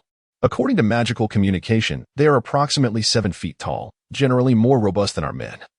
Adorned in various styles of armor and wielding heavy weapons such as massive axes and hammers. Duke Bovar inquired, "Are you certain they are not trolls?" Anduin shook his head. "No, our men confirmed it. 2 Griffin Knights dove in for close observation, and 1 was killed by a long-range weapon." The corner of King Lane's eye twitched. Griffins, with the body of a lion and the head and wings of an eagle, are formidable creatures to raise. Despite their imposing size, they can easily topple an entire battalion of human soldiers in battle. Maintaining them is costly. A single griffin can consume a whole cow daily if it feasts freely. To lose a griffin merely for reconnaissance, Ryan remarked, would be a lie to say it does not pain me. At that moment, a messenger entered. "Your Majesty, Commander." "Esteemed lords, there is new information." Upon hearing the latest news, an eerie silence enveloped the room. A garrison stationed at the small fortress at the triangular road of the Red Ridge Mountains had been annihilated. The local garrison of the Stormwind Kingdom was modest, comprising approximately 500 troops. Nevertheless, the report indicated that not a single soul had survived. This was not a sudden ambush without preparation, rather. It was a complete and utter destruction despite the garrison being forewarned by scouts and having readied themselves for battle. The weight of this revelation was undeniably heavy. The faces of Ryan and Anduin reflected a slight, painful spasm, for it meant that their longtime friend, Medivh, had truly betrayed them, at the very least. He had forsaken his duty as a guardian. Ryan twisted his neck, resembling a rusted machine, and turned to Anduin. "Have you notified the Council of Tirisful?" A sense of foreboding suddenly washed over him. However, the imminent threat of a large-scale invasion left Ryan with little room for other thoughts. Among the 7 human kingdoms, Stormwind was considered a formidable power, yet it was impossible for the kingdom to sustain a standing army exceeding 100,000. For a kingdom with an overall military strength of less than 30,000, the annihilation of a local garrison was no trivial matter. Most crucially, this seemed merely the beginning. King Ryan pressed his hands on the table and spoke solemnly. "Intelligence. I require more intelligence. What manner of enemy are we facing? What is their combat capability? Their armament? Their numbers? What are their objectives? We cannot engage in battle against an adversary shrouded in ignorance." Lothar raised a finger. "I propose we summon Duke Marcus to attend the meeting. He appears to have made more preparations for this." However, Lothar's suggestion met with staunch opposition from several other high-ranking nobles. "Sir Lothar, this is a war. It is not a game that permits a mere 15-year-old child to participate." The dissent from numerous influential nobles left Ryan with no recourse but to give Lothar a subtle shake of his head. The king then redirected the conversation. "Anduin, I require your men to organize a hunt. We must strive to capture an enemy combatant, or if that fails, at least a corpse. As you command, your Majesty. However, I advise that prior to this, you should declare the kingdom to be in a state of war." "A state of war? No. We have yet to ascertain the identity of our enemy." "And you propose we declare the entire kingdom in a state of war over an armed conflict occurring at the farthest edge of our realm? What nonsense." It was the Marquis of Camlorn who spoke. To hastily declare a state of war would undoubtedly gravely harm the interests of the nobility. For a state of war would allow the king to easily impose war taxes, conscript the nobles' private armies, and even temporarily govern the nobles' territories. This was a fate far more unbearable than death for them. The attitude of the Marquis of Camlorn and others nearly suffocated Anduin and Lothar. Regrettably, until further evidence emerges to substantiate the gravity of the situation, both King Anduin and King Ryan must, for the time being, regard this incursion merely as a border conflict with a foreign race. However, the rapid deterioration of events has surpassed everyone's expectations, save for one individual, Duke. Chapter 76, The Dark Gate, Part 2.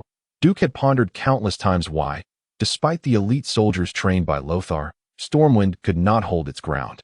Was it due to Lothar being compelled to launch a surprise assault on Karazhan at a crucial moment? Or was there another underlying reason? Unlike any centralized state, the backward feudal system bore its own inevitabilities. In an era plagued by abysmal transportation, concentrating forces in one location and gathering provisions from afar seemed utterly preposterous. Merely transporting food was fraught with challenges. The wretched soil and incessant damp weather could easily diminish half of the supplies. To mitigate excessive losses, governments often stationed troops across various regions, compelling each noble to sustain their own forces. The king wielded the authority to command a noble to muster a certain number of troops, dictated by rank, at specific times and places for particular campaigns. Yet, he could not dictate the precise actions of the knights under a noble's command. This exemplified the notion that a king's vassal is not the king's vassal in the truest sense. While the king possessed the power to issue directives to the nobility, the nobles could, in turn, influence the king's decisions based on the military resources at their disposal. The Orc invasion spread across the eastern kingdoms of Azeroth like a pestilence. Initially, some nobles insisted that the situation was being exaggerated, demanding more intelligence. Yet, the circumstances spiraled downward at an alarming pace, akin to boarding a fast train to hell. What were the Orcs capable of? What was their strength? How many were there? What were their targets? Stormwind remained utterly ignorant. Endless bickering among the nobles within the keep left both Lane and Anduin physically and mentally exhausted.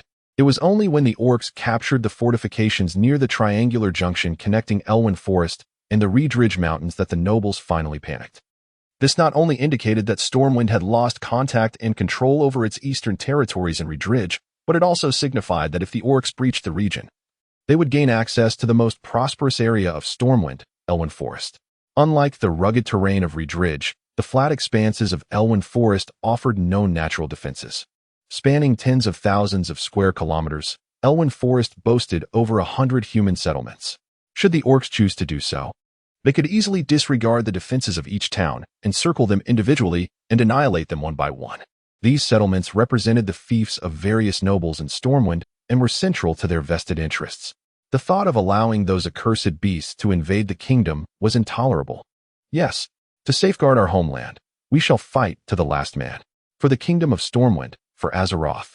In a remarkable turnaround, the previously lethargic nobles reached a unanimous decision within an hour, collectively demanding that King Lane organize a defensive battle at the pass leading from Elwyn Forest into the Reidridge Mountains, utilizing the treacherous gorge to thwart the Orc advance. After finally dispatching the Grand Nobles, Lane slumped upon his throne and, in a weary voice, addressed Anduin. In the vast emptiness of the inner sanctum, only he and Lothar remained, king and vassal.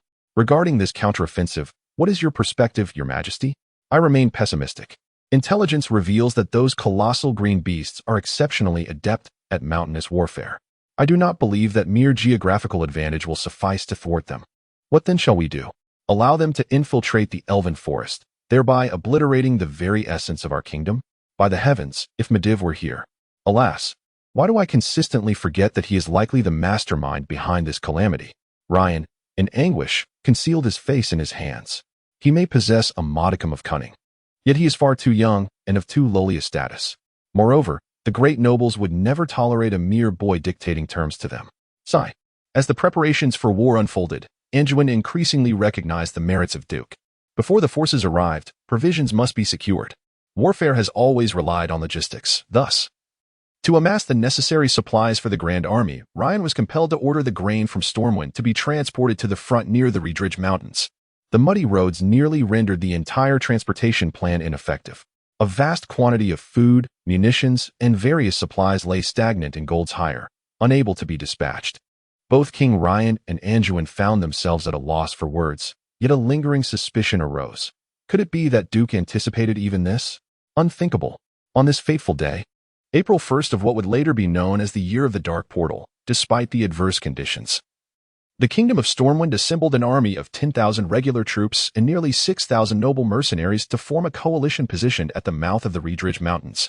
From the towering heights of the Reidridge Mountains, one gazes down upon the stark, barren red hills devoid of trees, while in the distance lies a vast expanse of emerald forest stretching infinitely, a panorama that renders all else diminutive in its presence. The Reidridge Range is indeed vast. Yet this V-shaped twin peak, located at the westernmost part of the region, appears as a solitary island amidst an endless sea, starkly isolated and helpless before the sprawling majesty of the elven forest.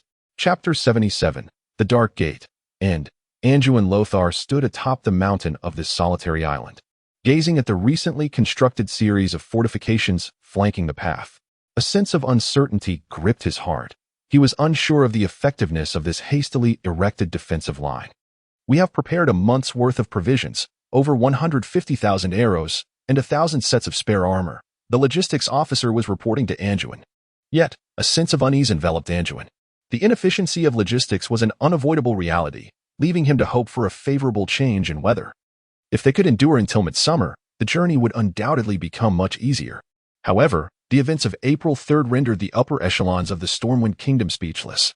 Numerous nobles had also dispatched themselves to partake in this great conflict.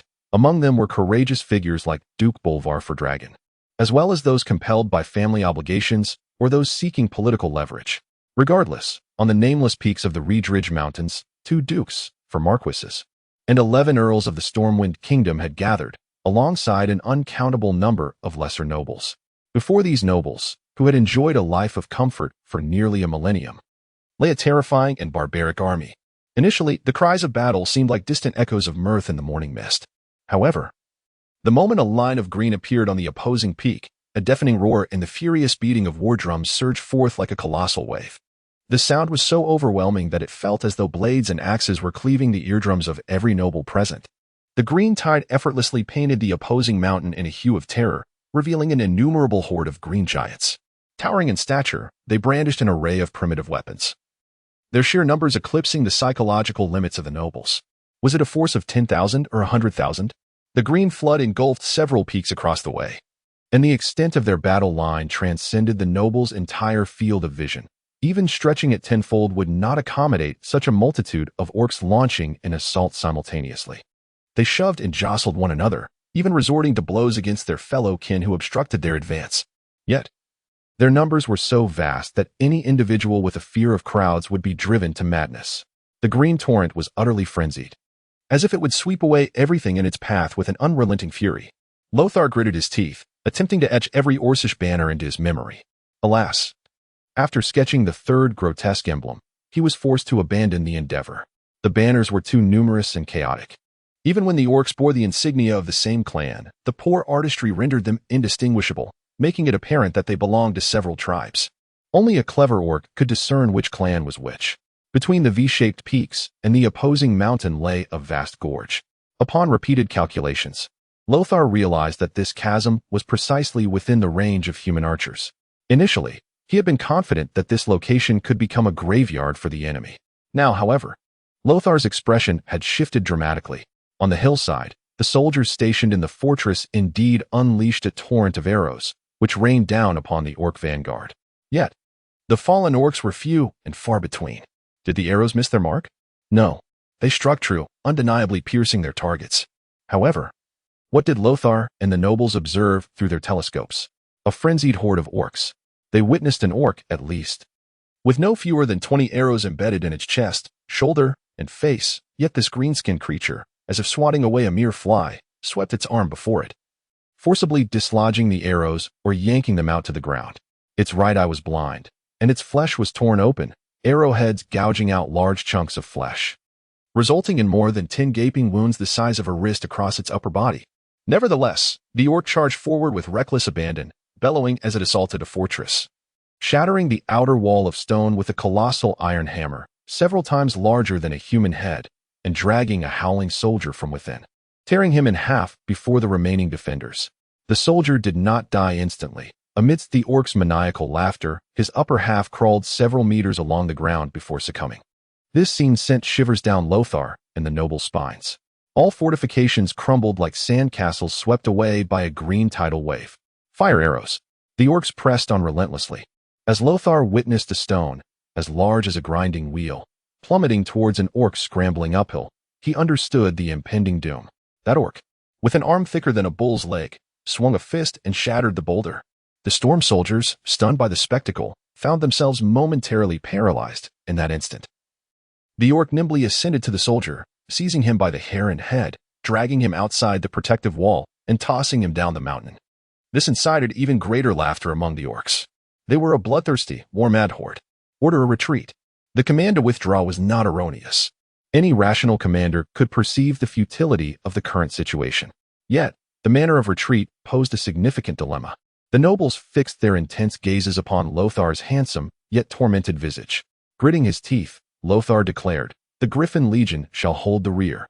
Adorned with a blue field and golden trim, their banner depicted a golden griffin clutching swords in its talons.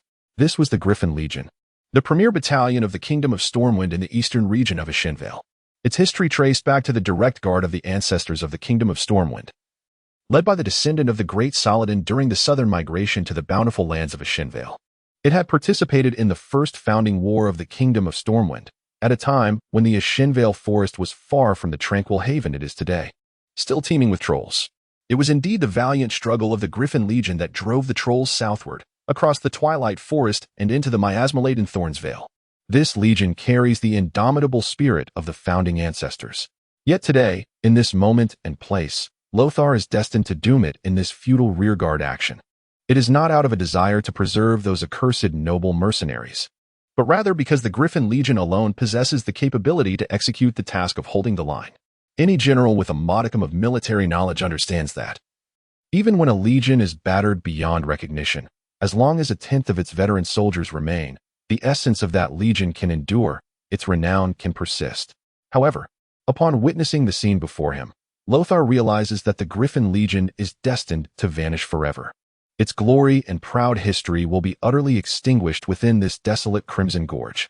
For, besieged by tens of thousands of orcs, the human infantry, lacking in strength, speed, and agility, stands no chance of evading their relentless pursuit. Chapter 78. Heaven to the left, warriors to the right. Part 1. Upon the distant horizon, the peaks loomed against a backdrop of somber gray skies. Beneath the oppressive weight of thick, dark clouds, countless green orcs surged over the mountains, spilling into the valley, where the scattered remains of human soldiers lay amidst weapons and armor glistening with a dull sheen. What began as a defensive battle had devolved into a scene of utter carnage. Aside from the heavy crossbows and a solitary squad of mages capable of inflicting significant damage upon the orcs, the human forces found themselves utterly powerless against their foe. Within the command post atop the mountain, Anduin Lothar's face had drained of color as he turned to address the leader of the Griffin Legion, General Tom Simos. "Gather your men and follow me. The Kingdom of Stormwind requires a rearguard." With these words, Lothar's imposing stature seemed to grow even more formidable. Each noble present bowed their heads in shame. It was they who had compelled King Lane to engage in a conflict shrouded in ambiguity. It was they who, in their desperation to protect their territories, had ensnared Anduin and the entire Griffin Legion in a perilous predicament. Despite the bustling atmosphere within the command room, a palpable sense of desolation enveloped each noble, as if they were mourning the loss of a comrade. General Tom Simos, a middle-aged man with golden hair and a square jaw, embodied the archetype of a soldier devoid of any aristocratic airs. His rugged brows arched with the tension of his facial muscles as he stood at attention, donning his helmet with a smile. Before securing it, he took a moment to adjust the distinctive red plume that distinguished him from ordinary soldiers, as if to ensure the orcs recognized him as a general. Accompanying Lord Lothar would surely not be a solitary endeavor. His words resonated with a steadfastness that transcended mere sound. To be a hero for a moment or a coward for a lifetime. Only when a man truly comprehends this sentiment can he grasp the weight of the sword he wields. Bovar's facial muscles twitched as he stepped forward impulsively, intent on drawing his sword from its sheath. "I will accompany you." Suddenly, Anduin's hand clasped Bovar's wrist, preventing him from drawing his weapon. The war had only just begun. The death of a mere knight would suffice. "The retreat shall be entrusted to you, Duke Fortigan." Anduin's voice rang out, powerful and resolute, betraying none of the resignation of a man prepared for death. Bovar's mouth moved in silent protest, yet no words emerged. Ultimately, he turned away with a countenance etched in undeniable anguish. "Listen well, the upcoming retreat will be commanded by me, Bovar Fortigan. Anyone who dares to flee ahead of me shall face the consequences of my blade." Lothar had anticipated this. Without King Lane's backing, Anduin was but a lowly knight. Yet, bereft of Lane, Bovar remained a duke of considerable standing. His lineage and status served as a deterrent to the nobles who had already lost their fighting spirit. In swift succession, the nobles within the command room filed out. The commanding shouts of noble officers echoed from the direction of the rear mountain. Apart from the soldiers stationed at the small bunker who could not withdraw, over 70% of the troops on the peak began to retreat in an orderly fashion. Gazing into the distance at the surging green tide, Lozer's eyes reflected an indescribable complexity. Was it desolation, regret, resentment, or a noble acceptance of death? Tom Simmons returned. Standing resolutely beside Lozer, his voice firm and powerful, the 5,000 warriors of the Griffin Legion are prepared. In truth, Lozer need not have personally covered the retreat. As the commander of this battle, he could easily have shifted the responsibility onto those nobles who had boisterously proclaimed their bravery before the war, only to tremble in fear at the sight of the orcs. Ryan would surely ensure his safety. Yet Lozer did not falter. He calmly donned his helm and stepped out of the command post alongside Tom Simmons. Guards, sound our horn and inform those barbaric wretches that we have arrived. Lozer's resonant voice commanded respect from the sentinels stationed at the entrance. The deep and sonorous blast of the horn stirred the orcs, momentarily halting their violent pursuits as they lifted their green-skinned heads in curiosity. A short distance up the slope, where the orcs had yet to advance, the massive gates of two formidable fortresses swung open. Thousands of human soldiers clad in gleaming silver armor converged like rivers flowing into the sea, swiftly forming two battalions, each guarding one side of the mountain. They advanced steadily down the 30-degree incline. Finally, worthy foes arrived to meet their doom. A chieftain of a minor clan chuckled in the orc tongue. The warriors of the Griffin Legion descended along the most level slope, appearing as a flowing river of steel formed by their shifting shields and armor. The entire legion resembled a dazzling, fluid pool of mercury. Between the gaps of their larger, kite-shaped shields, one could catch glimpses of heavily armored infantry, their faces partially obscured by half-helmets, their gazes resolute. The front line consisted entirely of shield-bearers, while from the third row onward stood spear-wielders, brandishing poles nearly 4 meters in length. They rested their spears upon the shoulders of their crouching comrades in the front row, extending them just enough to reach through the gaps between the shields. The fourth and fifth rows of spearmen followed suit, each row angling their spears slightly higher. This had been meticulously calculated. For the towering orcs, the lowest row of spears would reach their waists. The entire formation resembled a colossal iron hedgehog, instilling fear in the hearts of onlookers. It was as if a forest of spears had risen, their tips glinting ominously. If they were to face fellow humans, this might have devolved into a protracted stalemate, as simple arrows would prove nearly ineffective against such a steel bastion. However, the orcs were different. They cackled maniacally, shouting and swinging their massively weighted weapons, charging fearlessly upward.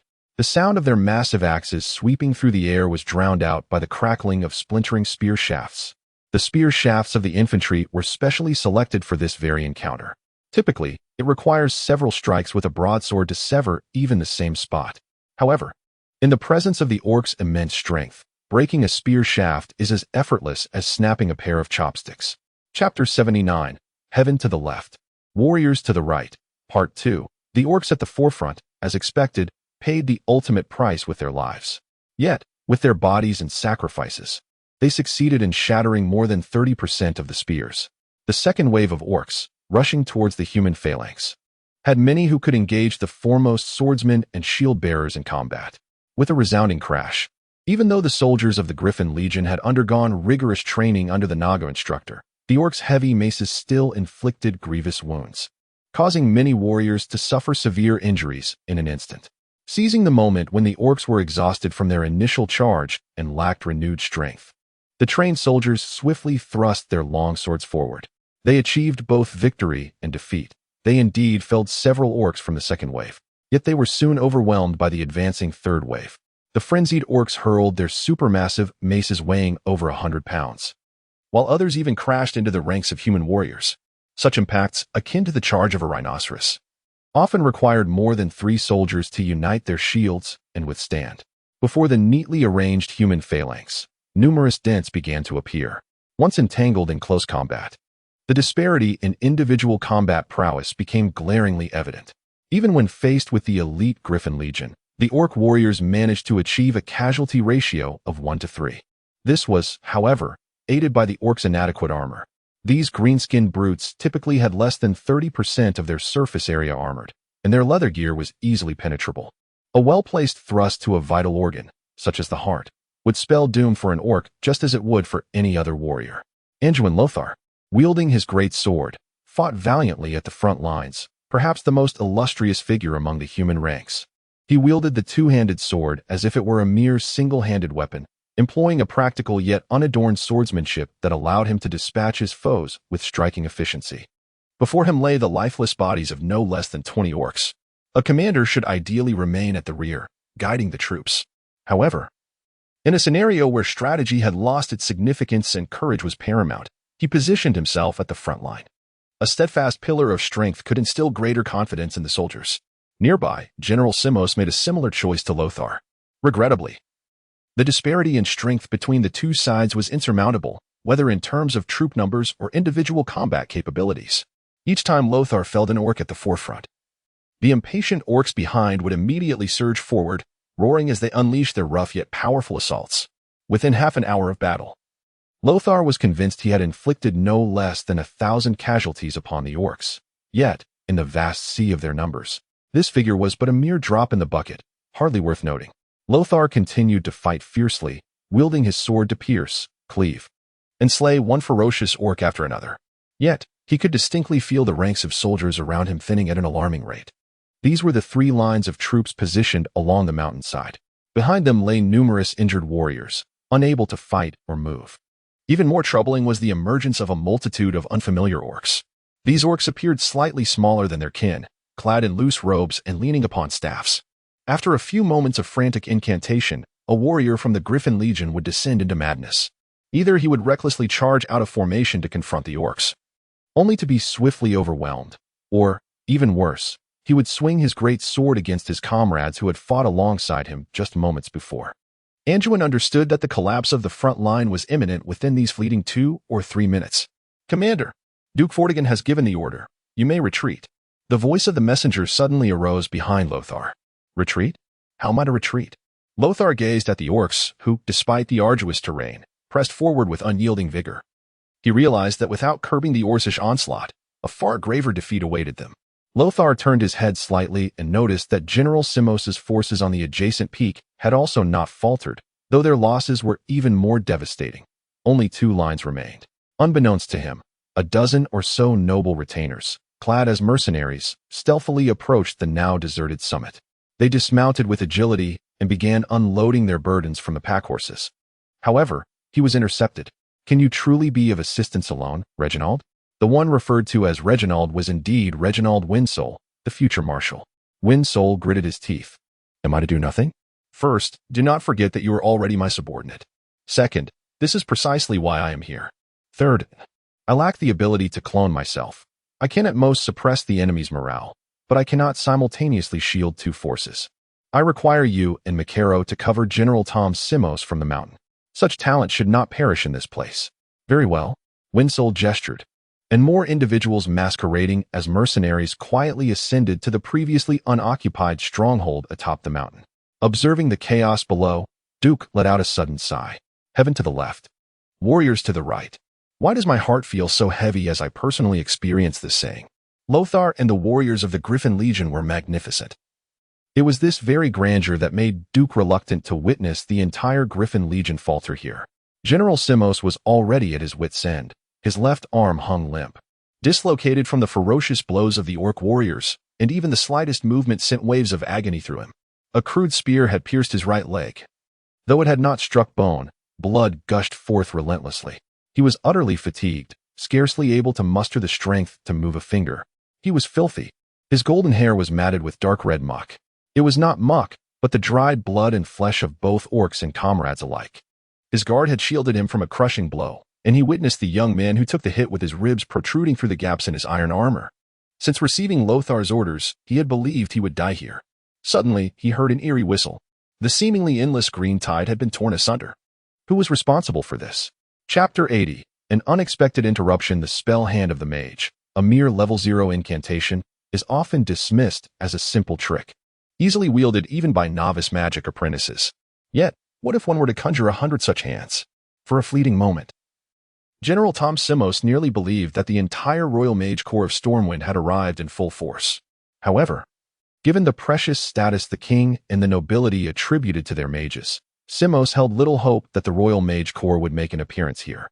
There existed a notion among the upper echelons of the military, unless the enemy breached the gates of Stormwind. One should not expect to see the Royal Mage Corps mobilized in its entirety. Mages are enigmatic, powerful, and noble beings. They demand the finest provisions and accommodations. Even when the entire army subsists on roots and tubers, the mages must feast on white bread. Furthermore, they require absolute tranquility during their rest. The scarcity of mages results in their rare presence on the battlefield. Today, the sole mage squad present on the field had been cobbled together by Duke Bolvar for Dragon and several noble houses. When the decision to retreat was made, they were among the first to depart. Why then were there mages on the battlefield? And they appeared to be on their side, wiping the blood from his eyes. Simos noticed something peculiar about the objects embedded in the orcs. They were crafted diamond-shaped cones, significantly larger than arrowheads, yet not quite reaching the size of daggers. These very cones caused hundreds of orcs to writhe in agony, clutching their eyes, while twice that number tumbled down the hillside, seemingly destined for death. Was this magic? In the next moment, a striking shadow descended gracefully from the mountaintop. Clad in an unusual black robe, his face shrouded beneath a hood, his features obscured. He was accompanied by over 100 arcane energy-formed hands of the mage, which, as he descended, unleashed a relentless barrage of arcane missiles. No, these could hardly be termed arcane missiles.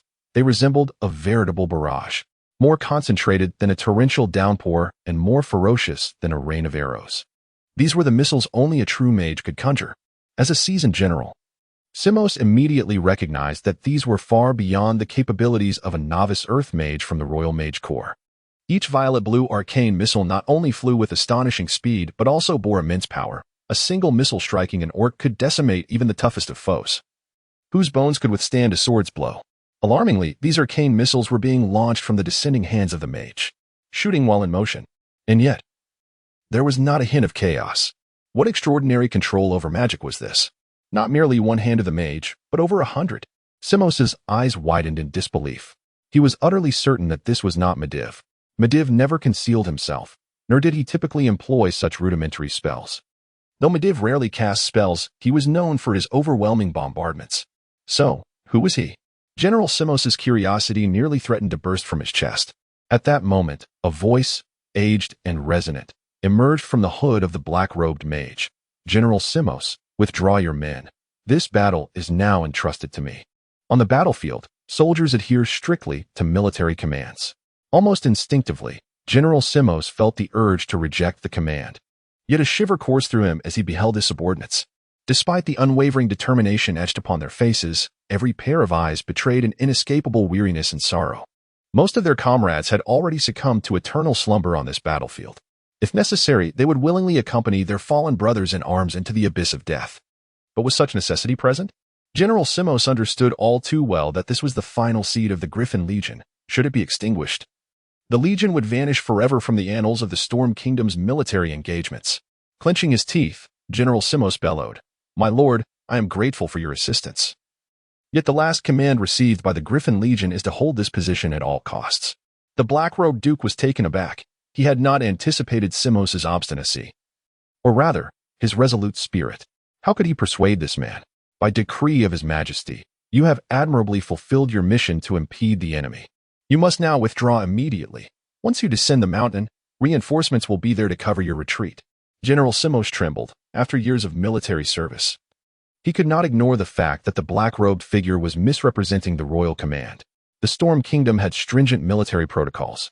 Its secrets were not meant for outsiders to know. He nearly erupted in a tirade against the elderly mage. Could he truly allow so many valiant young men to perish in a futile rearguard action? What reinforcements? Tell me, or I cannot risk the lives of 10,000 soldiers and 20,000 civilians being pursued, accepting such orders from His Majesty. Duke, too, felt the urgency. He ultimately employed Mage's message to relay one of the reinforcements to Simos. Upon hearing it, Simos was instantly invigorated. Warriors of the Storm Kingdom, listen well. The main force has successfully withdrawn. We shall now retreat in an orderly fashion. Simos's loud proclamation undoubtedly infused the Griffin Legion with renewed vigor. Under the tempestuous barrage of Duke's magical projectiles, the Griffin Legion on this hill began to retreat in formation. On another hill, the bloodied Anduin immediately sensed the anomaly. By the gods, How can Simos withdraw at such a critical moment? In that instant, a desire to eliminate Simos surged within Lothar. The two hills served as mutual shields. However, should one fall, the other would swiftly succumb to the enemy's encirclement. Lothar had witnessed the orcs' ability to traverse mountains as though they were mere flatlands. In the blink of an eye, the orcs, once beyond the range of archers, had surged forward, closing the distance to melee range. Yet, Anduin quickly discerned that the orcs on the opposite hill were not pursuing. Rather, they exhibited signs of disarray. The orc's green skin was conspicuously visible in the sunlight. Before Lothar could fully comprehend the situation, he suddenly noticed the orcs before him were behaving strangely as well. A vast expanse of ice has emerged beneath the feet of the orcs, starkly delineating the boundary between the orc and human soldiers. The extreme slipperiness has significantly impaired the orcs' climbing abilities. Has a formidable mage arrived? Chapter 81. Duke's Minor? Some treasures only reveal their worth upon loss, much like Medivh. With the Guardian of Azeroth, the world's most formidable mage, residing in the realm, King Lane could confront the mightiest of human kingdoms, Lord Duran, without flinching. As for the orcs, no matter how many came, they would merely be dealt with in a swift manner. The prospect of teaching these green-skinned monstrosities a lesson seemed imminent. Alas, such thoughts only evoke sorrow. At this moment, Lothar had yet to ascertain that Medivh was the very architect of the kingdom's impending doom. However, he was acutely aware of one undeniable truth. Even the elite Griffin Legion had suffered such setbacks, rendering the ordinary local defense forces and noble private armies utterly powerless. If this continued, the kingdom of Stormwind would inevitably fall to these grotesque beings. This was merely a grim contemplation, until a mysterious dark-robed mage glided over from the opposing peak. Ordinarily, his presence would go unnoticed, yet the spectacle of his arrival was nothing short of spectacular. Not only did he freeze the ground beneath the feet of the orcs along the entire front line, but he also commanded over 100 floating mage hands that incessantly unleashed arcane missiles. While the technique of mobile casting was not particularly advanced, many formal mages could accomplish it. Controlling over 100 mage hands to fire upon the orcs with near-perfect accuracy was a feat of sheer terror. Anduin Lothar was nearly entranced. To assert that this dark-robed mage was powerful seemed misleading. He appeared to wield only low-tier spells. Conversely, to dismiss his strength would be folly, for his singular ability to temporarily shift the tide of battle was astonishing. Perhaps even half of the Royal Mage Corps would struggle to achieve such an effect. The newcomer was certainly not Medivh. The peculiar brilliance of arcane energy radiating from him was unmistakably different. Lothar, withdraw your men immediately. I have prepared several surprises for these brutish creatures. The familiar aged voice startled Lothar. Duke understood that Lothar would be skeptical, yet with a resolute bite of his lip. Lothar ultimately acquiesced. We shall retreat in formation. There will be cover for us. Thus, he issued his command. While he did not fully trust the words of this enigmatic elder, he recognized that his situation was dire compared to Zimos. Zimos had already begun his retreat. Should Lothar delay, the encroaching orcs would annihilate his forces in no time. As the remnants of the Griffin Legion withdrew towards the mountain, Lothar awaited the promised cover from the mysterious elder. What he beheld were hundreds of peculiar long arrows. With sharp vision, Lothar discerned that these long arrows were longer and more uniquely crafted than those of the Stormwind archers. Initially, he presumed they were favored by elven rangers. But upon closer inspection, he was astonished to realize that these long arrows were neither shot from a bowstring nor launched from a crossbow. Lothar could not fathom that these were advanced technologies brought by Duke, entirely replicable in this era. They were, in fact, Roman heavy javelins. The heads of these javelins had undergone specialized modifications, resulting in the culmination of 3 generations of improvements, manifesting in the final form of the heavy javelin. Atop the mountain, hundreds of young men, originally fishermen, fervently hurled spear after spear. After months of rigorous training, they had become remarkably adept at casting these peculiar javelins. Yet, they remained oblivious to the fact that Duke had not trained them for the purpose of hunting whales. Rather, he aimed to mold them into proficient javelin throwers. The light arrows proved ineffective against the robust orc warriors, but the javelins were a different matter. These heavy, specially crafted weapons traced exquisite parabolic arcs through the air, soaring just above the heads of the astonished Griffin Legion soldiers before striking the orcs' formidable frames with precision. Under the force of gravity, the javelins became instruments of death, often witnessing orcs being impaled and sent flying, tumbling down the slope and colliding with their comrades, alongside Duke's barrage of arcane missiles. The javelin squad effortlessly quelled the onslaught of the entire orc battalion. Excellent. Splendid work. The comrades atop the mountain rejoiced, declaring their newfound brotherhood. The soldiers of the Griffin Legion, who had watched their brethren fall one after another, felt a mounting rage against the brutish green-skinned monsters. Now, witnessing the orcs suffer significant losses, they could not contain their exhilaration. Only Lothar remained clear-headed, aware that such an offensive could not be sustained indefinitely. Warriors, gather the weapons of your fallen comrades. The new recruits of the Griffin Legion will require the legacy of these brave souls. Lothar had come to realize that, in a full-scale conflict, the weapons produced by the craftsmen of Stormwind would be woefully insufficient. The path to the summit was arduous. Yet for the still vigorous soldiers of the Griffin Legion, it was not insurmountable. Upon reaching the mountaintop fortress, Lothar removed his sweat-soaked helmet, astonished to find that the valiant protectors who had fought fiercely for them were a group of sun-darkened fishermen. Bare-chested, they continued to hurl bundles of javelins as grim gifts of death to the orcs, who were now suppressed to a distance of 100 meters. Lothar suddenly had a realization and approached Duke. "Esteemed mage, what is your connection to Duke Marcus?" "That lad? Let's say he is my apprentice," Duke replied, employing a voice modulation system crafted by the system sprite, adopting an air of seasoned authority. Lothar, astute as ever, quickly pieced together the implications. It turned out that the seemingly seasoned Duke had a mysterious and powerful mentor backing him, which explained much. Chapter 82. Sorcerer versus Mage. In this manner, many matters began to elucidate. Lhasa was genuinely unaware that he had been secretly outfitted with numerous contingencies without his knowledge. The thought that the elderly figure before him could be an enemy sent a chill down his spine. I acknowledge the urgency of the situation. However, I still require a justification. Why would you extend your hand to assist us?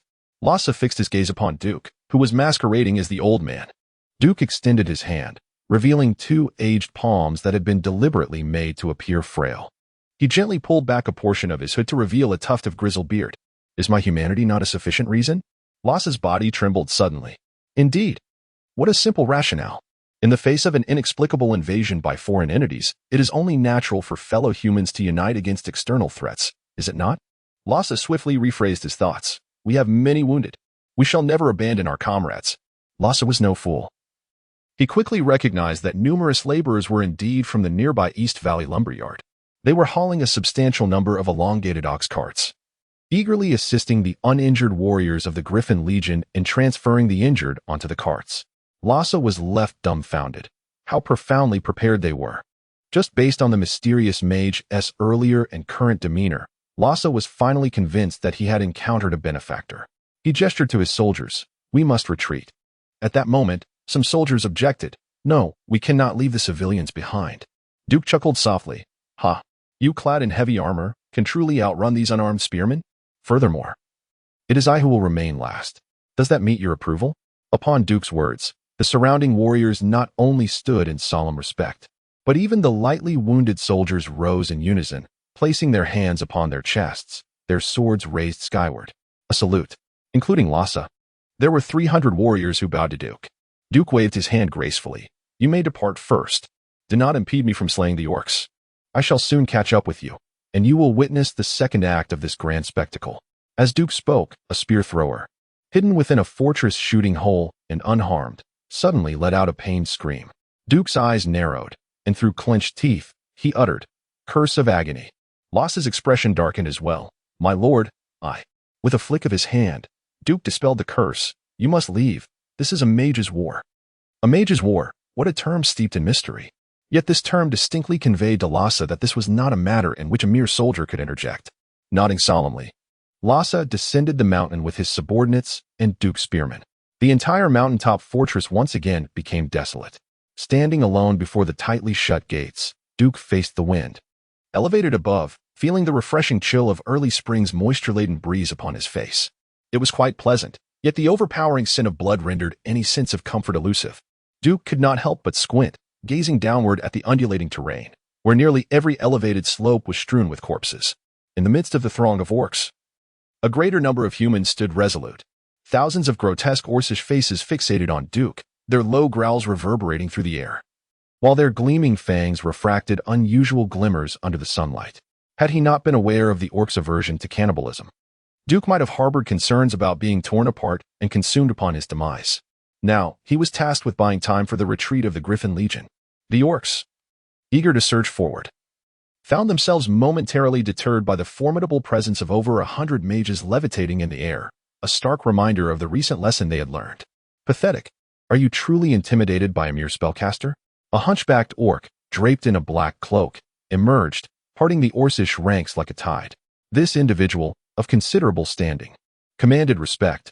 Such treatment among the orcs could only be accorded to a chieftain of a prominent clan or, more ominously, a notorious warlock of the Shadow Council. For the first time, Duke observed these warlocks, previously unseen on the continent of Azeroth, from a closer vantage point. The experience was surreal, reminiscent of his prior encounters in the game, where he, as a mage, had suffered at the hands of warlocks. The warlock brings forth hellhounds to teach mages a lesson, he mused. Yet, to his surprise, the warlock appeared to lack even a single pet. Was this a slight against him? Perhaps he had a succubus hidden away? Despite having traversed through this realm for quite some time, Duke could not shake the player's mentality upon confronting a warlock. Regrettably, the individual before him did not resemble Gul'dan. If that had been the case, he might have stood a chance. Both Medivh, the guardian of the world, and the orc warlock Gul'dan were regarded as demigods within the majority of game lore. Duke felt ill-equipped to confront either of them in his current state of weakness. Warlocks were adept at manipulating demonic powers and playing with souls, and he could not help but dread the prospect of dying at the hands of a warlock only to resurrect as a ghoul. The warlock began to babble in a torrent of Orcish, a language Duke could not comprehend, and the system sprite offered no translation. Frustrated by the sprite's garbled interpretation of the Imperial Army demands your surrender without bloodshed, Duke felt an overwhelming urge to silence the sprite. Words were futile. He had no desire to mingle with the orcs. Thus, the only action he could take was to raise his middle finger high. Indeed, this was Duke's signature initiation for casting Blizzard. In the realm of the game, it would be sheer folly for a mage to unleash Blizzard upon a warlock. However, reality was evidently different. Within the area of effect, shards of ice plummeted from above, effectively obstructing the warlock's line of sight. The warlock retaliated with a shadow bolt. Yet with the assistance of the system's projectile guidance, Duke merely sidestepped to the right, causing the bolt to strike the colossal fortress gate instead. Without hesitation, the hands of 108 mages sprang into action from various locations within the fortress. Apologies, but I am no ordinary mage. If you possess no other tricks, then prepare to meet your end. With a fierce determination, 108 javelins were hurled forth, sealing off all angles from which the orc warlock might escape. Suddenly, Duke beheld a colossal venomous serpent soaring towards him in the stillness of the night, its mouth agape, revealing a maw lined with razor-sharp fangs, which sank mercilessly into his face. The terror and agony were so palpable that Duke almost instantaneously let out a scream. Chapter 83. Arrogance. Fear surged into his thoughts like a relentless tide, akin to a malevolent thief forcefully kicking open the door to Duke's heart, brazenly intruding. Duke's breath quickened, and his pupils dilated in response. Yet, he remained oblivious to the urgent warnings of the system sprite. A multitude of despairing and heart-stopping scenes flooded his mind, reminiscent of horror films where ghastly, pallid skeleton warriors brandished rusted scimitars, poised to strike. Duke struggled to escape the terrifying phantoms that loomed before him. However, this fear, meticulously crafted from the depths of his memory, had completely seized control of his senses. Every sensation, sight, sound, smell, taste, and touch felt strikingly real. This harrowing experience easily disrupted Duke's thoughts, leaving him feeling utterly drained, while his mind throbbed with a piercing pain. At some point, his body became drenched, as if he had been pulled from the depths of water. Seeing Duke flail awkwardly, the recently humbled orcs erupted into uproarious laughter.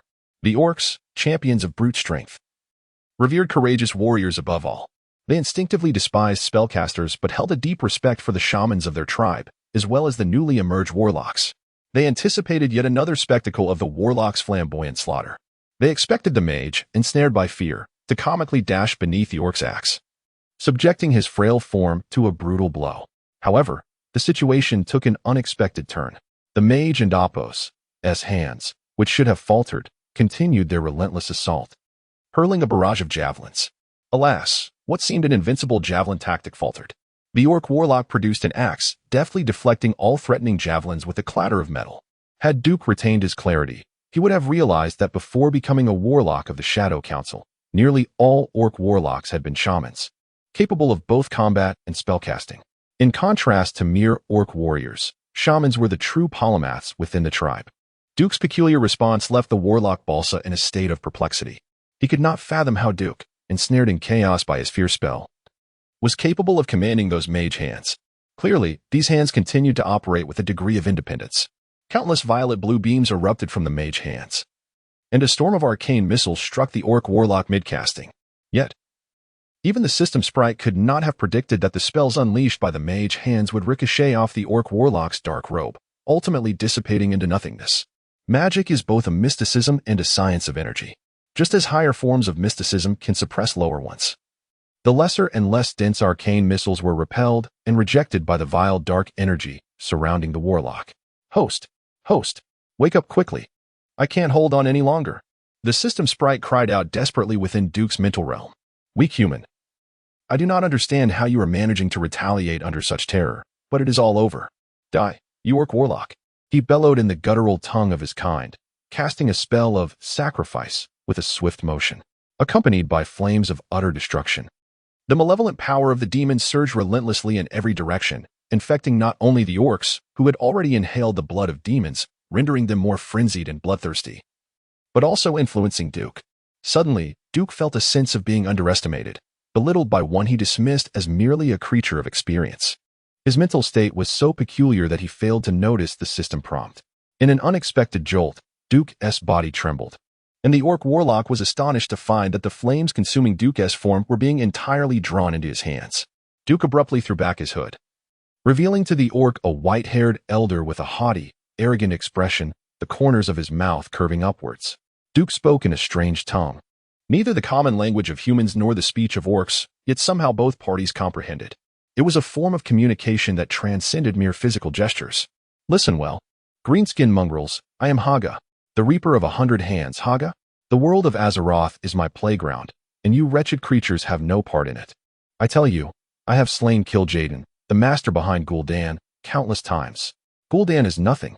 His words struck the orcs with a profound shock. While they were unfamiliar with Kil'jaeden, they understood the formidable nature of Gul'dan.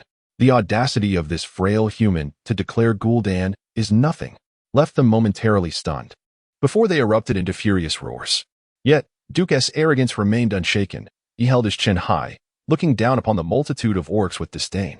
The power of Gul'dan stemmed from the demons, specifically from Kil'jaeden, a closely guarded secret few warlocks, even within Gul'dan's Shadow Council, were aware of. Yet this warlock before them was one of the few. He extended his powerful arm and seized a nearby chieftain. This arrogant fellow is mine. You shall not interfere. In the current tribal hierarchy, the war chief was Blackhand. However, any chieftain with a modicum of intelligence understood that real power resided with Gul'dan and his Shadow Council. The chieftain nodded and bellowed a few commands to his subordinates.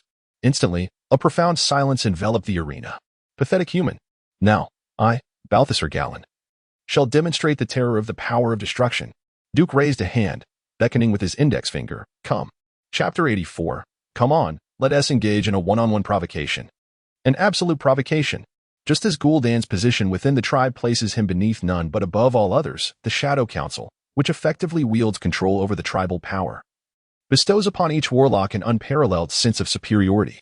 Coupled with the influence of arrogance over Balsa and Duke, the clash of spells, though not uncommon in the wizard's warfare, has completely forsaken the defensive, leading to an unprecedented spectacle.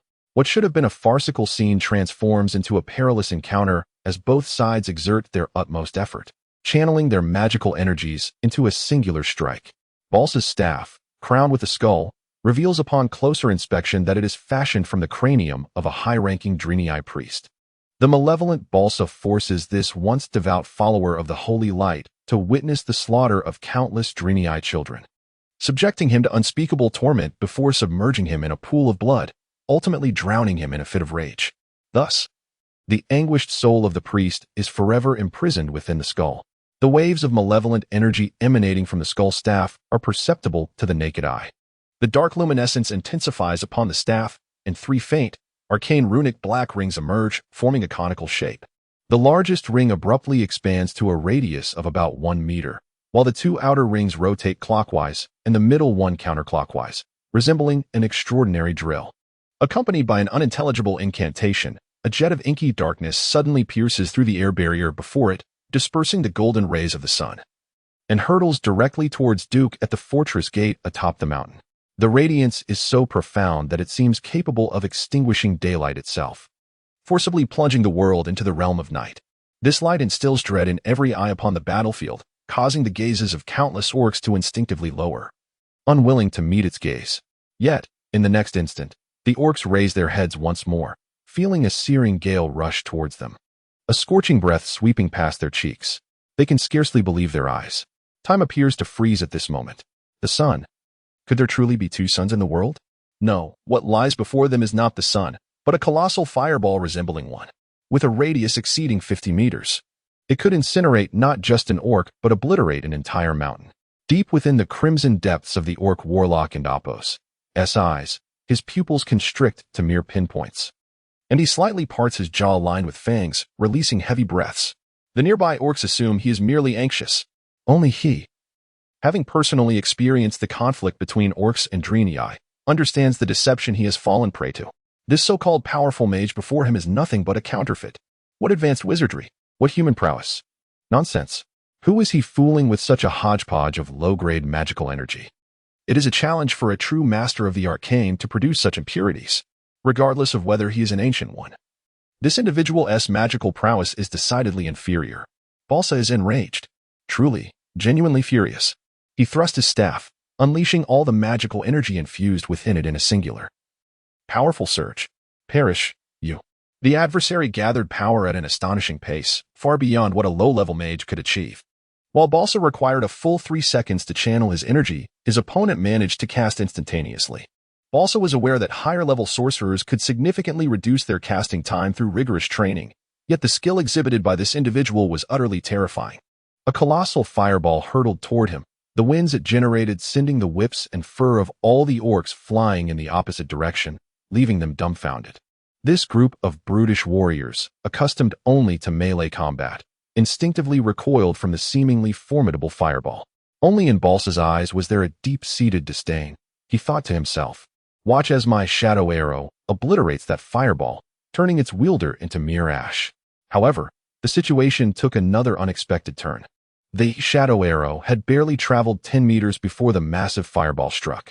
Instead of the anticipated cataclysmic collision, the fireball astonishingly split into 108 smaller orbs. What had begun as a brute force fireball transformed into a skillful barrage of meteor fireballs. This was akin to Balsa striking only at empty air. The fireballs, seemingly fragmented by the shadow arrow, instead traced brilliant arcs through the air, detonating against Balsa's form long before the arrow reached its destination. The continuous cacophony of explosions resonated like a protracted thunderclap. Indeed, the fireballs, infused with such low concentrations of magical energy, could not directly harm Balsa. Yet, the explosive force generated upon detonation was utterly unavoidable.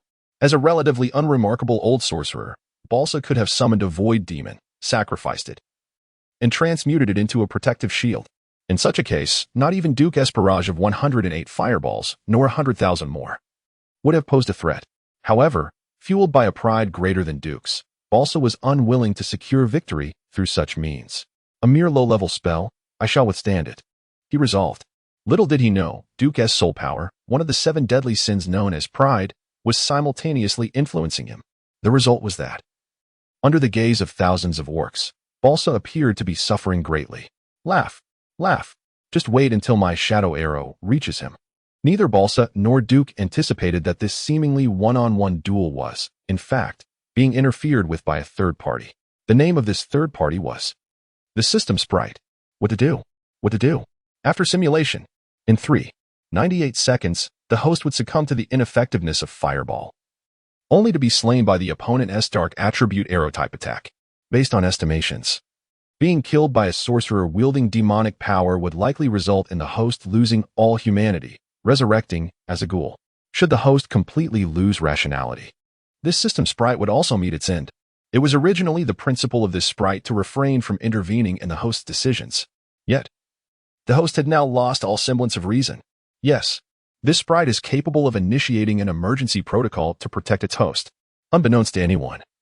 Amidst the wide mage robe and cloak of the orc warlock, a mage's hand emerged. This hand did not employ any form of magical assault.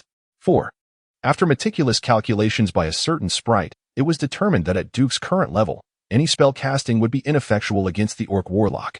Thus, the sprite cunningly seized the broken tip of a human warrior's longsword from the ground and swiftly thrust it from behind. Chapter 85. Those who anger the chief are in danger around them. Fierce explosions erupted. The intense shockwaves eluded the perception of the Orc sorcerer, who was utterly unprepared for the treachery of the arrogant human before him. He could not fathom that a certain system sprite had taken matters into its own hands. Thus, when he felt a sharp blade slip past the left side of his shoulder blade and pierce his heart at an angle, disbelief painted his face. He longed to curse, but the system sprite, fearing he might survive, twisted the sword within his heart several times, reducing it to a pulp. All of this transpired under the cover of explosions, unbeknownst to outsiders. The nearby orcs, who had retreated, initially looked on with anticipation as their sorcerer unleashed his might. However, they soon sensed something amiss.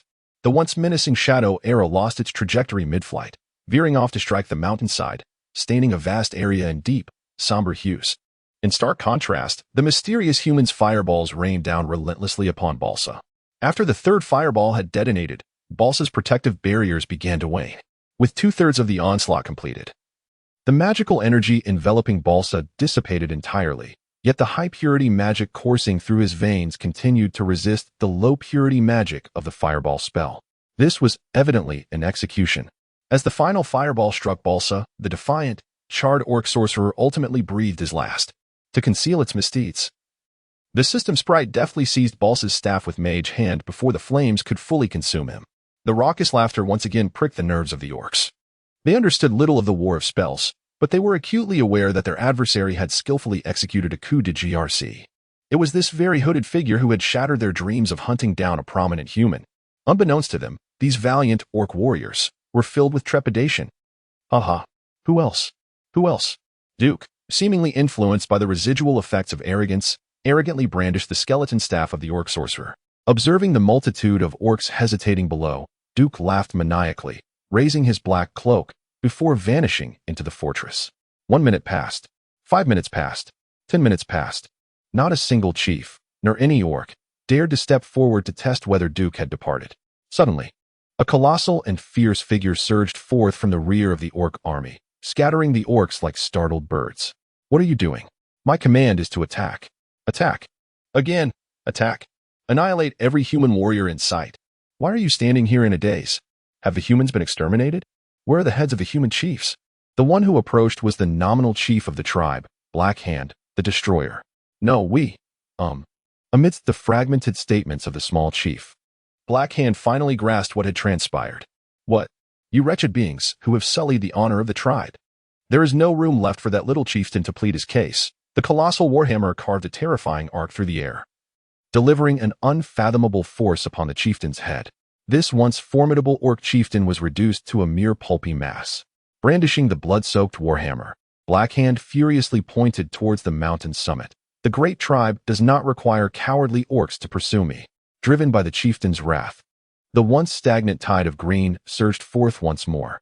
The orcs obliterated nearly every human structure in sight.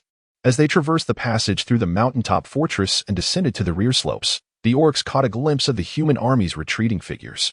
They moved at a rather unhurried pace into the woods below. From the point where the trees began, they entered the domain of Elwyn Forest. Pursue. With the chieftain at their heels, the orcs found themselves without an escape route, and were further consumed by shame for their earlier cowardice. They roared in fury, wielding their axes and warhammers as they charged down the mountainside. Simo spoke up. What a fearsome lord. Not only is he immensely powerful, but he has also discerned the movement patterns of those green-skinned creatures with remarkable clarity. Just as Lothar was about to respond, he suddenly spotted a cavalry force approaching him.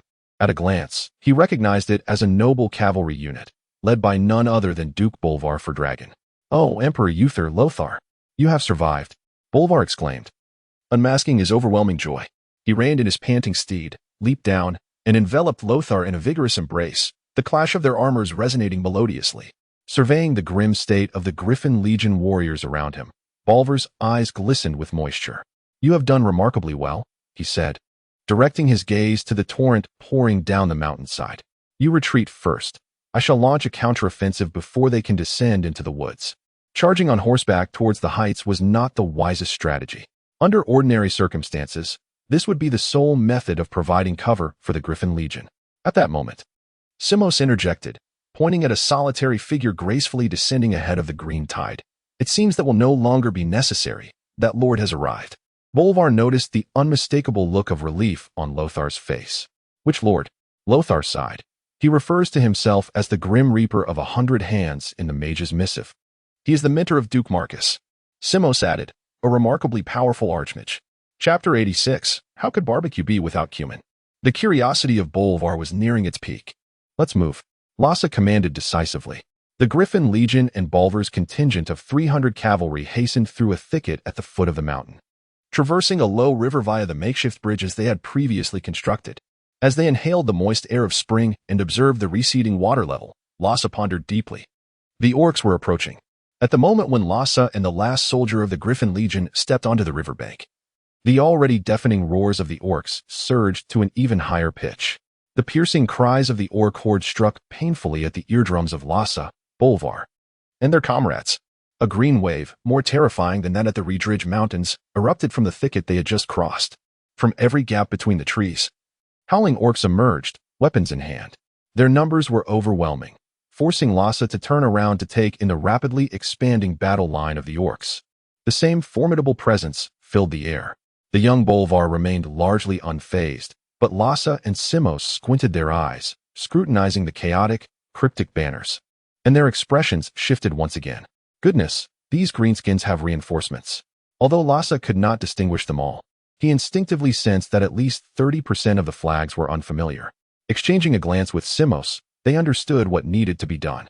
Regardless of their agreement or military prudence, retreat was no longer an option. The Griffin Legion was once again tasked with covering the rear. 1,500 soldiers formed 3 lines of 500 each along the riverbank, just after leaving the river's edge. The moderately injured warriors struggled to dismount from their vehicles, leaning heavily but managing to stand behind their comrades, creating a feeble fourth line. At that moment, Lhasa suddenly noticed Duke gliding effortlessly through the thicket, gracefully approaching him. Lhasa recognized the spell as the mage's feather fall. Yet the precision with which this mysterious mage employed it suggested an unfathomable depth of power. Greetings, Lord Wayka. Lhasa initiated the conversation. Hello, Sir Lhasa. It appears we have established a preliminary trust, Duke replied. Among the assurances Duke had provided, he had advised Lhasa to array his forces slightly away from the riverbank. With an aged voice, Duke inquired, Are you not concerned that I might betray you now? Indeed, for we are both of the same kin. Strangely, these two men, at least 20 years apart in age, effortlessly found common ground. How did your confrontation with that spellcaster go? Upon seeing Duke, Lhasa's face lit up with a smile. The outcome was assured. The question was merely by how much. Duke remained silent, tossing aside the orc warlock's sinister skeletal staff, which seemed to absorb the blood of the beasts, rendering it somewhat less malevolent, though still emanating an air of menace. Hiss! Lhasa, Simos, and Fortigen collectively inhaled sharply. The mysteries of warfare wielded by mages were indeed profound. Eliminating foes has proven to be far more challenging than merely defeating them. Now, this enigmatic figure has audaciously orchestrated a spectacle reminiscent of a mage's conquest amidst the watchful eyes of thousands of orcs. Such immense power is truly remarkable. Reflecting on Duke's earlier feats, where he single-handedly quelled 2 waves of frenzied orc assaults and saved the entire Griffin Legion, one cannot help but elevate his stature even further upon witnessing his current act of vanquishing a formidable spellcaster on the battlefield. Yet, Duke's performance is far from complete. As the swiftest orcs charged towards the riverbank, poised to plunge into the water, the hearts of Lothar and his companions momentarily hang in suspense. The river's waters, shallow for humans, reach merely to their waists, but for the towering orcs, it is no more than knee-deep, a trivial obstacle. If the orcs are allowed to advance unimpeded, it would not take long for their vanguard to cross the river and engage the Griffin Legion. Sensing the gaze of the 3 military leaders upon him, Duke offered a subtle smile and raised his right hand towards the approaching orcs. In the air, 24 spectral hands of mages materialized, mirroring the pose of Duke's own hand. The 6 seconds of incantation, while seemingly prolonged, were but a fleeting moment in the heat of battle. Under the watchful eyes of Lothar and the others, 12 fireballs soared into the sky, bursting forth like dazzling fireworks, while another 12 struck the opposite woods, igniting them instantly. These 12 fireballs vividly illustrated the concept of kindling. What began as mere kindling rapidly transformed into a raging inferno. The orcs, invigorated by demon blood, displayed ferocity and valor. Yet they were not entirely devoid of reason. They instinctively feared the flames. Countless orcs became running torches, either writhing in agony on the ground or, led by the more rational among them, frantically plunging into the river to extinguish the flames engulfing them. Lothar, dumbfounded by the unfolding scene, stammered his question. "It is still spring. When we passed through the woods, it was quite damp." Duke shot him an incredulous glance. "If I can turn miles of land into a frozen wasteland, why could I not merely dry out that small grove?" Simos, Bolvar, and Lothar stood utterly astonished. The magnitude of his arcane power was terrifying. Was this man truly human? Indeed, Duke had employed the scorching furnace of Darsun. While his magical prowess did not suffice to ignite an entire forest spontaneously, sufficiently drying it out was well within his capabilities. Duke's fiery stratagem was awe-inspiring, and it was estimated that at least 2,000 to 3,000 orcs met their demise in the conflagration. However, in stark contrast to Duke's earlier calculated maneuvers, witnessing thousands of orcs escape into the river left Lothar involuntarily twitching at the corner of his eye. Chapter 87. The death god of the 100 hands drowns the 7 armies indeed. These brutish fellows, after extinguishing the flames engulfing them, have risen to their feet, emitting harsh jeers directed at Duke. The orcs are laughing. Duke, too, is laughing, though his mirth is more exuberant and joyful. Suddenly, Lothar notices the expression in Duke's eyes. A gaze filled with the concern one might reserve for a simpleton. What? Could there be a hidden plan? Lothar is taken aback. Lothar's instincts prove correct. There is indeed a backup strategy. Did you hear that? The ever-alert Bolvar is the first to sense something amiss. In the next moment, not only Lothar and Semos, but the entire remnant of the Griffin Legion hears it. At this juncture, Duke calmly suggests, "Lothar, it would be wise for your men to retreat another 50 yards. 50 yards would effectively mean withdrawing into the forest.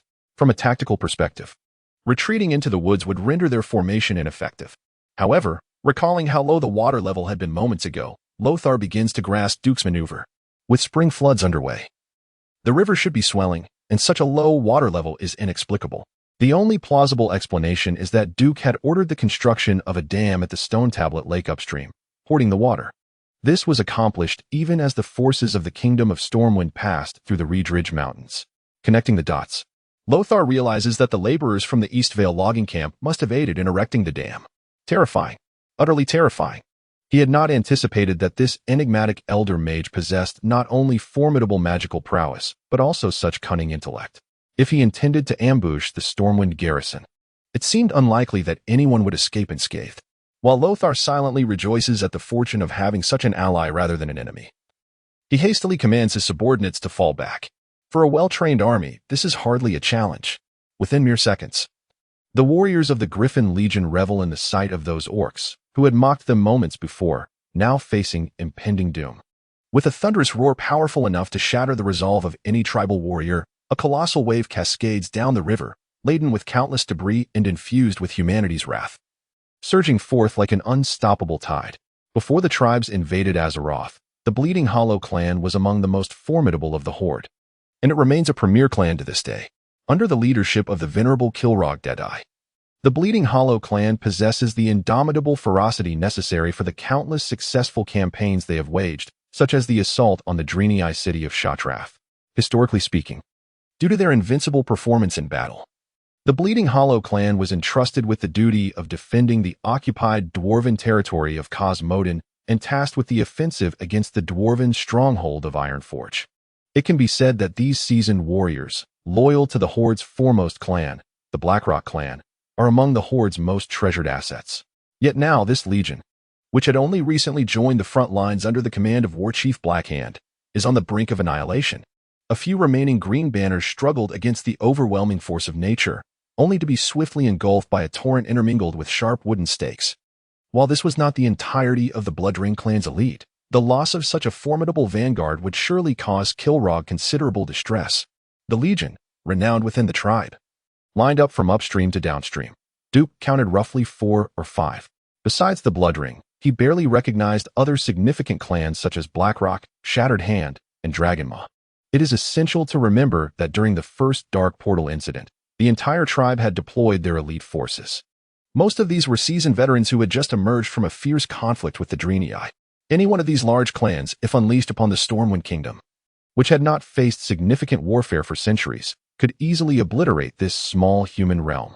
Historically, it was not merely the Stormwind Kingdom that defeated the tribe, but rather a coalition of 7 human kingdoms, alongside Dwarven and some Elven support, that ultimately brought down the Orcish horde.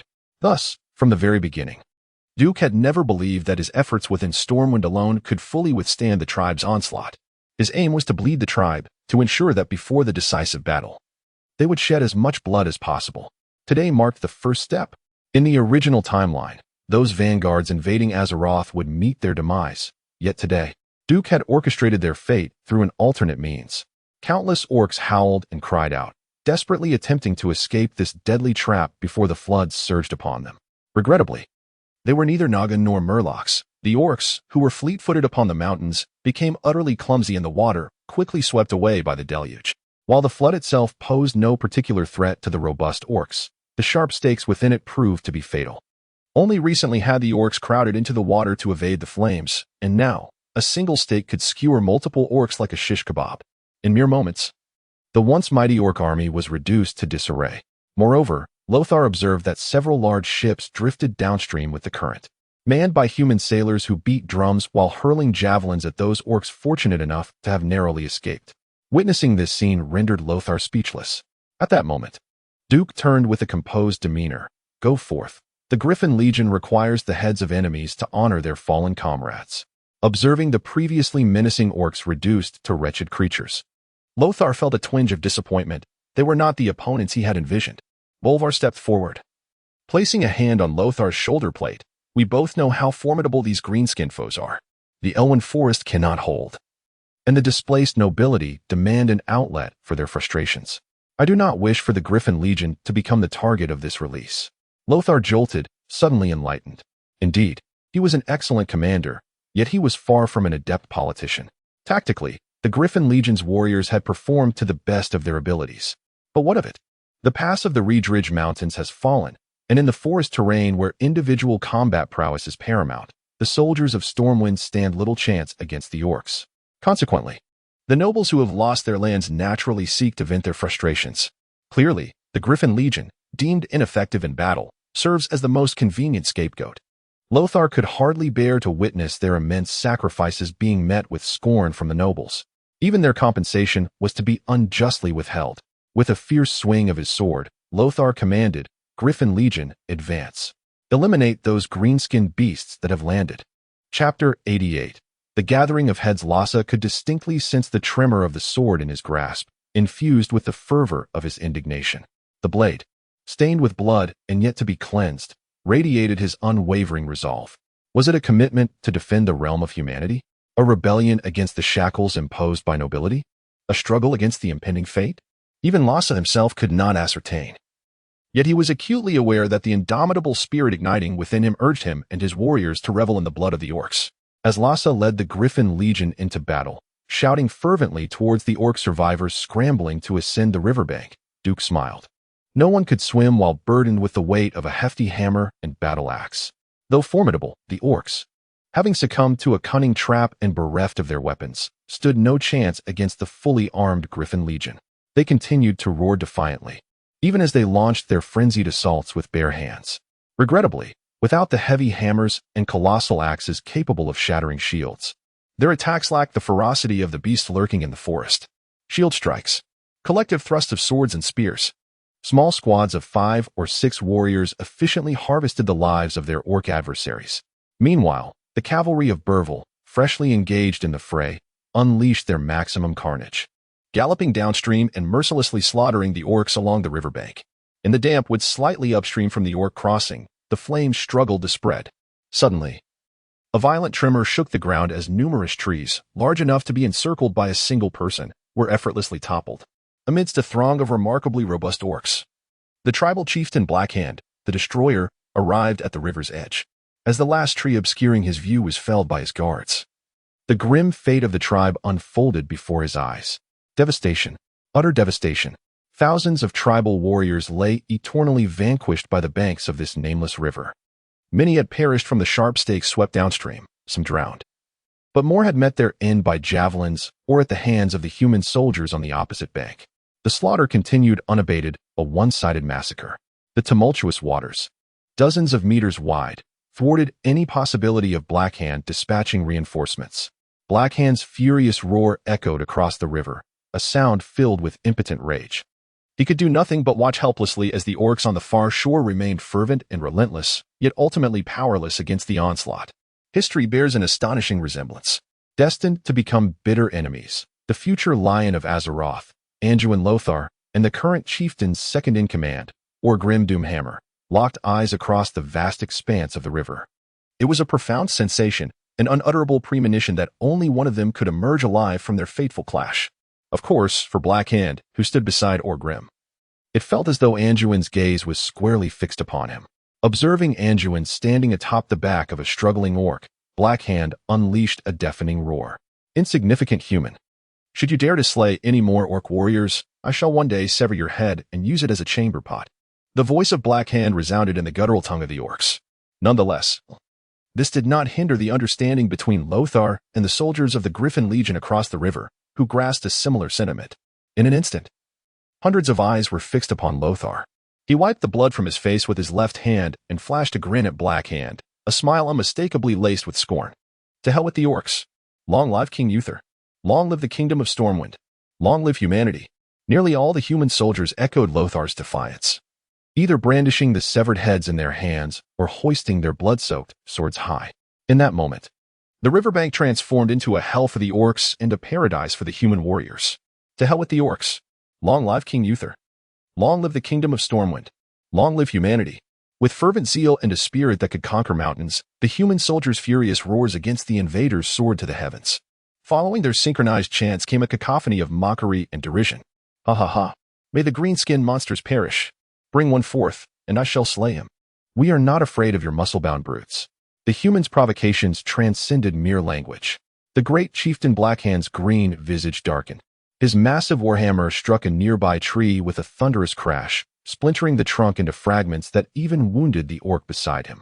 Yet, he found himself powerless. Today, he had performed admirably. Even though the orc horde remained formidable, he understood he had reached the zenith of his capabilities. In the depths of Fate's river, a faint glimmer suddenly emerged. That flicker was exceedingly dim, scarcely discernible amidst the myriad destinies of countless beings in Azeroth. Nevertheless, Duke had, on this land poised to succumb to the Orc's shadow, ignited a new spark of destiny. Perhaps this spark would extinguish. Perhaps, at the right moment, it could burgeon into a flame of hope, consuming the claws of the demons entirely. Regardless, this was Duke's inaugural endeavor to alter the course of fate. It appeared to be quite successful. In this battle, the kingdom of Stormwind suffered defeat. Tactically and strategically, Lothar's defensive forces were vanquished. A full 3,000 elite warriors of the Griffin Legion, along with an equal number of garrison troops, would forever slumber at the foothills of the Reedridge Mountains. Their failure also rendered the kingdom of Stormwind strategically vulnerable and defenseless. In this era, the waters of Lake Stone were more bountiful than in the game, as Duke orchestrated a dual assault of fire and water. Yet, this could not diminish the orcs' advantage in strength. Following a brief setback, Gul'dan dispatched even more tribal clans, launching simultaneous incursions into Elwyn Forest, their onslaught far swifter than Duke's understanding of history suggested. However, that was beyond Duke's control. In this age, the populace expressed their sentiments towards the returning army in a very direct manner. The triumphant forces received abundant praise and fervor from the people. Conversely, the vanquished were met with the harshest scorn and derision. Such condemnation and ridicule were their rightful due. The expressions of the Griffin Legion, however, are quite intricate. Chapter 89. A sense of crisis. The Griffin Legion that appeared before them bore no resemblance to a defeated army. Despite their battered bodies, many required the support of their comrades to move. Their armor was marred with deep gashes and extensive dents from heavy blows.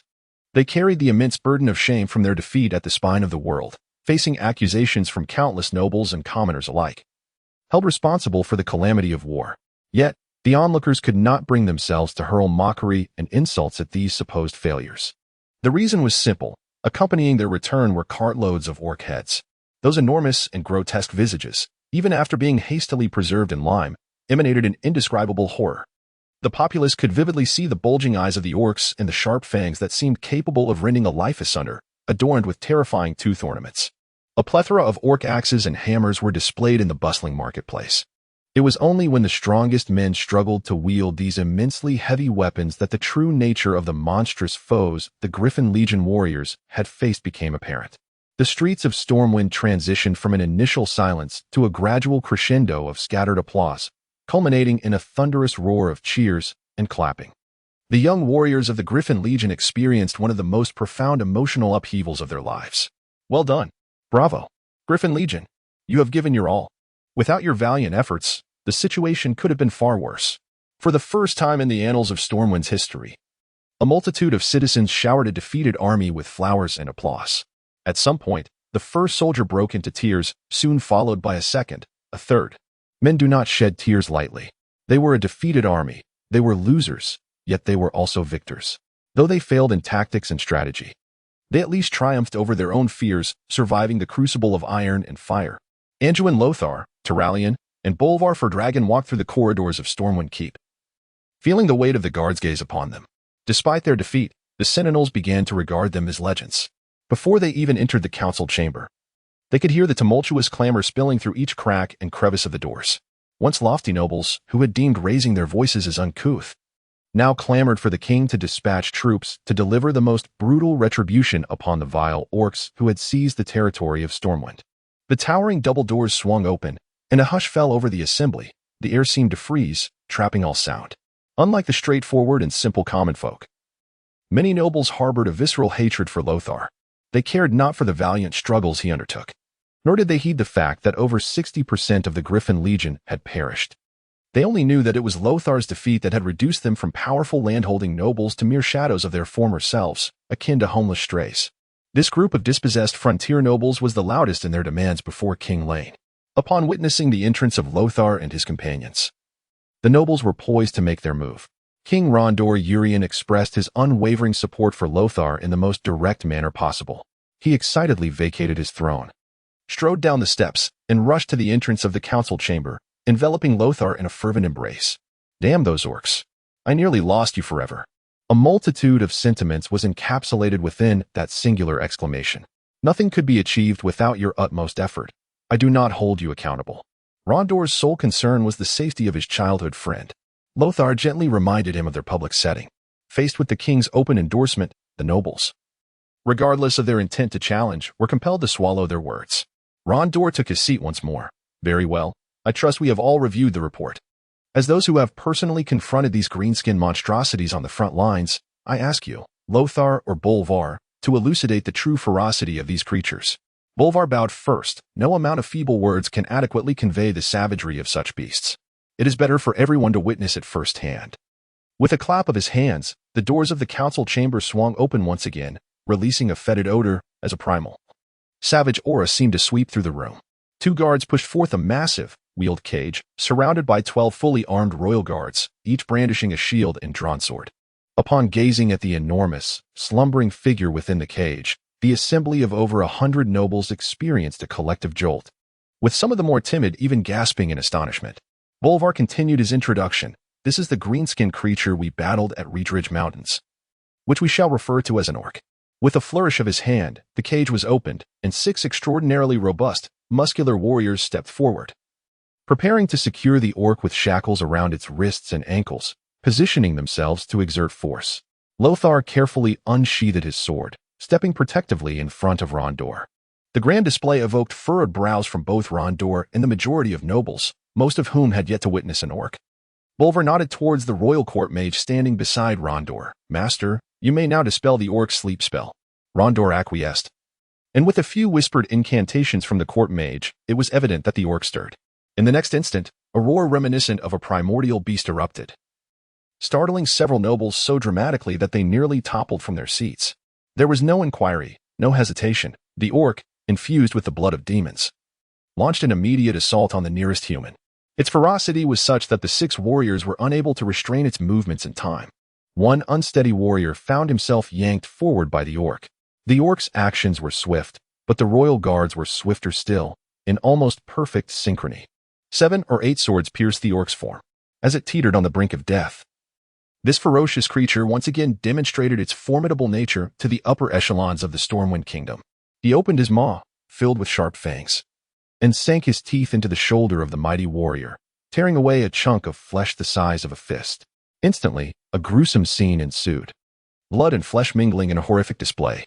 Fortunately, at the critical moment, the warrior turned his head slightly. Otherwise, the bite would have landed not on his shoulder, but on his neck.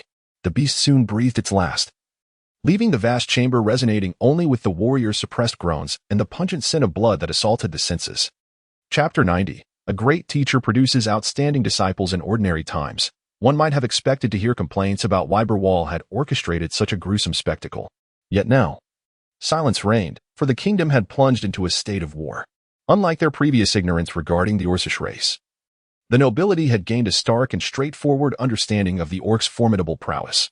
They began to comprehend why vast expanses of the kingdom's territory could fall in the blink of an eye, and why even the most elite legions, meticulously trained, could be so easily vanquished. The evident disparity in innate combat abilities between humans and orcs became all too clear. As servants cleared the scene, the nobles formed small circles, whispering among themselves, while King Ryan sought the counsel of his trusted advisors. Are you suggesting that it often takes 3 elite warriors to replace a single orc? Ryan expressed his astonishment without reservation, having assumed the reports were exaggerated. A duke interjected, if that is the case, how can we hope to fight? Indeed, engaging in hand-to-hand combat, even 20 farmers hastily armed would stand no chance against a single orc. Lhasa, still trembling with trepidation, added, had it not been for that enigmatic Grand Mage, Death's Hand of 100, and his strategies, this would have marked the greatest defeat since the founding of the Stormwind Kingdom. I cannot discern, he continued, but he managed to repel the assault of thousands of orcs, slaying their malevolent spellcasters and seizing their staff. He must possess considerable strength, however. Only a master can truly assess the situation. Lhasa instructed a servant to present the Orcish sorcerer's staff, carefully wrapped in talismans, to the court mage beside Ryan. The aged mage examined it closely, pondering for a moment. Even I would have little confidence in defeating the owner of this staff in a one-on-one confrontation, let alone facing the entire orc army alone. I dare not speculate further, but at the very least, the former owner of this staff must possess power equivalent to our pinnacle sky mages. Given such a sinister and peculiar force in actual combat, this orc's strength should be on par with a Morningstar mage. Ryan, Burwell, and Anduin felt their hearts skip a beat. To easily defeat a Morningstar mage would imply that this individual was at least a Twilight mage. It is worth noting that throughout the world of Azeroth, the number of formidable mages is exceedingly rare. The most recognized among them is, of course, the Guardian Medivh, below Medivh. The most widely acknowledged Twilight mages are but 2, Master Antonidas of Dalaran and the Sun King Anasterion of the High Elves of Quel'Thalas. While Twilight mages are not entirely scarce, their numbers barely reach 10, most of whom are members of the Tirisful Council. Regrettably, there is not a single Twilight mage in the Stormwind Kingdom. The mere possibility of the existence of a being akin to a Twilight mage sent shivers down their spines, especially one who is also a tactical master. A continuous barrage of fire and water spells opened the eyes of these generals, who were accustomed to direct confrontations. Now, upon hearing that Duke possessed such an extraordinary mentor, Ryan and his companions found their admiration for Duke soaring to new heights. Indeed, it seems that a great teacher begets outstanding disciples. No one could have anticipated that Duke would play such a hand, being both the master and the disciple. One might think that Duke, with his impressive reputation as the Sea King, had a formidable mentor guiding him from behind. King Ryan cautiously inquired. Lhasa mentioned that the esteemed Lord Woga bears the mark of the Royal Mage Guild. Ryan appeared somewhat disheartened in the absence of Medivh. The revelation of a mysterious and powerful spellcaster on the opposing side only intensified his longing for a more potent magical ally. Alas, it was not to be.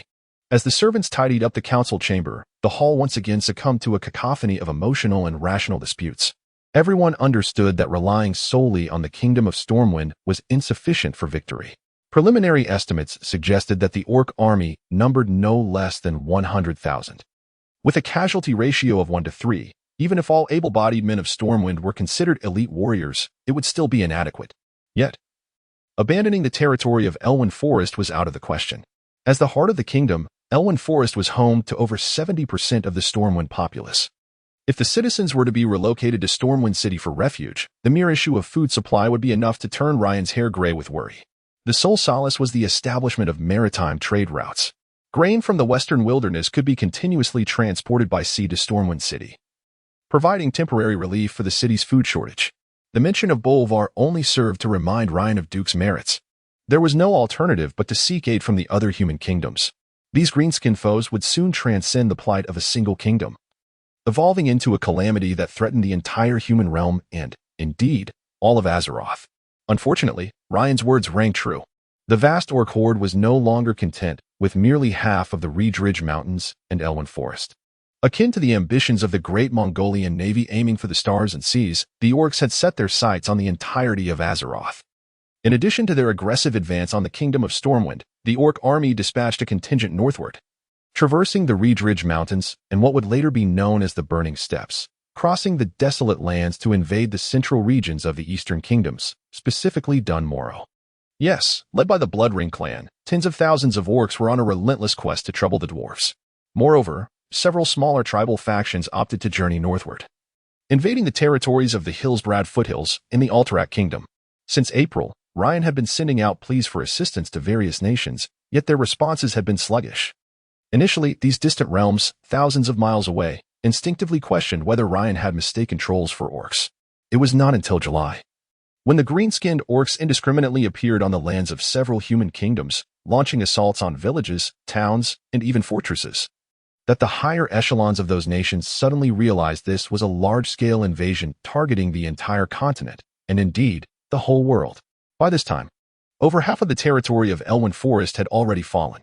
At this moment, a shocking revelation swept through the Kingdom of Stormwind, and the world at large. Medivh had officially betrayed them, having orchestrated the demise of the entire Council of Six in Dalaran. His mother, Egwene, hastened to Karazhan, only to be defeated by Sargeras, who had already acquired the full might of the Guardians and vanished without a trace. Chapter 91. A moment of revelation. The night was deep and profound. On a terrace of Stormwind Keep, King Lane gazed up at the star-studded sky. In the vastness of the cosmos, several brilliantly shining stars intertwined their luminous glow with that of a rising crimson demon star, as if engaged in a fierce battle. Soon, the immense shadow of the demon star enveloped them, rendering the once vibrant stars dim and precarious. One by one, 6 meteors streaked across Lane's field of vision, vanishing forever into the boundless abyss of darkness. A bright star that had guarded the skies of Azeroth for millennia also began to lose its brilliance, plunging Lane into profound despair. Anduin Lothar had approached Lane without him noticing. "What troubles you, Lane?" In private moments, Anduin was not merely Lane's subject, but rather a close friend of 30 years. "Anduin, I ponder whether our decades-long friendship with Medivh has been but an illusion. Why has he chosen this path? If he truly desires this kingdom, I would not be averse to considering it. Why? Lothar remained acutely aware of his duties. Before being Medivh's friend, he was Lane's most loyal subject. Thus he was the first to sound the alarm when Medivh exhibited unusual behavior. Yet now, with Medivh's open rebellion confirmed, Anduin felt a strange sense of relief, allowing him to comfort Lane as a friend. Either we have been blind, or Medivh has deceived the world for decades, or... Anduin paused deliberately. Or what? Lane pressed eagerly. Or perhaps our old friend's body has been inhabited by a different soul. Anduin spread his hands, explaining, "I possess a keen sensitivity to individuals. You know well that this world is never devoid of corporeal phantoms. Each day, I receive reports of specters in Duskwood. Thus, perhaps." Lane sighed deeply and clapped Anduin on the shoulder. "Old friend, whether this is comfort or speculation, I feel considerably better." Indeed, recent events had made Lane feel as though the world were on the brink of collapse. The orcs pressed their relentless assault. With half of the Stormwind Kingdom's territory already lost, only a portion of Elwyn Forest, half of Duskwood, and the Westfall remained under Stormwind's control, while the area beyond Reedridge Mountain was nearly unreachable. Now, the world and Appos, guardian, Medivh, had also betrayed them. As the mightiest sorcerer on the planet, Lane wondered who could possibly stand against Medivh. "The stars are dimming. Is the world to perish?" Lane murmured. Anduin pointed to the sky, his voice resonating with vigor. "Look, Lane, the night sky is ablaze with stars. Yet among them, some will shine even brighter, while others will fade and fall. The extinguishing and igniting of stars, does it not resemble the flickering lights of our mortal realm? Night will always descend, but night will also pass. Behold, is there not a new star rising over there?" Ryan also noticed a dazzling new star in the western sky, radiating a brilliant light unlike anything he had ever seen before. Ah, indeed, Ryan suddenly felt considerably better. Ryan, that's the spirit. We may have lost an old friend, but do we not still have a hopeful star like Duke? One must look forward in life. Yes, you are absolutely right. Ryan paused for a moment before addressing Anduin. Summon that lad Marcus to Stormwind tomorrow. I believe we should consider his and his mentor's insights. Lothar contemplated briefly and nodded. The following day, Ryan convened a private meeting with Duke. It was an intimate chamber, occupied solely by Ryan, Anduin, and Duke. There was no ostentation, no excessive decoration, and not even a throne, just a few simple pieces of furniture and a cup of rich, fragrant black tea. Ryan seated himself in a chair identical to the one Duke occupied. Months had passed since they last met, and Duke had grown considerably taller. However, unlike others in Stormwind, he chose to remain clean-shaven. Greetings, Your Majesty. May I inquire whether you summon me for my own counsel or that of my master? Duke inquired directly. Is there a distinction? Ryan tilted his head, intrigued. Occasionally pretending to be an elder was acceptable, but being unmasked as a charlatan was less than desirable. Ryan chuckled. Are you implying that the Sea King is Duke Marcus rather than Khadgar? Your Majesty, you may interpret it as such, Duke replied calmly, savoring a sip of the rich tea. After traversing time for so long, only black tea felt truly familiar to him. To what extent can I place my trust in you? Anduin frequently asserts that you possess considerable knowledge, yet you refuse to disclose it to anyone, Ryan inquired. Not in an interrogative tone, but rather observing Duke's demeanor to gauge the level of trust he might extend. Anduin interjected. Ever since Medivh presented the Black Hourglass, I sensed you were privy to much. I apologize. This is merely an unfounded intuition. However, you must understand that many in positions of power often rely on instinct when concrete evidence eludes them. Duke recognized that Ryan and Anduin were pressing him to unveil the truth. It was akin to a watershed moment. He could choose to maintain his air of mystery. Yet in light of Medivh's betrayal, they would find it increasingly difficult to trust outsiders. Should this continue, history might very well repeat itself. Duke resolved to be partially forthright. For what I said previously, no one would believe it. The only outcome of revealing the truth would be to be deemed a madman. Even your wisdom, Your Majesty, would lead to my estrangement. Duke's unwavering conviction caused Ryan to blush slightly. What exactly did you see? In truth, what I witnessed extends far beyond the Black Hourglass. From the moment I first encountered Medivh, I sensed a profound demonic aura surrounding him.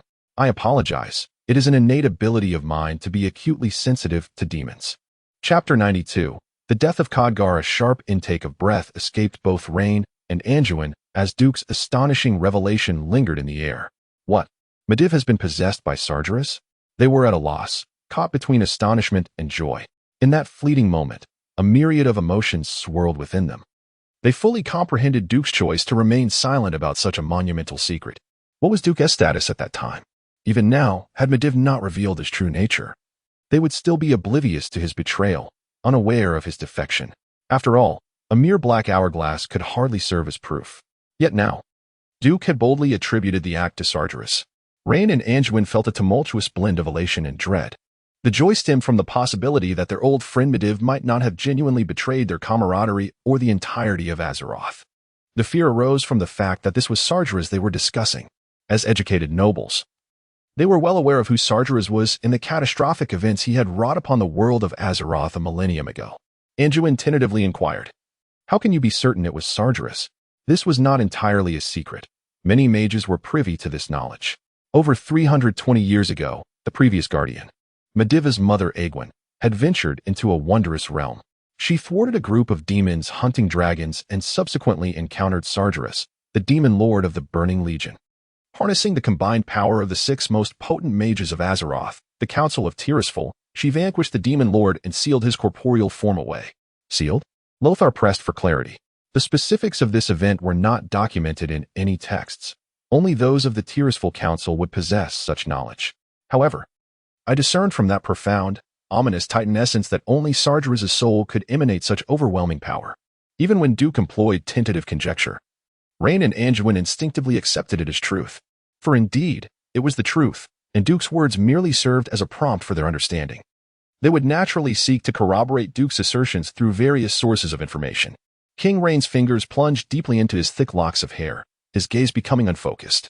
This is disastrous. If the Demon Lord has usurped the Guardian's power, then the Council of Tirisfal has failed. Egwene has failed. Does this mean there is no one left in Azeroth who can confront Sargeras? Heaven forbid. The Kingdom of Stormwind is on the brink of collapse. And what face do I have left to present to my predecessors? Anduin, never lacking in courage, found his countenance drained of color in that moment. The atmosphere in the room felt as though it had been ensnared by a spell of temporal stasis. Since I, Duke Marcus, stand here, and since you, Anduin Lothar, stand here, along with the countless citizens who support you from behind, who dares to proclaim that the future of this kingdom is irrevocably doomed? If the destruction of the Kingdom of Stormwind is indeed an inescapable fate, then allow me to alter that destiny with my own hands. From the moment I discerned the gravity of our predicament, I have been preparing for this day. Countless times I have wished that this was merely my futile endeavor. Yet, given that all of this has indeed transpired, should we not strive with greater fervor to prevent further tears from the populace? To spare the grief of the Griffin Legion soldiers of Reedridge Mountain? Duke's tone, a blend of calmness and fervor, compelled Ryan to sit up straight. As though jolted by electricity, lifting his gaze, he adjusted his appearance, acknowledging the concerned Anduin with a nod, then offered Duke a wry smile, saying, "My apologies for the embarrassment. As king, I must serve as a paragon for the people and the nobility. I truly lost my composure just now." "Very well, Duke. I believe you have contemplated numerous ideas. Let us hear them all at once. No need to withhold." Anduin also bestowed a sincere smile upon Duke. Having noticed Ryan's recent despondence and was taken aback by the efficacy of Duke's encouragement, "Do we have a map?" Duke inquired of Lothar, who, as the supreme military commander of the kingdom, always carried a simple map. He promptly unfurled it upon the coffee table. Duke pointed to the map and remarked, "Considering that the dwarves of Ironforge are facing an onslaught from the tribes, what I propose is indeed logical." Both Ryan and Anduin nodded in agreement. In fact, within history, the defeated Lothar had similarly retreated with the remnants of the Stormwind forces and the populace. However, the situation for Stormwind had not yet deteriorated to such an extent, which is why Duke refrained from suggesting a nationwide retreat. As Ryan appeared to concur, Duke continued, "Secondly, I propose constructing a defensive line of fortifications near Gold's Hire." Anduin interjected, "That would be of little use. We have already learned through bloody lessons at the Reedridge Mountain Pass that mere fortifications cannot withstand the onslaught of the orcs. No, that is due to your flawed tactics."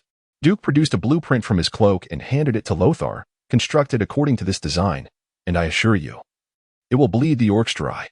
Lothar, a man well-versed in military matters, examined Duke's blueprint and enthusiastically agreed. "Thirdly, I harbor grave suspicions that Medivh is directly connected to this surge of Orcish invasion. Thus, I recommend that you both consider dispatching a strike team to launch a direct assault on Karazhan." Ryan's expression froze momentarily, stammering, "Medivh, under the control of Sargeras, indeed. He has betrayed the world of Azeroth. But how does an assault on Karazhan correlate directly with resolving our immediate crisis of the orc invasion?"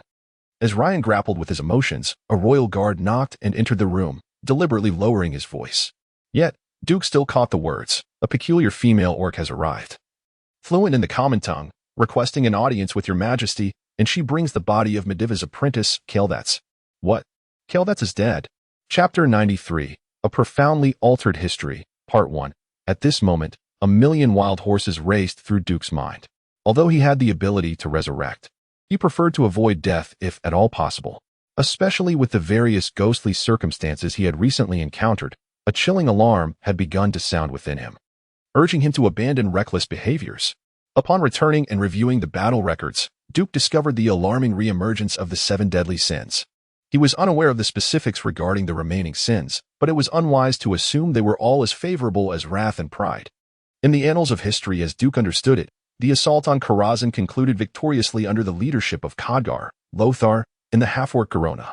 Khadgar had successfully plunged his sword into the unsuspecting Medivh, thereby securing his place as one of the most formidable mages in all of Azeroth. In fact, in the later reconstruction of Stormwind, a grand statue of Khadgar stood proudly at the city gates. Hence, Duke had always believed that an endeavor like the assault on Karazhan was one where one could simply ride along and reap the rewards. Now, however, history had taken a dark turn with the demise of Khadgar, the legendary mage who had accompanied Duke since his arrival on the continent of Draenor. It was still fresh in Duke's memory how formidable Khadgar had been. Throughout their lengthy quests, Khadgar had often exemplified the zenith of magical prowess. Whether by demonstrating the art of frost to teach orcs the meaning of decorum or by effortlessly teleporting hundreds of individuals, leaving players in sheer awe. To both players and the denizens of Azeroth, Khadgar stood as an unyielding beacon in a foreign land, silently safeguarding their tranquility. Conversely, to the enemies threatening Azeroth, be it the Burning Legion or the Horde, Khadgar was a nightmarish specter that instilled terror. Duke harbored no animosity towards Khadgar. He did not even regard him as a rival. Yet, how could it be that such a monumental figure, a pivotal ally for the future, had perished? Duke found himself utterly disoriented. King Lane and Anduin displayed little reaction, which was understandable. They were not seers and could not foresee Khadgar's future greatness. Their judgments were based solely on the most apparent facts.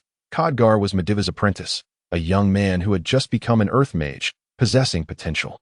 In the turmoil of war, human lives had become devalued, often reduced to mere commodities measured in gold, military strength, or numbers. For them, the survival of Khadgar, who had been akin to a tiger at court, might even raise suspicions of treachery. An orc woman fluent in the common tongue? Intriguing. Clearly, King Lane found this to be of greater interest. Lothar interjected objectively, stating, "Indeed, we have numerous captives. However, we face two significant obstacles, the language barrier and their extreme volatility. They either attack the guards in desperation or take their own lives, leaving us unable to extract any useful information. To this day, our understanding of the origins, composition, and overall strength of these orcs remains exceedingly vague. Undoubtedly, if I am not mistaken, the female orc who has arrived is none other than Garona, the half-orc who rose to prominence in history by slaying King Lane." Duke feels an unsettling dissonance regarding Garona. From her perspective, she is merely a pawn, a tragic figure born from the violent union of an orc warrior and a Draenei woman. Her heart is not inherently wicked. In most instances, she possesses the benevolent spirit typical of the Draenei. Yet, Duke is acutely aware of what Gul'dan and his Shadow Council have done to Garona. She is but a puppet, capable of being manipulated at any moment by Gul'dan, forced to commit heinous acts against her will while fully conscious. Thus, her inherent kindness becomes her most exquisite disguise. The peril of an assassin lies in their ability to conceal themselves. Although there exists a distinction between covert and overt assassination, Duke has always felt that the latter resembles a valiant warrior claiming the head of an enemy captain amidst a battlefield. Garona, it is evident, is an assassin. Within the grandeur of the council chamber, King Lane received Garona. To Lane's right stood Anduin Lothar, while to his left was Bolvar for Dragon. Next to Lothar was Duke himself. Observing how effortlessly Duke gained the trust of both Lane and Anduin, Bolvar was quite astonished. However, the current focus lay upon the uninvited female orc. Duke was equally taken aback by Garona. Contrary to her depiction in the game as a hulking brute, the Garona before him was alluringly graceful. Aside from her green skin and a pair of small, tusk-like fangs, she resembled a fierce yet enchanting human beauty. Clad only in cracked leather armor covering her chest and left shoulder, with a fur skirt barely reaching her waist, she stood barefoot, her long legs on full display.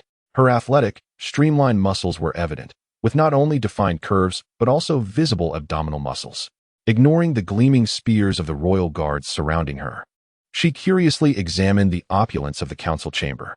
Each intricately carved chair and the circular ceiling adorned with exquisite murals depicting the 7 kingdoms of Azeroth, alongside various races such as dwarves, elves, and trolls, captivated her attention. She appeared as a curious child, observing the wonders of the human world, while the assembly of humans in the chamber, in turn, scrutinized her. The atmosphere was imbued with an unusual silence.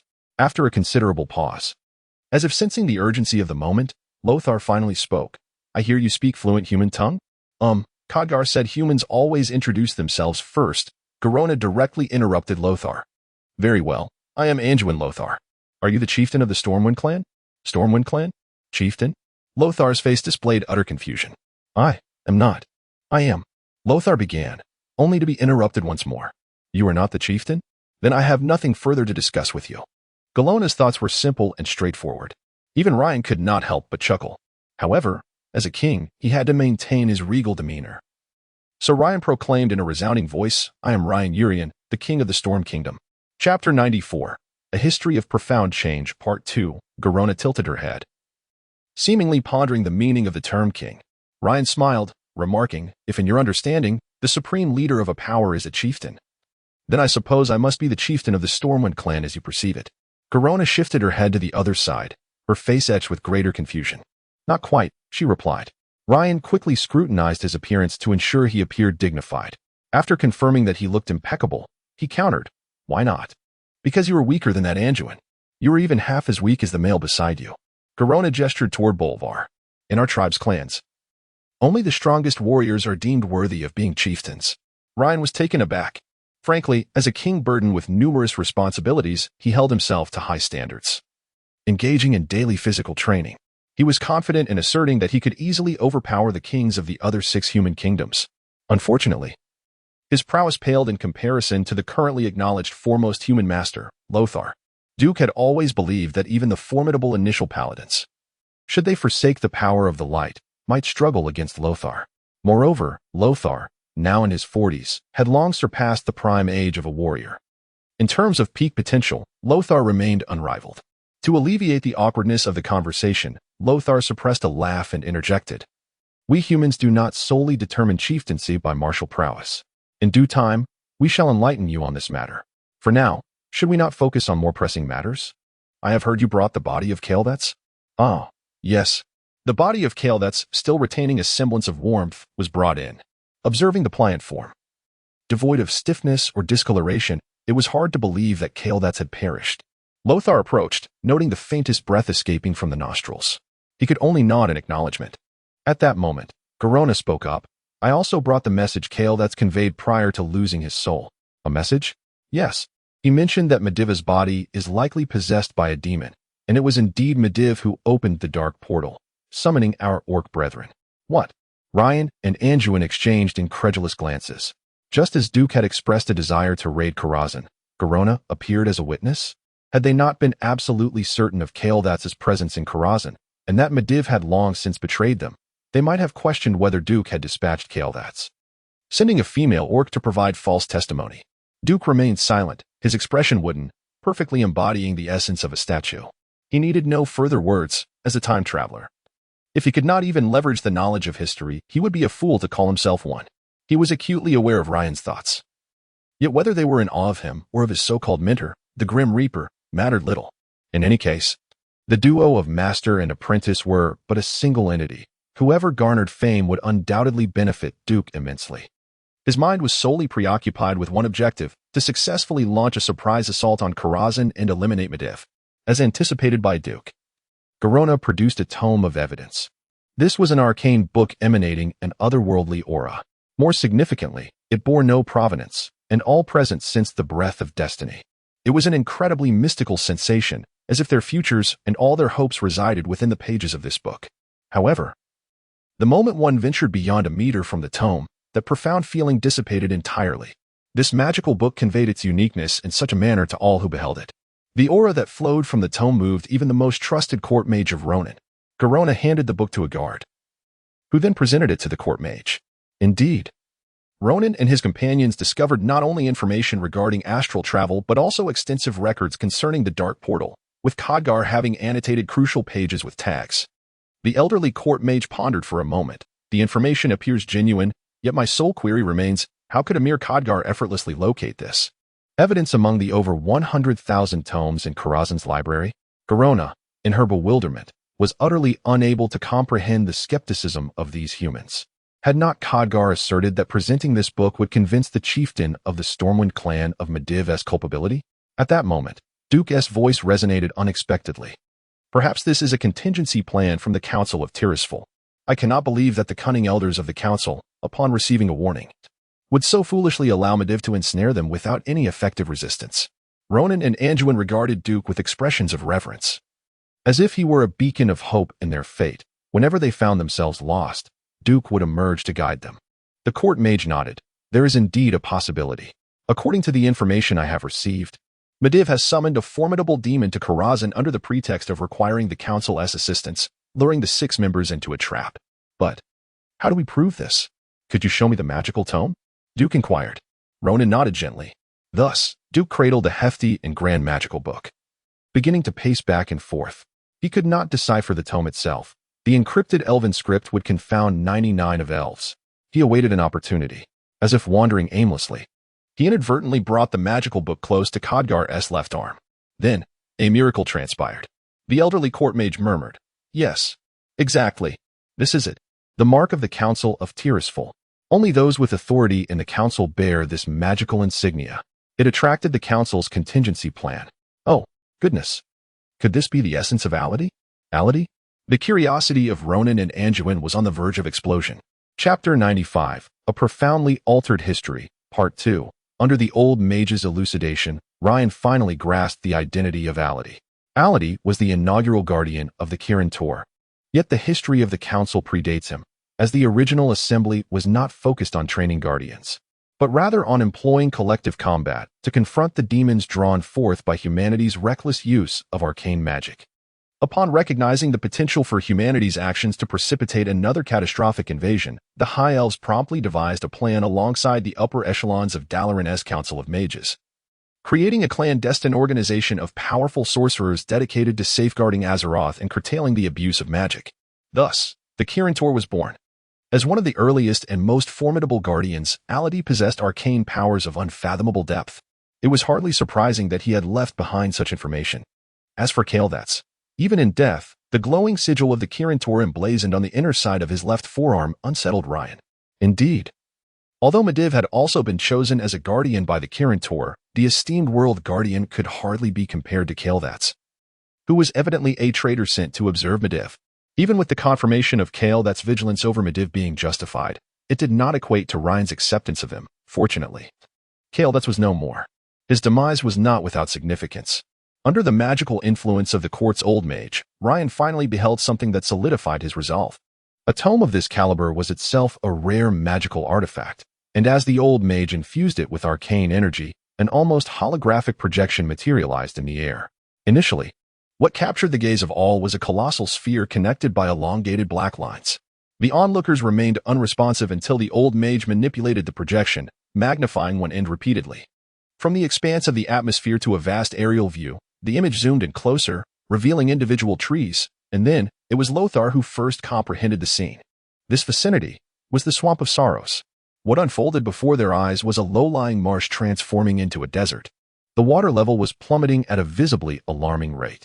Countless vividly colored insects emerged from the swamp's various corners, scattering in frantic escape.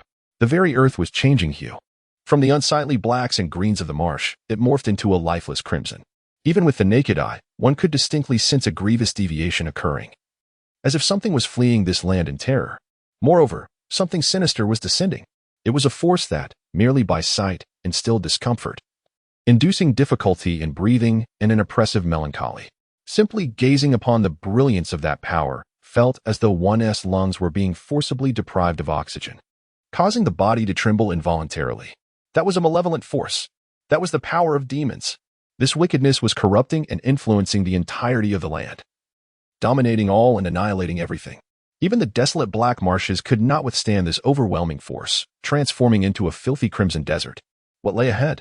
Burville suddenly pointed at a colossal man-made structure on the scarlet earth. The old mage complied, channeling his magical energy to penetrate the distance. The sight before them rendered the entire council chamber speechless. A gigantic gate, towering at least a dozen stories high, stood solitary upon the barren red land, its frame emanating an ominous black-green glow. A throng of orcs poured forth from the gate, only to be scolded and driven away by stronger orc leaders towards a nearby clearing. The material of the gate was beyond visual analysis, yet its design unmistakably bore the hallmarks of an ancient temple. Atop the massive frame lay a grotesque relief of a serpent with its mouth agape. Flanking the gate were two human mages, depicted in hooded cloaks, brandishing swords, seemingly intended for display. Ryan and his companions discerned the faces within the shadowy hoods, identical visages of the former guardian of Azeroth, Medivh. In the next moment, the Medivh statue appeared to awaken. No, it was indeed the will of Medivh that had descended.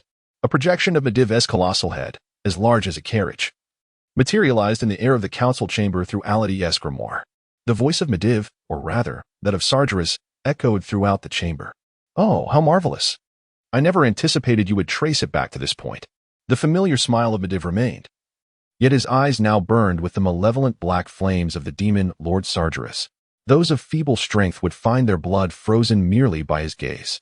As Ryan's personal guard, the attendants were not lacking in courage, yet he was horrified to witness that more than half had collapsed in terror upon the floor. The remaining few were equally unsteady, with scarcely a handful capable of resisting the demon's paralyzing fear. Medivh. No, demon, who are you? What do you seek? King Ryan's voice trembled slightly, yet he drew his sword, standing firm alongside Anduin and Burville before the demon lord's projection. Nothing much. My desires have already been fulfilled. Now that the dark portal has opened, I shall quietly observe from Karazhan as your kind.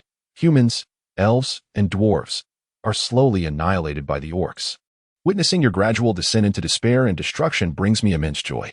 To wield the formidable power of your guardian against you, there is no greater irony. The chilling laughter of Medivh, under Sargeras' influence, reverberated through the chamber, leaving Ryan and Anduin with a profound sense of nausea as they beheld their once cherished friend now consumed by madness. Suddenly, a youthful voice echoed, farting. As long as I eliminate you, I shall be able to close the door to darkness. Chapter 96. The terrifying might of the demon king Sargeras was in high spirits. His plan was on the verge of fruition. Nay, in his perception, it had already succeeded. In his mind, nothing could thwart the demonic forces from invading the world of Azeroth. The mightiest guardian, the astral mage Medivh, was under his dominion. The troublesome council of Tirisfal was nearly obliterated. The former guardian, the one who fancied she had vanquished him, yet was merely a pawn in his schemes, Egwin, had already shed tears of defeat before him. The dragons? He had devised a comprehensive strategy to deal with those formidable reptiles. The night elves? Those conservative, stone-headed beings would never budge an inch unless their territory was directly threatened. Instead of a direct incursion, manipulating the orcs, those warlike creatures ensnared by demonic influence, was a far more subtle approach. Sargeras licked his lips, savoring the long-awaited taste of vengeance, the sweet flavor of blood and suffering, as he beheld the corrupted green-skinned orcs slaughtering humans, regardless of age or gender, armed or unarmed. Whether they roared in rage or wailed in despair, Sargeras reveled in the spectacle. The exhilarating sensation coursed through his soul, which had languished in despair for far too long, a thrill so profound that every fiber of his wicked essence sang with delight. He believed wholeheartedly that his meticulously crafted plan, years in the making, was flawless. Thus, he could remain extraordinarily composed within the impregnable fortress of Karazhan, observing like a god as these insignificant creatures marched toward their doom. Yet, now, a diminutive insect dared to proclaim that by eliminating him, they could seal the dark portal? For a fleeting moment, Sargeras was taken aback. The next instant, enlightenment struck him. This insignificant being, who had once piqued his interest, had, astonishingly, spoken the truth. Indeed, the interdimensional transport of the dark portal was not particularly stable. In fact, the entire dark portal resembled a telephone, reliant on a call and response. Should Medivh, the caller, encounter misfortune, the spatial coordinates would become immediately chaotic. Consequently, Sargeras' design to have the orcs continuously invade the world of Azeroth would undoubtedly unravel. Of course, this was contingent upon whether these insects could truly dispose of him. Upon realizing this, the Medivh under Sargeras' control displayed a knowing smile, erupting into a haughty laughter. Ha ha. Oh, how absurd. This is utterly hilarious.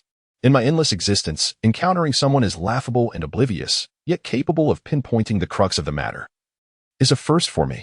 The muscles of Medivh and Apos' face contorted grotesquely, his crimson eyes gleaming with malevolence. Yes, indeed, dear little one.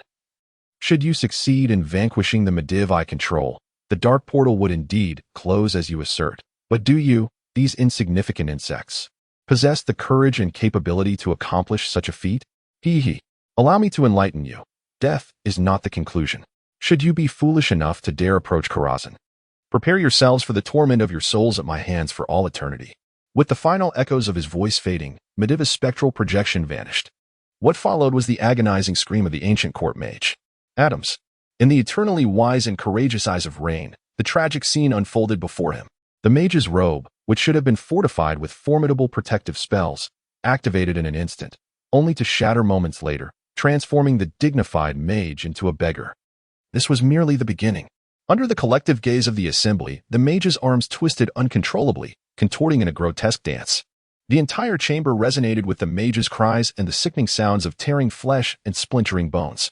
As if manipulated by countless invisible hands, the mage's limbs were drawn into his torso, his body evolving into a grotesque mass of flesh. Yet, he clung to life. as if shielded by a peculiar and malevolent magic. Not only the mage, but in the next moment, half of the royal guards present also succumbed to a similar fate. They were drawn towards the mage like iron filings to a magnet, merging into a larger, grotesque mass. Each one appeared to retain their consciousness, uttering a myriad of desperate pleas. Mother, save me. Commander Lothar, grant me mercy. Kill me, please, in my suffering. Such a horrific spectacle would instill dread in any sane individual, the very temperature of the air seeming to plummet. In the next instant, these victims ignited spontaneously. Sinister azure flames seared their bodies, tormenting their souls. Cold sweat drenched the garments of every survivor in attendance, for they could distinctly witness the souls of their comrades, their companions, the familiar faces they had known for countless years, being wrenched from their bodies, consumed by the demonic inferno above. The will of Sargeras had already departed amidst a cacophony of laughter. Time ticked by relentlessly. This was a demonstration by the demon king Sargeras. With his unparalleled malevolent power, he showcased his might and terror to Rain and the others. He conveyed to Rain that waiting in despair and agony for death was the singular fate he had orchestrated for the kingdom of Stormwind, for all of humanity, for the entirety of Azeroth. Rain trembled uncontrollably, beads of sweat cascading down his face, oblivious to the crown that had slipped from his brow. As he sat in a state of utter exhaustion upon the throne, incapable of even lifting a finger, Duke's countenance was equally pallid.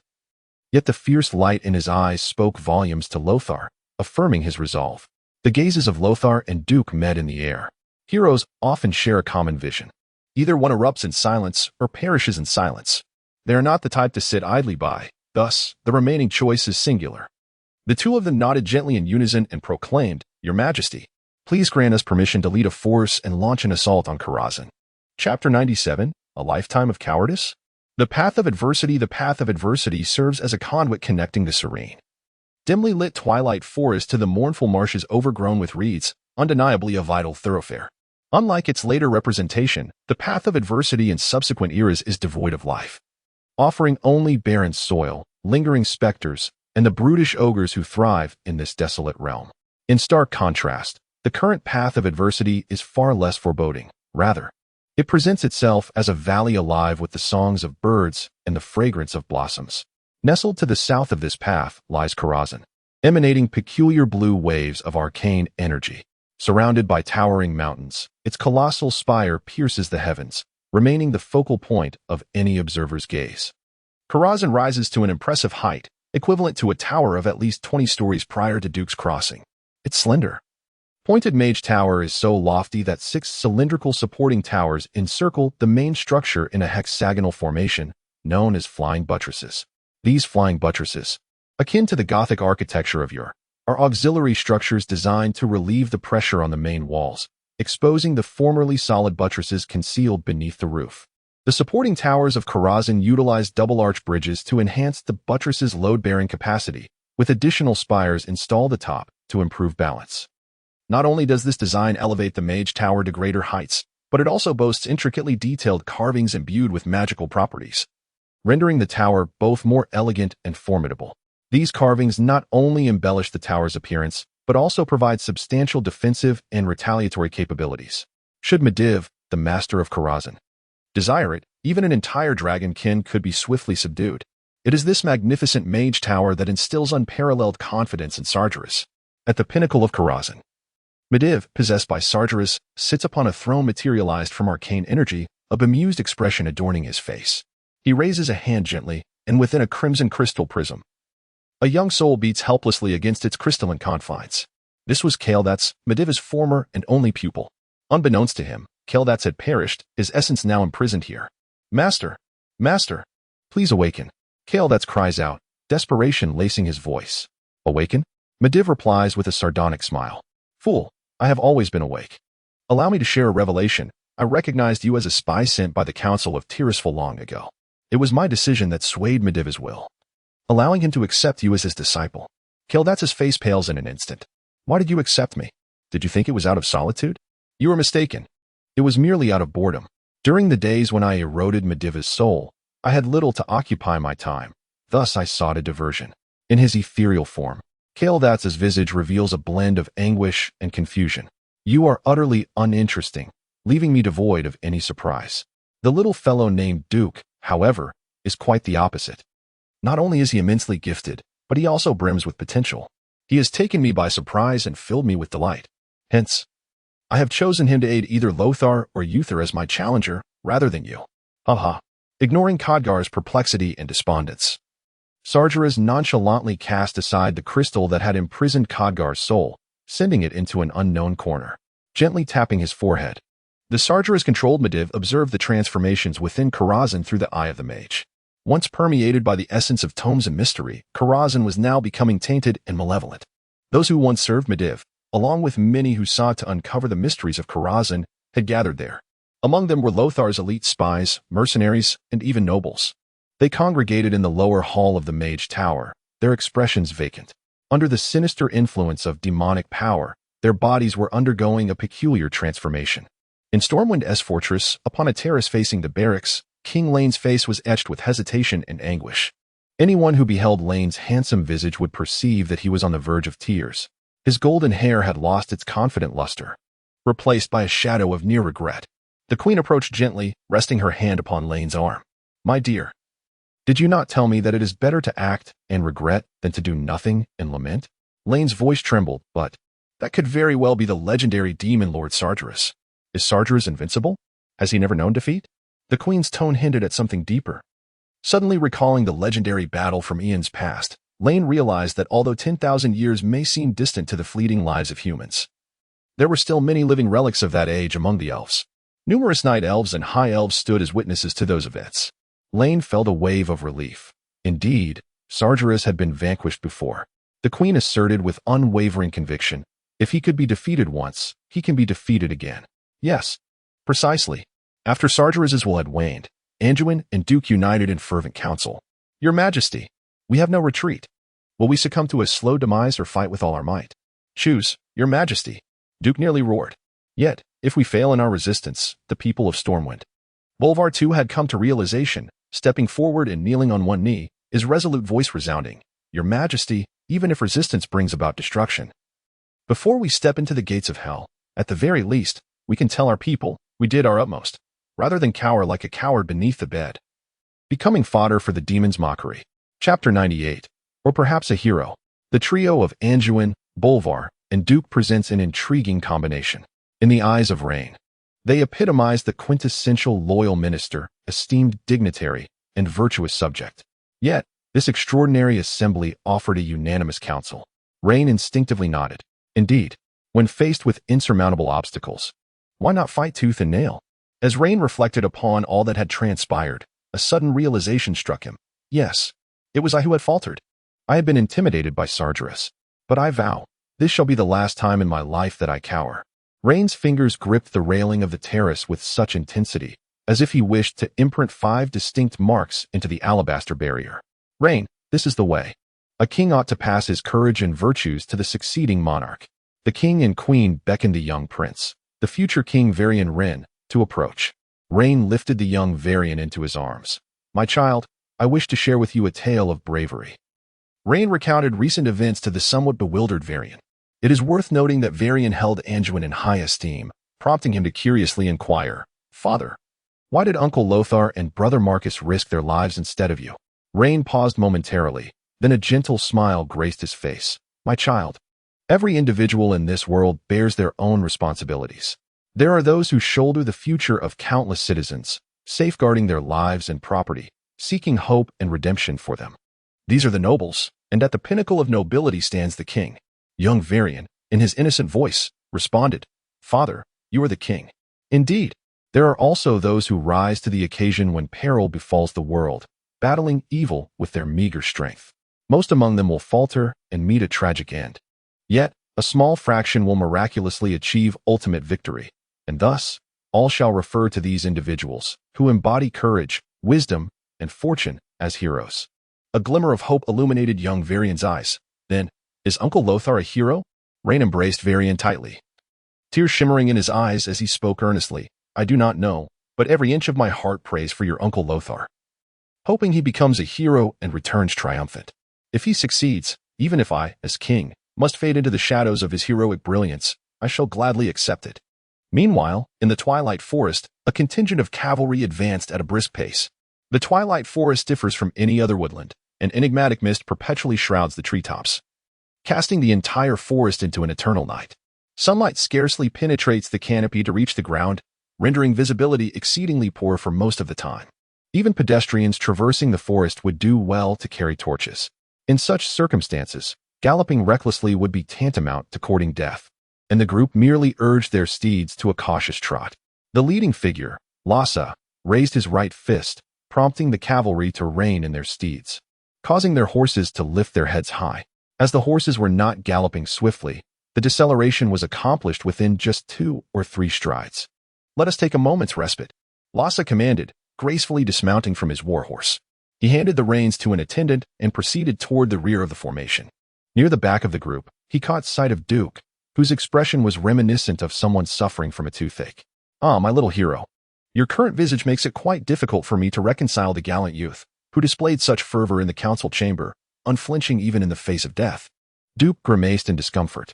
Horses are living beings, and despite the cushioning muscles on their backs, they cannot compare to a small automobile equipped with shock absorbers gliding along a smooth road. The jarring motion and relentless pace left Duke feeling as if his very innards had been dislodged. This is no exaggeration on the first day. He nearly expelled his dinner from the previous night. In just 2 days, they traversed nearly 300 kilometers through the winding paths of elven forest, finally entering the twilight forest. It is crucial to note that these are not the modern highways of the world before the Great Crossing. Many of the paths barely qualify as dirt roads, resembling narrow trails only hunters would dare tread. At least 5 horses sustained broken legs from the arduous journey and had to be abandoned. 2 riders narrowly avoided breaking their necks. The sole stroke of fortune was that upon entering the twilight forest, the horses slowed their pace, allowing Duke a moment to catch his breath. In response to Lhasa's inquiry, Duke panted heavily, casting a fierce glare in Lhasa's direction. Lhasa chuckled, almost lifting Duke off his horse as he assisted him down. Lhasa's elite soldiers were methodically occupied, either arranging sentries, tending to the horses, or forming a vigilant circle, sipping from their water flasks. Naturally, many gazes turned toward them, marked by a peculiar curiosity. The combination before them was indeed rare: a knight, a mage, and a female half-orc. No matter how many times one beheld this peculiar assembly, it always appeared strange. "Humans, you are so feeble, and the tribe, your kind, so frail, is unworthy even of menial labor," Garona declared without mercy. This unusual half-orc woman spoke with blunt honesty. If uttered by another, it would surely be seen as mockery. Yet, she regarded it as simply the truth. Duke could not help but marvel at the whims of fate. Indeed, after some dialogue, Ryan and Lhasa, as history would suggest, willingly chose to accept Garona into their ranks. After inquiring about various aspects of the orc tribes, they consented to allow this formidable and knowledgeable female orc, well-versed in the terrain of Karazhan, to join the assault team. Duke shot Garona an exasperated glance. "Please, most of our human mages are rather similar." In truth, Duke wanted to express that the mages here are accustomed to a life of comfort. Alas, Garona delivered a pointed retort, her expression one of confusion. "However, our Orcish warlocks and shamans are far more robust than you." Duke sighed. Indeed, the disparity in perspectives was vast, and their wavelengths of thought could hardly converge. Nonetheless, after this encounter, should he avoid the fate of becoming a ghoul, he would truly need to contemplate the matter of physical training. In Azeroth, renowned women are undeniably formidable, each surpassing the last in strength. If one is frail, it is indeed impossible to attract any attention from the ladies. Suddenly, Lothar inquired softly, "What do you think are our chances of defeating Sargeras?" Duke raised 2 fingers, not as a symbol of victory, but to signify a mere 20.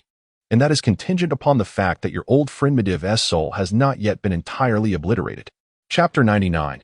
As long as the odds are not zero, Duke was not the type to embrace reckless adventures. He would never gamble with his life. Indeed, when the will of Sargeras descended upon the Stormwind Council chamber, a few lines appeared in Duke's system prompts.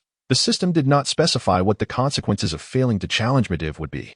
However, Duke could easily surmise. Dying at the tusks of a wild boar and perishing before the demon lord were entirely different concepts. Just as knights who fell to the scourge were often transformed into death knights, falling into Sargeras' hands would mean, well, one could only chuckle at the thought. Duke had always considered himself an ordinary mortal. He possessed neither the selfless spirit of a savior nor the violent tendencies that sought to annihilate the world. Having traversed into this realm, he began to adapt. The notion of Martians engaging in a cataclysmic battle, resulting in countless casualties, was vastly different from your friends and loved ones fighting against the feral and malevolent orcs, leading to immense loss. To say nothing of humanity. Even the death of beloved pets after a long companionship would evoke profound sorrow. Thus, even though the history of Azeroth had been altered beyond imagination, especially with the transformation of assault on Karazhan into invasion of Karazhan, compounded by the demise of what should have been a pivotal player, Khadgar Duke could not bear to witness Lothar's solitary march towards Karazhan, destined for death. No. It was more accurate to say that from the moment Sargeras audaciously manifested in the council chamber, Duke felt as though he had been struck by a bolt of fate, as if bewitched by an aversion to Sargeras. Regardless of the circumstances, Duke was already inextricably entangled with the kingdom of Stormwind and, indeed, the entire world of Azeroth. Moreover, he was adamantly opposed to witnessing the Burning Legion's unrestrained advance. In his heart, Duke silently vowed, "Khadgar, I shall compensate for your absence." What Duke pondered remained unknown to Lothar. However, upon hearing Duke's assertion that the success rate did not exceed 20, Lothar's face brightened with delight. After all, it was Sargeras. As long as the odds were not zero, he felt a surge of optimism. He slapped Duke's shoulder with vigor. "Young man, splendid. You've allied your thoughts with mine. I am increasingly convinced that bringing you along was a wise decision. At the very least, you are far more reliable than those court mages. Whenever I see them, I can't help but think they would stand foolishly, attempting to match spells with Medivh, only to be systematically vanquished." Duke smiled, remaining silent. He understood that Lothar's words were laced with jest. Yet, the crux of the matter was that on the front lines, the kingdom of Stormwind had already succumbed to a comprehensive disadvantage in magical warfare. The orc warlocks were far more formidable than Duke had anticipated. The death of the kingdom's only two Morning Star mages, the most powerful court wizard beside Lane, further strained Stormwind's already limited resources. However, mages were essential. Without their presence to counteract, should the enemy warlocks unleash their spells, even a mere fear could incapacitate the officers within the human ranks, leading to the collapse of the entire front line. This predicament spiraled into a vicious cycle. In any confrontation, without mages, the army is easily shattered. A somber and desperate atmosphere pervades the entire Stormwind kingdom. Yet, in such dire circumstances, Lothar leads his elite forces into battle. Duke had inquired about the sentiments of these soldiers facing what seemed like a certain death mission, but received only one response: for Azeroth. Duke beheld their smiles and the hearts willing to generously sacrifice themselves for their nation and its people. It was not a mere oath. Yet it resonated more profoundly and steadfastly than any vow in existence. Duke felt his blood ignite with a fervent flame, burning with an intense heat. Confronted with Lothar's probability of victory, Duke suddenly clapped his hands and proclaimed, "Those without tasks, please gather around. I have an announcement to make." Lothar, intrigued, did not deter Duke and merely nodded slightly. Instantly, several aides beckoned, and these elite knights swiftly encircled him. Duke ascended a large stone, ensuring most could see him. "You are about to face adversaries that transcend your wildest imaginings, demons. Therefore, I urge you to first abandon the military regulations taught by Lothar and embrace adaptability." Duke's words stirred a silent commotion, with nearly all soldiers casting their gazes toward Lothar. To their surprise, Lothar smiled rather than scolded. "Continue, for this selection of soldiers, aside from their loyalty and skill, possesses the keenest minds. If it aids in our victory, I do not mind your challenge to the military rules I have established." Duke nodded and continued, "The enemies you face possess strength far superior to yours and wield unfathomable mystical powers. Any rigid formations are mere invitations to demise. Disregard your formations and the doctrines of military manuals. Evade all seemingly spectacular energy manifestations, and seize the opportunity to plunge your swords into their backs or any semblance of their core." Chapter 100. Where is the promised assault? Emerging from the twilight forest, the sky reappeared in the horizon. After enduring the suffocating darkness of the forest, the rugged path amidst the wind felt considerably more bearable. After 2 consecutive days of travel, the third day found them unable to locate a suitable campsite, as they were too close to Karazhan. As night fell, the assault team made do with a simple camp along the narrow path by the cliff. On one side loomed a steep mountain wall, while the other dropped into an unfathomable abyss. Reluctantly, Lothar had to arrange the 200-strong company into a long line. "If Sargeras sends a group of minions to ambush us here, we would be doomed," Anduin remarked to Duke. Duke chuckled. Would you really travel dozens of kilometers just to swat a mosquito? If he truly underestimates us to this extent, then that would be fortunate. He would. For even in his fallen state, Sargeras remains a creator titan. It is already a significant indignity for him to lurk within Medivh. He would hardly waste his time specifically targeting us, the Titans, a divine race of creators. Approximately 150,000 years ago, the Titans formed the Pantheon and embarked on their journey of creation. Sargeras, a valiant Titan warrior, was tasked with vanquishing many malevolent beings during this journey. After visiting the planet Azeroth, establishing numerous laboratories, and creating their own servants, the Pantheon departed, leaving behind commands for the system to develop autonomously. Subsequently, a host of exceptionally powerful parasitic entities invaded the Titans' laboratories on Azeroth, dominating the chaotic elements and establishing themselves as the Old Gods.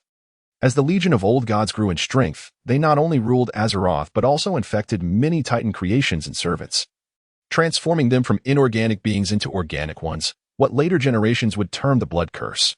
Around 25,000 years ago, Sargeras betrayed the Pantheon and created the Burning Legion, initiating his campaign of destruction against the other Titans' creations. It was precisely due to Sargeras' Titan lineage that his arrogance was destined to flourish. Duke spoke slowly. Arrogance breeds from the depths of the soul. When victory becomes a habit, and one's own power is sufficient to crush all weaker beings, the arrogant heart can harbor no other opinions. For Sargeras, seizing Medivh's body, eliminating the members of the Tirisful Council, and toppling Egwene represent the zenith of his condescension. Therefore, we need not be excessively concerned before entering Karazhan. Lothar nodded. I hope so. Duke sought to reassure Lothar. However, he himself felt a lingering unease, silently praying that history would not repeat itself with Medivh's downfall. After all, his fate, that of the Kingdom of Stormwind, and indeed the entirety of Azeroth were now inextricably intertwined. Gazing up at the starry sky, he noticed an unusual red glow emanating from the direction of the Swamp of Sorrows. The sinister crimson light radiated with a brilliance that outshone the moon by countless degrees. Even amid the depths of night, the red hue intermingled with the midnight darkness, as if enacting a war of erosion and plunder. The stars above Elwyn Forest appeared dim and lifeless, seemingly trapped by a vast, dark red shadow with no escape. The storm star, standing tall in the northwest, seemed poised to plummet at any moment. All hope for the kingdom rested upon the fragile meteors of Lothar, Garona, and Duke. Would they merely flicker and fade, or blaze forth into the heavens, becoming a magnificent nova illuminating the entire night sky? Duke himself could not say. In a haze of uncertainty, he succumbed to slumber. When he awoke once more, it was already dawn. Indeed, the assault plan devised with Lothar was to commence at daybreak. As the group approached the outskirts of Karazhan, they were greeted by the radiant sun rising behind the tower, its flames dispersing the gloom that lingered within. Lothar turned to Duke and Garona, displaying a confident smile. Is this a portent of our impending triumph over darkness, heralding the arrival of light? Surely, it is a favorable omen, is it not? Garona shot back at Lothar. I place no faith in luck. I trust solely in my own strength. The powerful shall prevail. Anduin and Duke paid little heed to the blunt orc woman. Instead, Duke instinctively inquired, shall we enter through the front or the back? Anduin, puzzled, responded, the back? You mean the platform where griffins land for visitors?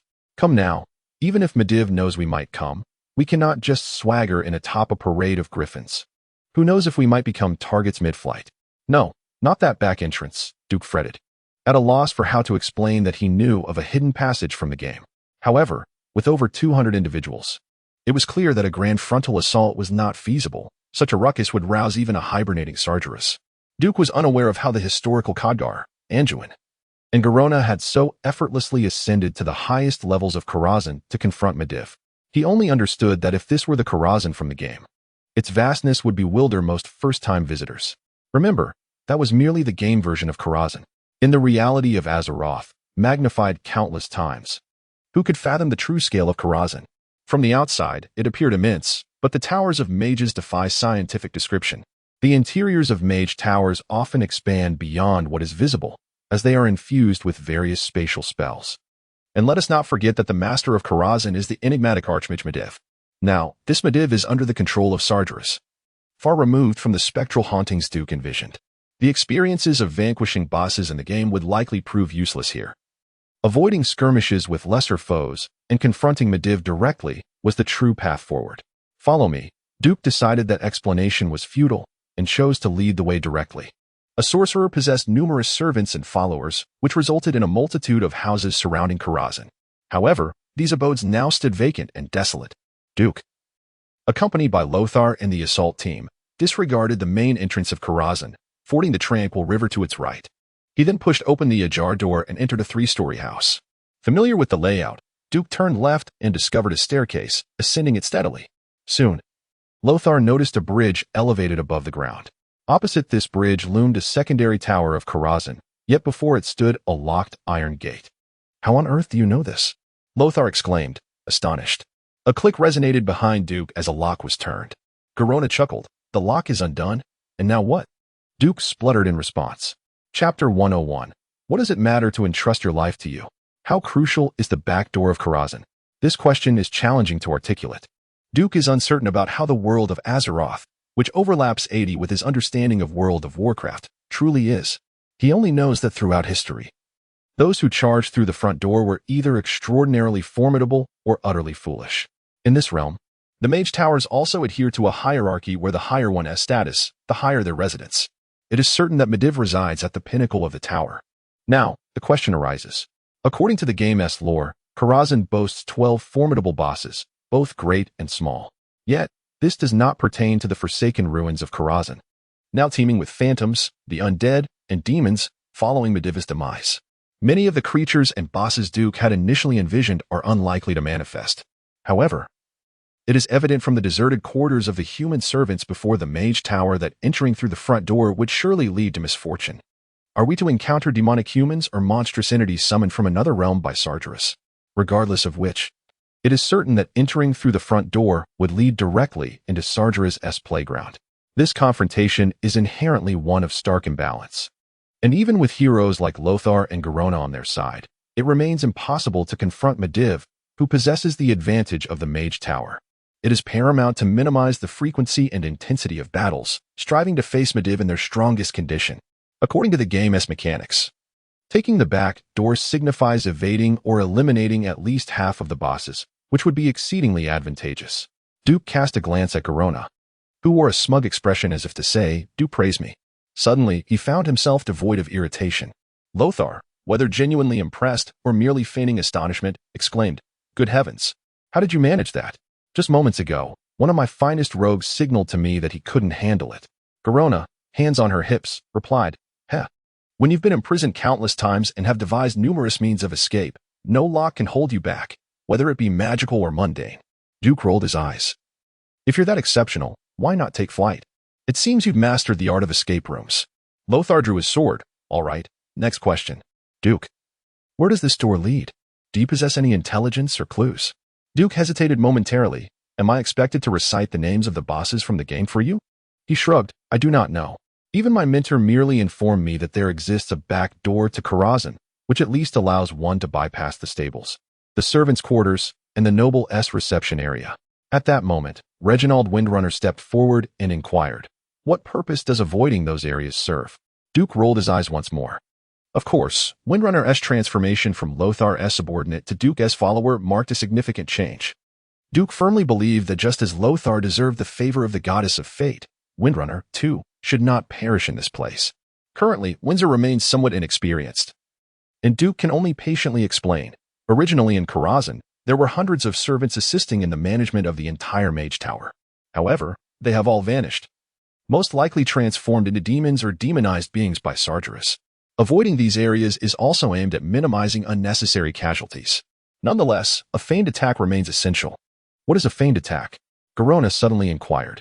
Duke smacked his forehead. Dealing with an orc of peculiar intellect was quite troublesome. Windsor, please elucidate this to Garona.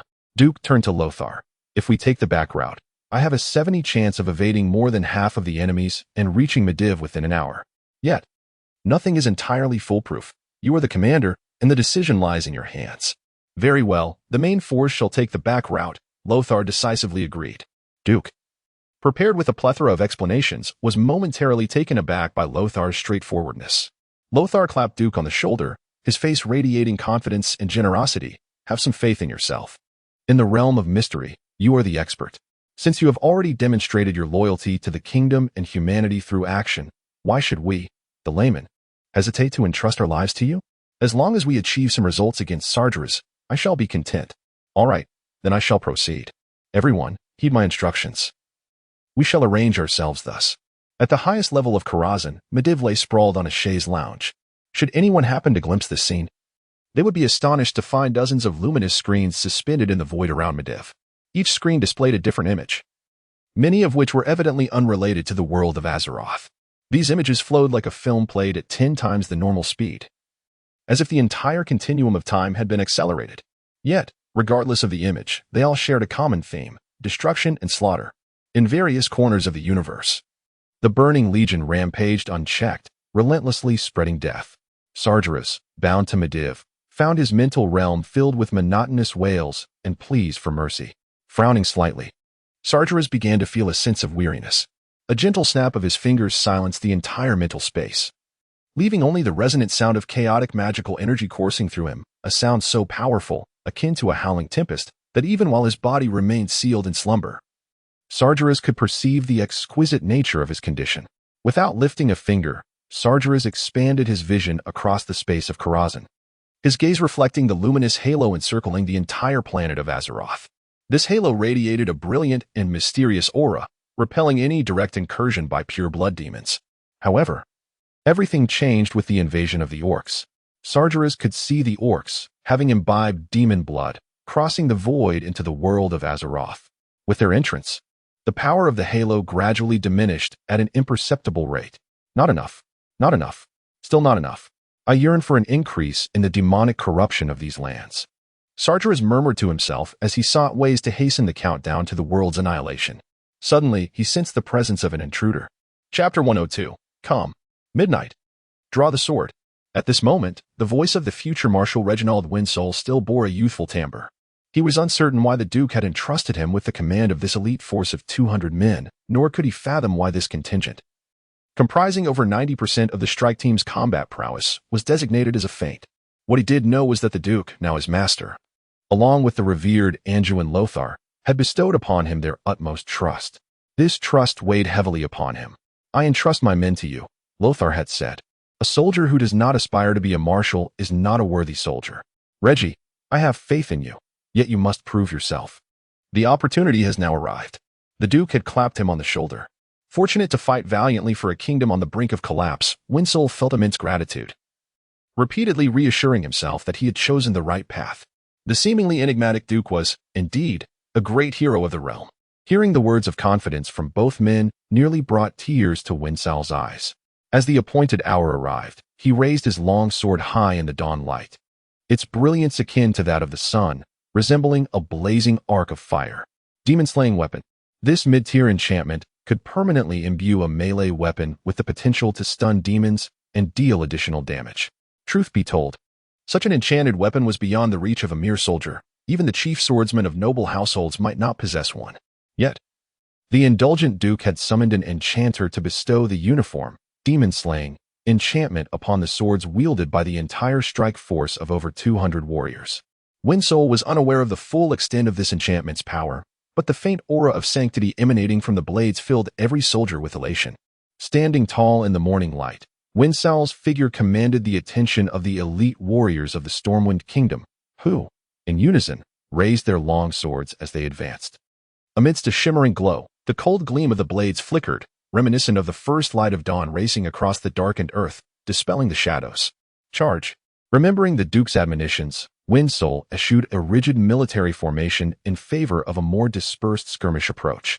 The front line began to push forward, and unbeknownst to them, each soldier's pace subtly quickened, strides lengthening. Within a mere 10 meters, nearly every warrior was racing ahead with fervor. For Azeroth, for His Majesty Uther, for my beloved. The soldiers shouted chaotic battle cries, yet amidst the charge, they seamlessly adjusted their formations. 8 warriors wielding battering rams had, without notice, surged to the forefront. With a resounding crash, the Iron Gate, towering 3 men high, shattered. Karazhan was not a fortress, lacking moats or substantial defenses. Even the Iron Gate and wooden doors at its entrance served primarily as ornamental barriers. The defenses of the Mage Tower had never relied on such superficialities. Perhaps their successful approach to the gates of Karazhan had merely been a consequence of Sargeras' indifference to their presence. With a thunderous roar, the gate fell before them. The valiant warriors wielding torches charged forth, illuminated by the flickering flames and the glow of their own torches within the gates, only to behold their adversary, the satyr. A demon with split hooves, disheveled hair, goat-like horns, razor-sharp claws, and a lengthy lion's tail. The origins of the satyr trace back to the War of the Ancients. Among the highborn elves, there was a noble named Havres, a trusted advisor of Queen Azhara. Havres was one of the architects of the Legion's arrival in Azeroth. And as the War of the Ancients unfolded, he brought increasing suffering upon his own kind. Ultimately, he was defeated in an encounter with the young druid Duran Stormcage, who utterly obliterated his wicked form. However, Sargeras saw potential in Havres and resurrected him, transforming him into the world's first satyr, with sufficiently potent demonic curses. And if the will of the caster wavers, the satyr can effortlessly convert other beings into their own kind. Though most satyrs have grown grotesquely large, towering over 2 meters, Windsor and his companions could discern from the tattered remnants of their garb that they were once servants of Medivh. Windsor narrowed his eyes, uttering but a single word: kill. The assault force of the Storm Kingdom surged like a blazing rocket, plunging into the throngs of satyrs as they closed in for battle. Windsor could even perceive the flickering red flames within the deep purple eyes of these demons, a harbinger of chaos and madness. The warriors of the Storm Kingdom, handpicked by Lothar himself, displayed unmatched bravery, though the uncertainty of their foes stirred tension within them. Yet, upon seeing the youthful figure leading the charge, their courage soared. Windsor had unknowingly become their standard-bearer. The satyrs shrieked, their shrill and discordant howls capable of unnerving even the most steadfast of minds. Windsor's sword remained steady. At a distance of 2 meters from his first demonic opponent, a visible wave of fiery energy erupted from the blade, forming a near blade-like wind that instantly doubled the lethal range of his longsword. The golden light of the blade shimmered even more brilliantly beneath the flickering flames, cleaving through the dark void and casting a halo of brilliance as it swept across the front row of satyrs. Strangely, the air erupted with a sound akin to tearing fabric. The towering satyrs, once 2 meters tall, were abruptly reduced to 1 meter, as their upper bodies were entirely severed. The impact of the demon-slaying enchantment had sent their dismembered torsos flying. Not every warrior engaging the demons was as fortunate as Windsor, however. The mere divine aura radiating from a sword enchanted with demon-slaying was often sufficient to instill fear in the satyrs. The first wave of human soldiers met their foes unscathed. There was hope.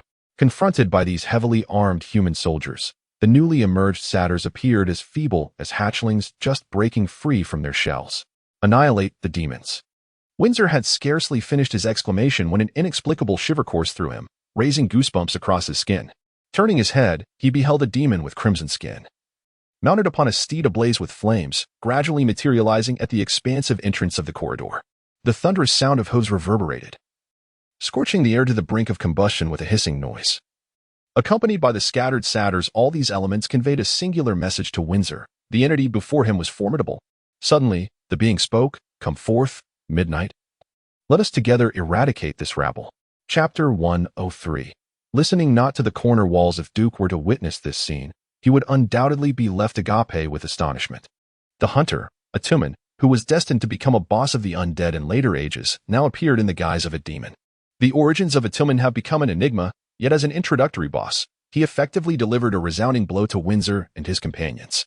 Atumen rode a most formidable beast, its entire form entwined with hellish flames, its scorching, red glowing hooves scorching the bluestone floor into a series of smoldering pits.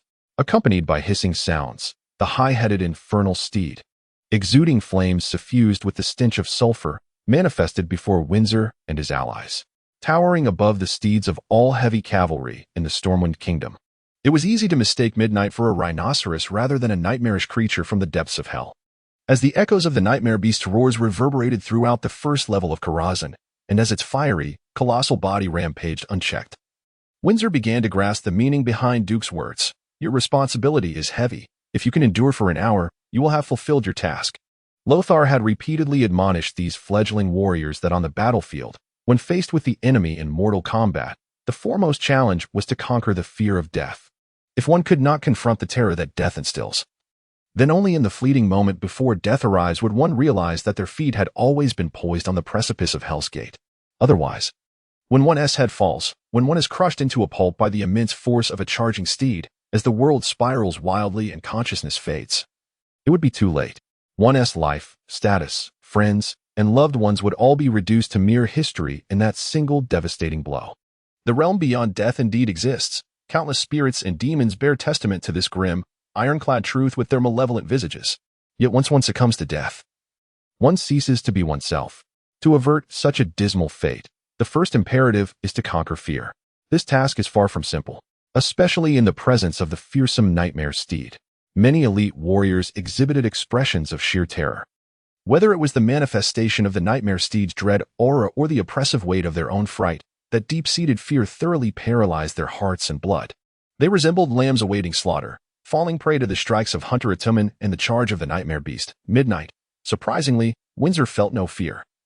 Something within him stirred, an entity known as courage. Heaven looks to the left, while the warrior turns to the right. After witnessing the valorous combat of the Griffin Legion, Duke had often uttered these words. Since that day, Windsor had grasped their meaning only superficially. Yet in this moment, clarity dawned upon him. The world around him remained unchanged in hue. The flames of hell and the wails of the Reaper continued to roar unabated. Recently fallen comrades vividly illustrated what it meant to bid farewell to the world. The fear of death is spreading rapidly, yet Windsor remains oblivious to it all. His heart is filled not with trepidation, but with a heavy sense of responsibility, stemming from the trust placed in him by Anduin and Duke. His comrades beside him fear not for their lives. From the very moment they accepted this mission, they cast aside all notions of mortality.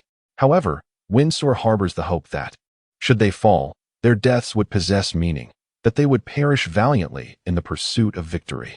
The chaos of battle renders command futile, prompting Windsor to take matters into his own hands.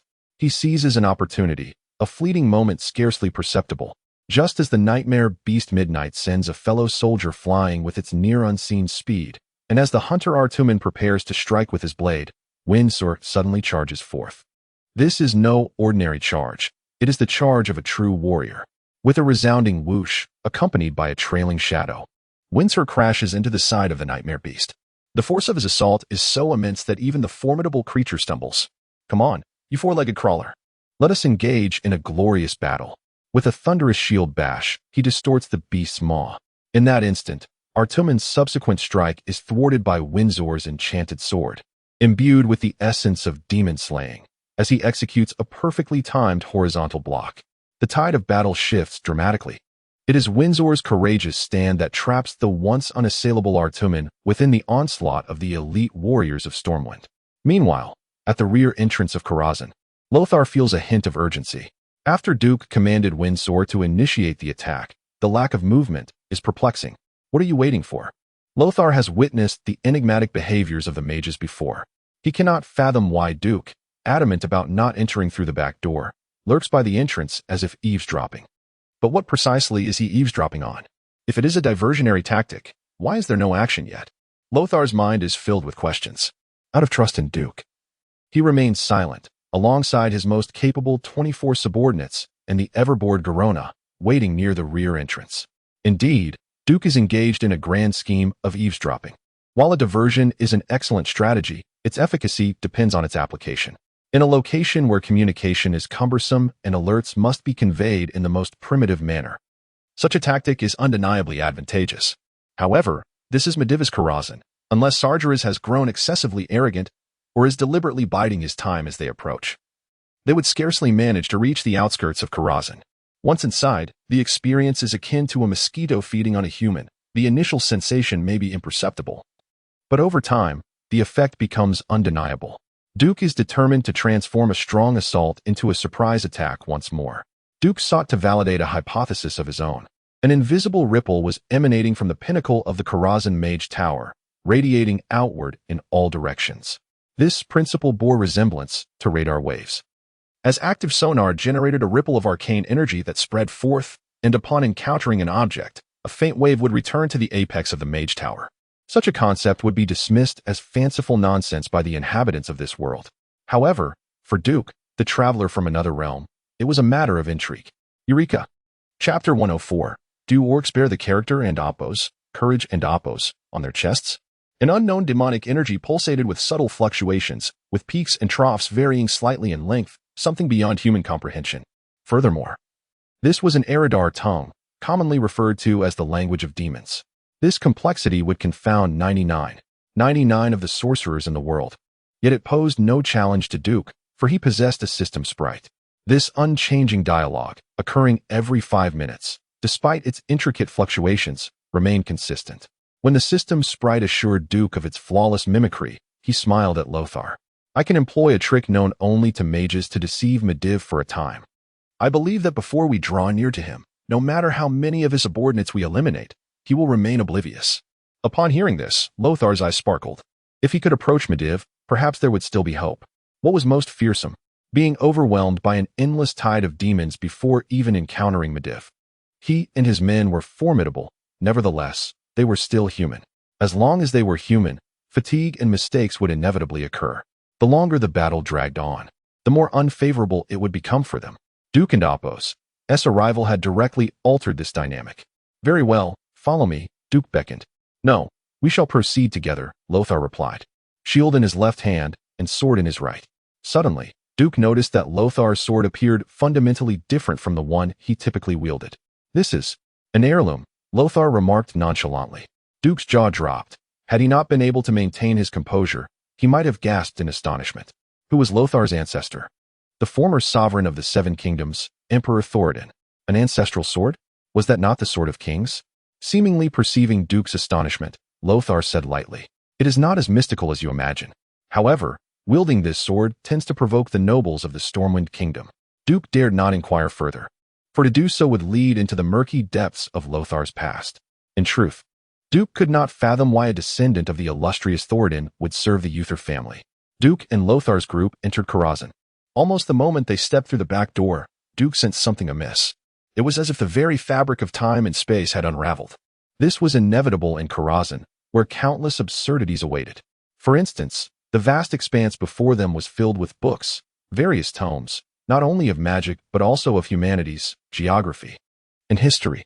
Yet, these were mere visual illusions. Listen carefully, follow my lead, and tread upon the mathematics books. Mathematics books? Lothar queried, perplexed.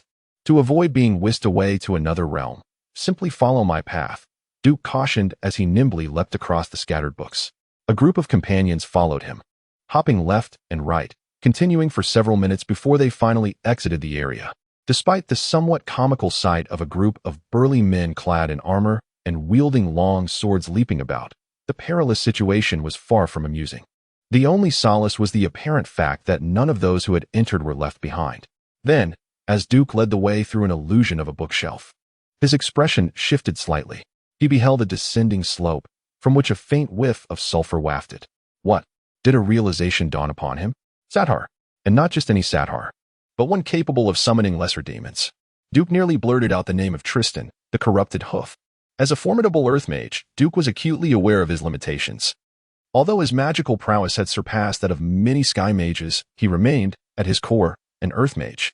He was uncertain of his level in the original game, but he was well aware that Karazhan was no place for novices. In a sense, he had traversed countless levels to arrive at Karazhan. If it were merely a player from before the transition causing this chaos, it would indeed be a grave folly. However, while players ventured here alone, Duke was accompanied by 3 heroes and over 200 elite warriors in a quest for exploration. This incongruity unsettled him.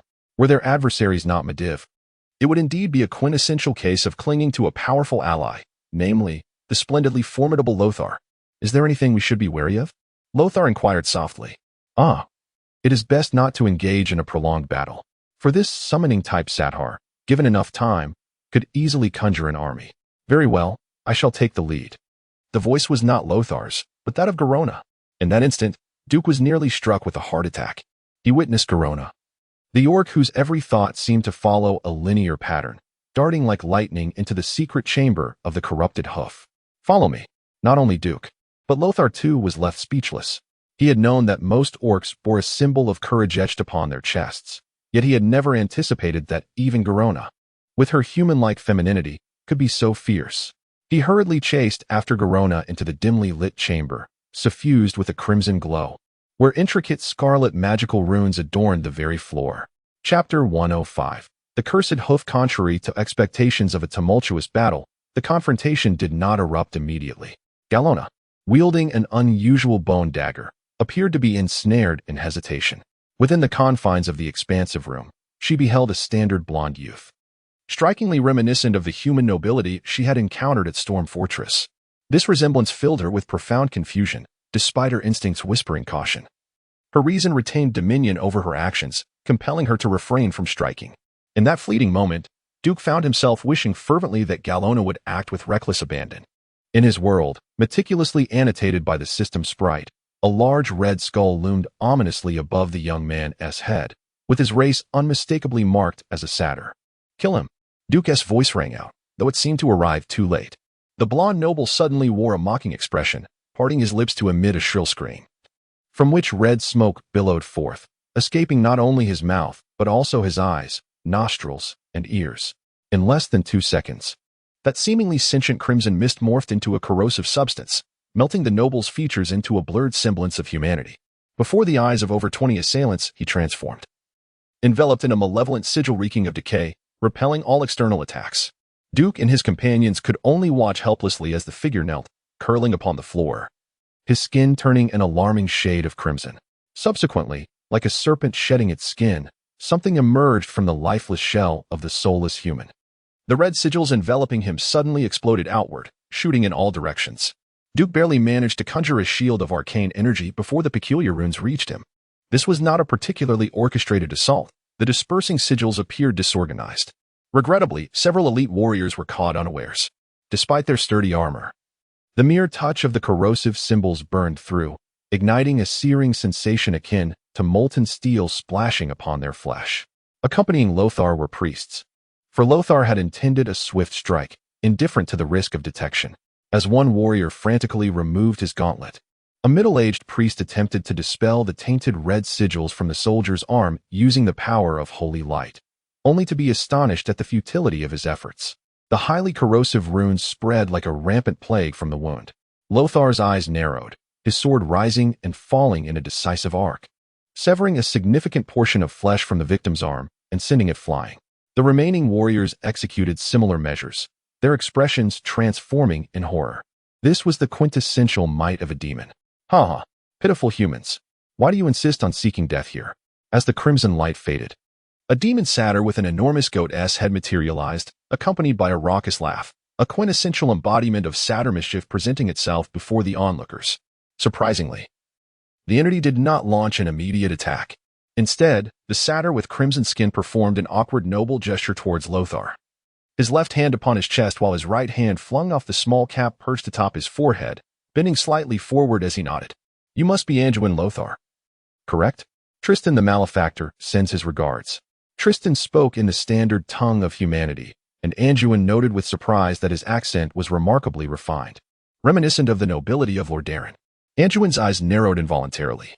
"Are you waiting for me? Waiting? No, this is merely a coincidence. It seems your little mage possesses considerable prowess. In fact, before your orc scout infiltrated my chamber, I was entirely unaware of your arrival. However, since you are here, I must request that everyone, save for Sir Lothar, perish." More than one individual caught the subtlety in Tristan's words. It was evident that, in the eyes of Sargeras, the lives of all but Lothar held no significance. "I detest you." Garona, lacking the patience to endure the satyr's ramblings, launched an immediate assault. For the first time, Anduin and Duke bore witness to Garona's prowess in combat. A flurry of icy glimmers erupted forth.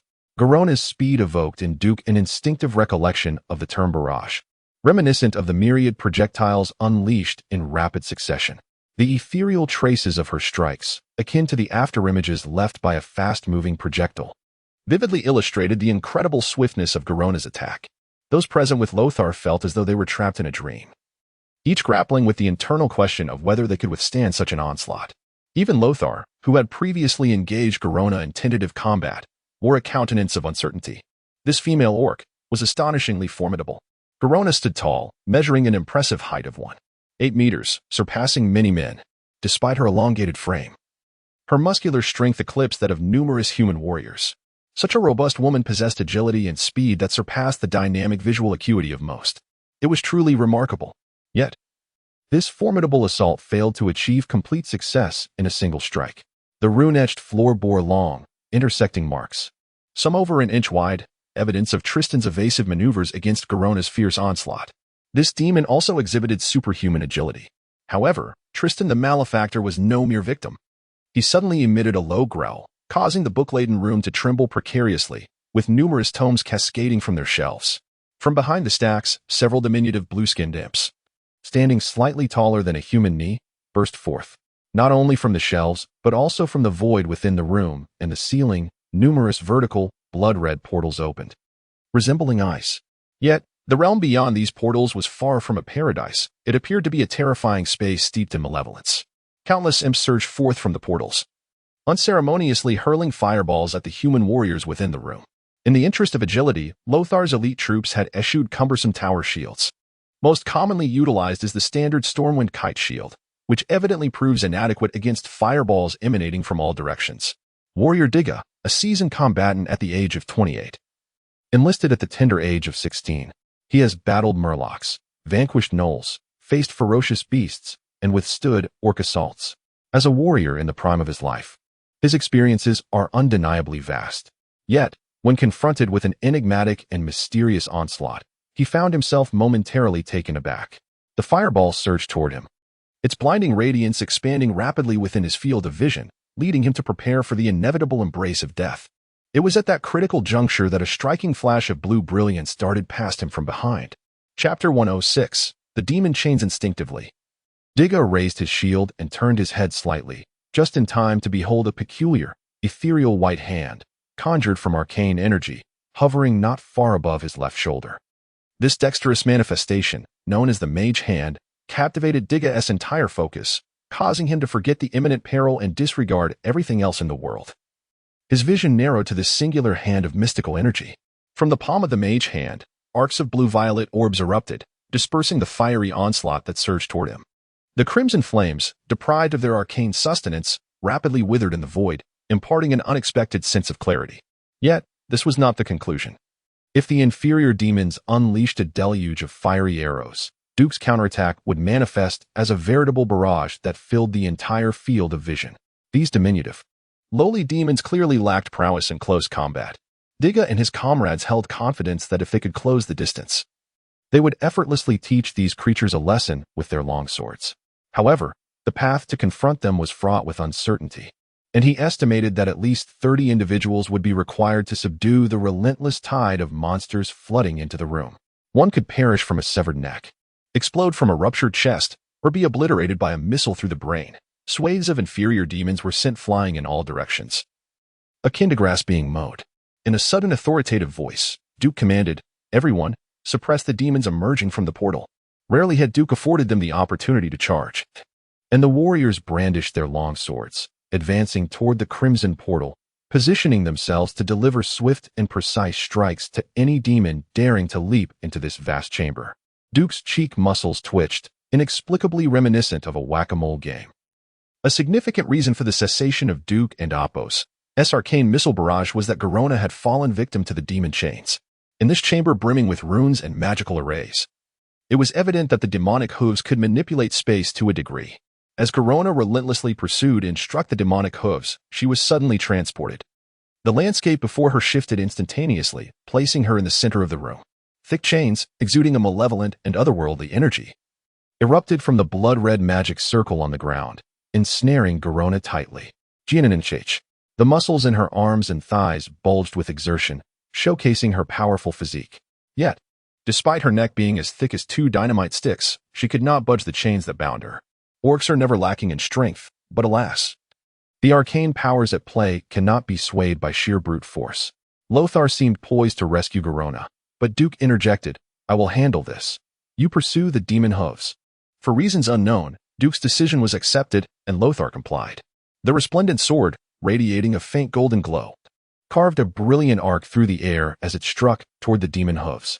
Sartre, as a demon with a penchant for sadism, possesses not only formidable magical abilities, but also an underestimated prowess in melee combat. Duke chose to disregard Lothar. If Lothar were to fall so easily, he would not deserve to be hailed as the Lion of Azeroth by posterity. Redirecting his firepower, he unleashed a sudden barrage upon Garona, targeting the chains that bound her. This was no simple task. In the real world, There exists no enchantment that conveniently avoids harming allies. A hit is a hit. Even though Garona possesses an extraordinary physique beyond that of mere mortals, she remains, at her core, an orc of hero status. Duke harbored doubts about whether his arcane missiles could strike Garona when she was free to move, but while her body was ensnared, she became a living target. As the deluge of arcane missiles descended upon her, a look of terror crossed Garona's face for the first time. Orcs, often simple-minded and ignorant, are easily gripped by awe when confronted with the unknown. Prior to the emergence of orc warlocks, their reverence for the mysterious was largely directed toward shamans, which afforded the latter a position of significant esteem. Similarly, despite her mixed heritage, Garona had inherited this reverence for the arcane. Faced with such a multitude of arcane missiles, she almost believed that Duke intended to eliminate her. However, that was not the case. Duke was acutely aware of Garona's role within the grand tapestry of Azeroth's fate. Perhaps one day, Duke would indeed take action against Garona, but certainly not now. Like a torrential downpour, the arcane missiles struck true against the crimson demonic chains. Initially, Duke had been concerned that his spells could not transcend levels to sever the chains forged by the boss, Tarangor. Whether it was Lothar's mysterious sword that countered Tarangor or some inherent flaw in the spell itself, Duke's assault proved effective. As the storm of arcane missiles rained down, the thick blood-red chains emitted a series of sharp, metallic clangs before shattering before Lothar and Garona's eyes. Freed from her bonds, Garona let out a furious roar, casting a grateful glance towards Duke before charging back into the fray.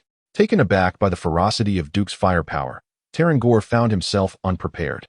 It appeared as though Lothar and Garona's coordination had been honed through countless rehearsals. Lothar engaged in a fierce frontal assault, his swordsmanship bold and sweeping. With each counterattack from Tarangor, Lothar's shield expertly deflected the brunt of the demon's force, rendering Tarangor's blows ineffective. Seizing the opportunity presented by Tarangor's momentary vulnerability, Lothar delivered precise thrusts. Meanwhile, Garona focused intently on flanking Tarangor, executing a series of backstabs.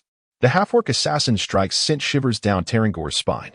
His formidable demonic hide and thick fur offered no protection against Garona's relentless flurry of slashes. In no time at all, Tarangor's back had become a blurred tapestry of wounds. The malevolent hoof attempted to retreat, striving to evade a pincer attack from both sides, only to be met by Garona's swift sweeping kick, nearly causing it to stumble and fall. At that moment, a noticeably larger imp than the others leaped into the fray. Duke squinted, his gaze honing in on this oversized imp. Kilric, the closest combat ally of the malevolent hoof. As an invaluable aid, Kilric was certainly no pushover, alas. It had the misfortune of confronting Duke. Just summoned and still bewildered by the unfolding events, it was sent flying by a colossal and ethereal hand.